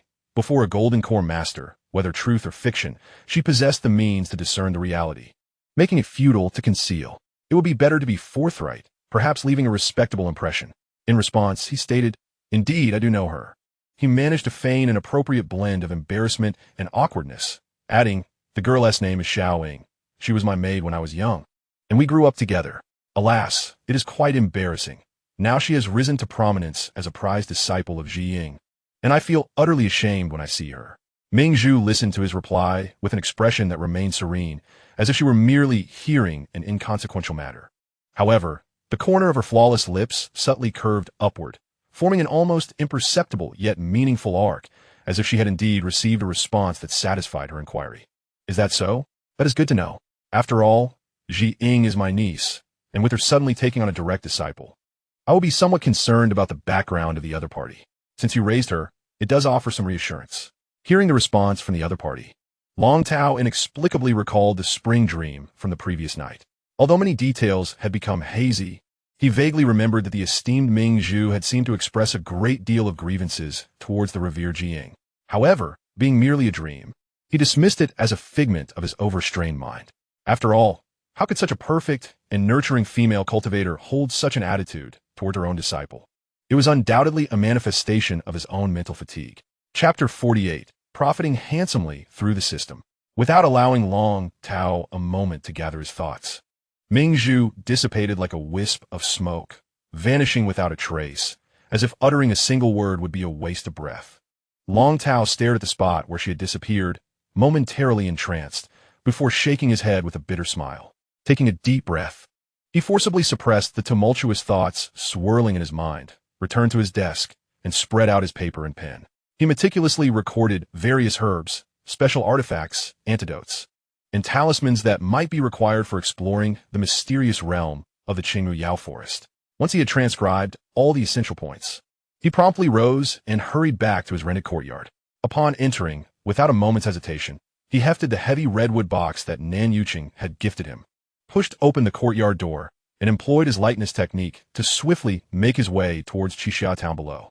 Approximately an hour later, in a secluded private room of a tea house they frequented in Xianxia town, Long Tao sat across from Dongjin, who had hurried over upon receiving the news. Their gazes were fixed intently on the open redwood box before them, filled with an array of dazzling elixirs and precious materials that nearly dazzled the eyes. "Is this the urgent matter that prompted you to summon me from the workshop with such haste?" Dongjin managed to tear his gaze from the box, his voice slightly hoarse with astonishment. He had been engrossed in crafting a spiritual artifact in his workshop when he received Long Tao's urgent message and had rushed over without delay. Upon entering the private room, he was momentarily at a loss for words, overwhelmed by the contents of the box. "Is there any doubt?" Long Tao replied gravely, tapping the box. This contains everything from that serendipitous encounter I had at Woofing Cliff. All my belongings are right here, within the entire Jiuxia Tianzong, besides you, Dong. I cannot find another person in whom I can place such unwavering trust. Dong Jiyuan's expression grew complex as he swept his gaze over the treasures within a box, quickly calculating their worth in his mind. To be honest, a rough estimation suggested that the total value of the contents was certainly sufficient for a moderately gifted cultivator to advance steadily from the first layer of Qi Refinement to the early stages of foundation establishment. This young man, Long Tao, had truly staked all his wealth without reservation before him. Very well, Dong Jian, being a straightforward individual, ceased his inquiries and nodded emphatically. Now, tell me, what monumental matter warrants you to risk everything like this? Earlier today, the mysterious senior I met at Woofing Cliff unexpectedly provided me with a highly confidential piece of information. Long Tao leaned forward, his voice lowered to a whisper, ensuring that only they could hear him. The entrance to the Qingmu Demon Forest's secret realm has emerged, and as of now, it seems to have gone unnoticed by anyone else. Naturally, one must employ different approaches when addressing different individuals. To the esteemed Ming Zhu, he fabricated a tale of being a traveling merchant from his hometown, but to his well-acquainted compatriot, Dong Jin, such a ruse would be easily unraveled. A mysterious elder with profound cultivation undoubtedly served as a far more convincing pretext. In the realm of cultivation, unspoken rules dictate that others typically refrain from probing too deeply into the sources of one's opportunities or intelligence. The mere act of sharing secrets is already a gesture of goodwill. What? Is this truly the case? Dong Jiyuan, as Long Tao anticipated, did not question the elder's origins at all. His attention was instantly ensnared by the mere mention of the secret realm's entrance. His face betrayed a mix of astonishment and excitement, yet he struggled to modulate his volume, nearly forcing the words through clenched teeth. Can you ensure the accuracy of this information? While I cannot guarantee absolute certainty, Long Tao replied, his gaze intense, I am confident there is at least a 50% chance of its veracity. With a deep breath, Dong Jiyuan's eyes sparkled with fervor. The prospect of learning about the opening of a secret realm entrance, with a 50% assurance, was a gamble worth taking. Then speak, what is your specific plan? Firstly, Long Tao stated coolly, given our current levels of cultivation, attempting to enter the secret realm would be tantamount to courting death. He gestured to the list he had just compiled on the table. However, I recently visited the library and gathered extensive information on the Qingmu Demon Forest, identifying all the potential herbs, tools, antidotes, and specific talismans we may require. You clever rascal. Dong Jiyuan immediately grasped Long Tao's intent, excitement igniting in his eyes. You intend to capitalize on this information while it remains undisclosed, acquiring these supplies at a low price, and then selling them at a premium once the news of the realm's opening spreads. Your wit is as sharp as ever. Long Tao grinned, his expression infused with the fervor of a gambler. I plan to make a grand wager. I intend to sell everything in this box for spirit stones and immediately scour the market for as much as I can acquire. Right now, those items are surely inexpensive, but once the news breaks, prices will skyrocket. Not just double. Dong Jian excitedly interjected, clearly more attuned to market dynamics. The Qingmu Demon Forest is a wood element secret realm, teeming with spiritual flora and poisonous plants. When the time comes, the number of teams from various sects and organizations, not to mention the solitary cultivators and small private groups eager to take their chances, will be staggering. I estimate that the prices of these specific supplies could triple without a doubt. They may even rise even higher. The two exchanged glances, both recognizing the uncontainable excitement and greed reflected in each other's eyes. A 50% assurance for potential profits exceeding threefold. In the perilous world of cultivation, such a lucrative opportunity was undeniably worth risking one's life. Now, the only remaining issue was that Long Tao, suppressing a smile, stated seriously, we must swiftly liquidate the contents of this box. However, I lack the connections for a quick sale, and the scale of our target may arouse suspicion. I must rely on you, old Dong. Leave it to me. Dong Jin readily agreed, his eyes glimmering with shrewdness. It was fortuitous that over the years he had amassed a commendable stockpile, which he intended to sell all at once. With a stroke of luck, he might be able to dispose of it that very night in the black market, dealing with a few acquainted merchants. However, he quickly shifted his tone to one of caution. The urgency to offload such a large quantity would surely give the buyer an opportunity to drive down the price. I estimate that the actual amount I'll receive will be about 80% of the inherent value of these items. That should suffice. Even if the news turns out to be false and the secret realm does not open, we would only incur a loss of a little over 20%. If one is too afraid to take such a risk, then might as well return home to till the fields. Dong Jian nodded emphatically and reached for the box to close it. Yet, Long Tao appeared to suddenly recall something important, hastily inquiring, "By the way, old Dong, there's a crucial matter. Didn't the sect previously develop a special kind of coding designed to resist the spiritual energy overflow from the Xianxia forest secret realm, to prevent the cloud boats and wooden magical artifacts from being corroded? Do you remember anything about that?" Upon hearing this, Dong Jiyuan paused in surprise, then slapped his thigh with a mix of regret and relief on his face. Damn, if you hadn't reminded me, the profits I could have made would have been slashed by at least 30%. How could I have forgotten that? He sat back down, speaking rapidly. That coding was developed years ago, and old Liu was involved in its creation. A few years back, I even assisted in handling some leftover materials. However, since the timing of the secret realm's opening was uncertain, the project was merely a task for the sect. Once the samples were produced and submitted, no one paid it much mind afterward. He stroked his chin, recalling, "I remember the batch of samples that were successfully refined. It was called the reject with coding, or something along those lines, a temporary name. Anyway, half was submitted to the sect, while the other half was tossed into the treasury's storeroom to gather dust. That stuff is virtually useless aside from counteracting the spiritual energy from the Xianxia forest. I doubt anyone would want to buy it, and its price is likely still hovering around the original cost. All right then, I'll leave all this in your hands. When your goods are sold, all the proceeds will belong to you. As for what I sell, how about I give you 15% as a reward for your efforts?" Dong Jiyuan quickly calculated the approximate figures and immediately donned an expression of impending wealth, assuring with a simple phrase, "You can trust me with this." Chapter 49. Seizing an opportunity after Dong Jin left in a flurry, clutching the box, Long Tao found himself alone in the tea house's private room, leisurely sipping the now lukewarm tea. He was acutely aware that he had concealed the most critical part of his plan. He needed to devise a way to infiltrate the sect's official organization, specifically the core exploration team that would be the first to enter the secret realm. However, this thought was so audacious that he could not possibly disclose it to Dong Jiyuan. Otherwise, the latter would either think him mad or deluded. It is imperative to understand that the exploration teams organized directly by the sect are entirely different from those hastily assembled private squads or rogue groups. Especially as the vanguard of the first wave, the members are all esteemed disciples of the peak leaders or renowned elites from within the inner sect. They embarked upon the swiftest and most robust cloud vessel of their sect, equipped with the finest elixirs, magical artifacts, and talismans. Each individual bore, to varying degrees, life-preserving means or even treasures bestowed by their esteemed elders. A team of such caliber, even amidst unforeseen mishaps during the exploration of secret realms, would seldom suffer casualties. At worst, they might deplete resources with scant returns, returning in a state of deficit. More significantly, given Nan Yuchen's stature and importance, he could only be present within this elite assembly. Long Tao was acutely aware that should he indulge in complacency and casually join a subsequent ordinary team, by the time they leisurely arrived at the secret realm, the elite group would likely have completed their explorations and returned home. Consequently, the system's mission would be irrevocably deemed a failure. Moreover, the special coding developed by the sect, known as the refusal would lacquer, had afforded him a brilliant idea capable of yielding substantial advantages.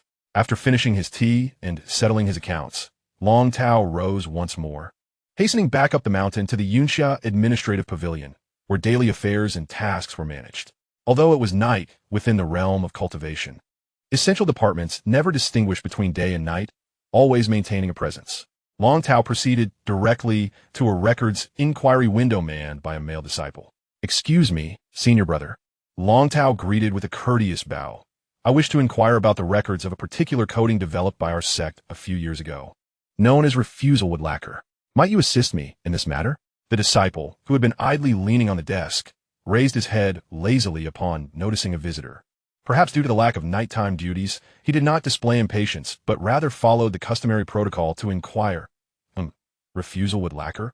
I haven't heard of that name. When was it initiated?" Long Tao promptly responded, drawing upon previous clues, certainly less than 20 years ago. "It should be a specialized coating for the protective layer of the cloud vessel." "Oh, a coating for the cloud vessel. less than 20 years old. That record should be relatively easy to locate. The disciple stood up, stifling a yawn. Follow me. Long Tao accompanied him to the second floor of the administrative pavilion, where the archives were housed. The disciple skillfully navigated through several rows of tall file racks, and in a short while, he extracted a moderately thick record book and handed it over. It truly exists. The name refusal with lacquer is quite straightforward. The disciple remarked with a hint of jest, his curiosity piqued. But why? At such a late hour, are you suddenly interested in this? Long Tao, maintaining his composure and having prepared his explanation, replied, it concerns Elder Lu from the Artisan Pavilion. He participated in the development of this coding and, for reasons unknown, has recently taken an interest in it again, prompting us disciples to follow up on the subsequent developments. Upon hearing this, the disciple casually flipped to the front page of the record book, scanned the list, and indeed found Elder Lu's name inscribed there. Thus, he harbored no further doubts, and simply remarked, I see. Junior brother, you may browse through the files here, but be sure not to disorganize them. Just return them to me when you're done. With that, he descended the stairs to continue his duty.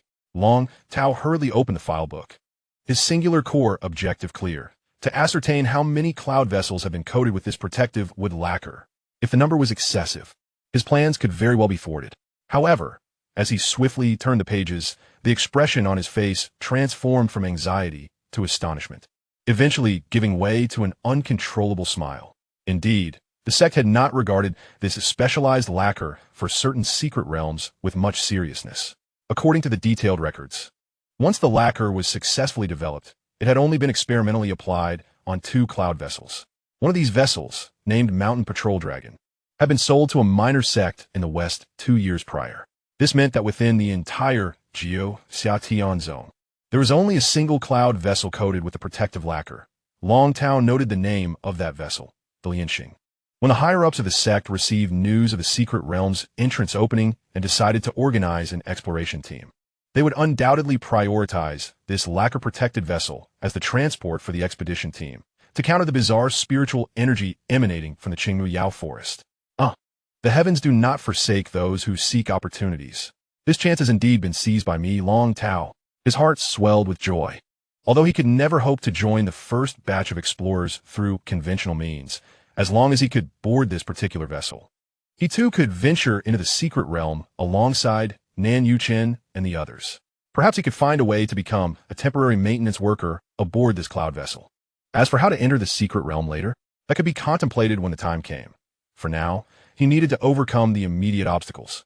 Before long, Long Tao closed the file book and hastily descended the stairs, returning to the disciple on duty. Thank you, senior brother. I have completed my review. He handed back the file, then casually added, I would like to request to participate in a maintenance work for the Lianxing cloud vessel. The disciple on duty, upon receiving the file, did not find Long Tao's request peculiar, since he was assisting Elder Lu of the Tiangong Pavilion. It was entirely normal to apply for maintenance work on a specific cloud vessel, possibly related to the lacquer's subsequent applications. I can issue you a jade token for the maintenance position, the disciple said, while retrieving a standard jade talisman to input information. Given that the other party was an underling of an elder, there was no doubt about his technical abilities, so he took the liberty of being somewhat lax, not probing too deeply into Long Tao's background. However, I cannot dictate which cloud vessel you'll be assigned to. You'll need to take the jade token and go to the Tiangong Pavilion or directly to one of the cloud ports to apply with the responsible manager there. Understood. Thank you for your guidance. Long Tao responded, taking the smooth jade token, feeling a sense of determination. The first step of his plan had gone relatively smoothly. Chapter 50, The Entrance to the Secret Realm, revealed. Later that night, Long Tao hurriedly made his way to the Tiangong Pavilion S-Boat Management Plaza. In a vast square, dozens of cloud vessels of varying sizes were docked. Fortuitously, the disciple on duty that night happened to have met Long Tao a few times before, sparing them the need for introductions. You wish to apply as a maintenance worker for the Lianxing? Upon hearing Long Tao's intentions, the disciple, out of their meager acquaintance, could not help but offer a word of caution. Long Tao, this task is not easy. Maintenance workers are on a rotation of at least half a month, involving inspection, cleaning, and recording, tedious and laborious work, with compensation barely satisfactory. It would be far better to assist Elder Lu in the workshop. Long Tao forced a pragmatic yet resigned smile. I understand well. However, Having experience maintaining a cloud vessel would enhance my resume. It would also facilitate my search for freelance work in the future. Ah, that is a valid point. The disciple, realizing the wisdom in Long Tao's reasoning, patted him on the shoulder, his tone imbued with sympathy and understanding. It seems you finally accepted that you are not suited for the path of cultivation and are beginning to pragmatically plan for your future sustenance. Very well. That is indeed a commendable mindset. He ceased his discouragement and pulled out the registration book, writing as he spoke. As for the Lianxing, let me think. A few years ago, it participated in a test for some new coding and has since remained idle in the most remote berth at the southwest corner. Here, take this daily maintenance log. It was originally blank. Just bring it along, sign in daily, and note any observations. I'll register you here. Please provide your fingerprint. It was precisely as Long Tao had anticipated. Such cloud vessels, having completed specific experimental tasks, are often neglected in corners unless absolutely necessary. With only a token maintenance staff assigned to ensure they remain in basic operational condition. After all, no one wishes to assume responsibility should the experimental coding malfunction during flight. It would lead to a myriad of complications. Allowing it to rest quietly was indeed the most convenient choice. After all, the openings of secret realms can span decades or even centuries, and a mere 20-year interval, as seen with the Qingmu Yao forest, is considered quite brief. It is unlikely anyone anticipated that the Lianxing would see a day of usage before its retirement. Long Tao solemnly pressed his fingerprint onto the registration book, a significant weight lifting from his heart. With this document in hand, he would be the legitimate maintenance crew member of the Lianxing for at least the next half-month. Unless he chose to abandon the task, no one could easily remove him from this vessel. After expressing his gratitude to the disciple, Long Tao strode across the empty square, illuminated by the moonlight, and found his objective at the most secluded berth in the southwest corner, the Lianxing. This was a medium-sized cloud vessel, appearing quite new, as it had only been manufactured a few years prior as an experimental model. Its capacity was neither too large nor too small, comfortably accommodating around 50 individuals. More than sufficient for a capable team of secret realm explorers and their equipment, thus alleviating his final concern. Due to its application of a special anti-wood paint, the hull exhibited a deep indigo hue, distinct from ordinary cloud vessels. However, due to years of neglect, the paint's scent had long since dissipated, and the vessel was now enveloped in a thick layer of dust and cobwebs, exuding an aura of forlorn abandonment, clearly lacking in maintenance. Long Tao took a deep breath and ascended the gangway to the deck, entering the interior of the ship. He solemnly affixed the blank maintenance logbook to the designated spot on the bulkhead, then extracted a pen and neatly inscribed his name, the date, and the first task entry, initial inspection upon boarding. He dared not linger, making his way directly to the cockpit. The power system was of utmost importance and must not be subjected to the slightest oversight. After all, any factor that could jeopardize the mission was a gamble with his very life. Fortunately, several embedded spirit stones, essential for sustaining energy, still retained a modicum of spiritual power. He carefully activated several foundational magic arrays, checking each system in turn. Ultimately, aside from some areas exhibiting slight sluggishness due to prolonged inactivity, all appear to be in good condition. Relieved, Long Tao returned to the logbook and accurately recorded his findings. The power furnace's residual spiritual energy in the spirit stones is approximately 17. All core magic arrays are responding normally, but attention is required for certain array nodes where spiritual energy circulation is sluggish. A thorough inspection will be conducted subsequently. He then procured cleaning tools and began the laborious task of sweeping away the thick dust and cobwebs accumulated on the ship's exterior. The work was monotonous and exhausting, yet he executed it with utmost diligence. By the time dawn broke, the indigo-hued hull of the Lianxing had regained its luster, at least appearing to be a cloud vessel still in service, tended to with care. After completing this, he leaned against the ship's railing, gazing at the gradually illuminating lights of the Tiangong pavilion in the distance, exhaling a long sigh, feeling that his tasks were nearly complete, now awaiting Dong Jieyuan's progress and the will of destiny. The following morning, after a night of labor, Long Tao was quite fatigued. But as a cultivator of the 5th level of Qi training, he could withstand a sleepless night without excessive strain.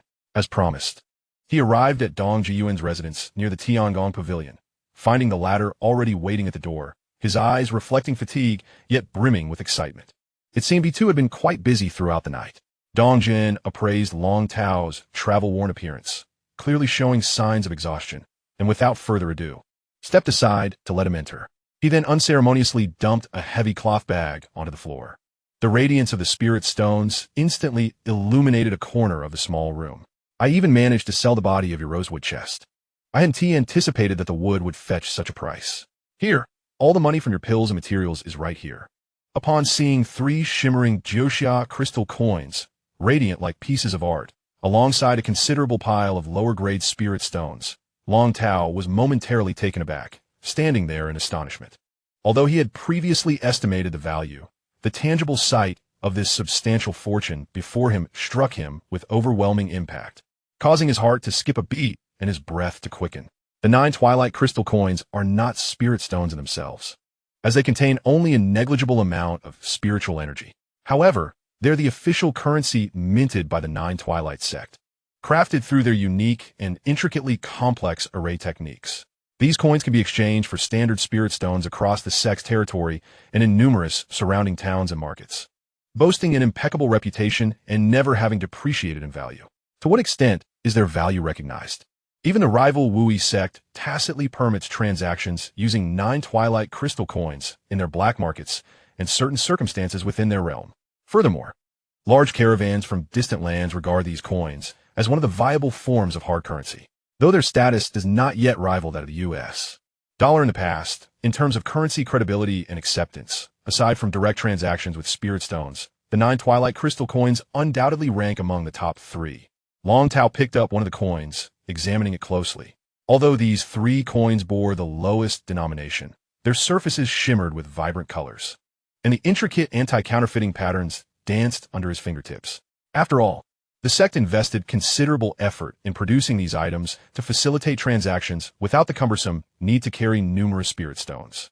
Coupled with their high manufacturing costs, it is only natural that they are primarily issued in larger denominations. This is even more than I anticipated, Long Tao remarked, his voice slightly hoarse with excitement. You truly outdid yourself, old Dong. To create something so exquisite in just one night is remarkable. You must have truly put your accumulated favors and reputation on the line.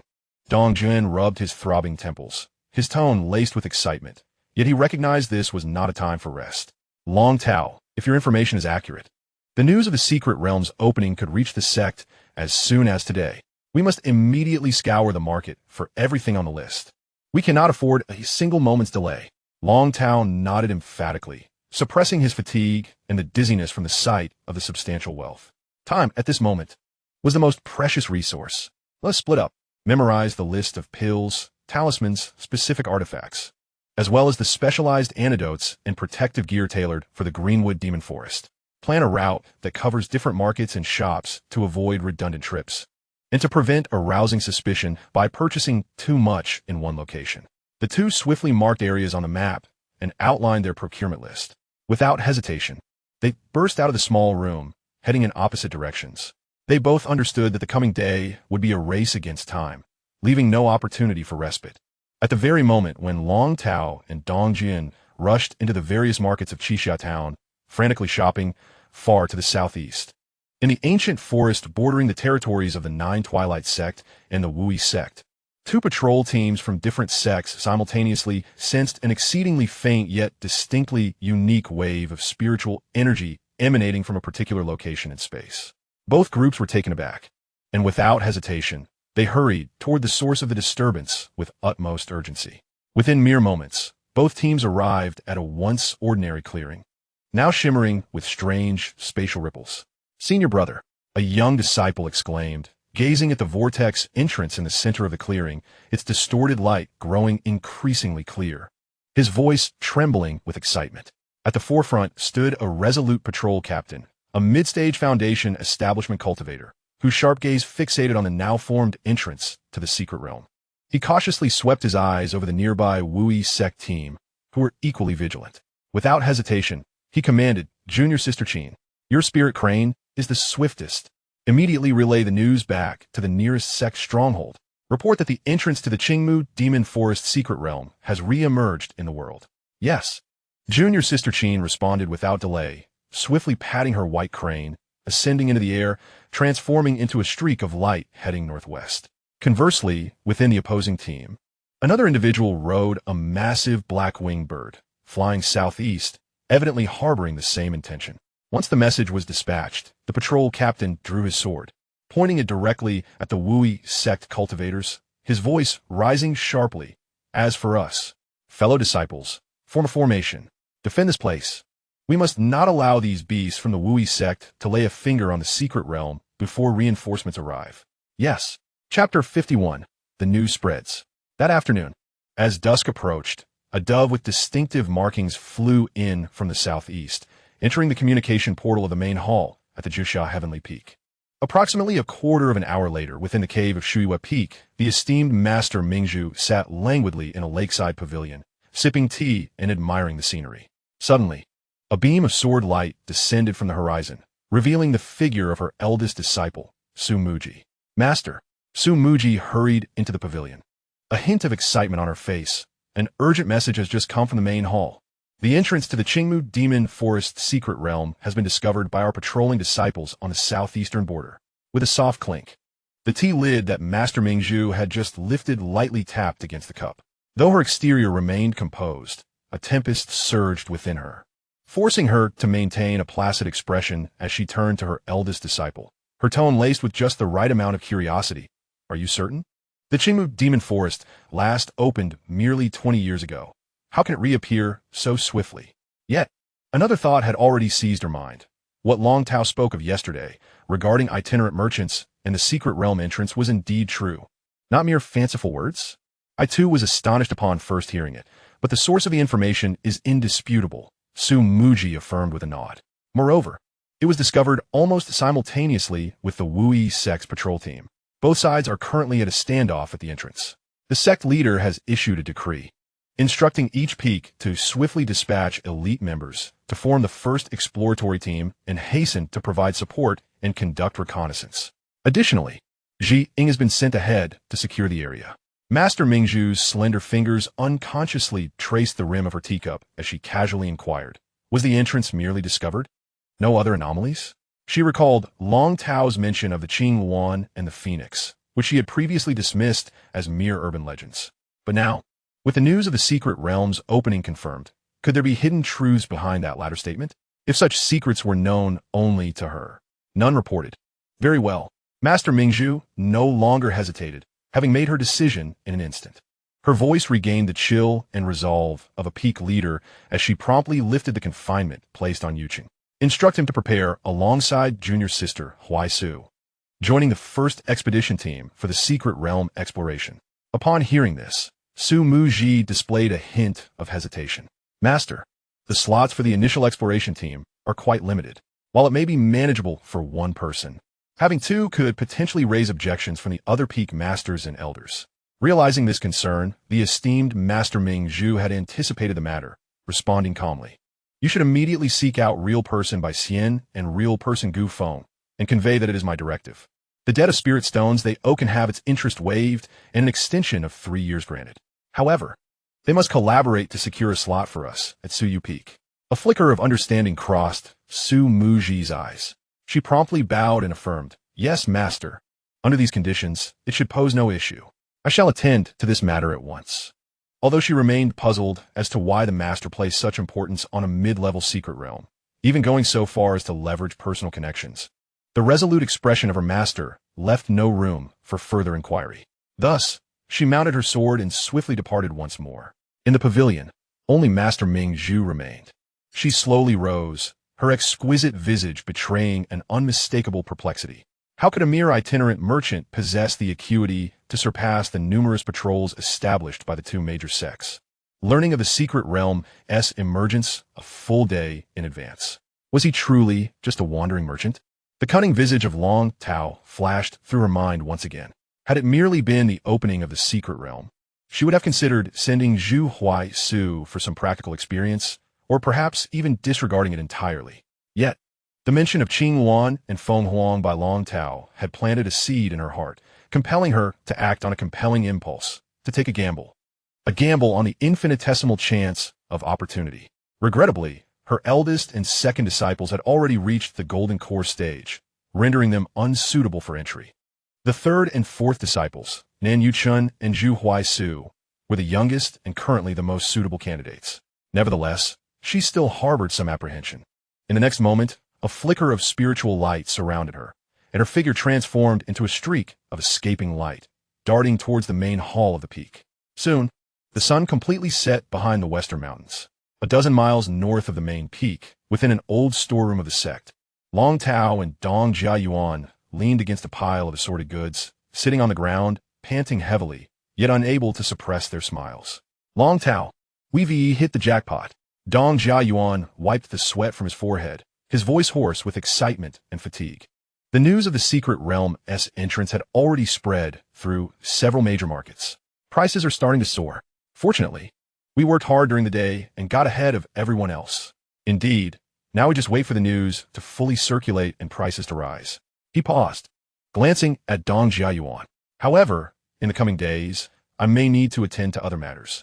I am on the verge of breaking through to the 6th layer of Qi training and have various trifles to manage. You will take charge of the goods here. He gestured toward the pile of supplies. By the way, I'll also take some elixirs, magical artifacts, and talismans with me. They might come in handy for bartering or in critical moments. Upon hearing this, Dong Jiayuan waved his hand dismissively, expressing that the success of their endeavor was largely due to the intelligence and audacity provided by his companion. I merely exerted some effort in running errands. The subsequent arduous tasks are of little consequence. You need not worry. Once everything is settled here, I shall provide you with a clear account. His words were heartfelt. This stockpiling venture was undeniably the most significant gamble of his life, and he had emerged victorious. Long Tao not only supplied the most critical and timely information, but also entrusted this monumental secret solely to him. In contrast, the subsequent sales responsibilities, though cumbersome, felt like an effortless windfall. By the way, with us hoarding so much, won't those merchants be incensed enough to come after us? Long Tao expressed a hint of apprehension at that moment. Not all. Firstly, we have always been adept at disguises. Moreover, given our limited funds, the goods we have amassed and the profits we stand to gain are trivial in comparison to those large merchants. They might be annoyed, but they certainly won't pursue us over such a paltry sum. Long Tao nodded, feeling reassured. He retrieved an unobtrusive cloth bundle, meticulously selecting some high-quality medicinal pills, a few practical low-tier magical artifacts, and a stack of talismans that might prove useful in the mystic realm, packing them carefully. He then bid farewell to Dong Jiayuan and exited the old warehouse with his bundle on his back. He had just told a small fib. These supplies were not intended for trading favors, but were his life-saving provisions for the arduous system tasks he was about to undertake in the Qingmu Demon Forest. As he walked back to Xianxia town, the lights began to twinkle, and the town remained vibrantly lively. Long Tao found a reasonably good restaurant, intending to indulge in a hearty meal to reward himself for a day of toil. Just as he settled into his seat and ordered a couple of small dishes, the animated conversation from a nearby table inadvertently caught his attention. Hey, have you heard? As soon as the entrance to the mystic realm in the southeast opened, Master Ji Ying rushed over to take charge immediately. This means we are definitely secure here. Upon hearing the term mystic realm, Long Tao's ears perked up, and he subtly leaned in that direction. The news of Master Ji Ying's personal attendance did not surprise him in the slightest. The patrolling disciples were merely at the Foundation establishment stage. Should the Wu sect resort to unscrupulous tactics and secretly dispatch Golden Core cultivators to strike, they could easily erase all evidence of their actions, leaving no witnesses. Such underhanded deeds were not unheard of from the Wu sect in the past. Therefore, during such a sensitive period, the sect would undoubtedly send powerful Golden Core masters to stabilize the situation and create a deterrent. No matter how swift Yunzhou's speed might be, it could not surpass the escape techniques of a fully exerted Golden Core master. As for the nascent soul, true monarch, it was nearly impossible for them to take action. Any hint of hostility from such a formidable figure could be interpreted as a declaration of war. A mere mystic realm was not worth the two major sects tearing each other apart. Not just Master Ji Ying. I overheard my cousin's husband, who is on duty at the main hall, mention that Master Zhu is also on his way. Is that true? If the two of them were to join forces. Heavens, both are exceptional golden elixirs, and they have reached the advanced stage. We would be utterly secure. Upon hearing this, Long Tao couldn't help but let a smile creep across his face. Splendid. It seems that Master Ming Zhu has indeed taken this matter seriously.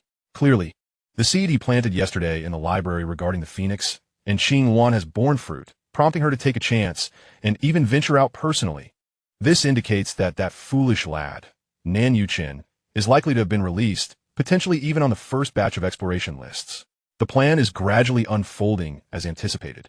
In high spirits, he raised his hand, intending to summon the waiter to order several sumptuous dishes to reward himself. However, as his gaze inadvertently swept across the bustling street outside the restaurant, two striking figures that could not possibly be mistaken caught his attention. It was not that his eyesight was extraordinary. Rather, the two half-human, half-spider beings stood out vividly in the predominantly human street of Xianxia town. After all, two half-human, half-spider creatures are conspicuous anywhere. Chapter 52. The Dilemma of the Spider Siblings. Dear Taoist Luo, what brings you both down the mountain at this hour? Long Tao squeezed through the crowd, finally managing to reach the spider siblings, lowering his voice to inquire. The siblings clearly felt out of place amidst the clamor of the bustling market, surrounded by curious, fearful, and probing gazes, appearing rather flustered. Luo Yusi instinctively attempted to conceal herself with her forelimbs, but her size rendered her conspicuous. Although the Jiuxia Heavenly Sect has a decent rapport with the southern Wanyao Mountain, possessing some superficial alliances and a number of demon disciples among its ranks, the sudden appearance of two half-human, half-spider entities in the predominantly human Xianxia town inevitably caused a stir. Taoist Long? How wonderful! Luo Yunluo exclaimed upon spotting Long Tao, her eyes gleaming as if she had found a savior. Raincy and I are simply too conspicuous here. Could you assist us in finding a somewhat secluded spot? Naturally, Long Tao felt compelled to help. He was well acquainted with the alleyways of Xianxia town and skillfully guided the siblings through the growing number of onlookers, leading them to a secluded corner behind an abandoned ancient well, where some discarded items were piled up, seldom visited by anyone. Thank you ever so much, Taoist Long. Luo Yunluo's substantial spider-like lower half appeared somewhat cramped in the small space, yet he promptly bowed in gratitude. Not at all. It's merely a trifling matter. However, it's quite rare to see you both venturing out together to this town. Has something occurred? Alas, Taoist Long, you must have heard about the opening of the Qingmu Demon Forest Secret Realm in the southeast. Haven to you? It is not mere boasting. Our spider demon clan excels in navigating such dense forest environments. Furthermore, the arts of poisoning and detoxification are our specialties. We intended to descend the mountain to procure a batch of specific medicinal herbs to concoct potent antidotes and miasma-repelling pills. Seeking permission from the sect to join the exploration team for the secret realm, he never anticipated that his hoarding actions would inadvertently involve these two good neighbors. Yet upon reflection, it seemed entirely reasonable. In the ethereal realm of Aoki Yao Forest, this locale is nothing short of a home ground for the spider siblings. Unless they encounter an adversary of overwhelming prowess, the so-called venomous creatures and beasts within this domain are hardly a match for these two. However, to their dismay, Luo Yunluo's tone grew increasingly despondent. Someone had inexplicably learned of the secret realm's opening and had hastily acquired a significant quantity of essential herbs from the market. After scouring several shops, they found themselves unable to procure any substantial stock, leaving them to rely on luck in visiting more establishments, which led to the predicament you just witnessed. Upon hearing this, Long Tao could only lower his head, fearful that his expression, riddled with guilt, would be discerned by the siblings. What a stroke of luck it was. When he and Dong Jiyuan had gone shopping during the day, they had taken great care to disguise their appearances. Otherwise, they might have already been wanted by every shop in the city. He forced himself to regain composure, striving to infuse his voice with a sense of ease and confidence. There is truly no need for both of you to burden yourselves so. With your unique identities and unparalleled abilities, it would be far simpler to apply directly to the sect. Securing a place in the exploration team is undoubtedly a certainty. We are aware that the sect is in need of disciples like us, Luo Yunluo replied, a hint of resigned amusement gracing her features. Yet the numbers may be few, and those of their kind, regardless of experience or cultivation, often surpass the two siblings. Thus, if they do not devise a means to prepare some credentials that showcase their worth, they may find themselves at a significant disadvantage. Long Tao felt an intensified pang of guilt for inadvertently placing his friends in such a predicament. Hoarding resources for profit is hardly a noble endeavor, and it indirectly caused this honest pair to be embarrassed in public. A thought struck him, and he exclaimed, "Why must you underestimate yourselves? Your advantages do not require validation through these herbs. Let us not linger in this place for discussions. We shall return to our residence on the mountain. Once there, I will assist you in crafting an impressive resume, meticulously organizing and presenting your strengths and specialties. Upon hearing this, the siblings exchanged glances, their compound eyes reflecting a mix of hesitation and confusion. However, feeling utterly at a loss, they nodded in agreement. Long Tao, aside from wishing to alleviate his internal guilt, felt that if this pair could also join the team, they might look out for one another in the secret realm. Upon returning to the shared courtyard, Long Tao swiftly lit an oil lamp on the stone table, unfurling paper and preparing ink, readying himself for a vigorous endeavor. Luo Daoyu, do not underestimate yourselves, he asserted with sincerity as he lifted his brush. Your advantages are far more pronounced than you realize, incomparable to that of your peers. Is that so? A glimmer of hope flickered in Luo Yunluo's eyes. Then we humbly request your guidance, Long Daoyu. Firstly, Long Tao began, lightly tapping the tip of his brush. Let us analyze. Previously, Daoyu Yusi had once defended me during a breakthrough and mentioned how you two had also provided protection for other disciples. You see, this is your foremost advantage, to serve as guardians. Firstly, it illustrates your profound understanding of the anatomical structure of the human practitioners, the fundamental operations of their techniques, and the potential risks that may arise. Secondly, it indicates that you have engaged in extensive cooperation and communication with the disciples of the human race within the sect, demonstrating your ability to collaborate rather than merely working in isolation. Luo Yunluo pondered this carefully, slightly shifting her stance. Though it may seem a touch self-aggrandizing, it holds true. Indeed, Long Tao clapped his hands. Consider this. In the exploration of secret realms, particularly with elite teams organized by the sect, is the sole focus truly on the capabilities of detoxification and alchemy? Let us not forget that the first batch to enter comprises the most talented individuals from various peaks, each equipped with several protective treasures and detoxifying elixirs bestowed by their sections. Such items may not necessarily be inferior to your hastily concocted solutions. The siblings were momentarily at a loss for words. What truly garners the esteem of the higher-ups and the trust of teammates is the synergy and mutual confidence among them. Long Tao asserted with conviction. Within secret realms rife with peril and unpredictability, an individual, no matter how skilled, who is solitary and unable to communicate effectively with their comrades, may instead become a liability or even a calamity for the team. Conversely, someone who understands their teammates, knows how to collaborate, and can provide safeguarding support in critical moments is precisely what the team requires. He dipped his brush into the ink and began to fervently inscribe on the paper. Thus, the focal point of this resume must prominently feature your numerous successful experiences as guardians for the human disciples. Additionally, it should be suitably refined to emphasize your profound comprehension of the sect's mainstream techniques and the seamless rapport you share with the human disciples. Moreover, include all past team assignments, regardless of their magnitude, to substantiate your collaborative experience. Finally, merely mention your auxiliary capabilities in toxicology and alchemy as a supplementary note. The siblings exchanged glances. Although they felt Long Tao's words were somewhat audacious, they found no better alternative at that moment and resolved to trust him, answering all subsequent inquiries with utmost cooperation. Chapter 53. Luo Yusi, the golden-haired enchantress. Approximately half an hour later, Long Tao set down his brush, blowing gently on the still damp ink, and submitted the freshly prepared application for the Spider siblings' secret realm exploration team. The two siblings received it and leaned under the lamp to scrutinize it closely. As they read, their mouths involuntarily parted, their eyes wide with shock and a hint of trepidation. Long Taoist, Luo Yunluo's voice quivered, pointing at a particular section of the document. Isn't this resume a tad exaggerated? We did complete these tasks, but the process was by no means as thrilling and intricate as described. Moreover, these protective duties were quite ordinary. How could you assert a perfect success rate and that the disciples praised us unanimously afterwards, claiming significant advancements in their cultivation?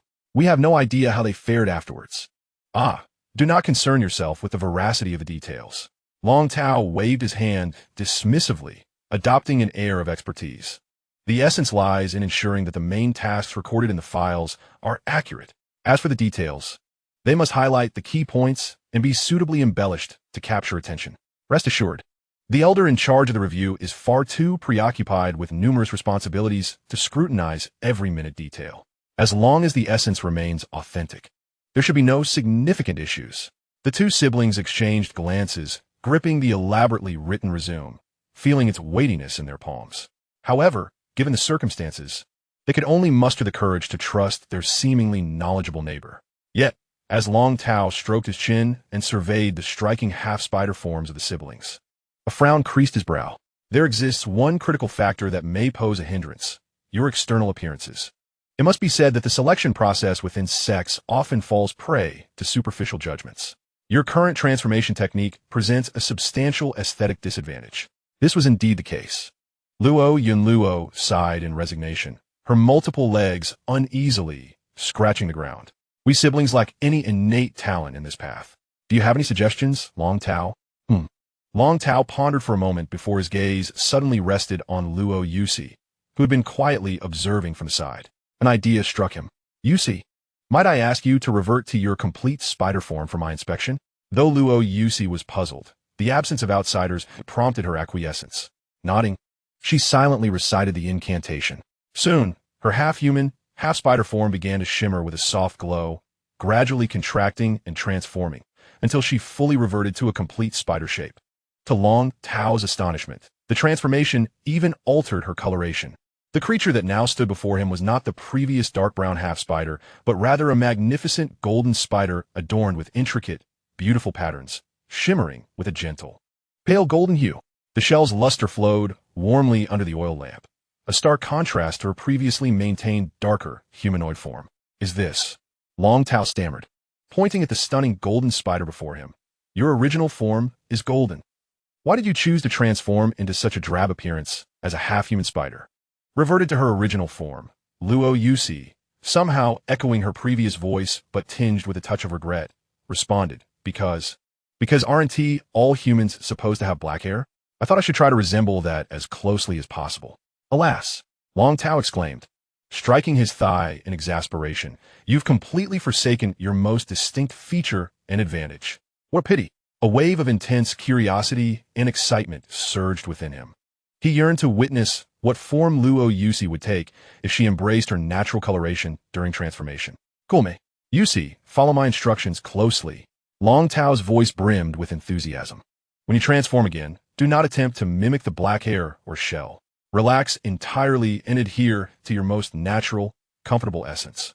Maintain the beautiful pale gold of your original form. Let us see what you become. Is that so? Very well then. Luo Yusi blinked her large primary eyes, glancing at her equally curious brother. Upon seeing his nod of approval, she took a deep breath, and a soft golden radiance enveloped her once more.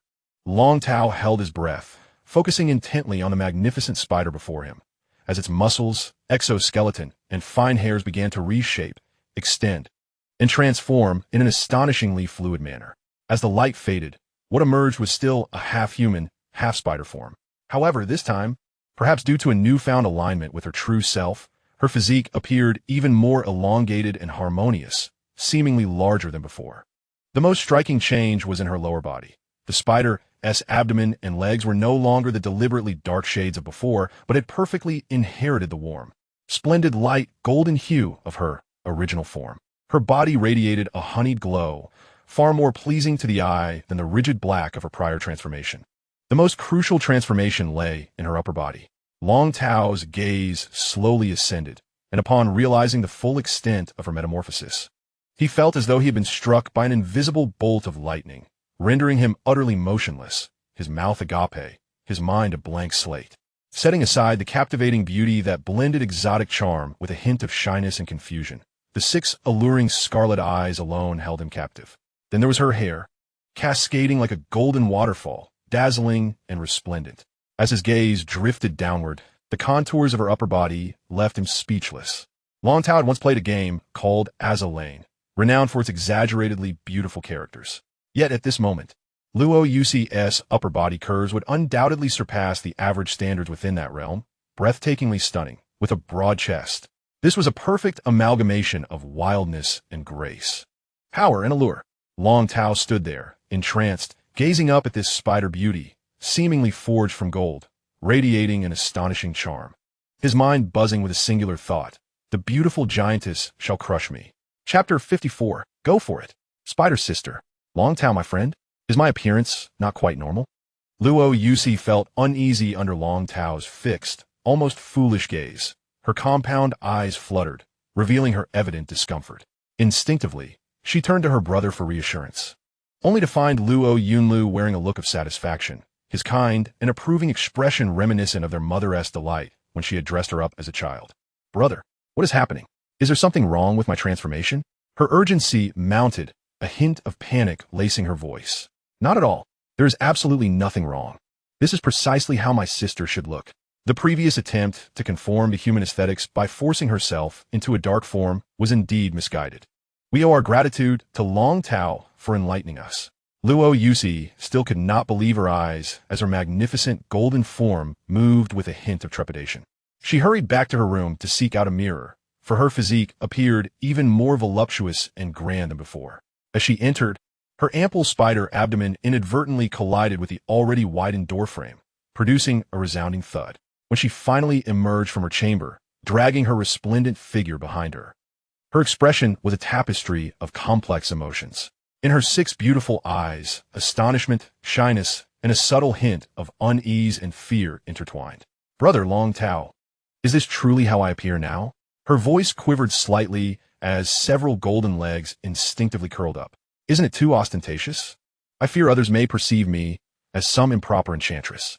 You are, after all, a spider demon. Should you be concerned about being labeled as a seductress? Long Tao silently scoffed, yet his gaze remained unyieldingly fixed upon her. Clearing his throat, he asserted, this very appearance is perfect. Trust me. Present yourself in this form with dignity at the sect to apply.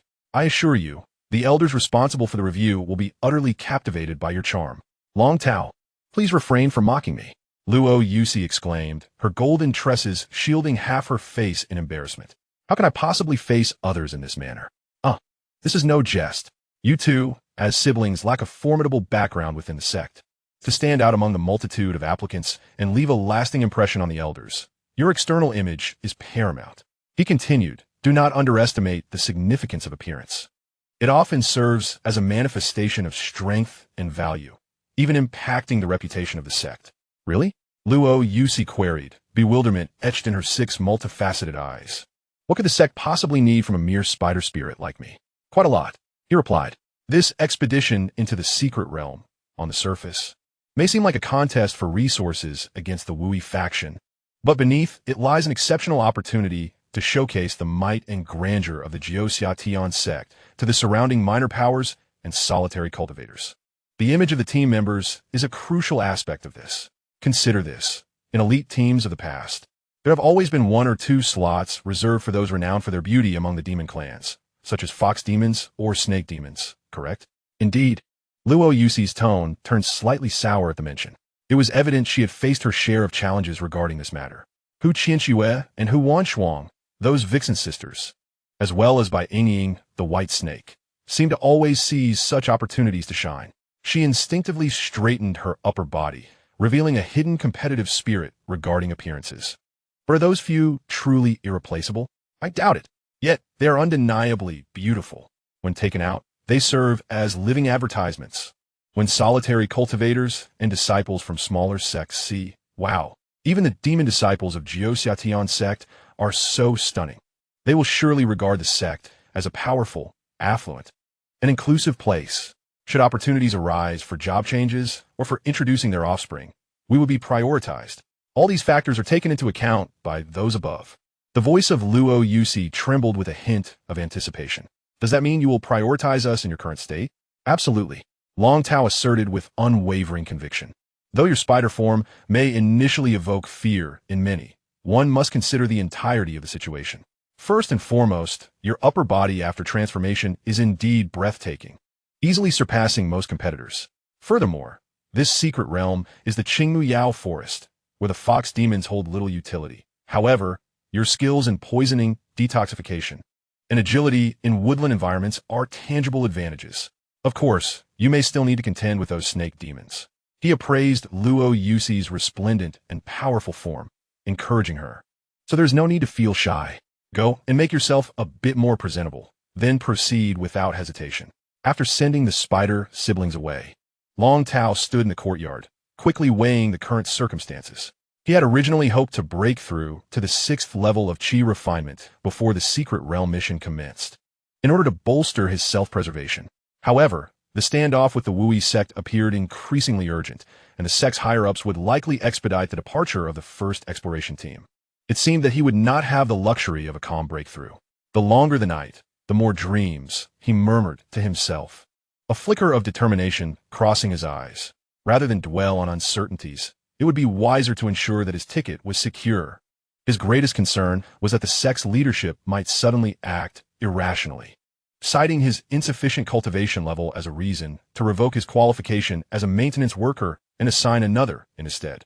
If such a scenario were to unfold, all his previous schemes would become a grand farce. Conversely, if he were to board the Xianxia ship ahead of time, presenting himself as diligent and well-acquainted with all operations, even if they wished to replace him, they would have to consider the associated risks and costs, and they would likely hesitate to force him off. Long Tao resolved not to hesitate any longer and promptly turned back to his room. He swiftly packed the elixirs, talismans, magical artifacts, and various equipment he had previously set aside for the expedition, ultimately assembling a seemingly heavy satchel. As he exited the courtyard with this substantial burden, Long Tao could not help but envy the characters from the Cultivation novels he had read in his past life, where protagonists effortlessly wielded spatial rings and storage bags, tossing items within and nonchalantly journeying through the world. Alas, this realm does possess similar spatial storage treasures, yet they are prohibitively expensive, though not astronomical. They are far from the commonplace items depicted in certain novels, where it appears that any cultivator is entitled to one. Typically, favored descendants of prominent families, along with various direct disciples or elite inner sect members, can acquire such items, while ordinary disciples must spend their resources on necessities for cultivation and breakthroughs, leaving no room for expenditures on such luxuries. As for someone like him, an outer sect disciple still at the 5th level of Qi Refinement, dreaming would be the quicker path. Alas, the road ahead is laden with challenges. Long Tao sighed, resigning himself with a shrug, and trudged down the mountain, his steps heavy and uncertain. In that moment, he resembled a laborer fleeing from hardship rather than a cultivator. Chapter 55, An Unreliable Sect. At dawn next day, on the white jade plaza before the grand hall of the sect, a dozen disciples, each possessing striking appearances and remarkable bearing, stood in orderly formation before the sect leader and the esteemed elders. Every piece of their attire, down to the smallest ornament, was crafted from high-grade magical materials. Subtili émanating en extraordinaire aura. Each disciple wore an expression of unwavering confidence, as if they were the protagonists of this era. The sect leader, Zhuge, with his hair and beard slightly ruffled, maintained a calm demeanor, exuding an air of tranquility, as if he held all matters in his grasp. "You are all the most exceptional disciples of our generation," he declared, his voice resonating like a thunderclap throughout the plaza. "The reason for summoning you here today requires no further elaboration from this old man. The reopening of the secret realm concerns not only the competition for spiritual veins and resources, but serves as a stage to showcase the fruits of your years of cultivation. You will confront the elite peers of the Wui sect, and may even face formidable rogue cultivators forged in the crucible of life and death. However, since you stand here, you must be well aware of the risks and should embrace the challenges ahead." With that, he gazed towards the southeast horizon and continued, "Time is of the essence. The two esteemed realms, Ji Ying and Ming Zhu, should currently be confronting the golden core cultivators of the Wui sect. You must proceed immediately to the Tiangong Pavilion's Boat Administration Plaza, where a cloud vessel named Lianxing awaits you. After a brief preparation, you shall embark on this vessel to the secret realm." "Master, why specifically choose that cloud vessel?" inquired a disciple standing at the forefront, echoing the curiosity of the others. Anticipating their inquiry, Zhuge replied with composure, 20 years ago, our sect hesitated to deploy a cloud vessel due to concerns over the malevolent spiritual energy leaking from the Qingmu demon forest, which led to us being a step behind the Wui sect, missing our opportunity. Subsequently, our sect invested considerable resources to develop a coating capable of resisting that sinister energy. Some disciples below had already surmised part of the truth. Indeed, once the coating was successfully developed, it was first applied to the Lianxing. However, fate is unpredictable, and none anticipated the secret realm would reopen so swiftly. Currently, this is the only vessel that has completed the entire coding process. Upon hearing this, the expressions among the disciples varied. Most displayed admiration, deeply appreciating the foresight and strategic planning of their sect. A few, even involuntarily, straightened their backs, pride shimmering in their eyes, as though the glory of the sect had been bestowed upon them. Yet, the sect leader and the elders on stage felt a twinge of guilt. In truth, they had long forgotten about the coding. It was only after the news of the secret realm's reopening reached them that Shermanyu, the sect leader's assistant, reminded them of this old matter. They hastily dispatched someone to verify, only to discover that after its development, the coding had been carelessly applied to just 2 cloud vessels, one of which had even been sold. The remaining vessel, Lianxing, had been left abandoned in the most remote corner of the Tiangong Pavilion, neglected for years.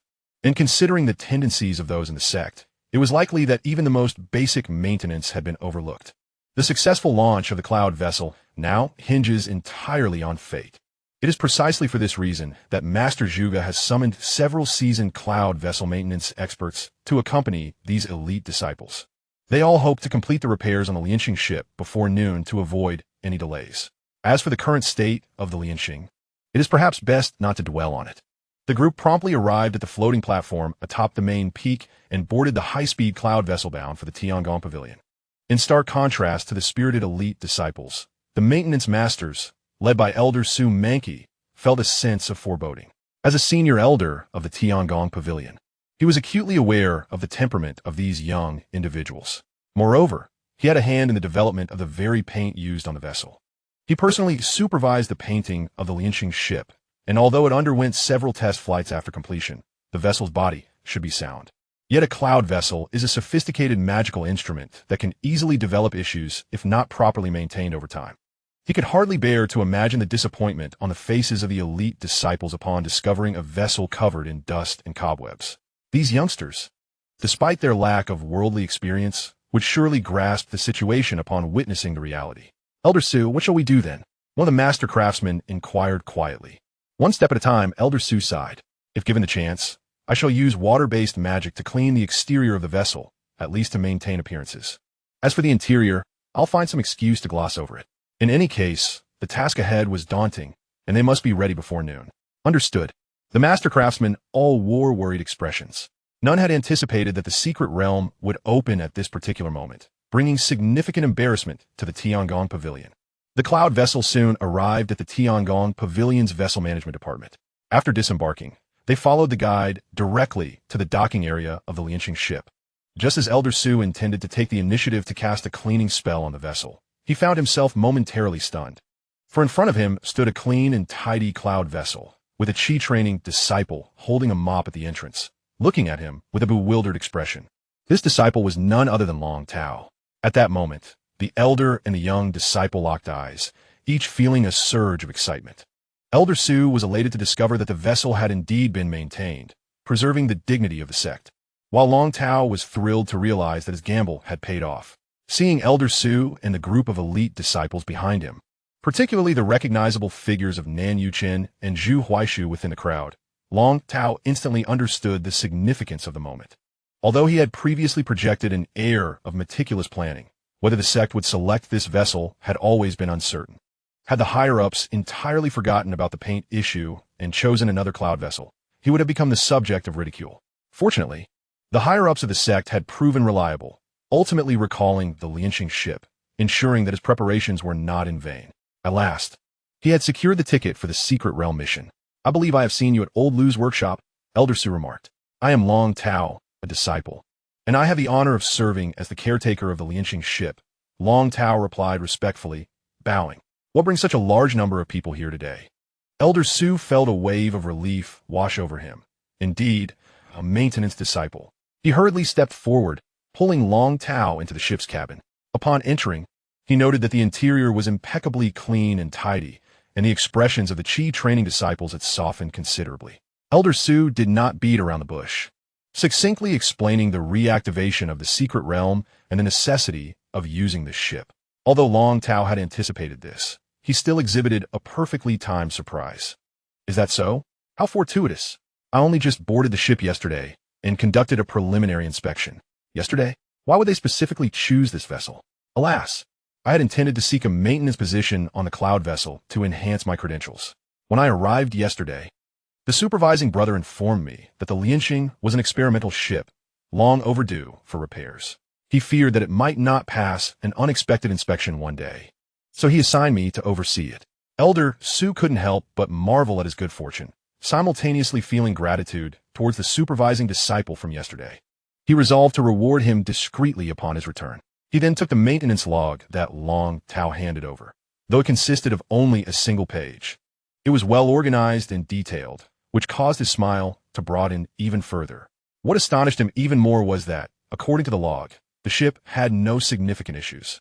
Aside from a lack of spirit stones and a few minor problems that required closer inspection, it was entirely ready for immediate departure. This was, without a doubt, the best scenario he had never dared to envision. However, there were still reminders to be given. As an elder, he felt it inappropriate to speak plainly. So he chose his words carefully, saying, "Long Tao, those outside of the sex prodigies, so some matters you." Long Tao immediately grasped his meaning, wearing an expression of understanding. "Rest assured, if any of them inquire, I shall say this was all prearranged by the sect, and we are merely awaiting their arrival." Seeing his perceptiveness, Elder Su smiled and patted his shoulder before turning to call the others aboard. Long Tao couldn't help but sigh inwardly. This elder, who was perpetually engrossed in mechanisms, was indeed a sincere person, even taking the time to inquire about him. Had it been someone unreasonable, they would likely have expelled him from the ship without affording him the opportunity to meet those prodigies. Chapter 56. Zhu Huaisu's Spirit Pet Cat. As the elite disciples of the sect began boarding the cloud vessel, Nan Yuchen was among the first to find Long Tao. "Brother Long, I was right. You are indeed on this ship." Seeing the still somewhat youthful face, Long Tao couldn't help but smile and step forward. At this moment, Nan Yuchen had indeed grown taller. As he had previously mentioned, the junior disciple, who once stood half a head shorter than him, was now nearly of equal height. "You've really grown, huh?" Long Tao clapped Nan Yuchen on the shoulder. "I recently took up a maintenance position on a cloud vessel and was fortuitously assigned to this one. Elder Su has already informed me of the circumstances. It's quite a coincidence." Nan Yuchen scratched his head and chuckled before asking, "I see. So you'll also be heading to the secret realm, then?" "That should be the case, as maintaining the cloud vessel is my duty," Long Tao nodded. "However, your master has ultimately allowed you to come along, which indicates the significance placed on the secret realm. I heard that she personally went to oversee it." "Indeed, Master is particularly attentive this time." Nan Yuchen lowered his voice and even insisted that I accompany fifth senior sister. It is said that considerable effort was exerted to secure this single spot. Long Tao mused to himself that this was only natural, for it pertained to the clues regarding the Qingyuan and Phoenix. Hence, it warranted extra diligence. Just as he was about to inquire further, a familiar feminine voice interrupted their conversation. "Isn't it the duty of maintenance personnel to attend to their tasks rather than engage in idle chatter?" Turning to see, they were greeted by Zhu Huaisu. The princess was now scrutinizing Long Tao with a look of disdain, pulling Nan Yuchen closer to her side, as if fearful that her junior disciple might be tainted by an unwholesome aura. "Ah, senior sister Zhu, greetings." Long Tao quickly clasped his hands in respect. The esteemed masters previously mentioned that I had completed the most arduous tasks, leaving the remainder to them, thus allowing me a brief respite to converse with junior brother Nan. With your status, how dare you engage in conversation with a junior disciple?" Zhu Huaisu raised her chin, her tone laced with scorn. "In previous times, or in other more stringent sects, a disciple in the Qi Refinement stage, such as yourself, would have to respectfully address me and the junior disciple as Shirshu." Zhu Huaisu's words held a measure of truth. In many sects, or rather, in most sects, any disciple of a higher realm, regardless of age or tenure, would require the lower-tier disciples to respectfully refer to them as Shirshu. This was a customary practice within the realm of cultivation, underscoring the principle of supremacy in cultivation levels. However, the Jiuxia Tianzong was an exception to this rule. This sect was formed from the amalgamation of the three great factions of the past, initially adhering to some of the old customs and maintaining the necessary decorum. But it wasn't long before complications arose. Firstly, the sect's population surged dramatically, far exceeding a simple aggregation of the three factions. Many smaller forces and rogue cultivators from the surrounding areas, as well as various individuals from the Ming dynasty, joined the new sect creating a diverse mix of people. Those of golden core level and above were easily recognized and respectfully addressed as Yuan. However, the disciples below the golden core level found themselves in disarray. At the outset of the merger, there was neither a unified attire nor standardized accessories. And even the cultivation methods varied widely. Many Qi Refinement disciples possessed weak spiritual awareness, making it challenging to discern the cultivation levels of those practicing different methods. Unlike today, where it is relatively simple to identify the cultivation stage of fellow sect members.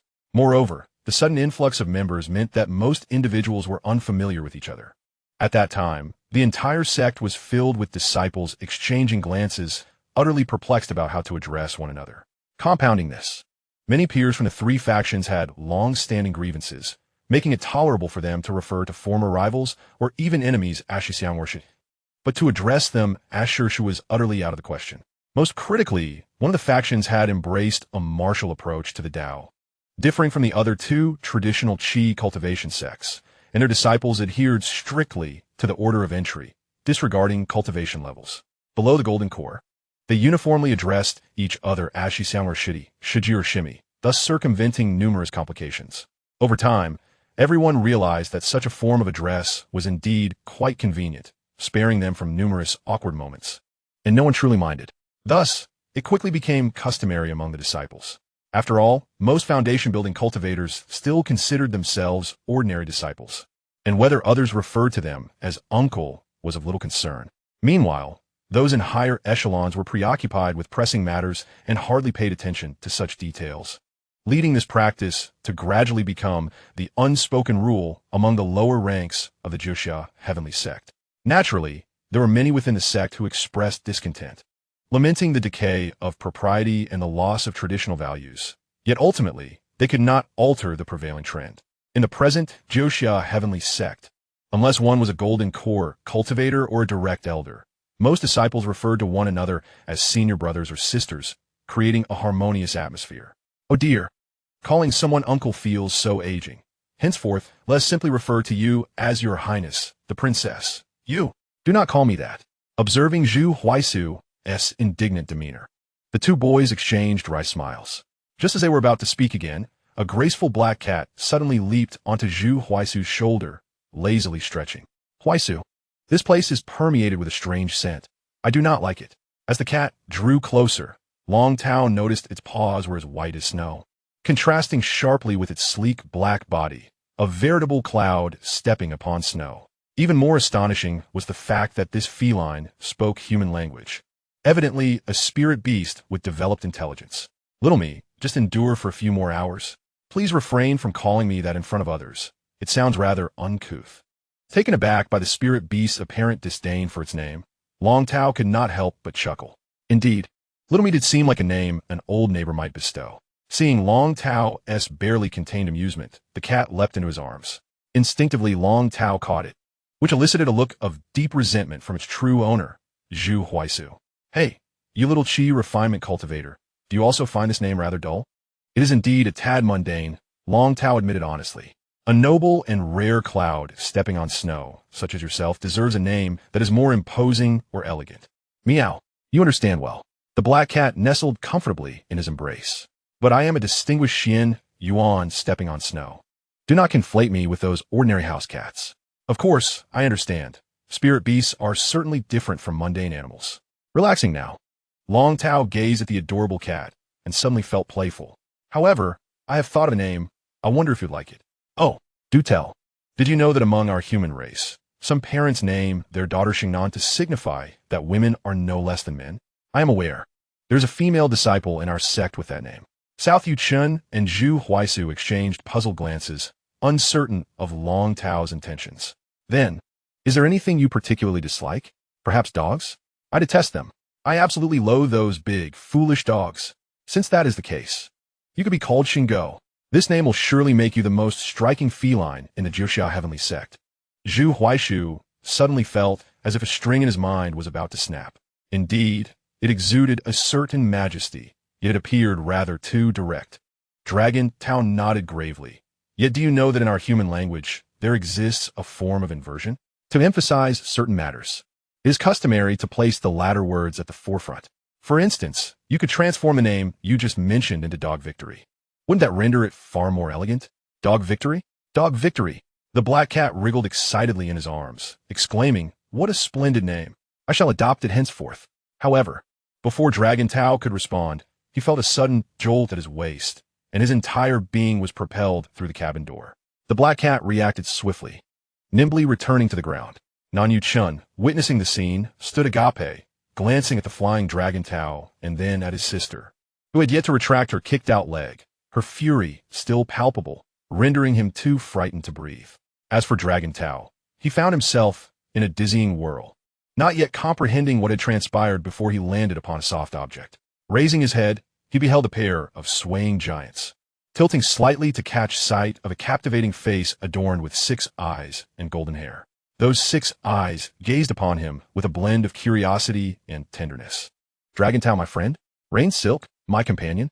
Dragon Tao winced at the pain in his waist, surveying his surroundings and realizing that he had been caught in a princess carry by Luo Yusi. Chapter 57. Master Duanyue. The preparations for the cloud vessel proceeded remarkably smoothly, consuming little time. With the arrival of the final 2 team members, the leader Master Duanyue and the spider demon Luo Yusi, the Lianxing swiftly took to the skies. Heading southeast, the newly joined demon member, Luo Yusi, immediately captivated everyone's attention upon boarding.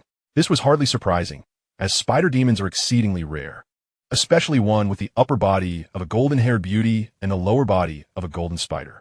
Regardless of gender, disciples could not resist casting admiring glances her way. However, while some were drawn by her beauty, others were merely intrigued by the novelty. "Dragon Tao, does your side still ache?" Luo Yusi inquired softly, concern evident in her 6 luminous eyes. "Oh dear, it hurts so much. Rain Silk, could you please massage it for me?" Dragon Tao lay on the deck, deliberately elongating his tone and feigning a pitiful demeanor.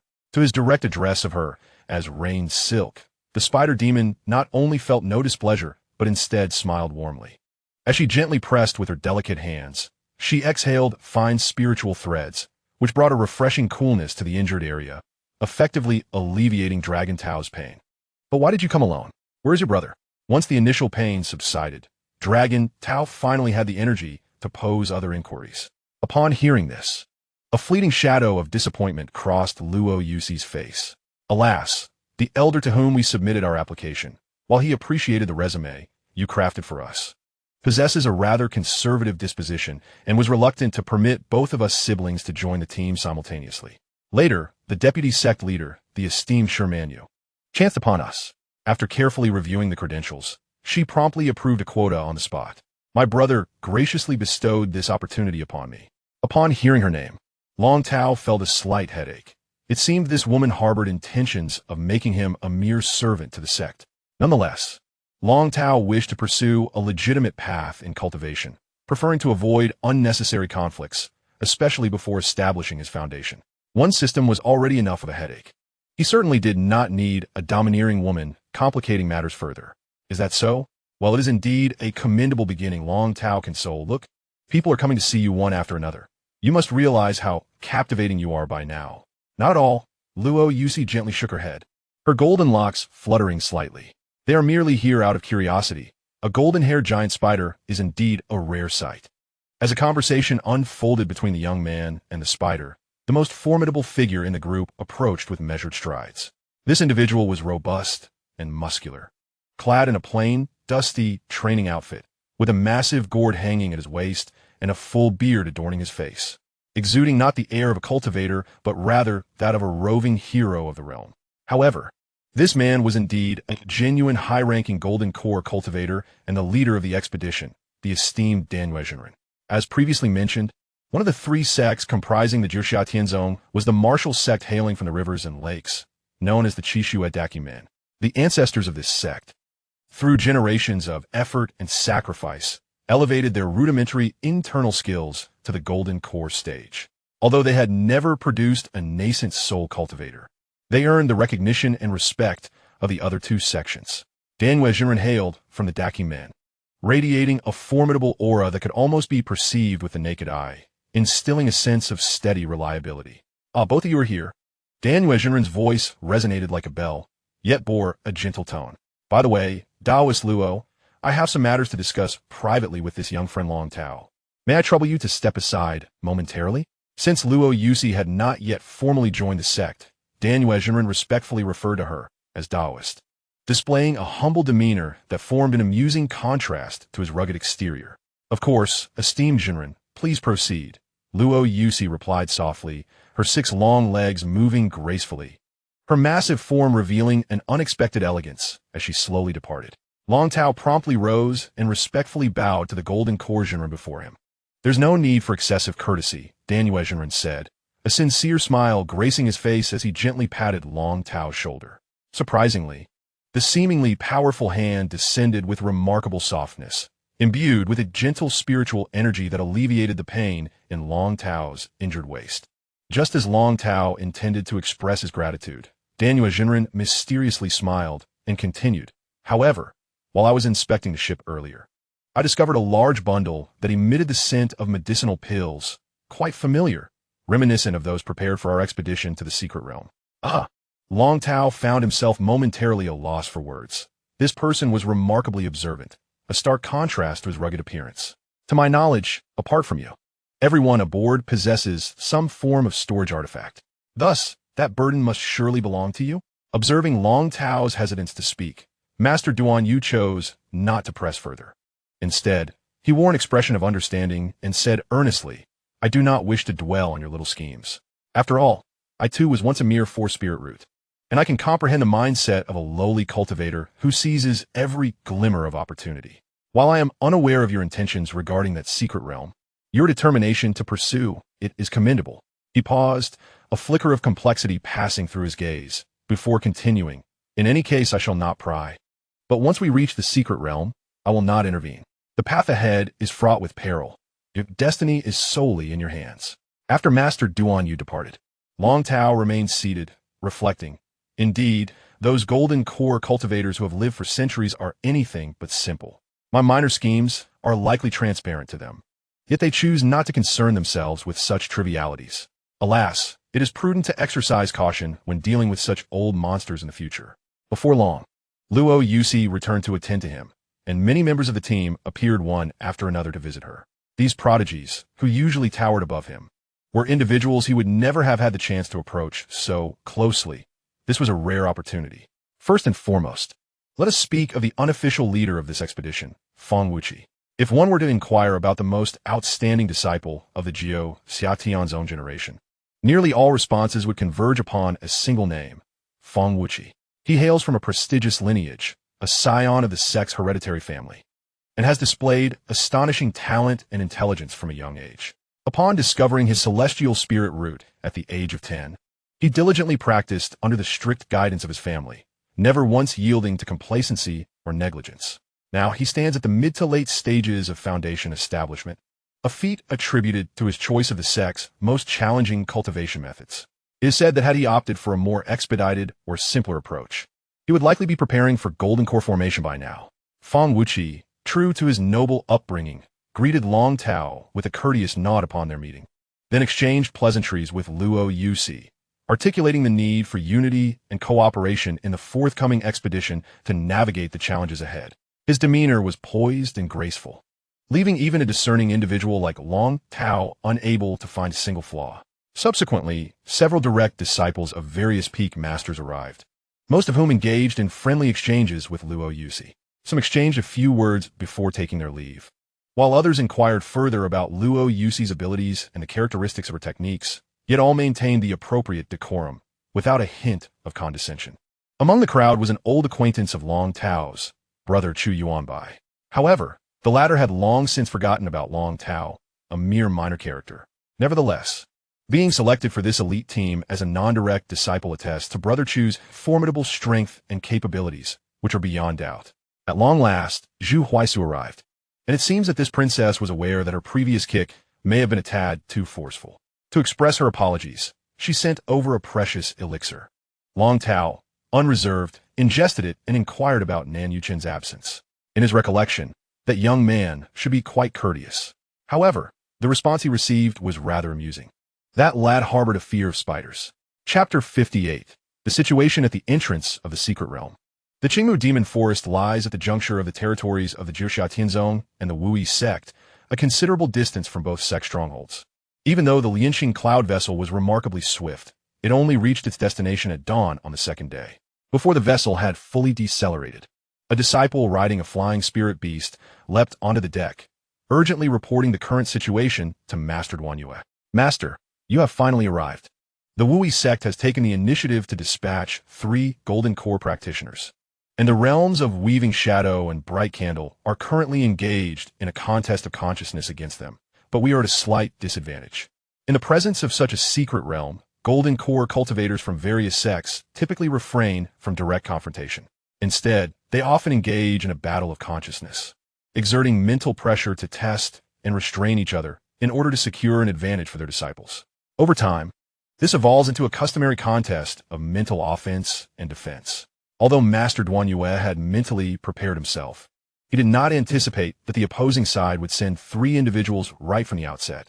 Based on past experiences, both parties usually deployed 1 or 2 powerful Golden Core cultivators to safeguard their disciples, preventing rogue cultivators and minor factions from taking advantage of the situation, establishing a balanced environment once the leading Golden Core practitioners arrived. This time, however, the Wuyi sect seemed disinclined to even engage in superficial tactics.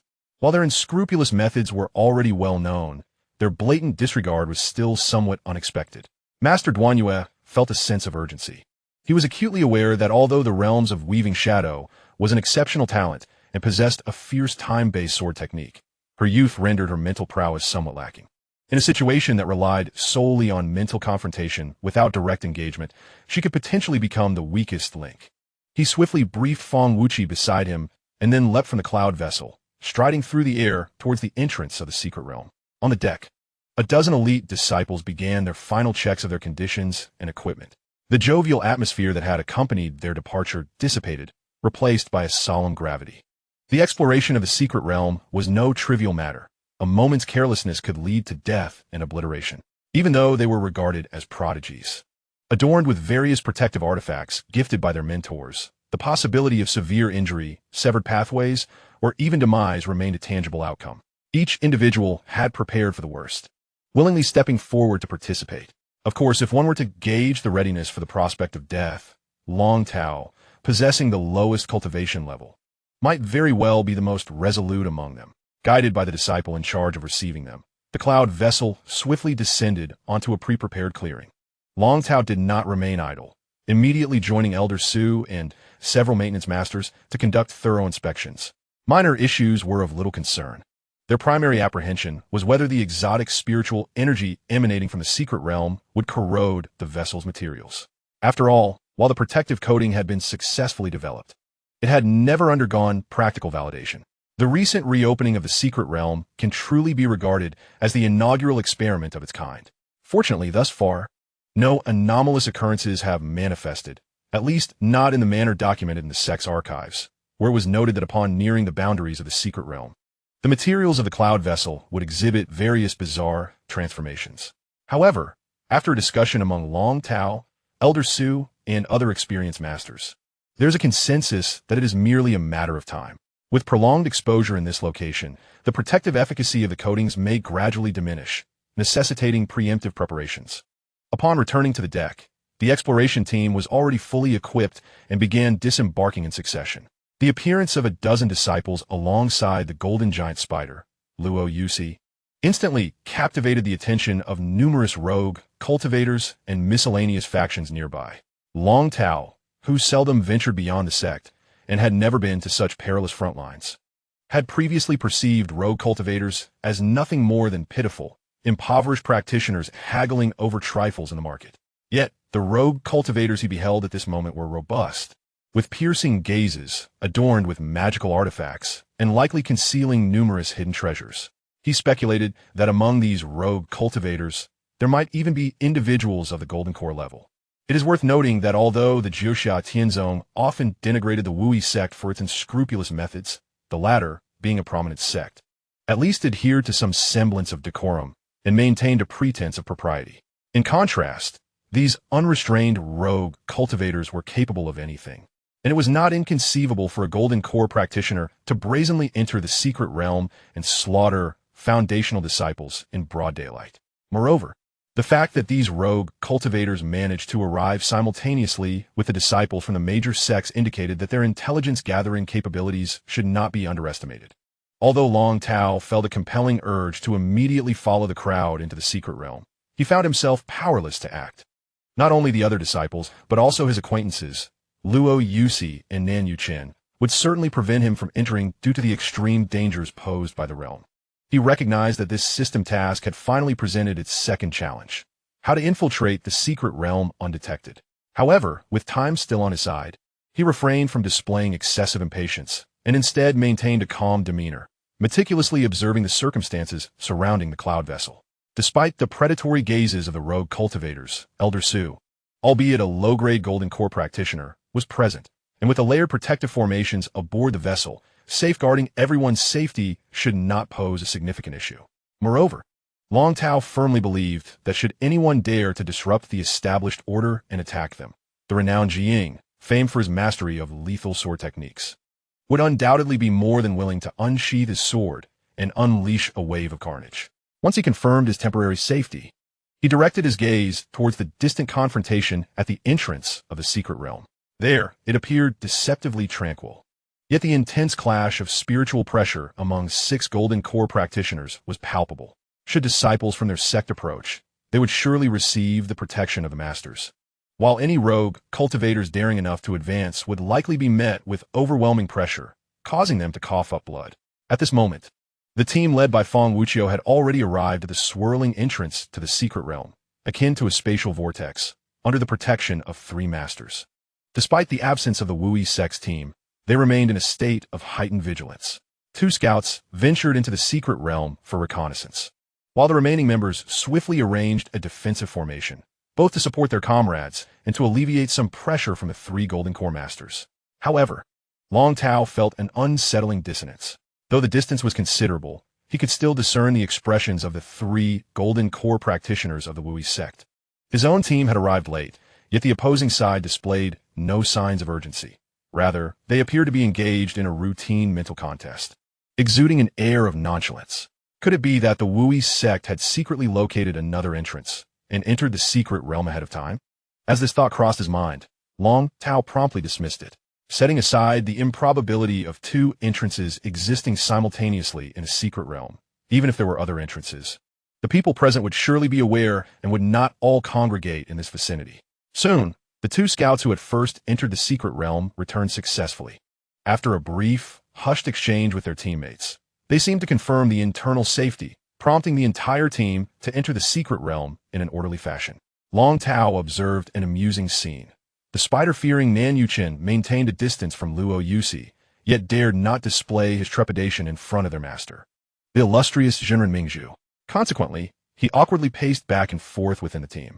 It was only when the golden giant spider completely vanished into the entrance of the secret realm that he finally exhaled in relief. Long Tao couldn't help but chuckle to himself.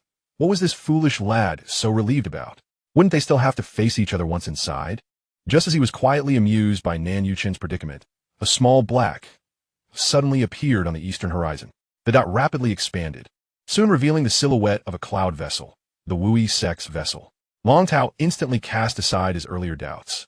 It appeared that the opposing side had indeed merely arrived a bit late. At this moment, everyone gathered there understood tacitly that the main event was about to commence. Chapter 59. A sudden turn of events. An opportunity. The Wui sect's cloud vessel descended slowly, and a team of elite disciples disembarked in succession. However, Long Tao immediately sensed something amiss. These disciples, much like their Golden Core leaders, exhibited no signs of tension. Rather, they bore an air of leisure, entirely unlike a group embarking on an expedition into a secret realm. This was certainly not the demeanor expected from the elite disciples of the Wui sect. Long Tao recognized that something was amiss, and the 3 masters, Mingzhu, Jing, and Duanyue, by the entrance of the secret realm quickly discerned the anomaly as well. Having been adversaries for many years, they possessed a certain understanding of one another, and were well informed about each other as distinguished disciples. Yet, among the Wui sect disciples before them, none were the renowned prodigies they had anticipated. Moreover, Long Tao keenly sensed that the Wu sect's intentions were far more complex than a mere systematic exploration of the secret realm. An instinct urged him that an awaited opportunity might soon present itself. He swiftly returned to the cabin, shouldering the bulging satchel, preparing himself for immediate action. At the stern of the vessel, Elder Su wore a grave expression, yet his gaze was not fixed upon the main stage of the secret realm entrance, but rather intently focused on the direction where the rogue cultivators had gathered. Though not a combat-focused low-grade golden core, anyone who could cultivate to the golden core realm had undoubtedly endured countless battles, possessing a heightened awareness of danger and hostility beyond the ordinary. At this moment, Elder Su distinctly sensed a palpable malevolence emanating from the gathering of rogue cultivators. A group of foundation-building rogue cultivators would never possess the audacity to unleash such a degree of hostility. This signified that among them must be concealed golden core practitioners. Coupled with the unusually calm demeanor of the Wu sect disciples, Elder Su was immediately struck by the direst possibility. The Wu sect harbored grander schemes, and at least one golden core cultivator among the rogues had colluded with them in advance. But why? What could compel the Wu sect to take such drastic measures over a mid to low-tier secret realm? According to convention, the two major sects would first seize the primary resources before allowing the rogue cultivators to sift through the remnants, a mutually beneficial arrangement. Unless the Wu sect had uncovered some clandestine secret, something hidden within this secret realm that warranted such a drastic breach of decorum. With this thought in mind, Elder Su hesitated no longer. He promptly commanded his subordinates to restart the cloud ship, activating all defensive mechanisms with utmost urgency, while simultaneously transmitting a warning to the 3 True Immortals at the entrance. The Wu sect is deceitful. At the very moment, the defensive array illuminated with brilliance. A fierce surge of true essence surged forth from the crowd of rogue cultivators, striking the side of the cloud ship with a thunderous impact. Fortunately intercepted by the newly raised shield, though it still caused the entire vessel to lurch violently. Almost simultaneously, the Wu sect disciples, who had been feigning compliance and formation, tore off their disguises, their figures flickering like phantoms as they employed their body-doubling technique, rushing into the secret realm at a speed nearly imperceptible to the naked eye. These were not ordinary disciples. They were the Wu sect's assassination squad. They had come to kill, shouted True Immortal Duanyue. The 3 individuals who had just received Elder Su's warning, though initially perplexed, ceased holding back upon witnessing the sudden onslaught and unleashed their lethal techniques against the infiltrating assassins. However, the Wu sect's golden core practitioners were already prepared, deftly deflecting all incoming attacks. At the moment, the 3 adversaries felt a surge of triumph. They were horrified to discover that among the assassination squad that had just penetrated the secret realm, for had already fallen lifeless, reappearing outside the realm and collapsing in succession before True Immortal Xianxia. This time, the Wu sect had dispatched 12 elite assassins, yet a third of them had been lost at the entrance, with none having perceived how the attacks had unfolded. Xianxia, you! Exclaimed a furious golden core practitioner from the Wu sect, initially confident in their meticulous preparations, as all 12 had successfully infiltrated under their cover, only to bizarrely lose 4. This damned, time-manipulating technique was utterly unreasonable. In response, True Immortal Xianxia merely scoffed contemptuously, lamenting, "If only the temporal dynamics within and outside the secret realm were not slightly asynchronous, I could have slain them all. I must thank you." That tedious mental confrontation was nearly lulling me to sleep. With a flick of her sword, she pointed the blade towards the 3 golden core practitioners of the Wu sect and proclaimed, "Though I'm unaware of why you felt compelled to rupture the facade, I invite the 2 rodents concealed among the rogue cultivators to emerge as well. With me, Xianxia, present, even 3 against 5, the advantage remains with us." Upon hearing True Immortal Xianxia's words, the 2 golden core practitioners lurking among the rogue cultivators felt a profound insult and immediately shed their disguises, soaring into the air from the crowd and discarding all pretense. As the true identities of these 2 individuals were revealed, the surrounding Foundation and Qi Refinement stage cultivators were engulfed in terror, retreating like a surging tide. Xi and Wuxia, the old man with withered hands? Has your Wu sect fallen so low as to associate with such scum? Xianxia's voice dripped with sarcasm as her gaze swept over the 3 golden core masters of the Wu sect. Simultaneously, the 3 men coldly snorted. their faces betraying a palpable disdain for the two notorious rogue cultivators. The convergence of Ji Ying and Ming Zhu, the two exquisite beauties of the Xianxia heavenly sect, made this transaction all the more worthwhile. The old man with withered hands grinned, revealing a mouth full of yellowed teeth, his gnarled right hand trembling slightly. His lascivious gaze roving over the two female cultivators, seemingly undeterred by their formidable reputations. In stark contrast, Xian Wush's expression remained impassive, his sword aimed directly at Ji Ying, exuding an aura of lethal intent, clearly perceiving her as the sole adversary of significance. Both rogue cultivators had reached the later stages of the Golden Core realm, and their prowess was far from ordinary. Although Ji Ying had earlier spoken with bravado, she now dared not exhibit any carelessness, focusing intently on the impending battle. Just as the clash of Golden Core cultivators seemed imminent, the cloud boat shook violently from the relentless assaults of the two rogue cultivators. Seizing the moment, Long Tao feigned a slip, staggering towards the edge of the boat.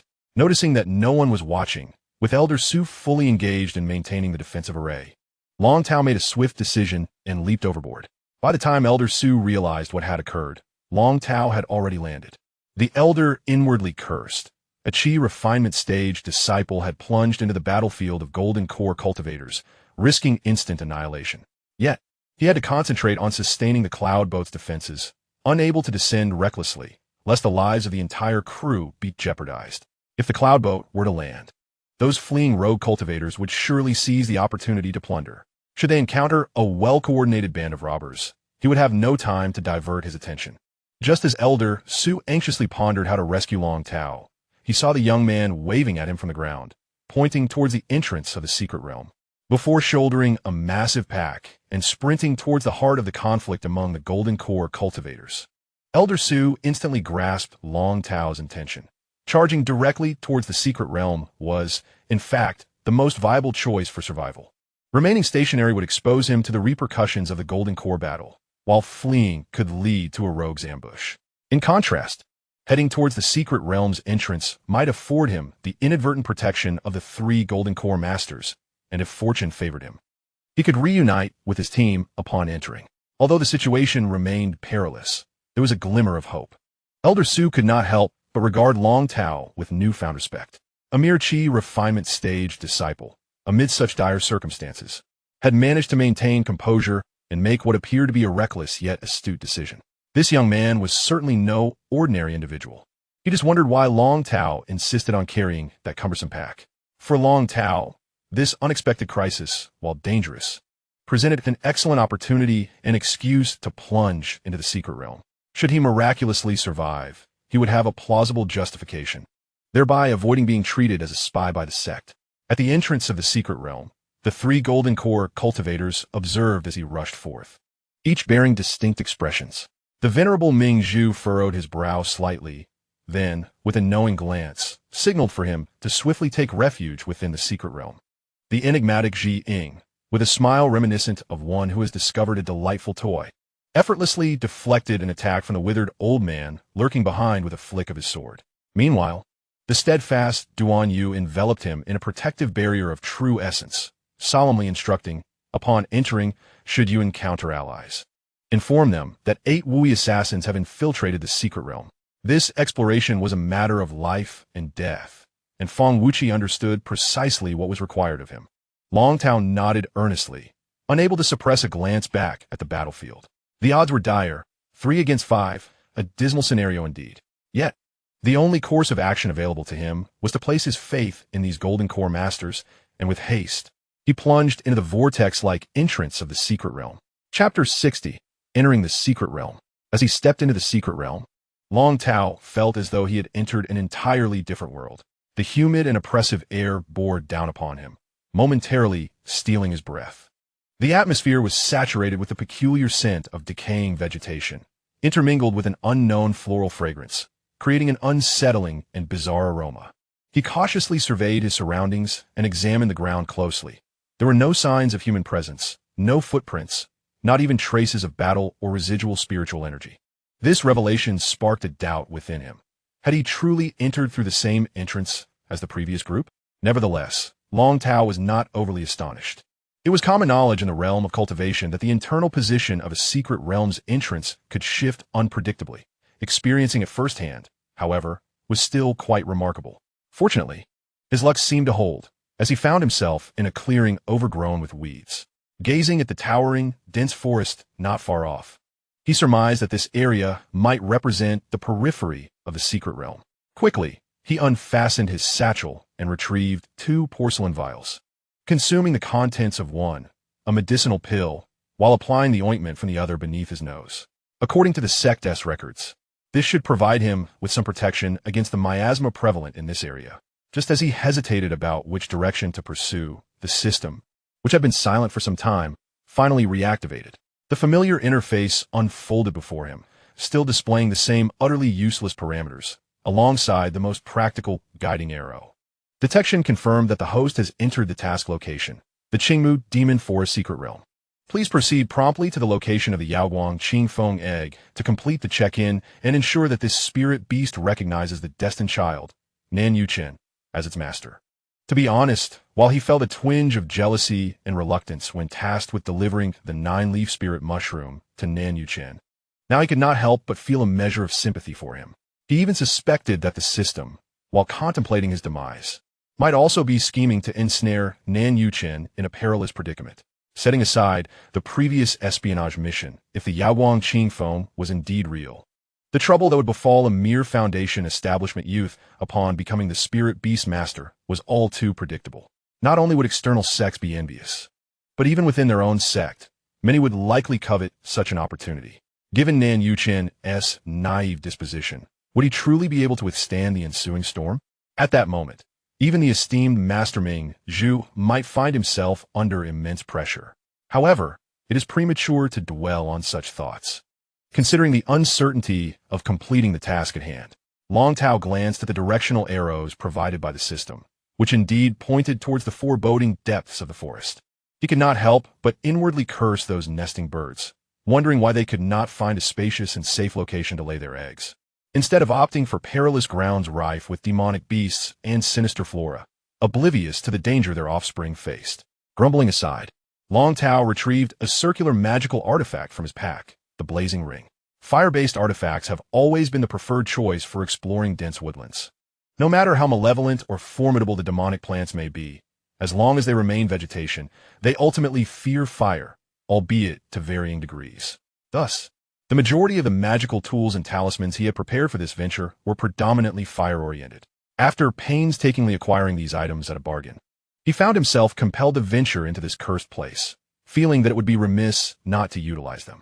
In other words, he believed it was high time for him to engage in such a lucrative endeavor. Once adequately prepared, Long Tao took a deep breath, tightened his grip on the blazing ring, and cautiously stepped into the dense forest. Upon entering, he was taken aback. Contrary to expectations, the atmosphere was not ominous.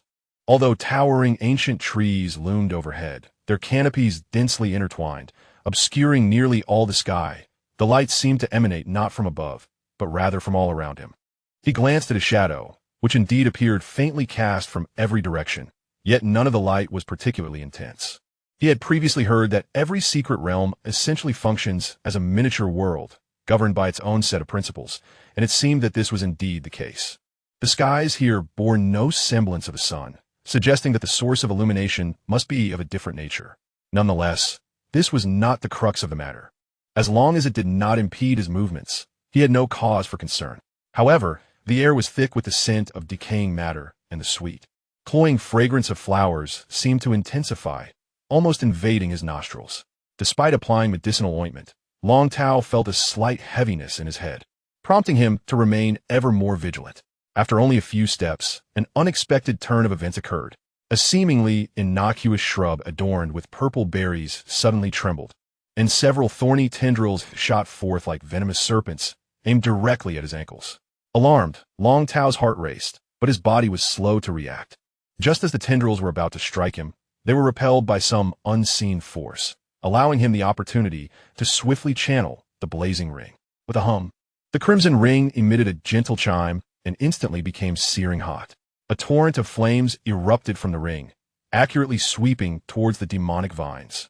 As the flames coursed through, The vines writhed as if seared by a hot iron, emitting a hissing sound akin to burning grease, rapidly charring and releasing wisps of acrid smoke. The shrub itself quivered violently, producing an eerie, high-pitched wail, while the remaining tendrils recoiled in terror, no longer daring to show themselves. The air became laden with the scent of charred matter, overpowering the previously sweet floral aroma. Long Tao exhaled softly, realizing that the force which had propelled the vine away moments ago was indeed the protective barrier of true essence bestowed upon him by Master Duanyue. It was no wonder, given the prowess of a golden core cultivator. For now, he need not worry about ambushes from these lesser beasts. Moreover, the wildfire ring proved to be exceptionally effective.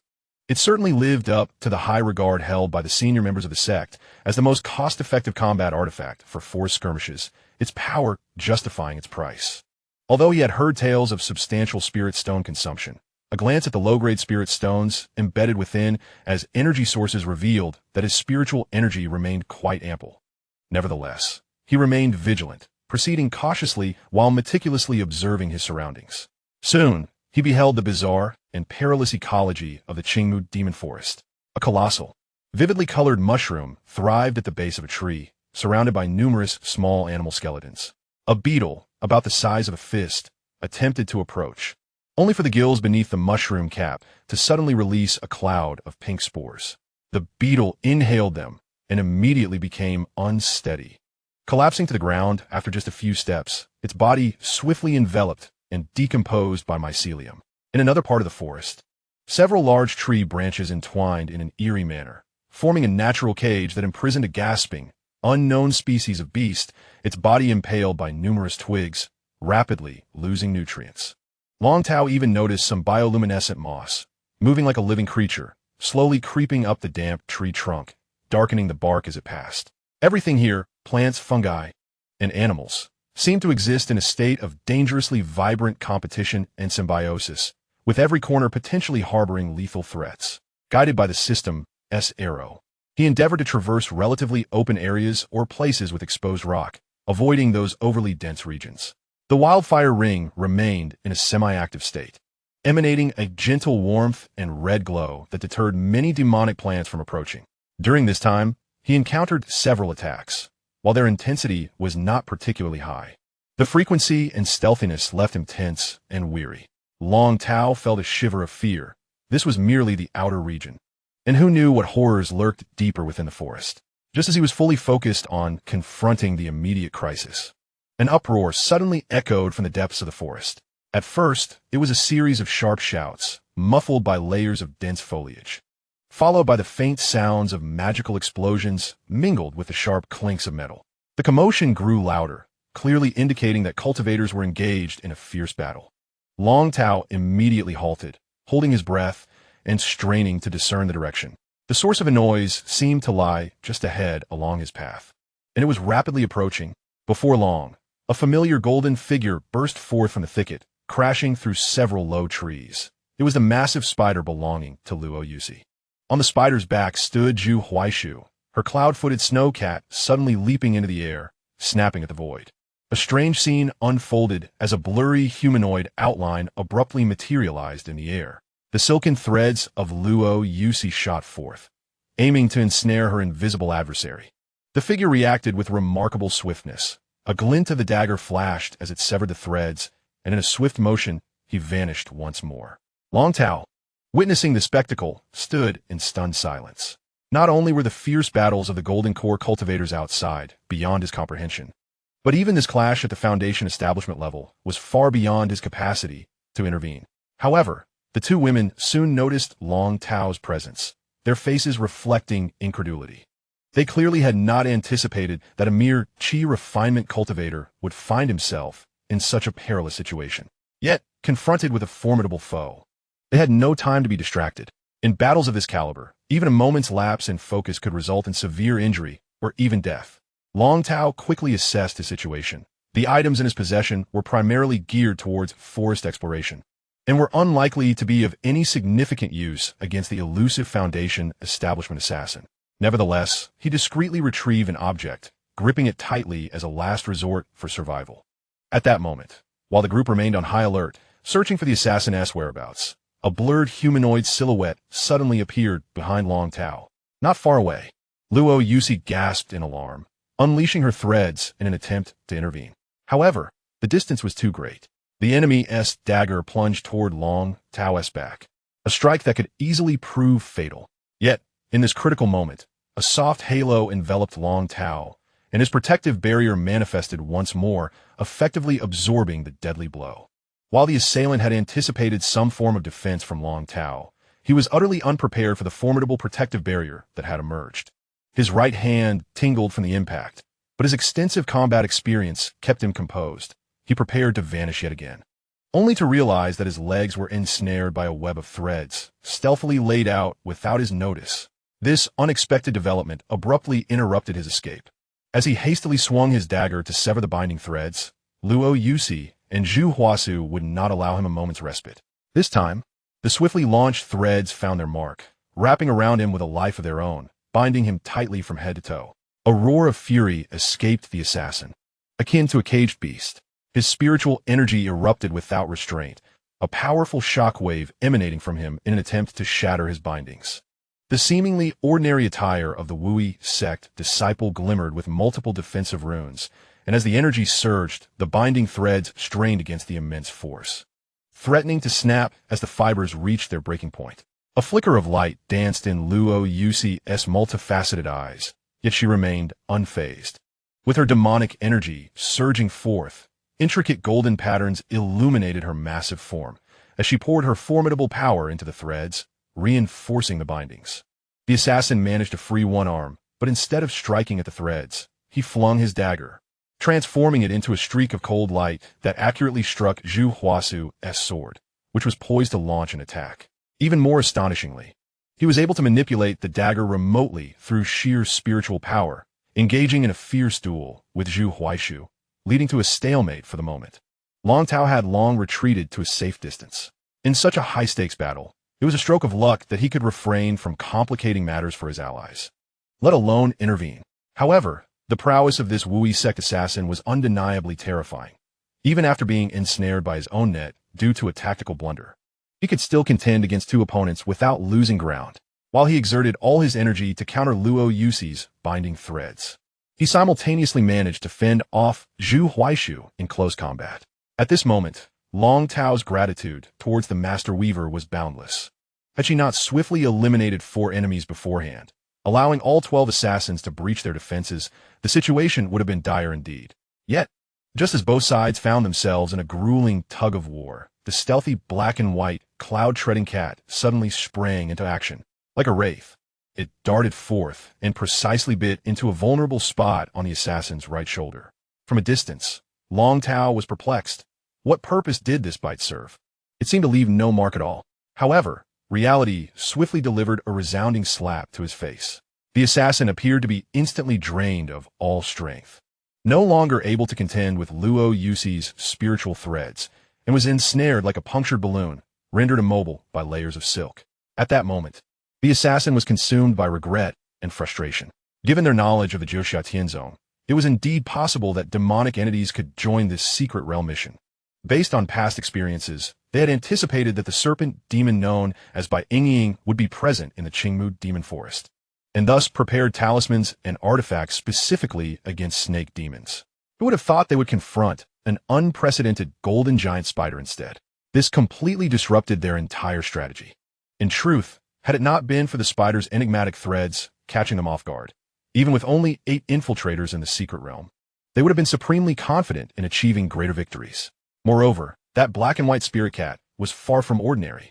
Not only could it see through his invisibility, but also pinpointed the barely perceptible flaw in his right shoulder's defenses, abruptly severing his spiritual outburst. The outcome was inevitable. A flicker of madness crossed the assassin's eyes as he desperately attempted to reverse his surrounding spiritual energy, seeking a final stand, even if it meant taking a few down with him. However, Zhu Huaishu afforded him no opportunity. Her sword transformed into a flurry of cold, swift lights, piercing toward his head, throat, heart, and dantian with lethal precision, showing no mercy. This assassin was indeed in the mid to late stages of Foundation establishment, and Long Tao even glimpsed a sphere of pure spiritual energy, slowly rotating, yet suddenly collapsing, emerging from a shattered dantian, the very nascent form of a golden core. A potential cultivator on the verge of forming a core met a tragic end. Moments later, the duo, along with the spider and the cat, finally found a relatively safe corner. Luo Yusi quickly spun layers of webs, securing their surroundings with vigilance, allowing everyone a brief moment to catch their breath and engage in formal discourse. Long Tao offered no pleasantries, directly informing of the dramatic upheaval occurring outside. The confrontation with the golden elixir, the sudden lethal strike from the Wui sect, the lurking enemies among the loose cultivators, and the three true immortals engaging in a battle where they were outnumbered. Indeed, he observed the shock and disbelief reflected in the faces of the two women, soon followed by evident dismay and confusion. What was initially an ordinary treasure-seeking expedition had unexpectedly transformed into a life-or-death struggle. Fortunately, the true immortal Ji Ying had preemptively eliminated 4 adversaries. Zhu Huaisu's voice trembled as she caressed the spirit cat in her arms, expressing her fear that had all 12 assassins infiltrated, their fate would have been dire. Long Tao, however, was perplexed. The Zhuxia Tianzong had 14 members entering the secret realm, a number that should have conferred an advantage. Many among them were adept cultivators in the latter stages of foundation building. Even if these assassins were as formidable as the one they had just encountered, a confrontation should have at least resulted in a stalemate, not an overwhelmingly grim outlook. Upon hearing his doubts, the expressions of the two women grew even more somber. Zhu Huaisu steadied her thoughts and explained, "It is not as simple as you presume. Although we belong to the same sect, our interactions are limited and we harbor reservations about each other. We are not even well acquainted with one another's unique skills.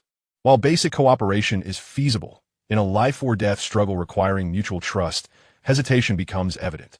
She instinctively touched the long sword at her waist and continued, "The moment we encountered those individuals, we sensed something was amiss. Their coordination was exceptionally refined, targeting vital points with precision, and their positional adjustments surpassed ours. On the surface, we had numerical advantage, yet we were consistently pressed and overwhelmed. Had it not been for the protective magical artifacts each of us carried, we would have undoubtedly suffered losses that day." "Then how did you manage to disperse?" Long Tao inquired. "It was Brother Fong," Zhu Huaisu replied, a glimmer of admiration in her eyes. "He immediately discerned our disadvantage despite our numbers and recognized the superior coordination of the enemy. The best strategy was to forcibly separate them and strike them down one by one. He employed a group teleportation artifact, randomly transporting everyone within the vicinity to various locations in the secret realm. Luckily, Taoist Luo and I landed close to one another and soon encountered that assassin, engaging in a fierce battle that brought us to this point." Chapter 62. The Business of Demonic Plants. Upon hearing this, Long Tao could not help but feel a sense of respect for Brother Fong Wuxing. No wonder True Immortal Duan Yue had said that as long as the situation was conveyed to Fong Wuxing, he would know how to respond. His judgment of the circumstances was indeed astute and decisive, and his ability to make snap decisions was impressively prompt. Long Tao mused privately that if he were in a position of numerical superiority with all elite members, he would likely succumb to blind arrogance, believing he could leverage their numbers to engage in a head-on clash. It would only be after suffering losses that he would hastily resort to using a teleportation artifact, by which time it would be too late to salvage the situation. After all, those who had come were all prodigies painstakingly nurtured by their sect. Suddenly, Zhu Huaisu recalled the perilous moment from earlier and curiously regarded Long Tao. "How did you fend off that strike from behind? I didn't see any protective artifacts on your weight. Is that a true essence shield? Its aura doesn't seem to belong to our sect. Could it be that True Immortal Duan Yue bestowed it upon you?" The lineage she referred to naturally pertains to the teachings of Ming Zhu and the Master Ji Ying. "Indeed." Long Tao nodded, a faint smile of bitterness appearing on his face. "When I rushed in, it was perilous, yet Master Duan Yu took the time to bestow upon me this layer of protection. Alas, he is truly a meticulous and kind-hearted individual, a stark contrast to his bold exterior." Upon hearing this, Zhu Huaisu and Luo Yusi nodded in unison, acknowledging the sentiment, though they understood that such words could never be uttered in the presence of a master. "By the way," Zhu Huaisu's expression grew serious. "You mentioned that the Wui sect has enlisted 2 wandering cultivators of the Golden Core stage to assist. Do you know who they are?" "One is a swordsman, though I did not catch his name. He appeared quite formidable, wielding his sword with a cold, expressionless demeanor. pointing directly at Master Zhiying. The other is the elder with emaciated hands. I can recognize him without a doubt. Upon hearing the name of the elder with emaciated hands, Zhu Huaisu's countenance darkened further. This individual is a notorious malevolent cultivator in the vicinity, instilling fear in all who hear his name. His infamy is such that it could quell the cries of a child at night. And this is no jest. Long Tao had once frightened his younger sister and Xiao Ying with tales of this figure, with excellent results. Not only is this man cruel, but he is also exceedingly lascivious, particularly infatuated with beautiful female cultivators who have achieved a certain level of prowess. In his early years, he attacked female disciples of the Jiuxia Tianzong multiple times, and though he narrowly escaped death at the cost of losing one hand, his strength remains formidable and he is still a difficult opponent to contend with. As for the other swordsman, Zhu Huaisu pondered for a moment and thought of a possible candidate. That swordsman might be Xian Wuxing, a once promising disciple from the Burial Sword Cliff who later inexplicably betrayed his sect. It is said that he has crossed swords with Master Zhi Ying and survived. The Burial Sword Cliff, located in the southwest, is a sect of sword cultivators, albeit small in scale, renowned for the high mortality rate among its disciples. The other two remained silent, nodding in agreement. The battle records of Master Zhi Ying require no inquiry into victory or defeat. One only needs to assess whether the opponent survived or the extent of their injuries to gauge their strength.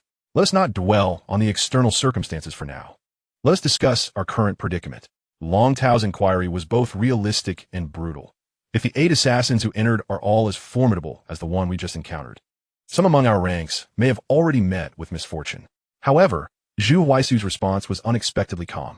Her demeanor remained composed as she replied, "That is only natural. If someone has the misfortune to encounter an opponent alone or faces 2 or more at once, it is essentially a death sentence. No amount of protective talismans can save them. Yet, having chosen to join this secret realm expedition, each person has prepared themselves for the possibility of death. You do not truly believe we are here for mere sightseeing, do you? Even without such unforeseen events, the exploration of secret realms is inherently fraught with peril." Despite her nonchalant words, Long Tao sensed a trace of unmasked concern in her expression. After all, that unfortunate soul who might find themselves isolated could very well be her junior brother, Nan Yuchen. Wait, a sinister thought suddenly crossed Long Tao's mind. If Nan Yuchen were to meet an untimely demise in the secret realm, what would become of his system task? Would it be possible for him to fall into complete silence, never again to intrude upon his life? After all, if he were to take matters into his own hands and harm Nan Yuchen, the system would undoubtedly intervene. However, if someone else were to take Nan Yucheng's life, it could hardly be attributed to him, could it? Once this thought took root, it stirred a tempest within Long Tao's heart. On one hand, Nan Yucheng was indeed a man of honor and camaraderie, as a person with a sound moral compass. He genuinely wished for his counterpart to grow safely and ultimately become a pillar of the sect. Yet, selfishly contemplating that young man's demise could signify the restoration of his own freedom. With a long sigh, he resigned himself to the notion that such matters, which delve into the darker facets of human nature, are best left unexamined, allowing things to unfold naturally. Once the 2 women had recuperated with the medicinal pills, the trio rose to prepare for their onward journey. Every moment spent seeking their companions afforded them an advantage, leaving no time for leisurely rest. With no clear destination in sight, Long Tao simply followed the direction indicated by the system's arrow to guide his team. Zhu Huaishu and Luo Yusi offered no objections. After all, wherever they ventured was merely a gamble. The nimble spirit cat, Xiaomi, leapt gracefully onto Luo Yusi's spider's back, curling up into a ball and dozing off. With these 2 skilled companions by his side, Long Tao finally felt a reprieve from the incessant tension he had experienced while traversing alone. Nevertheless, while he was no longer concerned about encountering ordinary poisonous creatures or demonic plants, the thought of those elusive, invisible assassins still gnawed at him, making him anxious about the possibility of his head suddenly parting ways with his neck. Rest assured, Zhu Huaishu retorted bluntly, should any invisible assassin approach, Xiaomi will detect them, at the very least ensuring you meet your end with clarity. Moreover, the remnants of the true essence shield bestowed upon you by Master Duan, you should still be able to absorb another blow. In contrast to Zhu Huaishu's sharp tongue, Luo Yusi was decidedly gentler. She delicately released her spiritual threads, wrapping and reinforcing several vital areas of Long Tao's body, murmuring softly, "Do not worry, Long Tao. I will protect you. Just do not stray too far from me. Before long, Tao could express his gratitude. Zhu Huaishu abruptly tugged Luo Yuxi's massive spider form closer to herself, resembling a vigilant woman, wary of her friend being deceived by a scoundrel. With a look of disdain, she remarked, Luo, do not let this man trick you. He is quite the rascal. Furthermore, how shameless for a grown man to require protection from two women. Shameless? Not at all. Long Tao readily acquiesced, promptly declaring, please, both of you, ensure my safety. I am but the weakest little chick in the sect. How can you still have the audacity? Just as the trio continued their journey for about 15 minutes, the little cat on Luo Yuxi's back suddenly perked up its ears and stood alert, gazing warily ahead. The others immediately quieted, furrowing their brows in the direction of its gaze. To their astonishment, they beheld an unbelievable sight not far away. 3 plant-like creatures, nearly fully humanoid in form, were seated together, even conversing with what resembled mouths, save for their bodies composed entirely of branches and vines. The scene was strikingly akin to a group of good friends idly chatting by the roadside. I have perused the sect's archives, Long Tao whispered, and indeed, sentient plants exist within the Aoki demon forest. Some are even quite amicable. As long as they do not actively display hostility, they typically refrain from initiating an attack. However, it remains uncertain whether the individuals before us belong to the amicable type. Zhu Huaisu and Luo Yuxi nodded slightly. They had encountered similar descriptions in the sect's records. What should we do? Zhu Huaisu's initial reaction was one of caution. Although these plant demons appeared weak, should they take the initiative to strike first? She leaned towards eliminating potential threats directly to avoid complications. Yet, Long Tao proposed a different perspective, urging patience. What we lack most at present is intelligence. If they're indeed friendly, they could serve as a rare source of information. Perhaps we should attempt to make contact? How should we approach them? What if we are ambushed?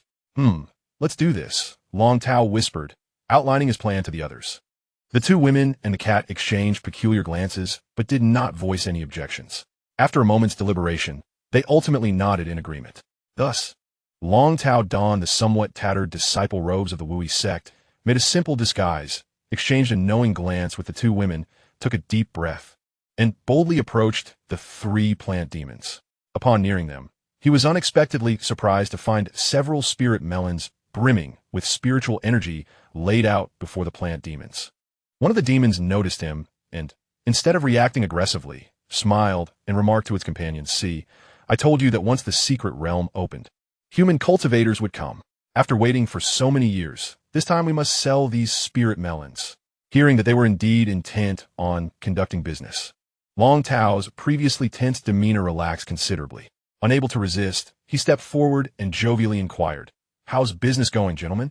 The 3 plant demons were momentarily taken aback, clearly unprepared for such familiarity from a human cultivator. Based on past experience, intruding cultivators typically approached with caution, assessing the situation before tentatively asking questions, while the more hot-tempered ones would often attack without hesitation. Naturally, this was their territory. Although they were relatively weak in a real confrontation, they felt confident in their ability to escape and preserve their lives. This fellow seems to be from the Wui sect, judging by his attire, one of the demons remarked, shaking its vines with a hint of a street vendor's tone. You seem to have just emerged from a fierce battle, don't you? Would you care for a few spirit melons? They are excellent for replenishing energy and revitalizing the body. Long Tao chuckled inwardly. These trees had quite the discerning eye, recognizing his Wui sect garb at a glance, thus saving him the trouble of self-introduction. Oh, he feigned curiosity, crouching down to ask, how much for one of these melons? 2 medium-grade spirit stones each, the demon replied, its leaves swaying as it made the offer without hesitation. What? Long Tao's eyes widened in exaggerated disbelief. Is the rind made of spirit stones, or the seeds made of spirit stones? The demon, unperturbed, merely tilted its head, regarding him with an expression that suggested he was a country bumpkin. Look around. In this secret realm, aside from us, where else can you find spirit melons? This is the culmination of 100 years of dedication by my brothers and me, a gradual cultivation of the essence and spirit of the cave. You find it expensive? I find it expensive too. Long Tao waved his hand dismissively, appearing somewhat persuaded. Then let me choose one. Very well. The voice of the plant spirit instantly turned cheerful. As a slender vine deftly coiled around a fruit, and with a flourish, it tapped the surface twice with its tendrils. How about this one? Abundant in spirit and sizable. Long Tao cast a glance at the spirit fruit, its aura radiating, the skin plump and smooth. With his discerning eye, he could tell there was nothing amiss. It was indeed a fine fruit. However, he had come to stir trouble today. Thus, he donned a mischievous expression, half smiling, and asked, "Does this fruit guarantee ripeness?" The plant spirit paused, its tendrils formed into a frown, yet its voice remained warm. "What do you mean by that?" "We have cultivated these spirit fruits in this secret realm for over a century, each one ripe and full. Do you think we would sell you an unripe fruit? I ask you, does this fruit guarantee ripeness?" Long Tao disregarded the response, leisurely repeating his question while secretly activating the flame ring concealed in his sleeve. A faint aura of fiery menace subtly emanating. The plant spirit abruptly stood upright, its branches and leaves rustling, its tones suddenly frigid. "Are you deliberately seeking trouble? Do you want it or not? If this fruit is ripe, I certainly want it." Long Tao rose as well, his tone casual yet laced with insolence, his gaze sharpening. "But what if it is unripe?" "If it is unripe," the plant spirit seemed incensed. A thorny vine lashed out, striking a nearby stone and sending sparks flying. "We three brothers would eat it on the spot." Satisfied now? Then, it produced a shimmering spirit measurement plate from beneath itself. Long Tao was taken aback. These tree spirits were quite fashionable. Possessing such professional equipment, it placed the spirit fruit upon the plate, the scales spinning rapidly, ultimately pointing to a number. "See that? The amount of spirit energy is worth 2 mid-grade spirit stones, plus 5 low-grade stones. I want to take advantage of you. Let us call it 2 mid-grade stones. Where's all that spirit energy?"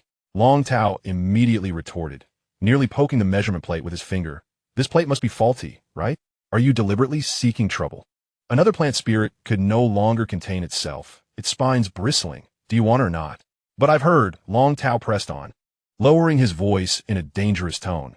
"Some plant spirits, in order to hasten ripening, secretly infuse it with sinister energy, making it appear pristine while the core has long since rotted. This fruit of yours wouldn't be one of those unripe ones, would it?" Before the words had fully escaped his lips, he swung a fist toward the spirit fruit. With a resounding thud, the fruit burst open. To his astonishment, a faint, nearly imperceptible, dark, malevolent energy wafted from the shattered pulp. To be honest, this trace of malevolence was inconsequential. The overall quality of the fruit was indeed superior. But now that he had found an excuse, how could he not make the most of it? "Look," Long Tao pointed at the scattered mess, a malicious grin spreading across his face. "You said it yourself. If there's a problem, the three of you should eat it yourselves. You smashed our fruit. Didn't you?" The three demonic plants were thoroughly enraged, their thorny vines raised simultaneously, poised to strike. Unfazed, Long Tao swiftly produced a second blazing ring. With both rings fully activated, a torrent of searing flames surged forth, compelling the three demonic plants to retreat a step in unison. "Damn!" Seizing the opportunity, Long Tao unleashed his acting prowess to the fullest, declaring, "We, of the Wui sect, dine freely at establishments without payment. What does it matter if I consume a few of your wretched melons? I suggest you recognize your place, and kindly wrap up all these melons for me."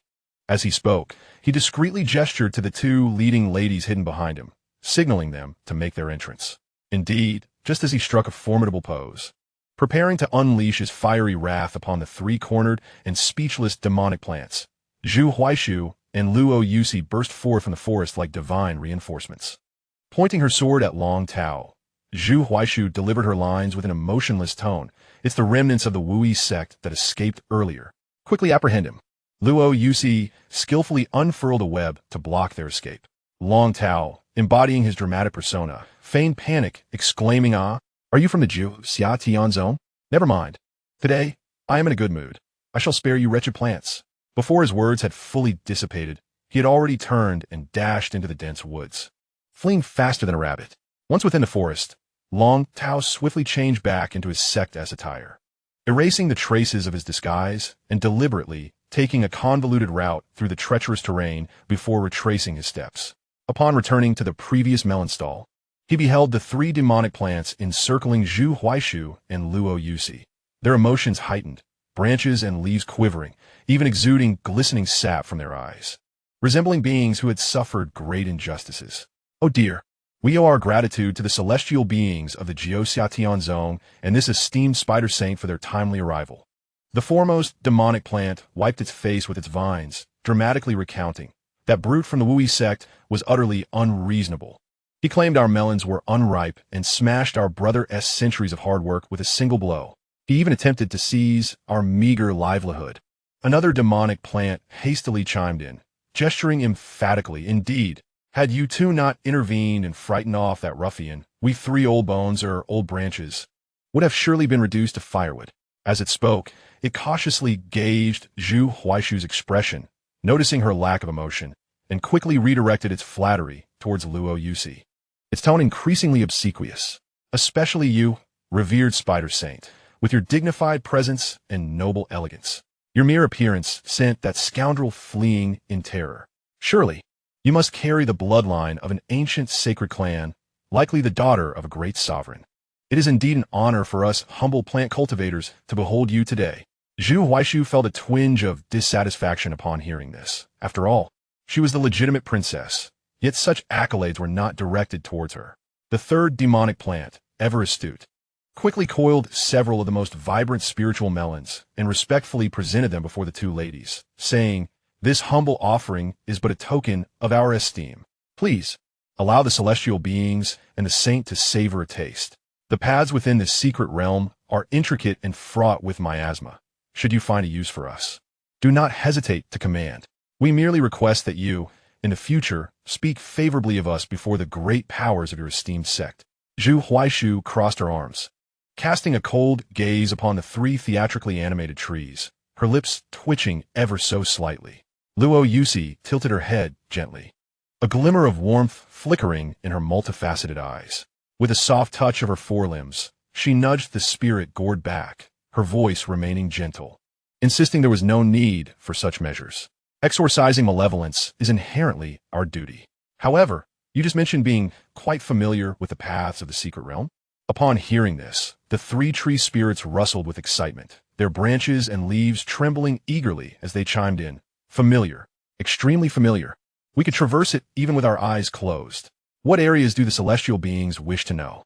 We shall speak freely and thoroughly."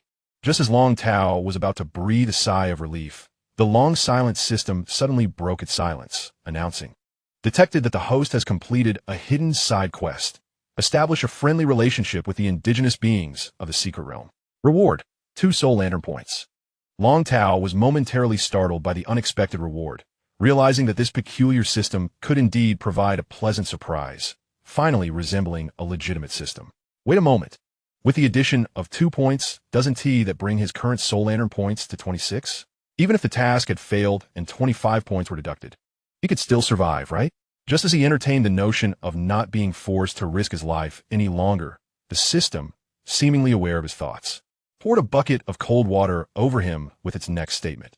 Side quest rewards will be distributed upon the completion of the main quest. The host's soul lantern points remain at 24.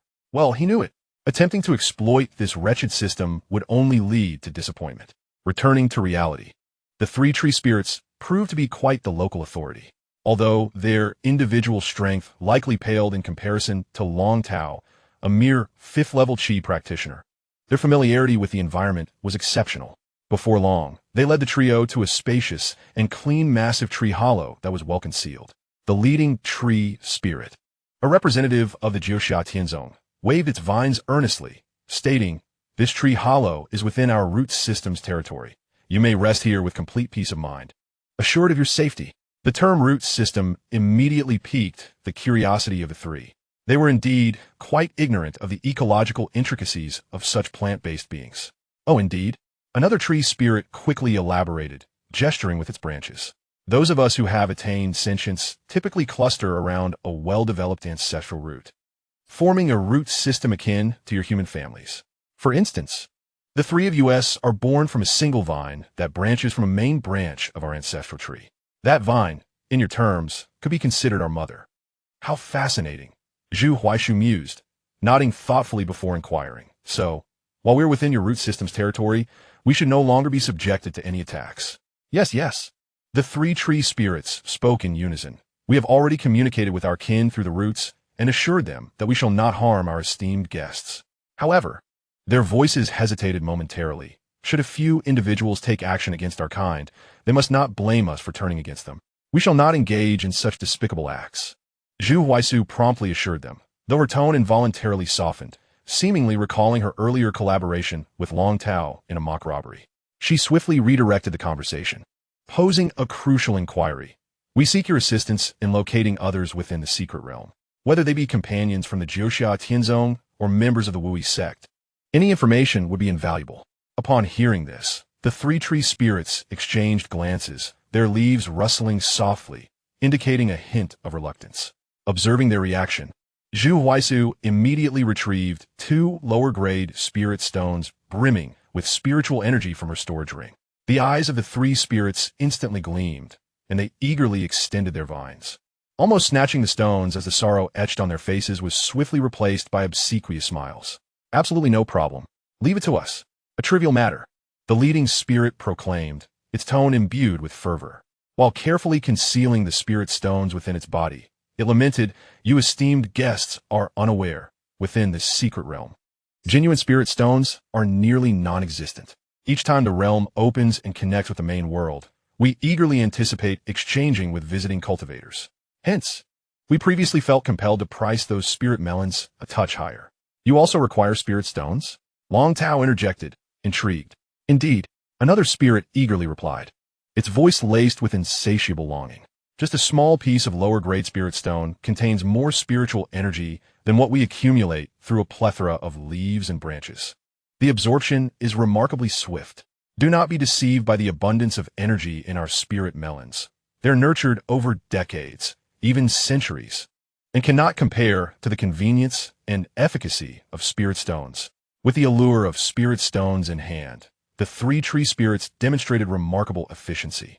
They did not disperse, but instead extended their stoutest roots deep into the soil and humus below. A green radiance enveloped them as countless imperceptible waves surged through the intricate underground root network, rapidly disseminating throughout the secret realm. In less than the time it takes to brew tea, the leading spirit suddenly exclaimed, retracting its roots. It pointed towards the southeast, its tone tinged with astonishment and flattery.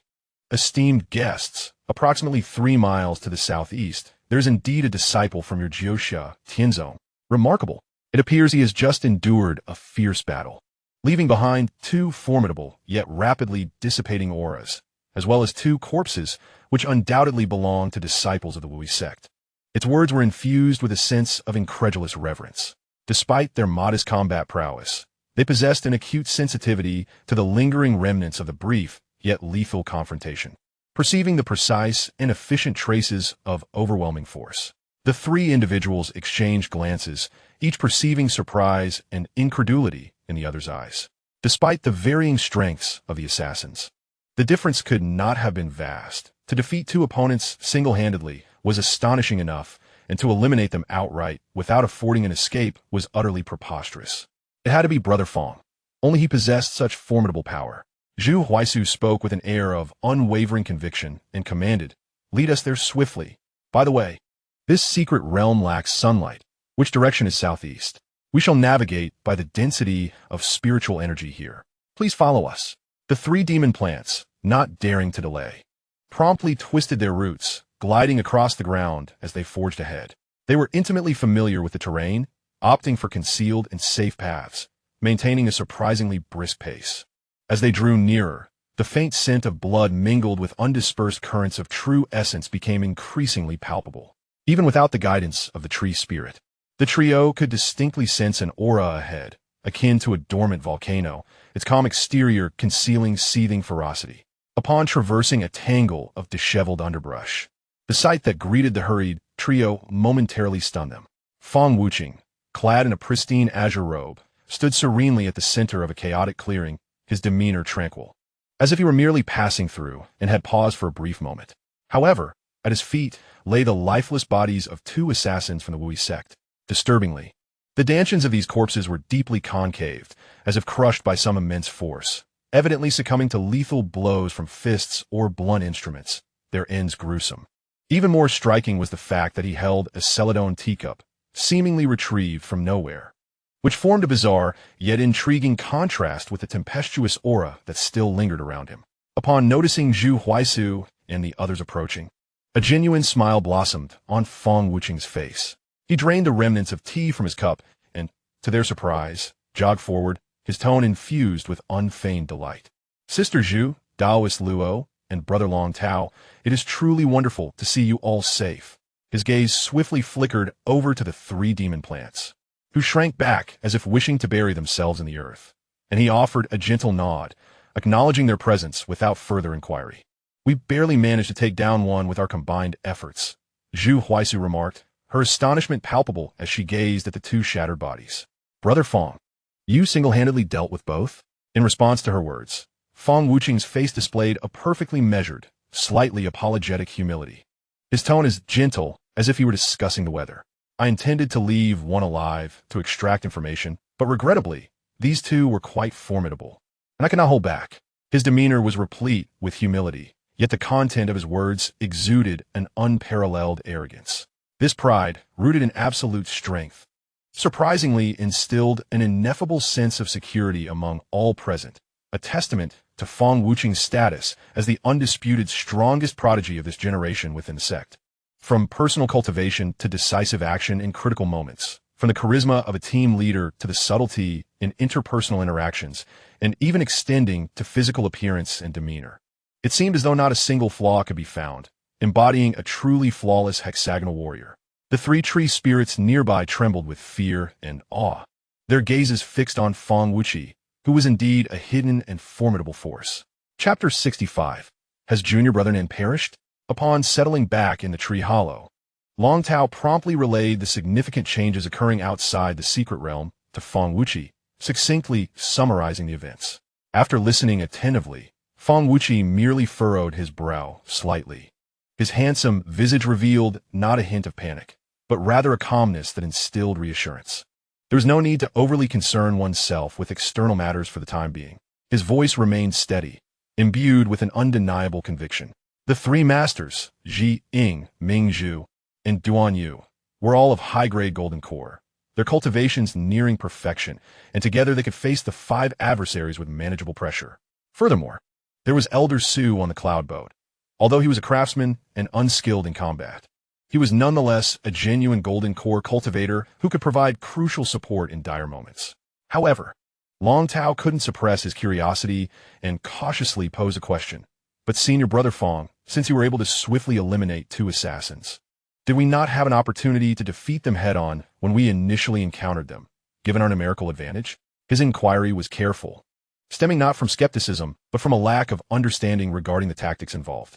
Absolutely not, Feng Wuqing replied without the slightest hesitation, his tone carrying a rare gravity. Junior Brother Long Tao, you are unaware of certain details.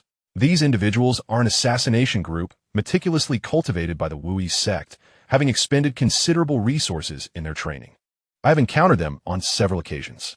Their most terrifying aspect, aside from their stealth, lies in their exceptional proficiency with combined assault formations. He paused briefly before continuing to elucidate. When their numbers exceed 10, they can even restrain some weaker golden core cultivators. Do not be misled by my apparent ease in dispatching two. In truth, I utilized a magical artifact to swiftly eliminate one with a thunderous strike, which allowed me the opportunity to face the second one-on-one. Even so, I could not afford to leave any alive and had to exert all my strength to ensure their demise. His gaze swept over the group, imbued with an unprecedented seriousness. If they were to converge, even a small formation of just 2 or 3 would pose a significant threat. Under similar numbers, most of us would not stand a chance, and casualties would be inevitable. Feng Wuqing's eyes shifted toward the enigmatic secret realm outside the tree hollow, his tone calm, yet resolute. The exploration of this secret realm has, in essence, reached its conclusion. Our most pressing concern now is to swiftly recover all our scattered fellow disciples and leave this place alive. The Wui sect, unhesitatingly risking an all-out war with us, is clearly concealing a grand scheme far beyond the ordinary. Whatever that scheme may be, it is beyond the purview of us foundational disciples. Long Tao silently chuckled to himself, while Feng Wuqing's words were undoubtedly reasonable. He had a strong suspicion that the true objective of the Wui sect was likely aimed at the Yaoguang Qingfeng mentioned in his system task. The value of a quasi-sacred beast raises the question of whether it is worth completely severing ties with a colossal entity like the Xianxia Tianzong. The benefits of such a decision are immeasurable, yet it is evident that the higher-ups of the Wui sect deem it worthwhile. The pressing question remains, how did the Wui sect come to acquire this intelligence? After all, it was through the aid of the system, a clandestine tool, that he became privy to this monumental secret ahead of others. Furthermore, given that the system can foresee the opening of the secret realm before anyone else, it stands to reason that no one could surpass its capacity for gathering information. If the Wui sect truly possessed intelligence capabilities that surpassed the system, they would have dispatched a formidable force to seize the secret realm in advance, rather than meticulously plotting at the entrance. With furrowed brows, Long Tao sensed that the Wui sect must be concealing additional strategies and hidden pieces. The 8 assassins were not their ultimate trump card. However, 3 golden core realms were stationed at the entrance, which should preclude them from deploying additional forces. It seemed implausible that they would send more golden cores or even nascent souls. Such an escalation would risk damaging the entrance of the secret realm, thwarting any chance for all involved to reap rewards. Unless, of course, they had already laid ambushes within the secret realm. Yet this notion was swiftly dismissed. With the secret realm newly opened, the patrolling disciples from both sides had been vigilantly monitoring the surroundings, and the arrival of the Weaver of Shadows was immediate, making it impossible for anyone to infiltrate beforehand. Could it be that, just as they fortuitously allied with these tree spirits, the Wui sect had already colluded with some root-based faction within the secret realm, positioning their pieces long before? His thoughts became a tangled mess, and Long Tao found it hard to untangle them. He shook his head, deciding to set aside these convoluted schemes for the time being. Regardless, the most pressing concern was to preserve his life and swiftly reunite with his scattered companions. As for the mission, that could be addressed later. The hope and opportunity for completion were nowhere in sight. As the group deliberated their next course of action, the 3 tree spirits approached once more. The leader, brandishing a vine, spoke with a tone of eagerness and ingratiation. Esteemed sirs and madams, we have just received word from the roots and detected the presence of 2 disciples from the Xianxia Tianzong. They are a bit farther away, approximately 10 miles. But it seems they are both injured. Upon hearing this, Feng Wuqi wasted no time, producing 3 low-grade spirit stones and offering them, saying, "Please, take us a bit further." The 3 tree spirits, upon seeing the spirit stones, immediately lit up with excitement, hurriedly accepting them and stowing them away within their bodies. With renewed vigor, they twisted their roots and beckoned, "Please follow us. We will ensure you take the safest route." Once again, the group ventured into the verdant depths of the Qingmu Demon Forest. Under the guidance of their local allies, they successfully avoided numerous perils that would have otherwise gone unnoticed. Along the way, Long Tao once again sensed the peculiarities and dangers lurking within this secret realm. Beneath the seemingly tranquil layer of decaying leaves lay potential quagmires of putrid mire, while the vines coiling around ancient trees moved as if alive. Without the tree spirit's intimate knowledge of every blade of grass and tree, they could never traverse this terrain with such ease. Even so, the faint metallic scent of blood lingering in the air, accompanied by occasional short cries of anguish, incessantly reminded everyone of the lurking peril. After hastening for a while, the guiding tree spirit suddenly halted, its branches gesturing toward a nearby spot, lowering its voice to announce, "It is just ahead." The group immediately fell into a state of vigilance, slowing their approach. In the clearing, 2 disciples clad in the attire of the 9 Misty Heavens sect were leaning against a charred ancient tree, struggling to hold themselves upright. One of them, pale and weakened, had his left arm hanging limply, the sleeve stained crimson with blood.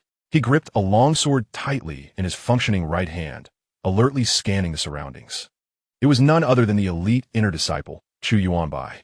The other female disciple appeared to be in a far more dire condition. She was slumped on the ground, her complexion ashen, breathing rapid and shallow, blood continually seeping from her lips. Most alarming was the gaping wound in her abdomen, her clothing tattered, despite rudimentary attempts at bandaging. Blood continued to ooze forth, clearly indicating internal injury, a life-threatening situation. Qi Refinement was the first to notice Feng Wuqi and the others' arrival.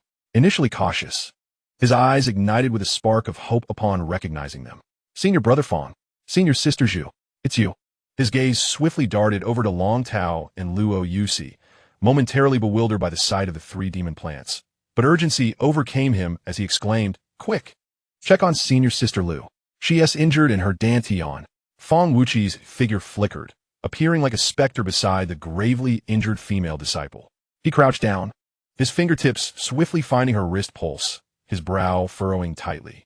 Without hesitation, he retrieved a resplendent pill, carefully placing it in her mouth, his palm covering the wound at her dantian, pure and gentle spiritual energy gradually flowing in, striving to stabilize her waning vitality.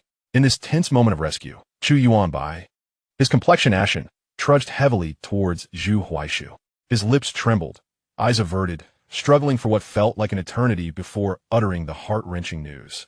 I'm sorry, senior sister Zhu. Junior brother Nan.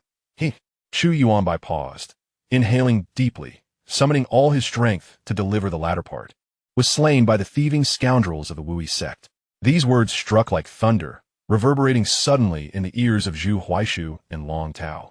Zhu Huaishu, who had been attentively watching Feng Wuqi tending to the injured, whipped around in shock, her beautiful eyes widening in disbelief as she fixed an intense gaze upon Chu Yuanbai, momentarily unable to process the devastating news. Long Tao, too, was shaken to his core, observing Zhu Huaishu's face, which had lost all semblance of composure. Yet, his mind remained somewhat clear, recalling how Nan Yuqing, that foolish lad, was supposedly the chosen one. Could he truly perish in such a low-level secret realm? Chapter 66. He is not dead. The mission continues. Long Tao's moment of panic lasted but an instant, instinctively prompting him to call out in his mind. System, is Nan Yuqing truly dead? If he is, will it count as a mission failure for me? This was not out of cold-heartedness. Rather, his own life was inextricably linked to the system's tasks, leaving him no choice but to confirm the most critical matter first. However, the answer provided by the system was both unexpected and, in a sense, absurdly logical. The system's response was cold and clear, awakening Long Tao from his previous shock, only to plunge him into another wave of astonishment. His disbelief stemmed not only from the revelation that Nan Yuqian was alive, but also from the unfounded lies of Chu Yuanbai. In such a critical moment, fabricating the death of a core disciple was utterly incomprehensible. If Nan Yuqian were gravely injured and on the verge of death, one might understand Chu Yuanbai's benign deceit to avoid burdening the larger group. Yet, the system had explicitly stated that the young man was in stable condition and had not sustained any life-threatening injuries. Even more absurdly, he had already made his way to the task location. What on earth was happening? Long Tao felt as if he were staring at a tangled mess, unable to find a single thread to unravel it. He cast a glance at the still mournful Chu Yuanbai. The sorrow on his face now appeared hypocritical and reeked of suspicion. What could his motive be? Unlike the previous Zhou Shixiao, who had resorted to petty tricks to ensnare Nan Yuqian, Chu Yuanbai was a legitimate elite disciple of the sect and was soon to be taken under the wing of Su Muji as a personal disciple, becoming Nan Yuqian's uncle. What reason could he have for such actions? A rather dramatic thought flickered in Long Tao's mind. Could it be that Chu Yuanbai harbored feelings for the future master Su Muji that transcended the teacher-student relationship, fueled by jealousy over her excessive attention and affection for Nan Yuqian? Unthinkable. Long Tao immediately dismissed this notion. This was no melodramatic tale of romantic entanglements typical of female-centric cultivation novels. True cultivation elites, even if they bore feelings of admiration, would never trivialize their path or the greater interests of the sect. Thus, only one more chilling possibility remained. Was Chu Yuanbai truly still the loyal disciple of the Jiuxiatian sect? In the blink of an eye, Long Tao suppressed the tumult within his heart, striving to maintain a facade of shared shock and sorrow with the others. He understood that he must not raise alarm. Within the group, apart from Luo Yusi, it was unlikely that anyone would believe the accusations of a mere Qi Refinement disciple. The urgent task at hand was to devise a reasonable excuse to detach from a group, evade Chu Yuanbai's gaze, and hasten to that mysterious task location to uncover the truth. Although there was a 99% chance of facing great peril, he had little choice in the matter. He stepped forward, forcing a semblance of guilt and concern onto his face. Feng Shixiang, Chu Shixiang, Lu Shiji is gravely injured and requires a stable environment to recuperate. My cultivation is insufficient, and following you all would not only be unhelpful, but might hinder progress. It would be better for me to escort Lu Shiji back to the previous tree hollow for rest, where the tree spirits can look after her. It is relatively safer. You can then focus on searching for the others. Fang Wuqing studied Lu Shiji's still pale face, then glanced at Long Tao, whose sincerity was palpable. After a moment's thought, he nodded in agreement. Very well. Junior brother Long, I entrust you with Sister Lu. Exercise utmost caution, and once everything is securely arranged, await our news in the hollow of the tree.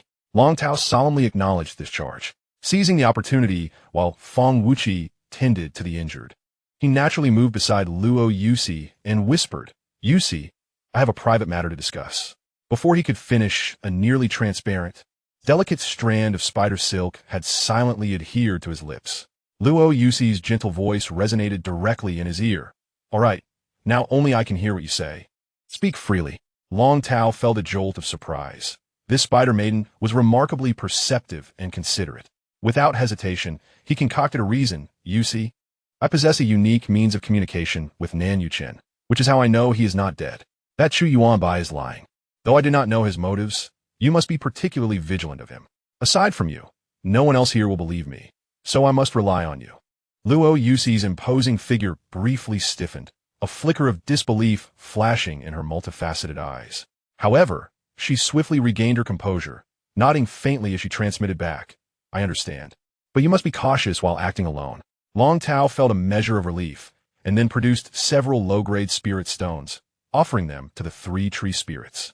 Having received their reward, the tree spirits displayed exceptional service, promptly extending a number of supple branches, weaving them into a stable net-like stretcher. They carefully placed the unconscious Sister Lu upon it, ensuring that the movement was far more stable than any human carrying, thereby minimizing the risk of further injury. Afterward, Long Tao shouldered his own bulging pack and followed closely behind the tree spirits, swiftly disappearing into the depths of the dark forest path. Upon returning to the concealed hollow with the tree spirits, Long Tao gauged the distance to the mission location based on the subtle deviation of the directional arrow. A straight-line distance of approximately 10 miles was enough to cause such a deviation, indicating that the destination was not excessively far. While his heart settled somewhat, he reminded himself that this was merely a theoretical distance. Who knew what treacherous mountains and waters lay in between, fraught with demons and monsters? With the assistance of the tree spirits, he carefully laid the gravely injured Sister Lu on a makeshift bed crafted from soft, thick leaves. After checking her breath, he found it weak yet relatively steady. For the moment, her condition was stable, but optimism was far from warranted. The penetrating injury to her abdomen was grievously severe.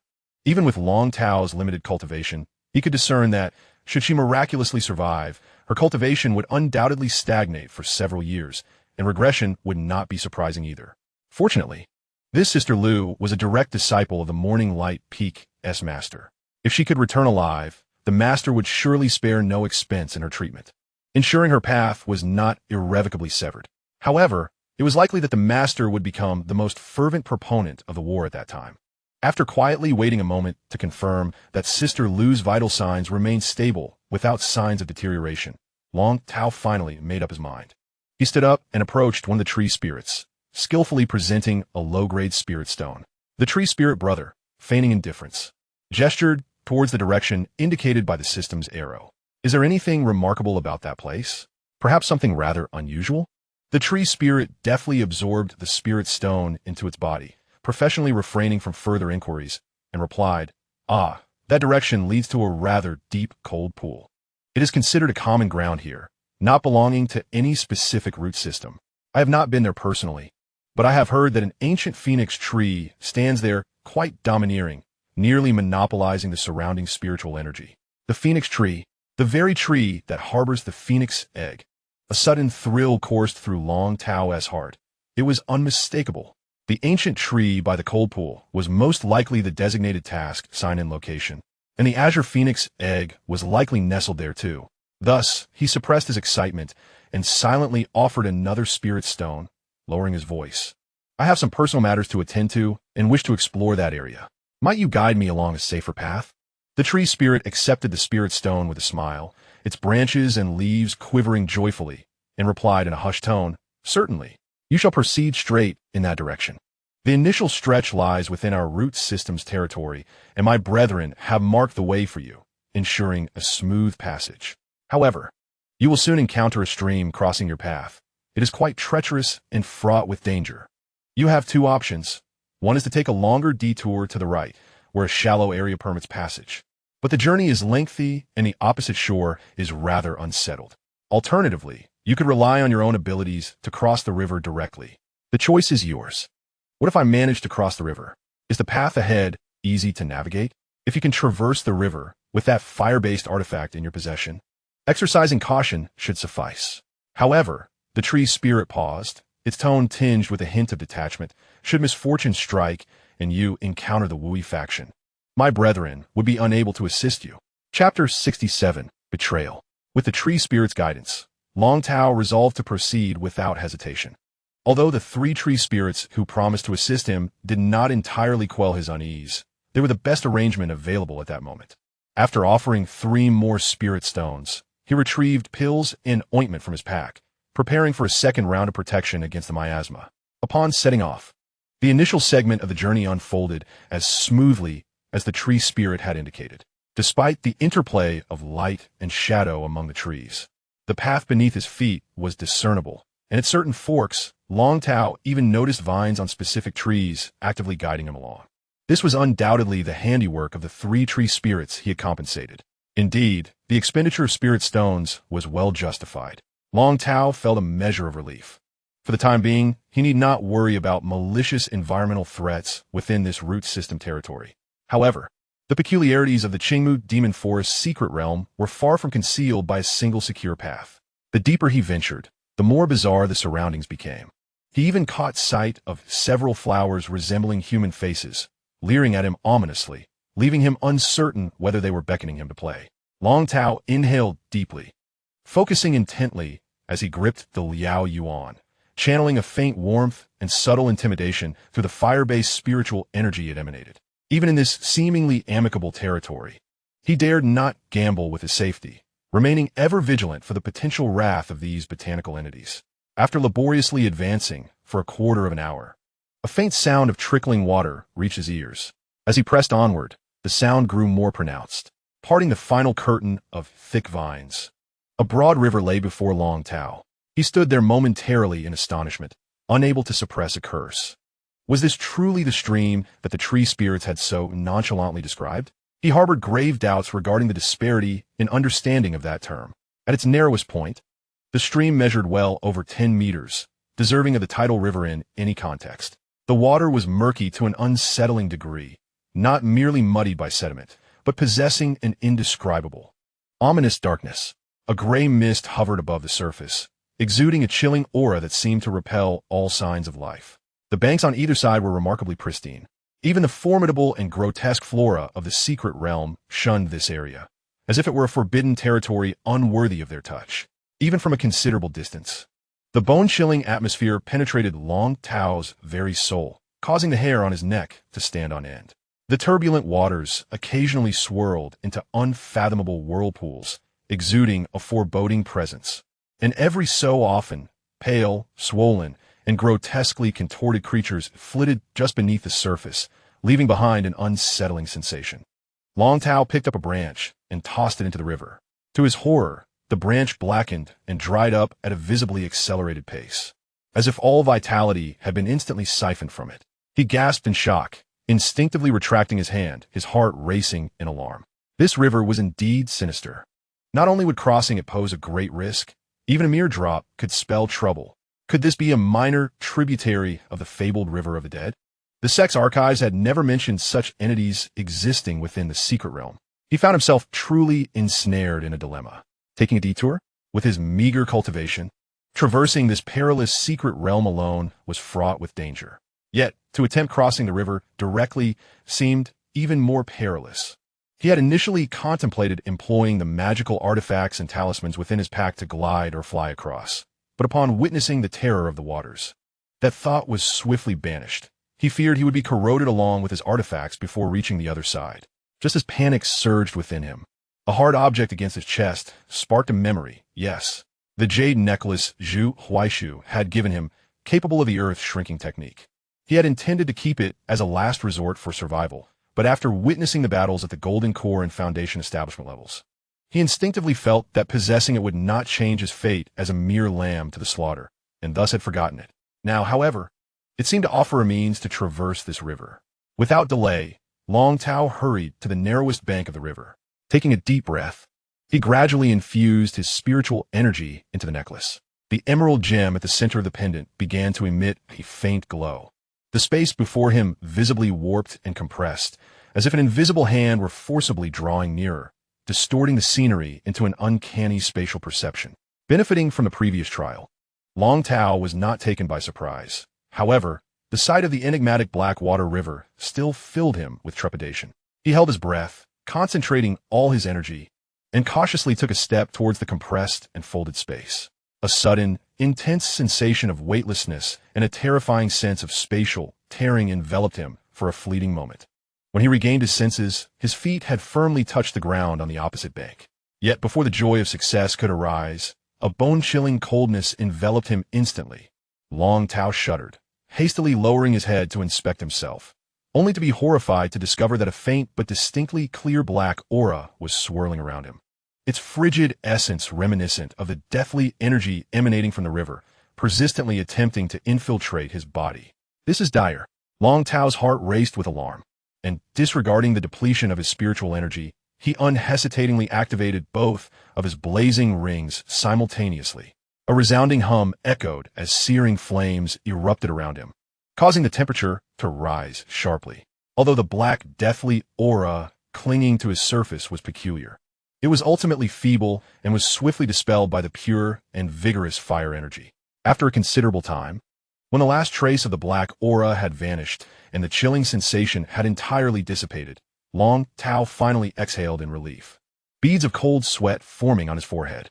However, he was also filled with dread, his complexion paling, even utilizing the earth shrink technique, a method akin to instantaneous teleportation to cross the river. He could not completely evade the river's insidious influence. Had he followed his initial thought to glide or fly across, he would have surely become a mere skeleton submerged in the depths of the river by now. On the other side, Fang Wuqi, Zhu Huaishu, Luo Yuzi, and Chu Yuanbai formed a defensive formation. Before them lay the lifeless body of a disciple from the Nine Xiantian sect, slumped helplessly against a tree, the charred hole in its chest glaringly obvious, indicating that there was no hope for salvation. Before they could recover from the shock of their comrade's demise, the trees on either side suddenly stirred without a breeze. The dark, clouded snow spirit cat perched on Zhu Huaishu's shoulder was the first to emit a sharp warning cry. Almost immediately, two ghostly figures materialized from the shadows, adorned with strands of nearly imperceptible transparent spider silk, which were triggered by the web of vigilance laid out by Luo Yuzi. A flicker of annoyance crossed the faces of the two assassins from the Wui sect. Their once flawless ambush opportunity had been compromised by these damned webs. Nevertheless, they stood firm, one on the left and the other on the right, seemingly unperturbed by the disadvantage of 4 against 2. The disciples of the Nine Xiantian sect promptly readied themselves for combat. Fang Wuqi stood resolutely at the forefront, shielding the others behind him, his expression calm and composed. In the midst of this tense standoff, an unexpected turn of events unfolded. Chu Yuanbai, who had been positioned directly behind Fang Wuqi, suddenly flashed a fierce glint in his eyes and struck without warning. But his target was not the enemy. Rather, it was the unsuspecting Fang Wuqi before him. A pitch-black, unreflective dagger silently appeared in his hand, etched with anti-magic runes, and with lightning speed, he aimed for the vital spot at Fang Wuqi's back. This attack was both swift and brutal, executed with impeccable timing. The two assassins across from him seemed to have anticipated this moment, swiftly launching their offensive. However, to everyone's astonishment, when the short dagger struck the body of Fang Wuqi, there was no explosion of flesh, nor any sign of a life-preserving artifact being activated. Instead, the body suddenly slumped, dissipating into a wisp of green smoke, revealing layers of entwined, transparent spider silk. What? Chu Yuanbai's complexion changed dramatically as he realized he had fallen into a trap. Without hesitation, he leaped forward, retreating swiftly to stand beside the two assassins. Assuming a defensive posture, "What did you discover this?" he shouted into the empty forest. The real Fang Wuqi slowly emerged from behind an ancient tree, his eyes filled with disappointment and fury. Daoist Luo informed me earlier that junior brother Nan is not dead. You've been deceiving us. While I would prefer to trust you, my longtime comrade, as the leader, I must remain vigilant. Though my technique of substitution lacks refinement, thanks to Daoist Luo's spider silk, I managed to deceive you. Upon hearing that Nan Yuqing was alive, Zhu Huaisu initially felt joy. But soon her gaze turned even more furious as she glared at Chu Yuanbai. While deceit could be explained, his actions had revealed everything. He had utterly turned traitor. At this moment, Chu Yuanbai could not be bothered to argue, though he quietly pondered how this golden spider spirit came to know of Nan Yuqing's survival. He suddenly recalled that Long Tao had whispered something to Luo Yusi before departing, but now was not the time to dwell on such trivial matters. Currently, they faced a 3-on-3 situation, and with the strength and synergy of the two assassins, the advantage still lay with them. Fan Wuqin, Zhu Juanbai Sir, I have never believed my talents inferior to yours. Today, allow me to experience firsthand the true prowess of your years of cultivation in the blood-red wedding garment technique. Fan Wuqin's spiritual energy erupted explosively, his fingers clenched into fists, producing crackling sounds, his gaze calm, yet imbued with a chilling intensity. Rest assured, this encounter will be unforgettable for you. After all, your lifespan is not long. Chapter 68. The boss of the mission appears. Just as the team was about to engage in a life-and-death battle, Long Tao was navigating through the perilous secret realm, following the system's arrow. He had traversed a considerable distance, and compared to before, the flora and fauna in the realm seemed to have conspired, gradually diminishing in number. The surroundings grew increasingly silent, and even the whispering malevolent plants vanished, as if entering an invisible forbidden zone. At last, the path ahead opened up. An extraordinary clearing emerged, starkly contrasting with the surrounding dense, eerie forest. Here, there were no towering ancient trees or entangled vines. The only sight was an exceptionally tall, albeit somewhat sparse-leaved, ancient parasol tree, alongside a pool that emanated a chilling mist. Long Tao felt a stirring within. This was the place. The system's arrow pointed directly to a specific spot beneath the parasol tree. Although the so-called Qingfeng egg was not visible, it would be prudent to rush over and check in. Due to a long-established caution, he, before approaching, hastily rummaged through his belongings to procure some rudimentary materials.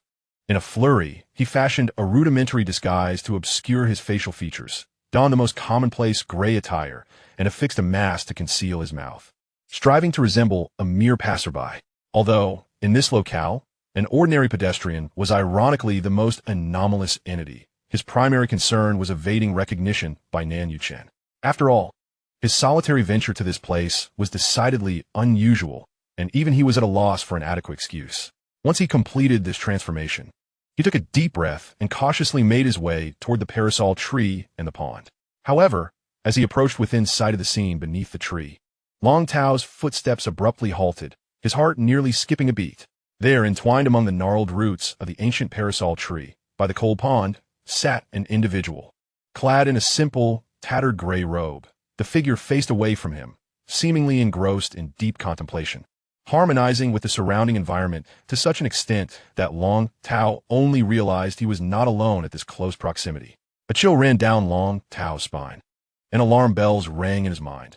How could there be anyone in this secluded spot? Moreover, judging by the demeanor, this person was no ordinary individual. Instinctively, he yearned to retreat and slip away. It was better to avoid trouble. Yet, just as he began to step back, an invisible but overwhelming pressure descended upon him. Buzz.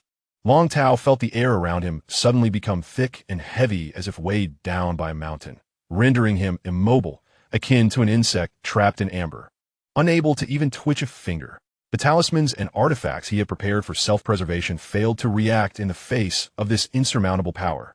His internal spiritual energy came to a halt, blood surged within him, and cold sweat beaded upon his brow. A golden core. This was unmistakably a golden core cultivator. And although he could not ascertain the exact level of the individual's cultivation or the quality of their core, one thing was certain. This person was far beyond the likes of Elder Su, a mere artisan of inferior golden cores. At that moment, the figure in the gray robe slowly turned to face him. With a handsome visage adorned by a rare short beard for a cultivator, the individual's eyes were profound, akin to the cold pond beside them, seemingly capable of penetrating the very essence of the heart and all things. His gaze fell upon Long Tao's clumsy disguise, and the corners of his mouth seemed to curl ever so slightly, as if he had stumbled upon something amusing.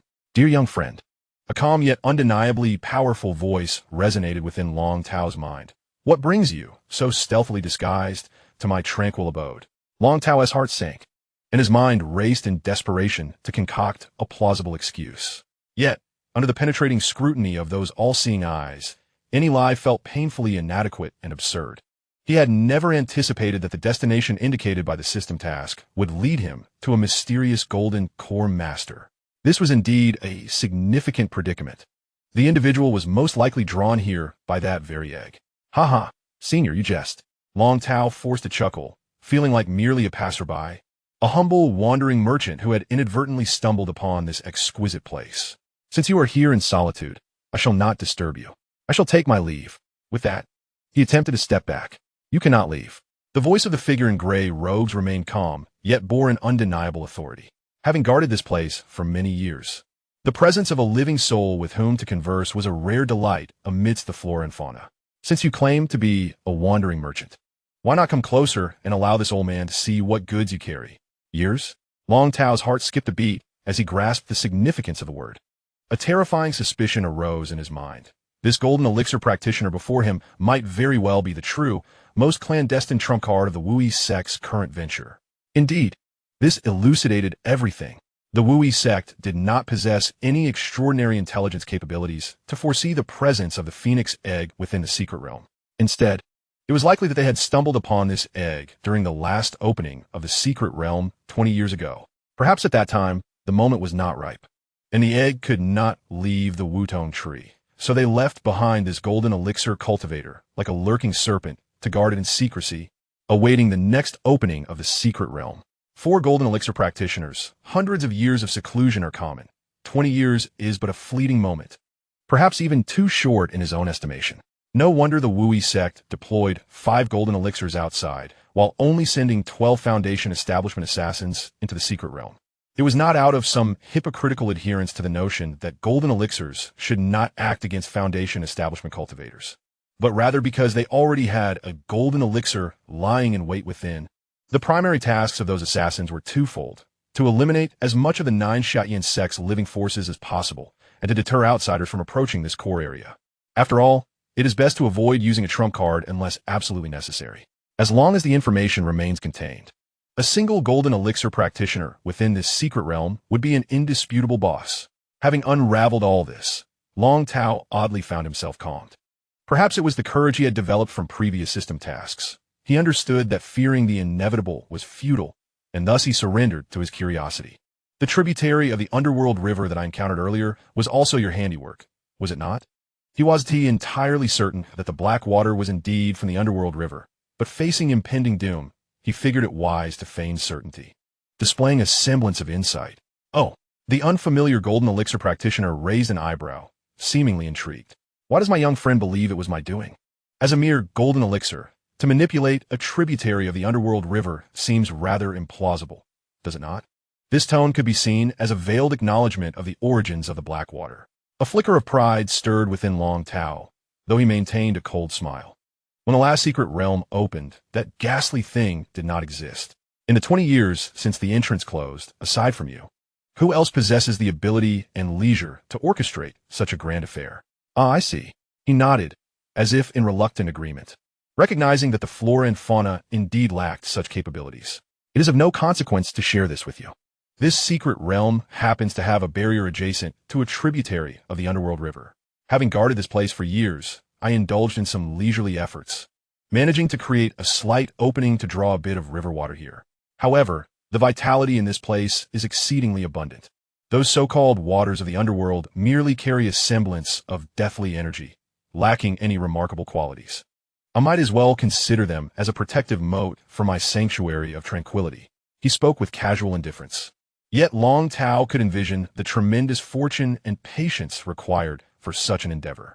It is essential to understand that the Jiuxia Tianzong has long nurtured an almost obsessive ambition to successfully locate and channel a tributary of the underworld within its dominion. Should this ambition come to fruition, it could provide an ultimate boon for the disciples whose lifespans have dwindled. allowing their souls to avoid being swept into the unpredictable currents of the main underworld river, enabling them to undergo a complete cycle of death and rebirth within this private tributary.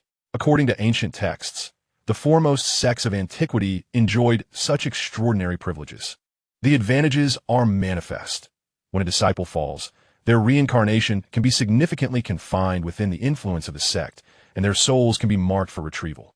Should the deceased possess sufficient cultivation, especially with a robust spirit, there exists a substantial likelihood they may reincarnate with retained wisdom, naturally gravitating towards the path of enlightenment, thus accelerating their early stages of cultivation far beyond the ordinary, akin to starting the race ahead of others. Yet, the vast territories occupied by the Jiuxia Tianzong are rich in spiritual energy and teeming with life, a true sanctuary of ethereal beauty. This blessed land stands in stark contrast to the deathly essence of a tributary of the underworld, rendering them utterly incompatible. It is reminiscent of the scarcity of oil in flourishing ecosystems, while arid deserts yield it abundantly. Chapter 69. The System That Suddenly Spoke Human Language. In truth, Long Tao had completely relinquished hope. Even if this golden core were willing to release him, it would be of no consequence, as he would ultimately perish due to mission failure if he could not obtain the Qingfeng egg. Simultaneously, he felt an odd disquiet. The difficulty of this mission was unreasonably high. The previous two missions, while outrageous, had been manageable for him. Yet, for Nan Yuchen, the destined child, they were but a typical narrative of triumph.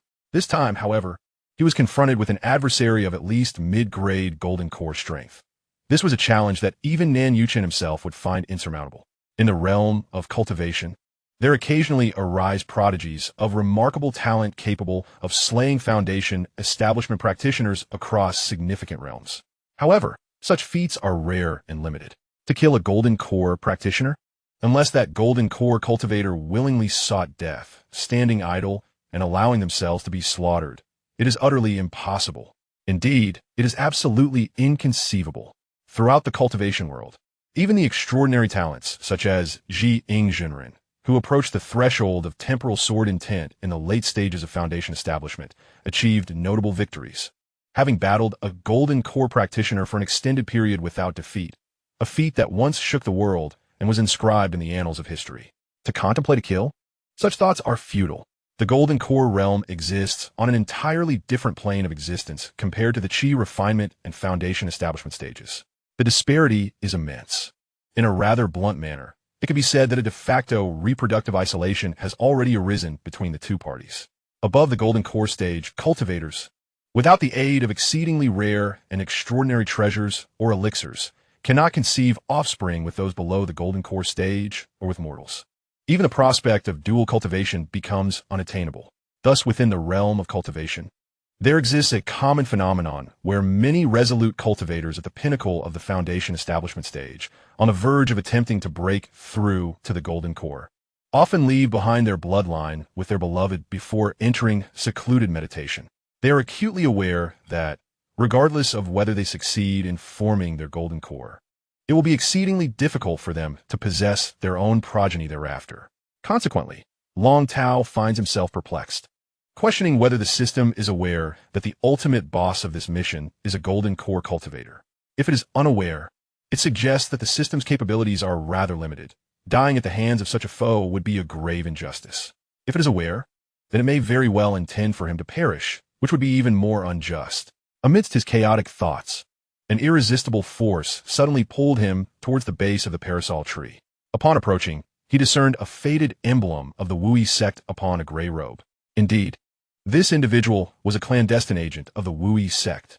Moreover, the adversary displayed no inclination to conceal this fact before him.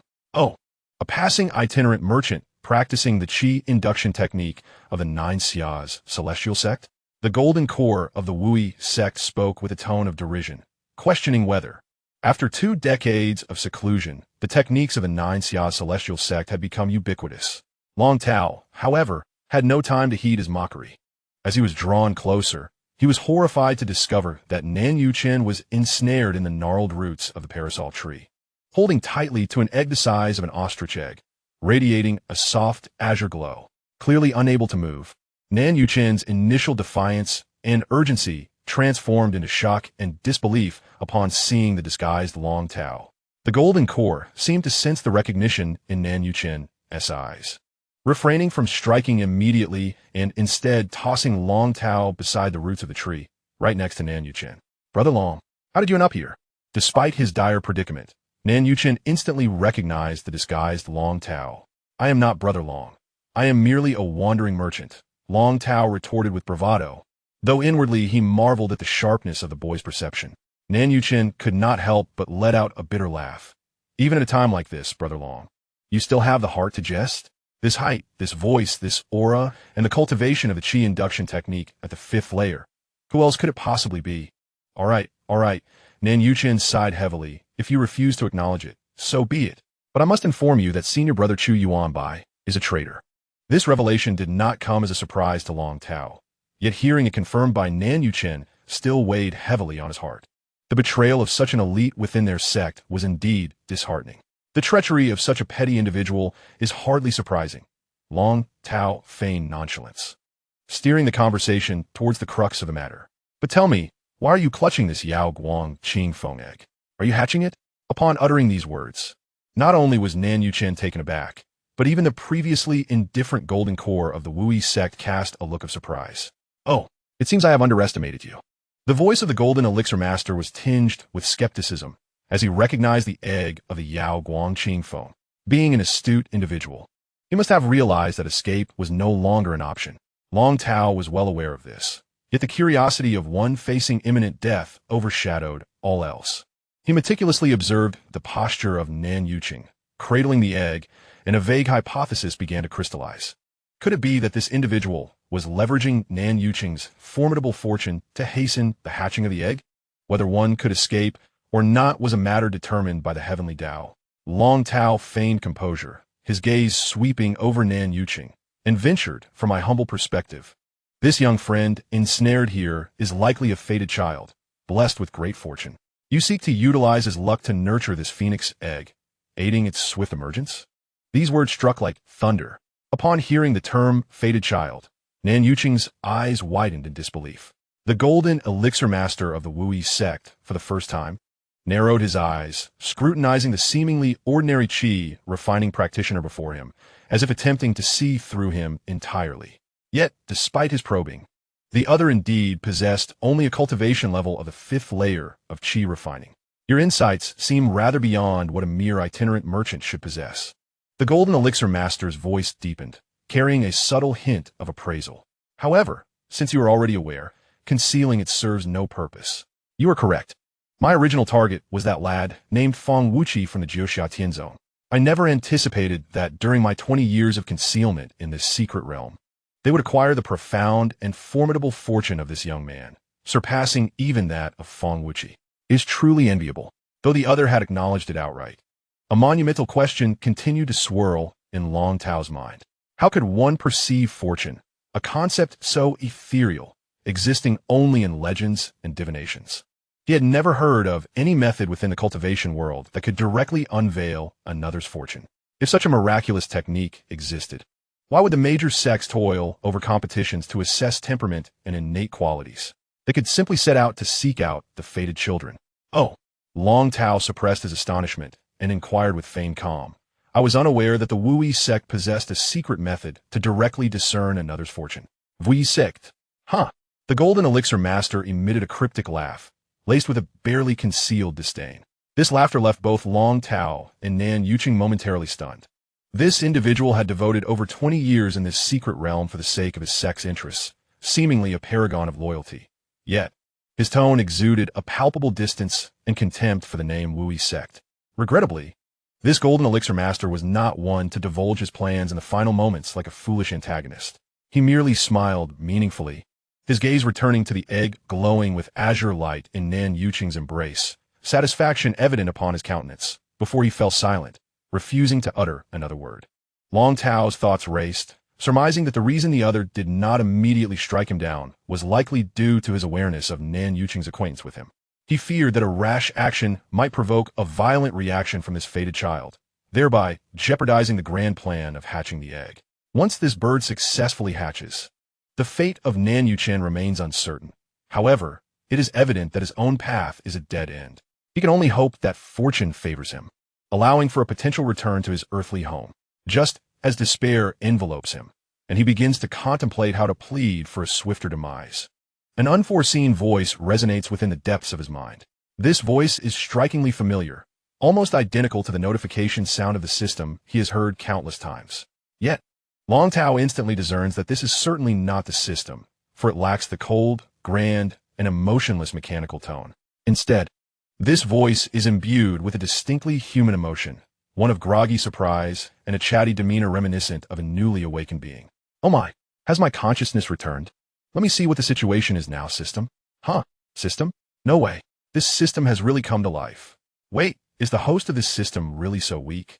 Only at the 5th level of Qi training? Chapter 70, The Soul Surpasses All. Long Tao froze, his mind struck as if by lightning, blank. Is this voice the system? No, it cannot be.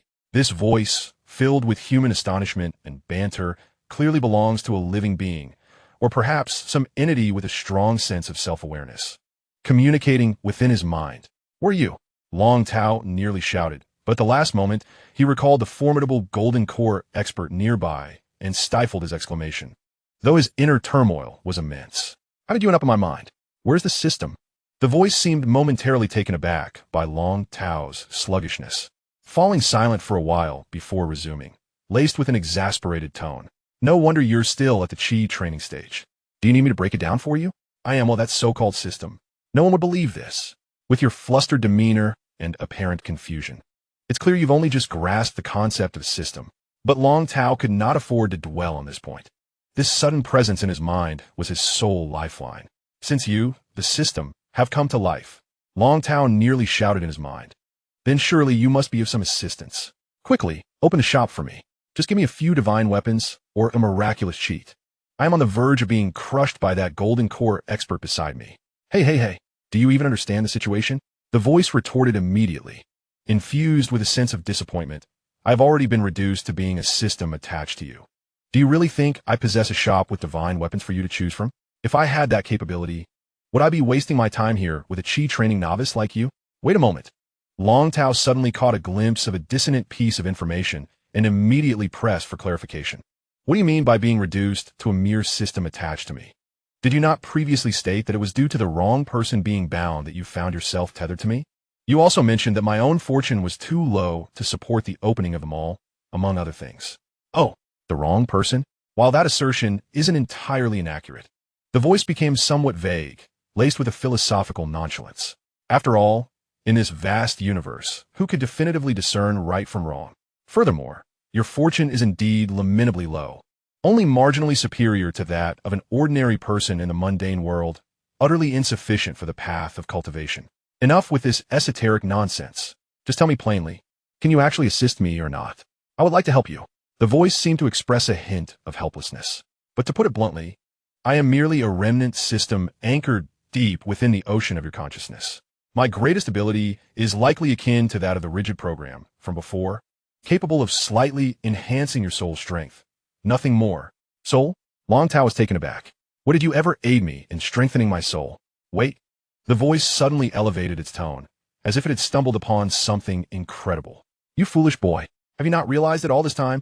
The soul lamp value on the system panel, awarded with each task, is precisely what enhances the strength of your soul's essence. With all the points you've accumulated, have you felt nothing at all? How dense can you be? Long Tao was utterly dumbfounded. He abruptly recalled when he broke through to the Yuan stage at the CI town. Initially, he estimated that with his fragile soul, he would need to attempt at least 2 or 3 times to succeed. Yet he passed on the first try. He had thought it was mere luck, or that the technique wasn't as challenging as anticipated. Little did he know, his soul had indeed grown stronger. Unbeknownst to him, this wretched system had genuinely been bestowing substantial rewards in silence. At that moment, a subtle sense of gratification surged within Long Tao. However, this fleeting sense of satisfaction was swiftly overtaken by a more overwhelming wave of resentment. Damn it, what good is a stronger soul in light of my imminent demise? Can it be used as sustenance or withstand an attack from a golden core master? What I need now is combat power, a miraculous artifact that can turn the tide, a talisman for escape. A stronger soul holds little value for someone in the Qi refining stage. Long Tao couldn't help but grumble. Besides, you only provide a few points each time. That is rather stingy. Isn't it? What can that accomplish? Upon hearing this complaint, the voice seemed genuinely irked, its tone turning serious, even tinged with reprimand. A few points? You truly have no concept of its worth. Do you understand how precious and rare that soul lamp value is in the outside world? In our era, it was recognized as a supreme truth by many formidable beings standing at the pinnacle of this realm. Spiritual roots, techniques, cultivation, treasures, all are but fleeting illusions, mere embellishments. Only the soul transcends all. Long Tao listened, somewhat bewildered, setting aside whether this theory held any truth. Which era was he referring to? This so-called system sounds remarkably akin to the lingering spirit of an ancient monstrosity. Yet, its tone and manner of speaking bear a striking resemblance to that of a compatriot. There is no necessity for you to delve into my true origins, nor do you possess the capacity to do so. That voice seemed to penetrate his thoughts, immediately interrupting his whimsical musings, for the complexities involved are both perilous and meaningless to you at this moment. Allow me to enlighten you about the essence of the soul, specifically the soul lantern value you receive as a reward for each task, which signifies an immense worth. At this juncture, Long Tao was genuinely disinterested in the theories of cultivation, but he cast a glance at the nearby golden core true person and the still incubating Nan Yuchen. The azure phoenix egg showed no signs of hatching, and apart from waiting, he seemed to have no other recourse. With time on his hands, he obediently listened to the discourse within his mind. Firstly, you must comprehend that the power of the soul differs entirely from the cultivation level of spiritual energy. The disparity in physical strength and spiritual energy between cultivators and mortals is indeed astronomical. If we presume an ordinary mortal's combat capability to be 5, then what would that of a golden core or nascent soul cultivator be? 50,000? 100,000? Perhaps even 530,000? The gap is so vast that it is beyond measure. However, when it comes to the soul, the inherent foundational differences are remarkably minimal. Initially, untrained mortals, those in the Qi Refinement stage, or even those in the early to mid stages of foundation establishment, exhibit little variation in soul strength. If quantified in terms of soul lantern value, they generally fall within the range of 10 to 20 points. A cultivator with superior foundation quality may see a slight increase, but not significantly. Ah, I see. Long Tao mused inwardly, realizing he was likely at an average level. Only in the later stages of foundation establishment does the soul begin to strengthen, typically not exceeding 30 points. Although certain specialized techniques focused on consciousness may reach up to 40 points. Upon successfully forming the golden core, a cultivator's soul undergoes a qualitative leap. Depending on the quality of the golden core and subsequent minor realm advancements, the soul strength of a golden core true person typically ranges from 100 to 200 points. Naturally, the actual values will not be so uniform, but this is a general approximation. This is far less than I had imagined, Long Tao interjected.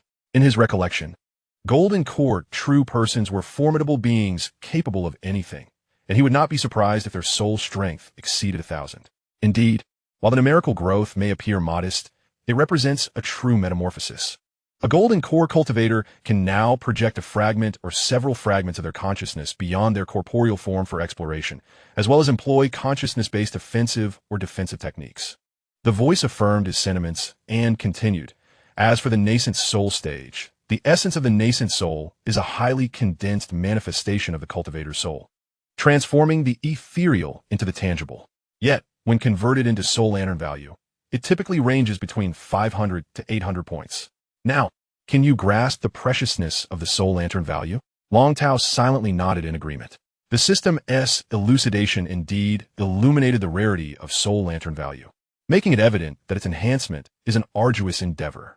It resembles biological evolution. Prioritizing intelligence is undoubtedly the optimal long-term strategy. Yet the challenge lies in the fact that the cycle of benefits spans millions of years. On this protracted journey of evolution, the foremost concern is survival. What he currently lacks are immediate weapons and sharp fangs, rather than a promising intellect for the future. However, there exists a potential solution. Did you not mention that a golden core practitioner seeks to end your life? Such cultivators are acutely sensitive to the strength of the soul. I could temporarily lend you some soul lamp essence, significantly enhancing your spiritual power for a brief period.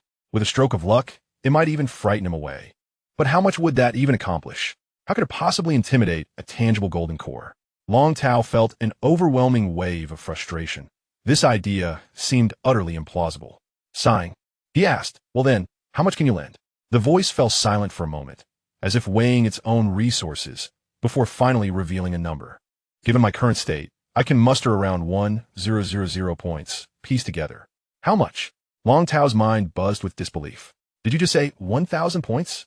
This figure was utterly preposterous. According to the system's earlier explanation, a Yuaning stage old monster's soul strength only ranges from 500 to 800 points. 1,000 points? That would be akin to the legendary transformation stage. A profound sense of unreality engulfed him.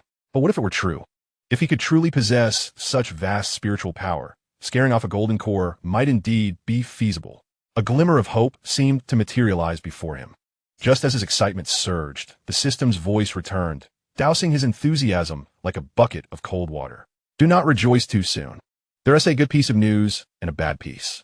I shan't bother asking which you prefer to hear first, as it matters not. Then please share the bad news first."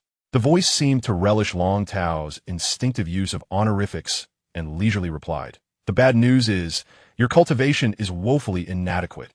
At the 5th level of Qi Refinement, you have yet to open your Qi Si, and you would undoubtedly perish under the strain of 1,000 points of soul lamp essence."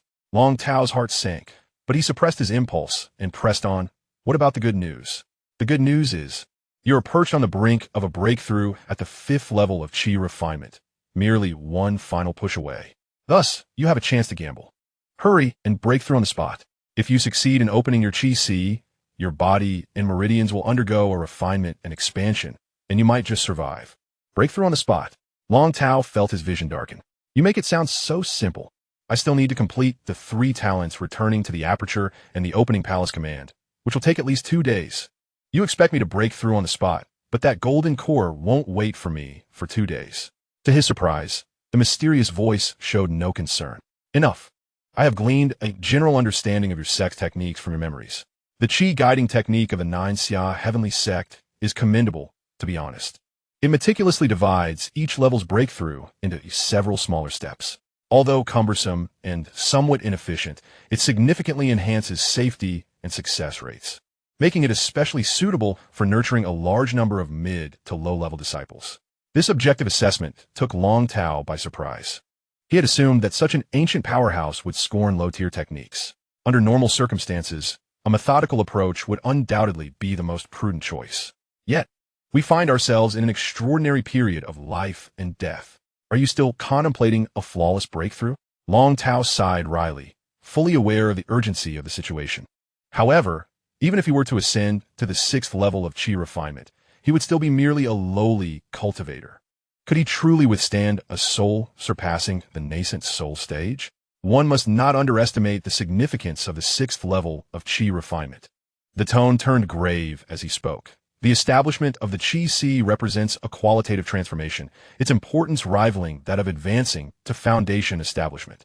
We often refer to Qi Refinement, yet the first 5 levels are merely preparatory work, expanding meridians and accumulating spiritual energy.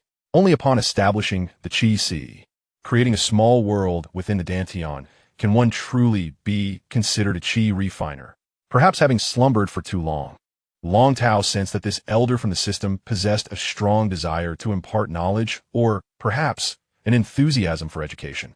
If he were to survive, he would likely be well suited to serve as a teaching elder in a sect.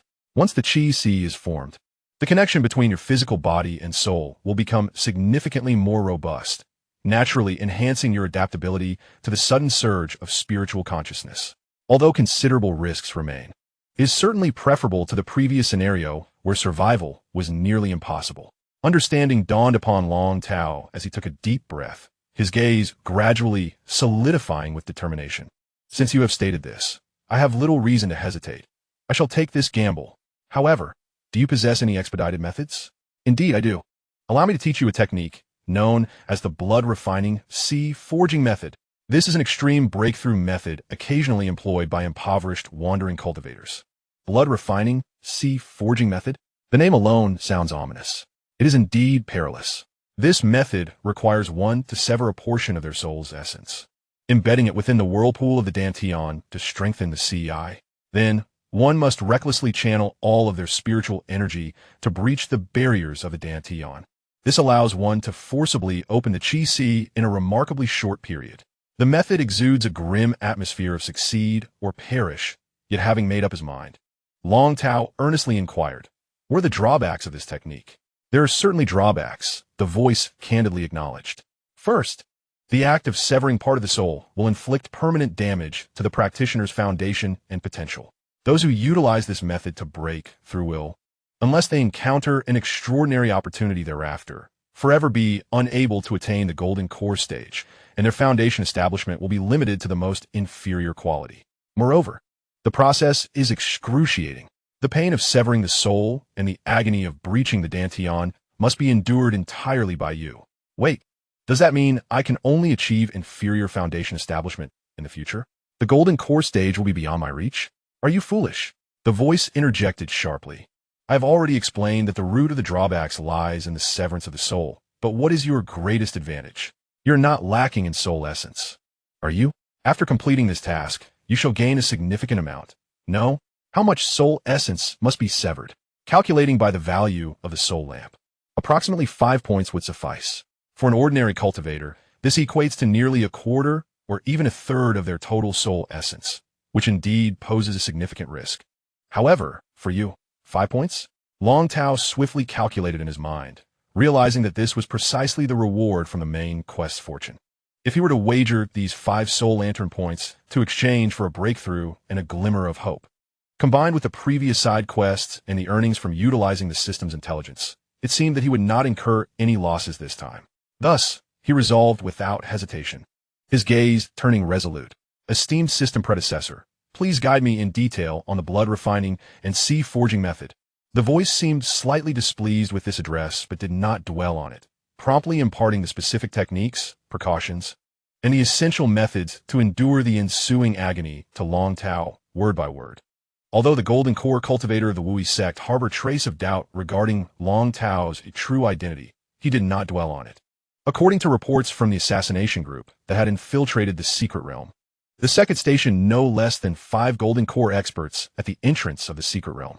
Even if the prodigy from the Xianxia sect, Ji, was formidable, it was impossible for him to break through in a short span of time. In other words, within this secret realm, he was undoubtedly the reigning sovereign, possessing the power to crush all opposition. A mere Qi refining period cultivator, even if privy to hidden channels or possessing a couple of extraordinary treasures, would fail to stir any waves in the face of such overwhelming strength. The reason he spared the life of this itinerant merchant was indeed due to his consideration for Nan Yuchen, the son of fortune. Should the act of killing someone familiar to him provoke a violent emotional reaction, it could jeopardize the hatching of the Yao Guang Qingfeng egg, resulting in a far greater loss. Furthermore, there was an even more crucial reason. The Qingfeng was a quasi-sacred beast, and during its imminent hatching, any occurrence of bloodshed nearby would undoubtedly have a detrimental effect. Historical records had noted that during the birth of similar sacred beasts, large-scale conflicts erupted over disputes, leading to excessive killing intent that produced malevolent energy, resulting in the premature demise of the sacred beast. Although the impact of eliminating a minor character would not be as significant, he preferred to let this itinerant merchant live rather than take any risks. At present, the most vital task was to ensure that the Qingfeng hatched in perfect condition, ready to acknowledge him as its master. Should an opportunity arise to bring this son of fortune back to the sect, it would undoubtedly be a delightful surprise. Just as he felt quite satisfied with the progress of events, the itinerant merchant, who had remained quietly to the side, suddenly exhibited peculiar behavior. The individual, who had appeared resigned and whose breath was relatively steady, unexpectedly sat cross-legged without warning, closing his eyes as if preparing to meditate and cultivate right there. Did he truly regard the threat posed by this Golden Core cultivator as non-existent? The Wui Golden Core cultivator felt a flicker of surprise. Yet most of his attention was focused on the phoenix egg and the external consciousness he had projected for vigilance. So he did not immediately bother with the strange actions of this insignificant figure, assuming he had completely given up in despair. However, the situation soon took a turn. The itinerant merchant's body began to tremble slightly, veins bulging at his temples and neck, large beads of cold sweat continuously seeping forth. His jaw was clenched tightly, and the muscles of his face contorted in extreme pain, causing his entire being to convulse uncontrollably, as though he were enduring some form of torturous torment. This commotion has finally garnered the attention of the Jindan of the Wui sect. With a blend of curiosity and a sense of amusement akin to watching a caged beast struggle in its final throes, he scrutinized the scene before him. Upon closer inspection, he discovered something even more intriguing. The individual Dantian was gathering spiritual energy in a wildly turbulent manner, almost self-destructive in its ferocity, compressing and colliding with reckless abandon. The audacity of it all seemed to suggest an intent to forcibly transcend from the sixth layer of Qi cultivation and open the sea of Qi using the most primitive and brutal means. Ah, the Jindan of the Wui sect remarked, his tone laced with a hint of mockery and surprise. You truly possess remarkable spirit, on the brink of life and death. Rather than seeking mercy to preserve your existence, you instead choose to endeavor in a breakthrough of your cultivation here. Such resolve is indeed commendable. If only my lackluster disciples could possess even a fraction of your tenacity. The transition from the fifth to the sixth layer is, after all, mere trifles of the Qi cultivation stage. For him, it is akin to an ant transforming into a slightly larger ant, still entirely devoid of threat. Yet, after spending over 20 years in this desolate secret realm, witnessing such a vibrant scene of a low-tier cultivator striving for a breakthrough right before his eyes stirred a flicker of nostalgia within him, igniting a rare interest in the unfolding spectacle. He was keen to observe what this young man could conjure through such reckless determination. After all, everything remained well within his grasp.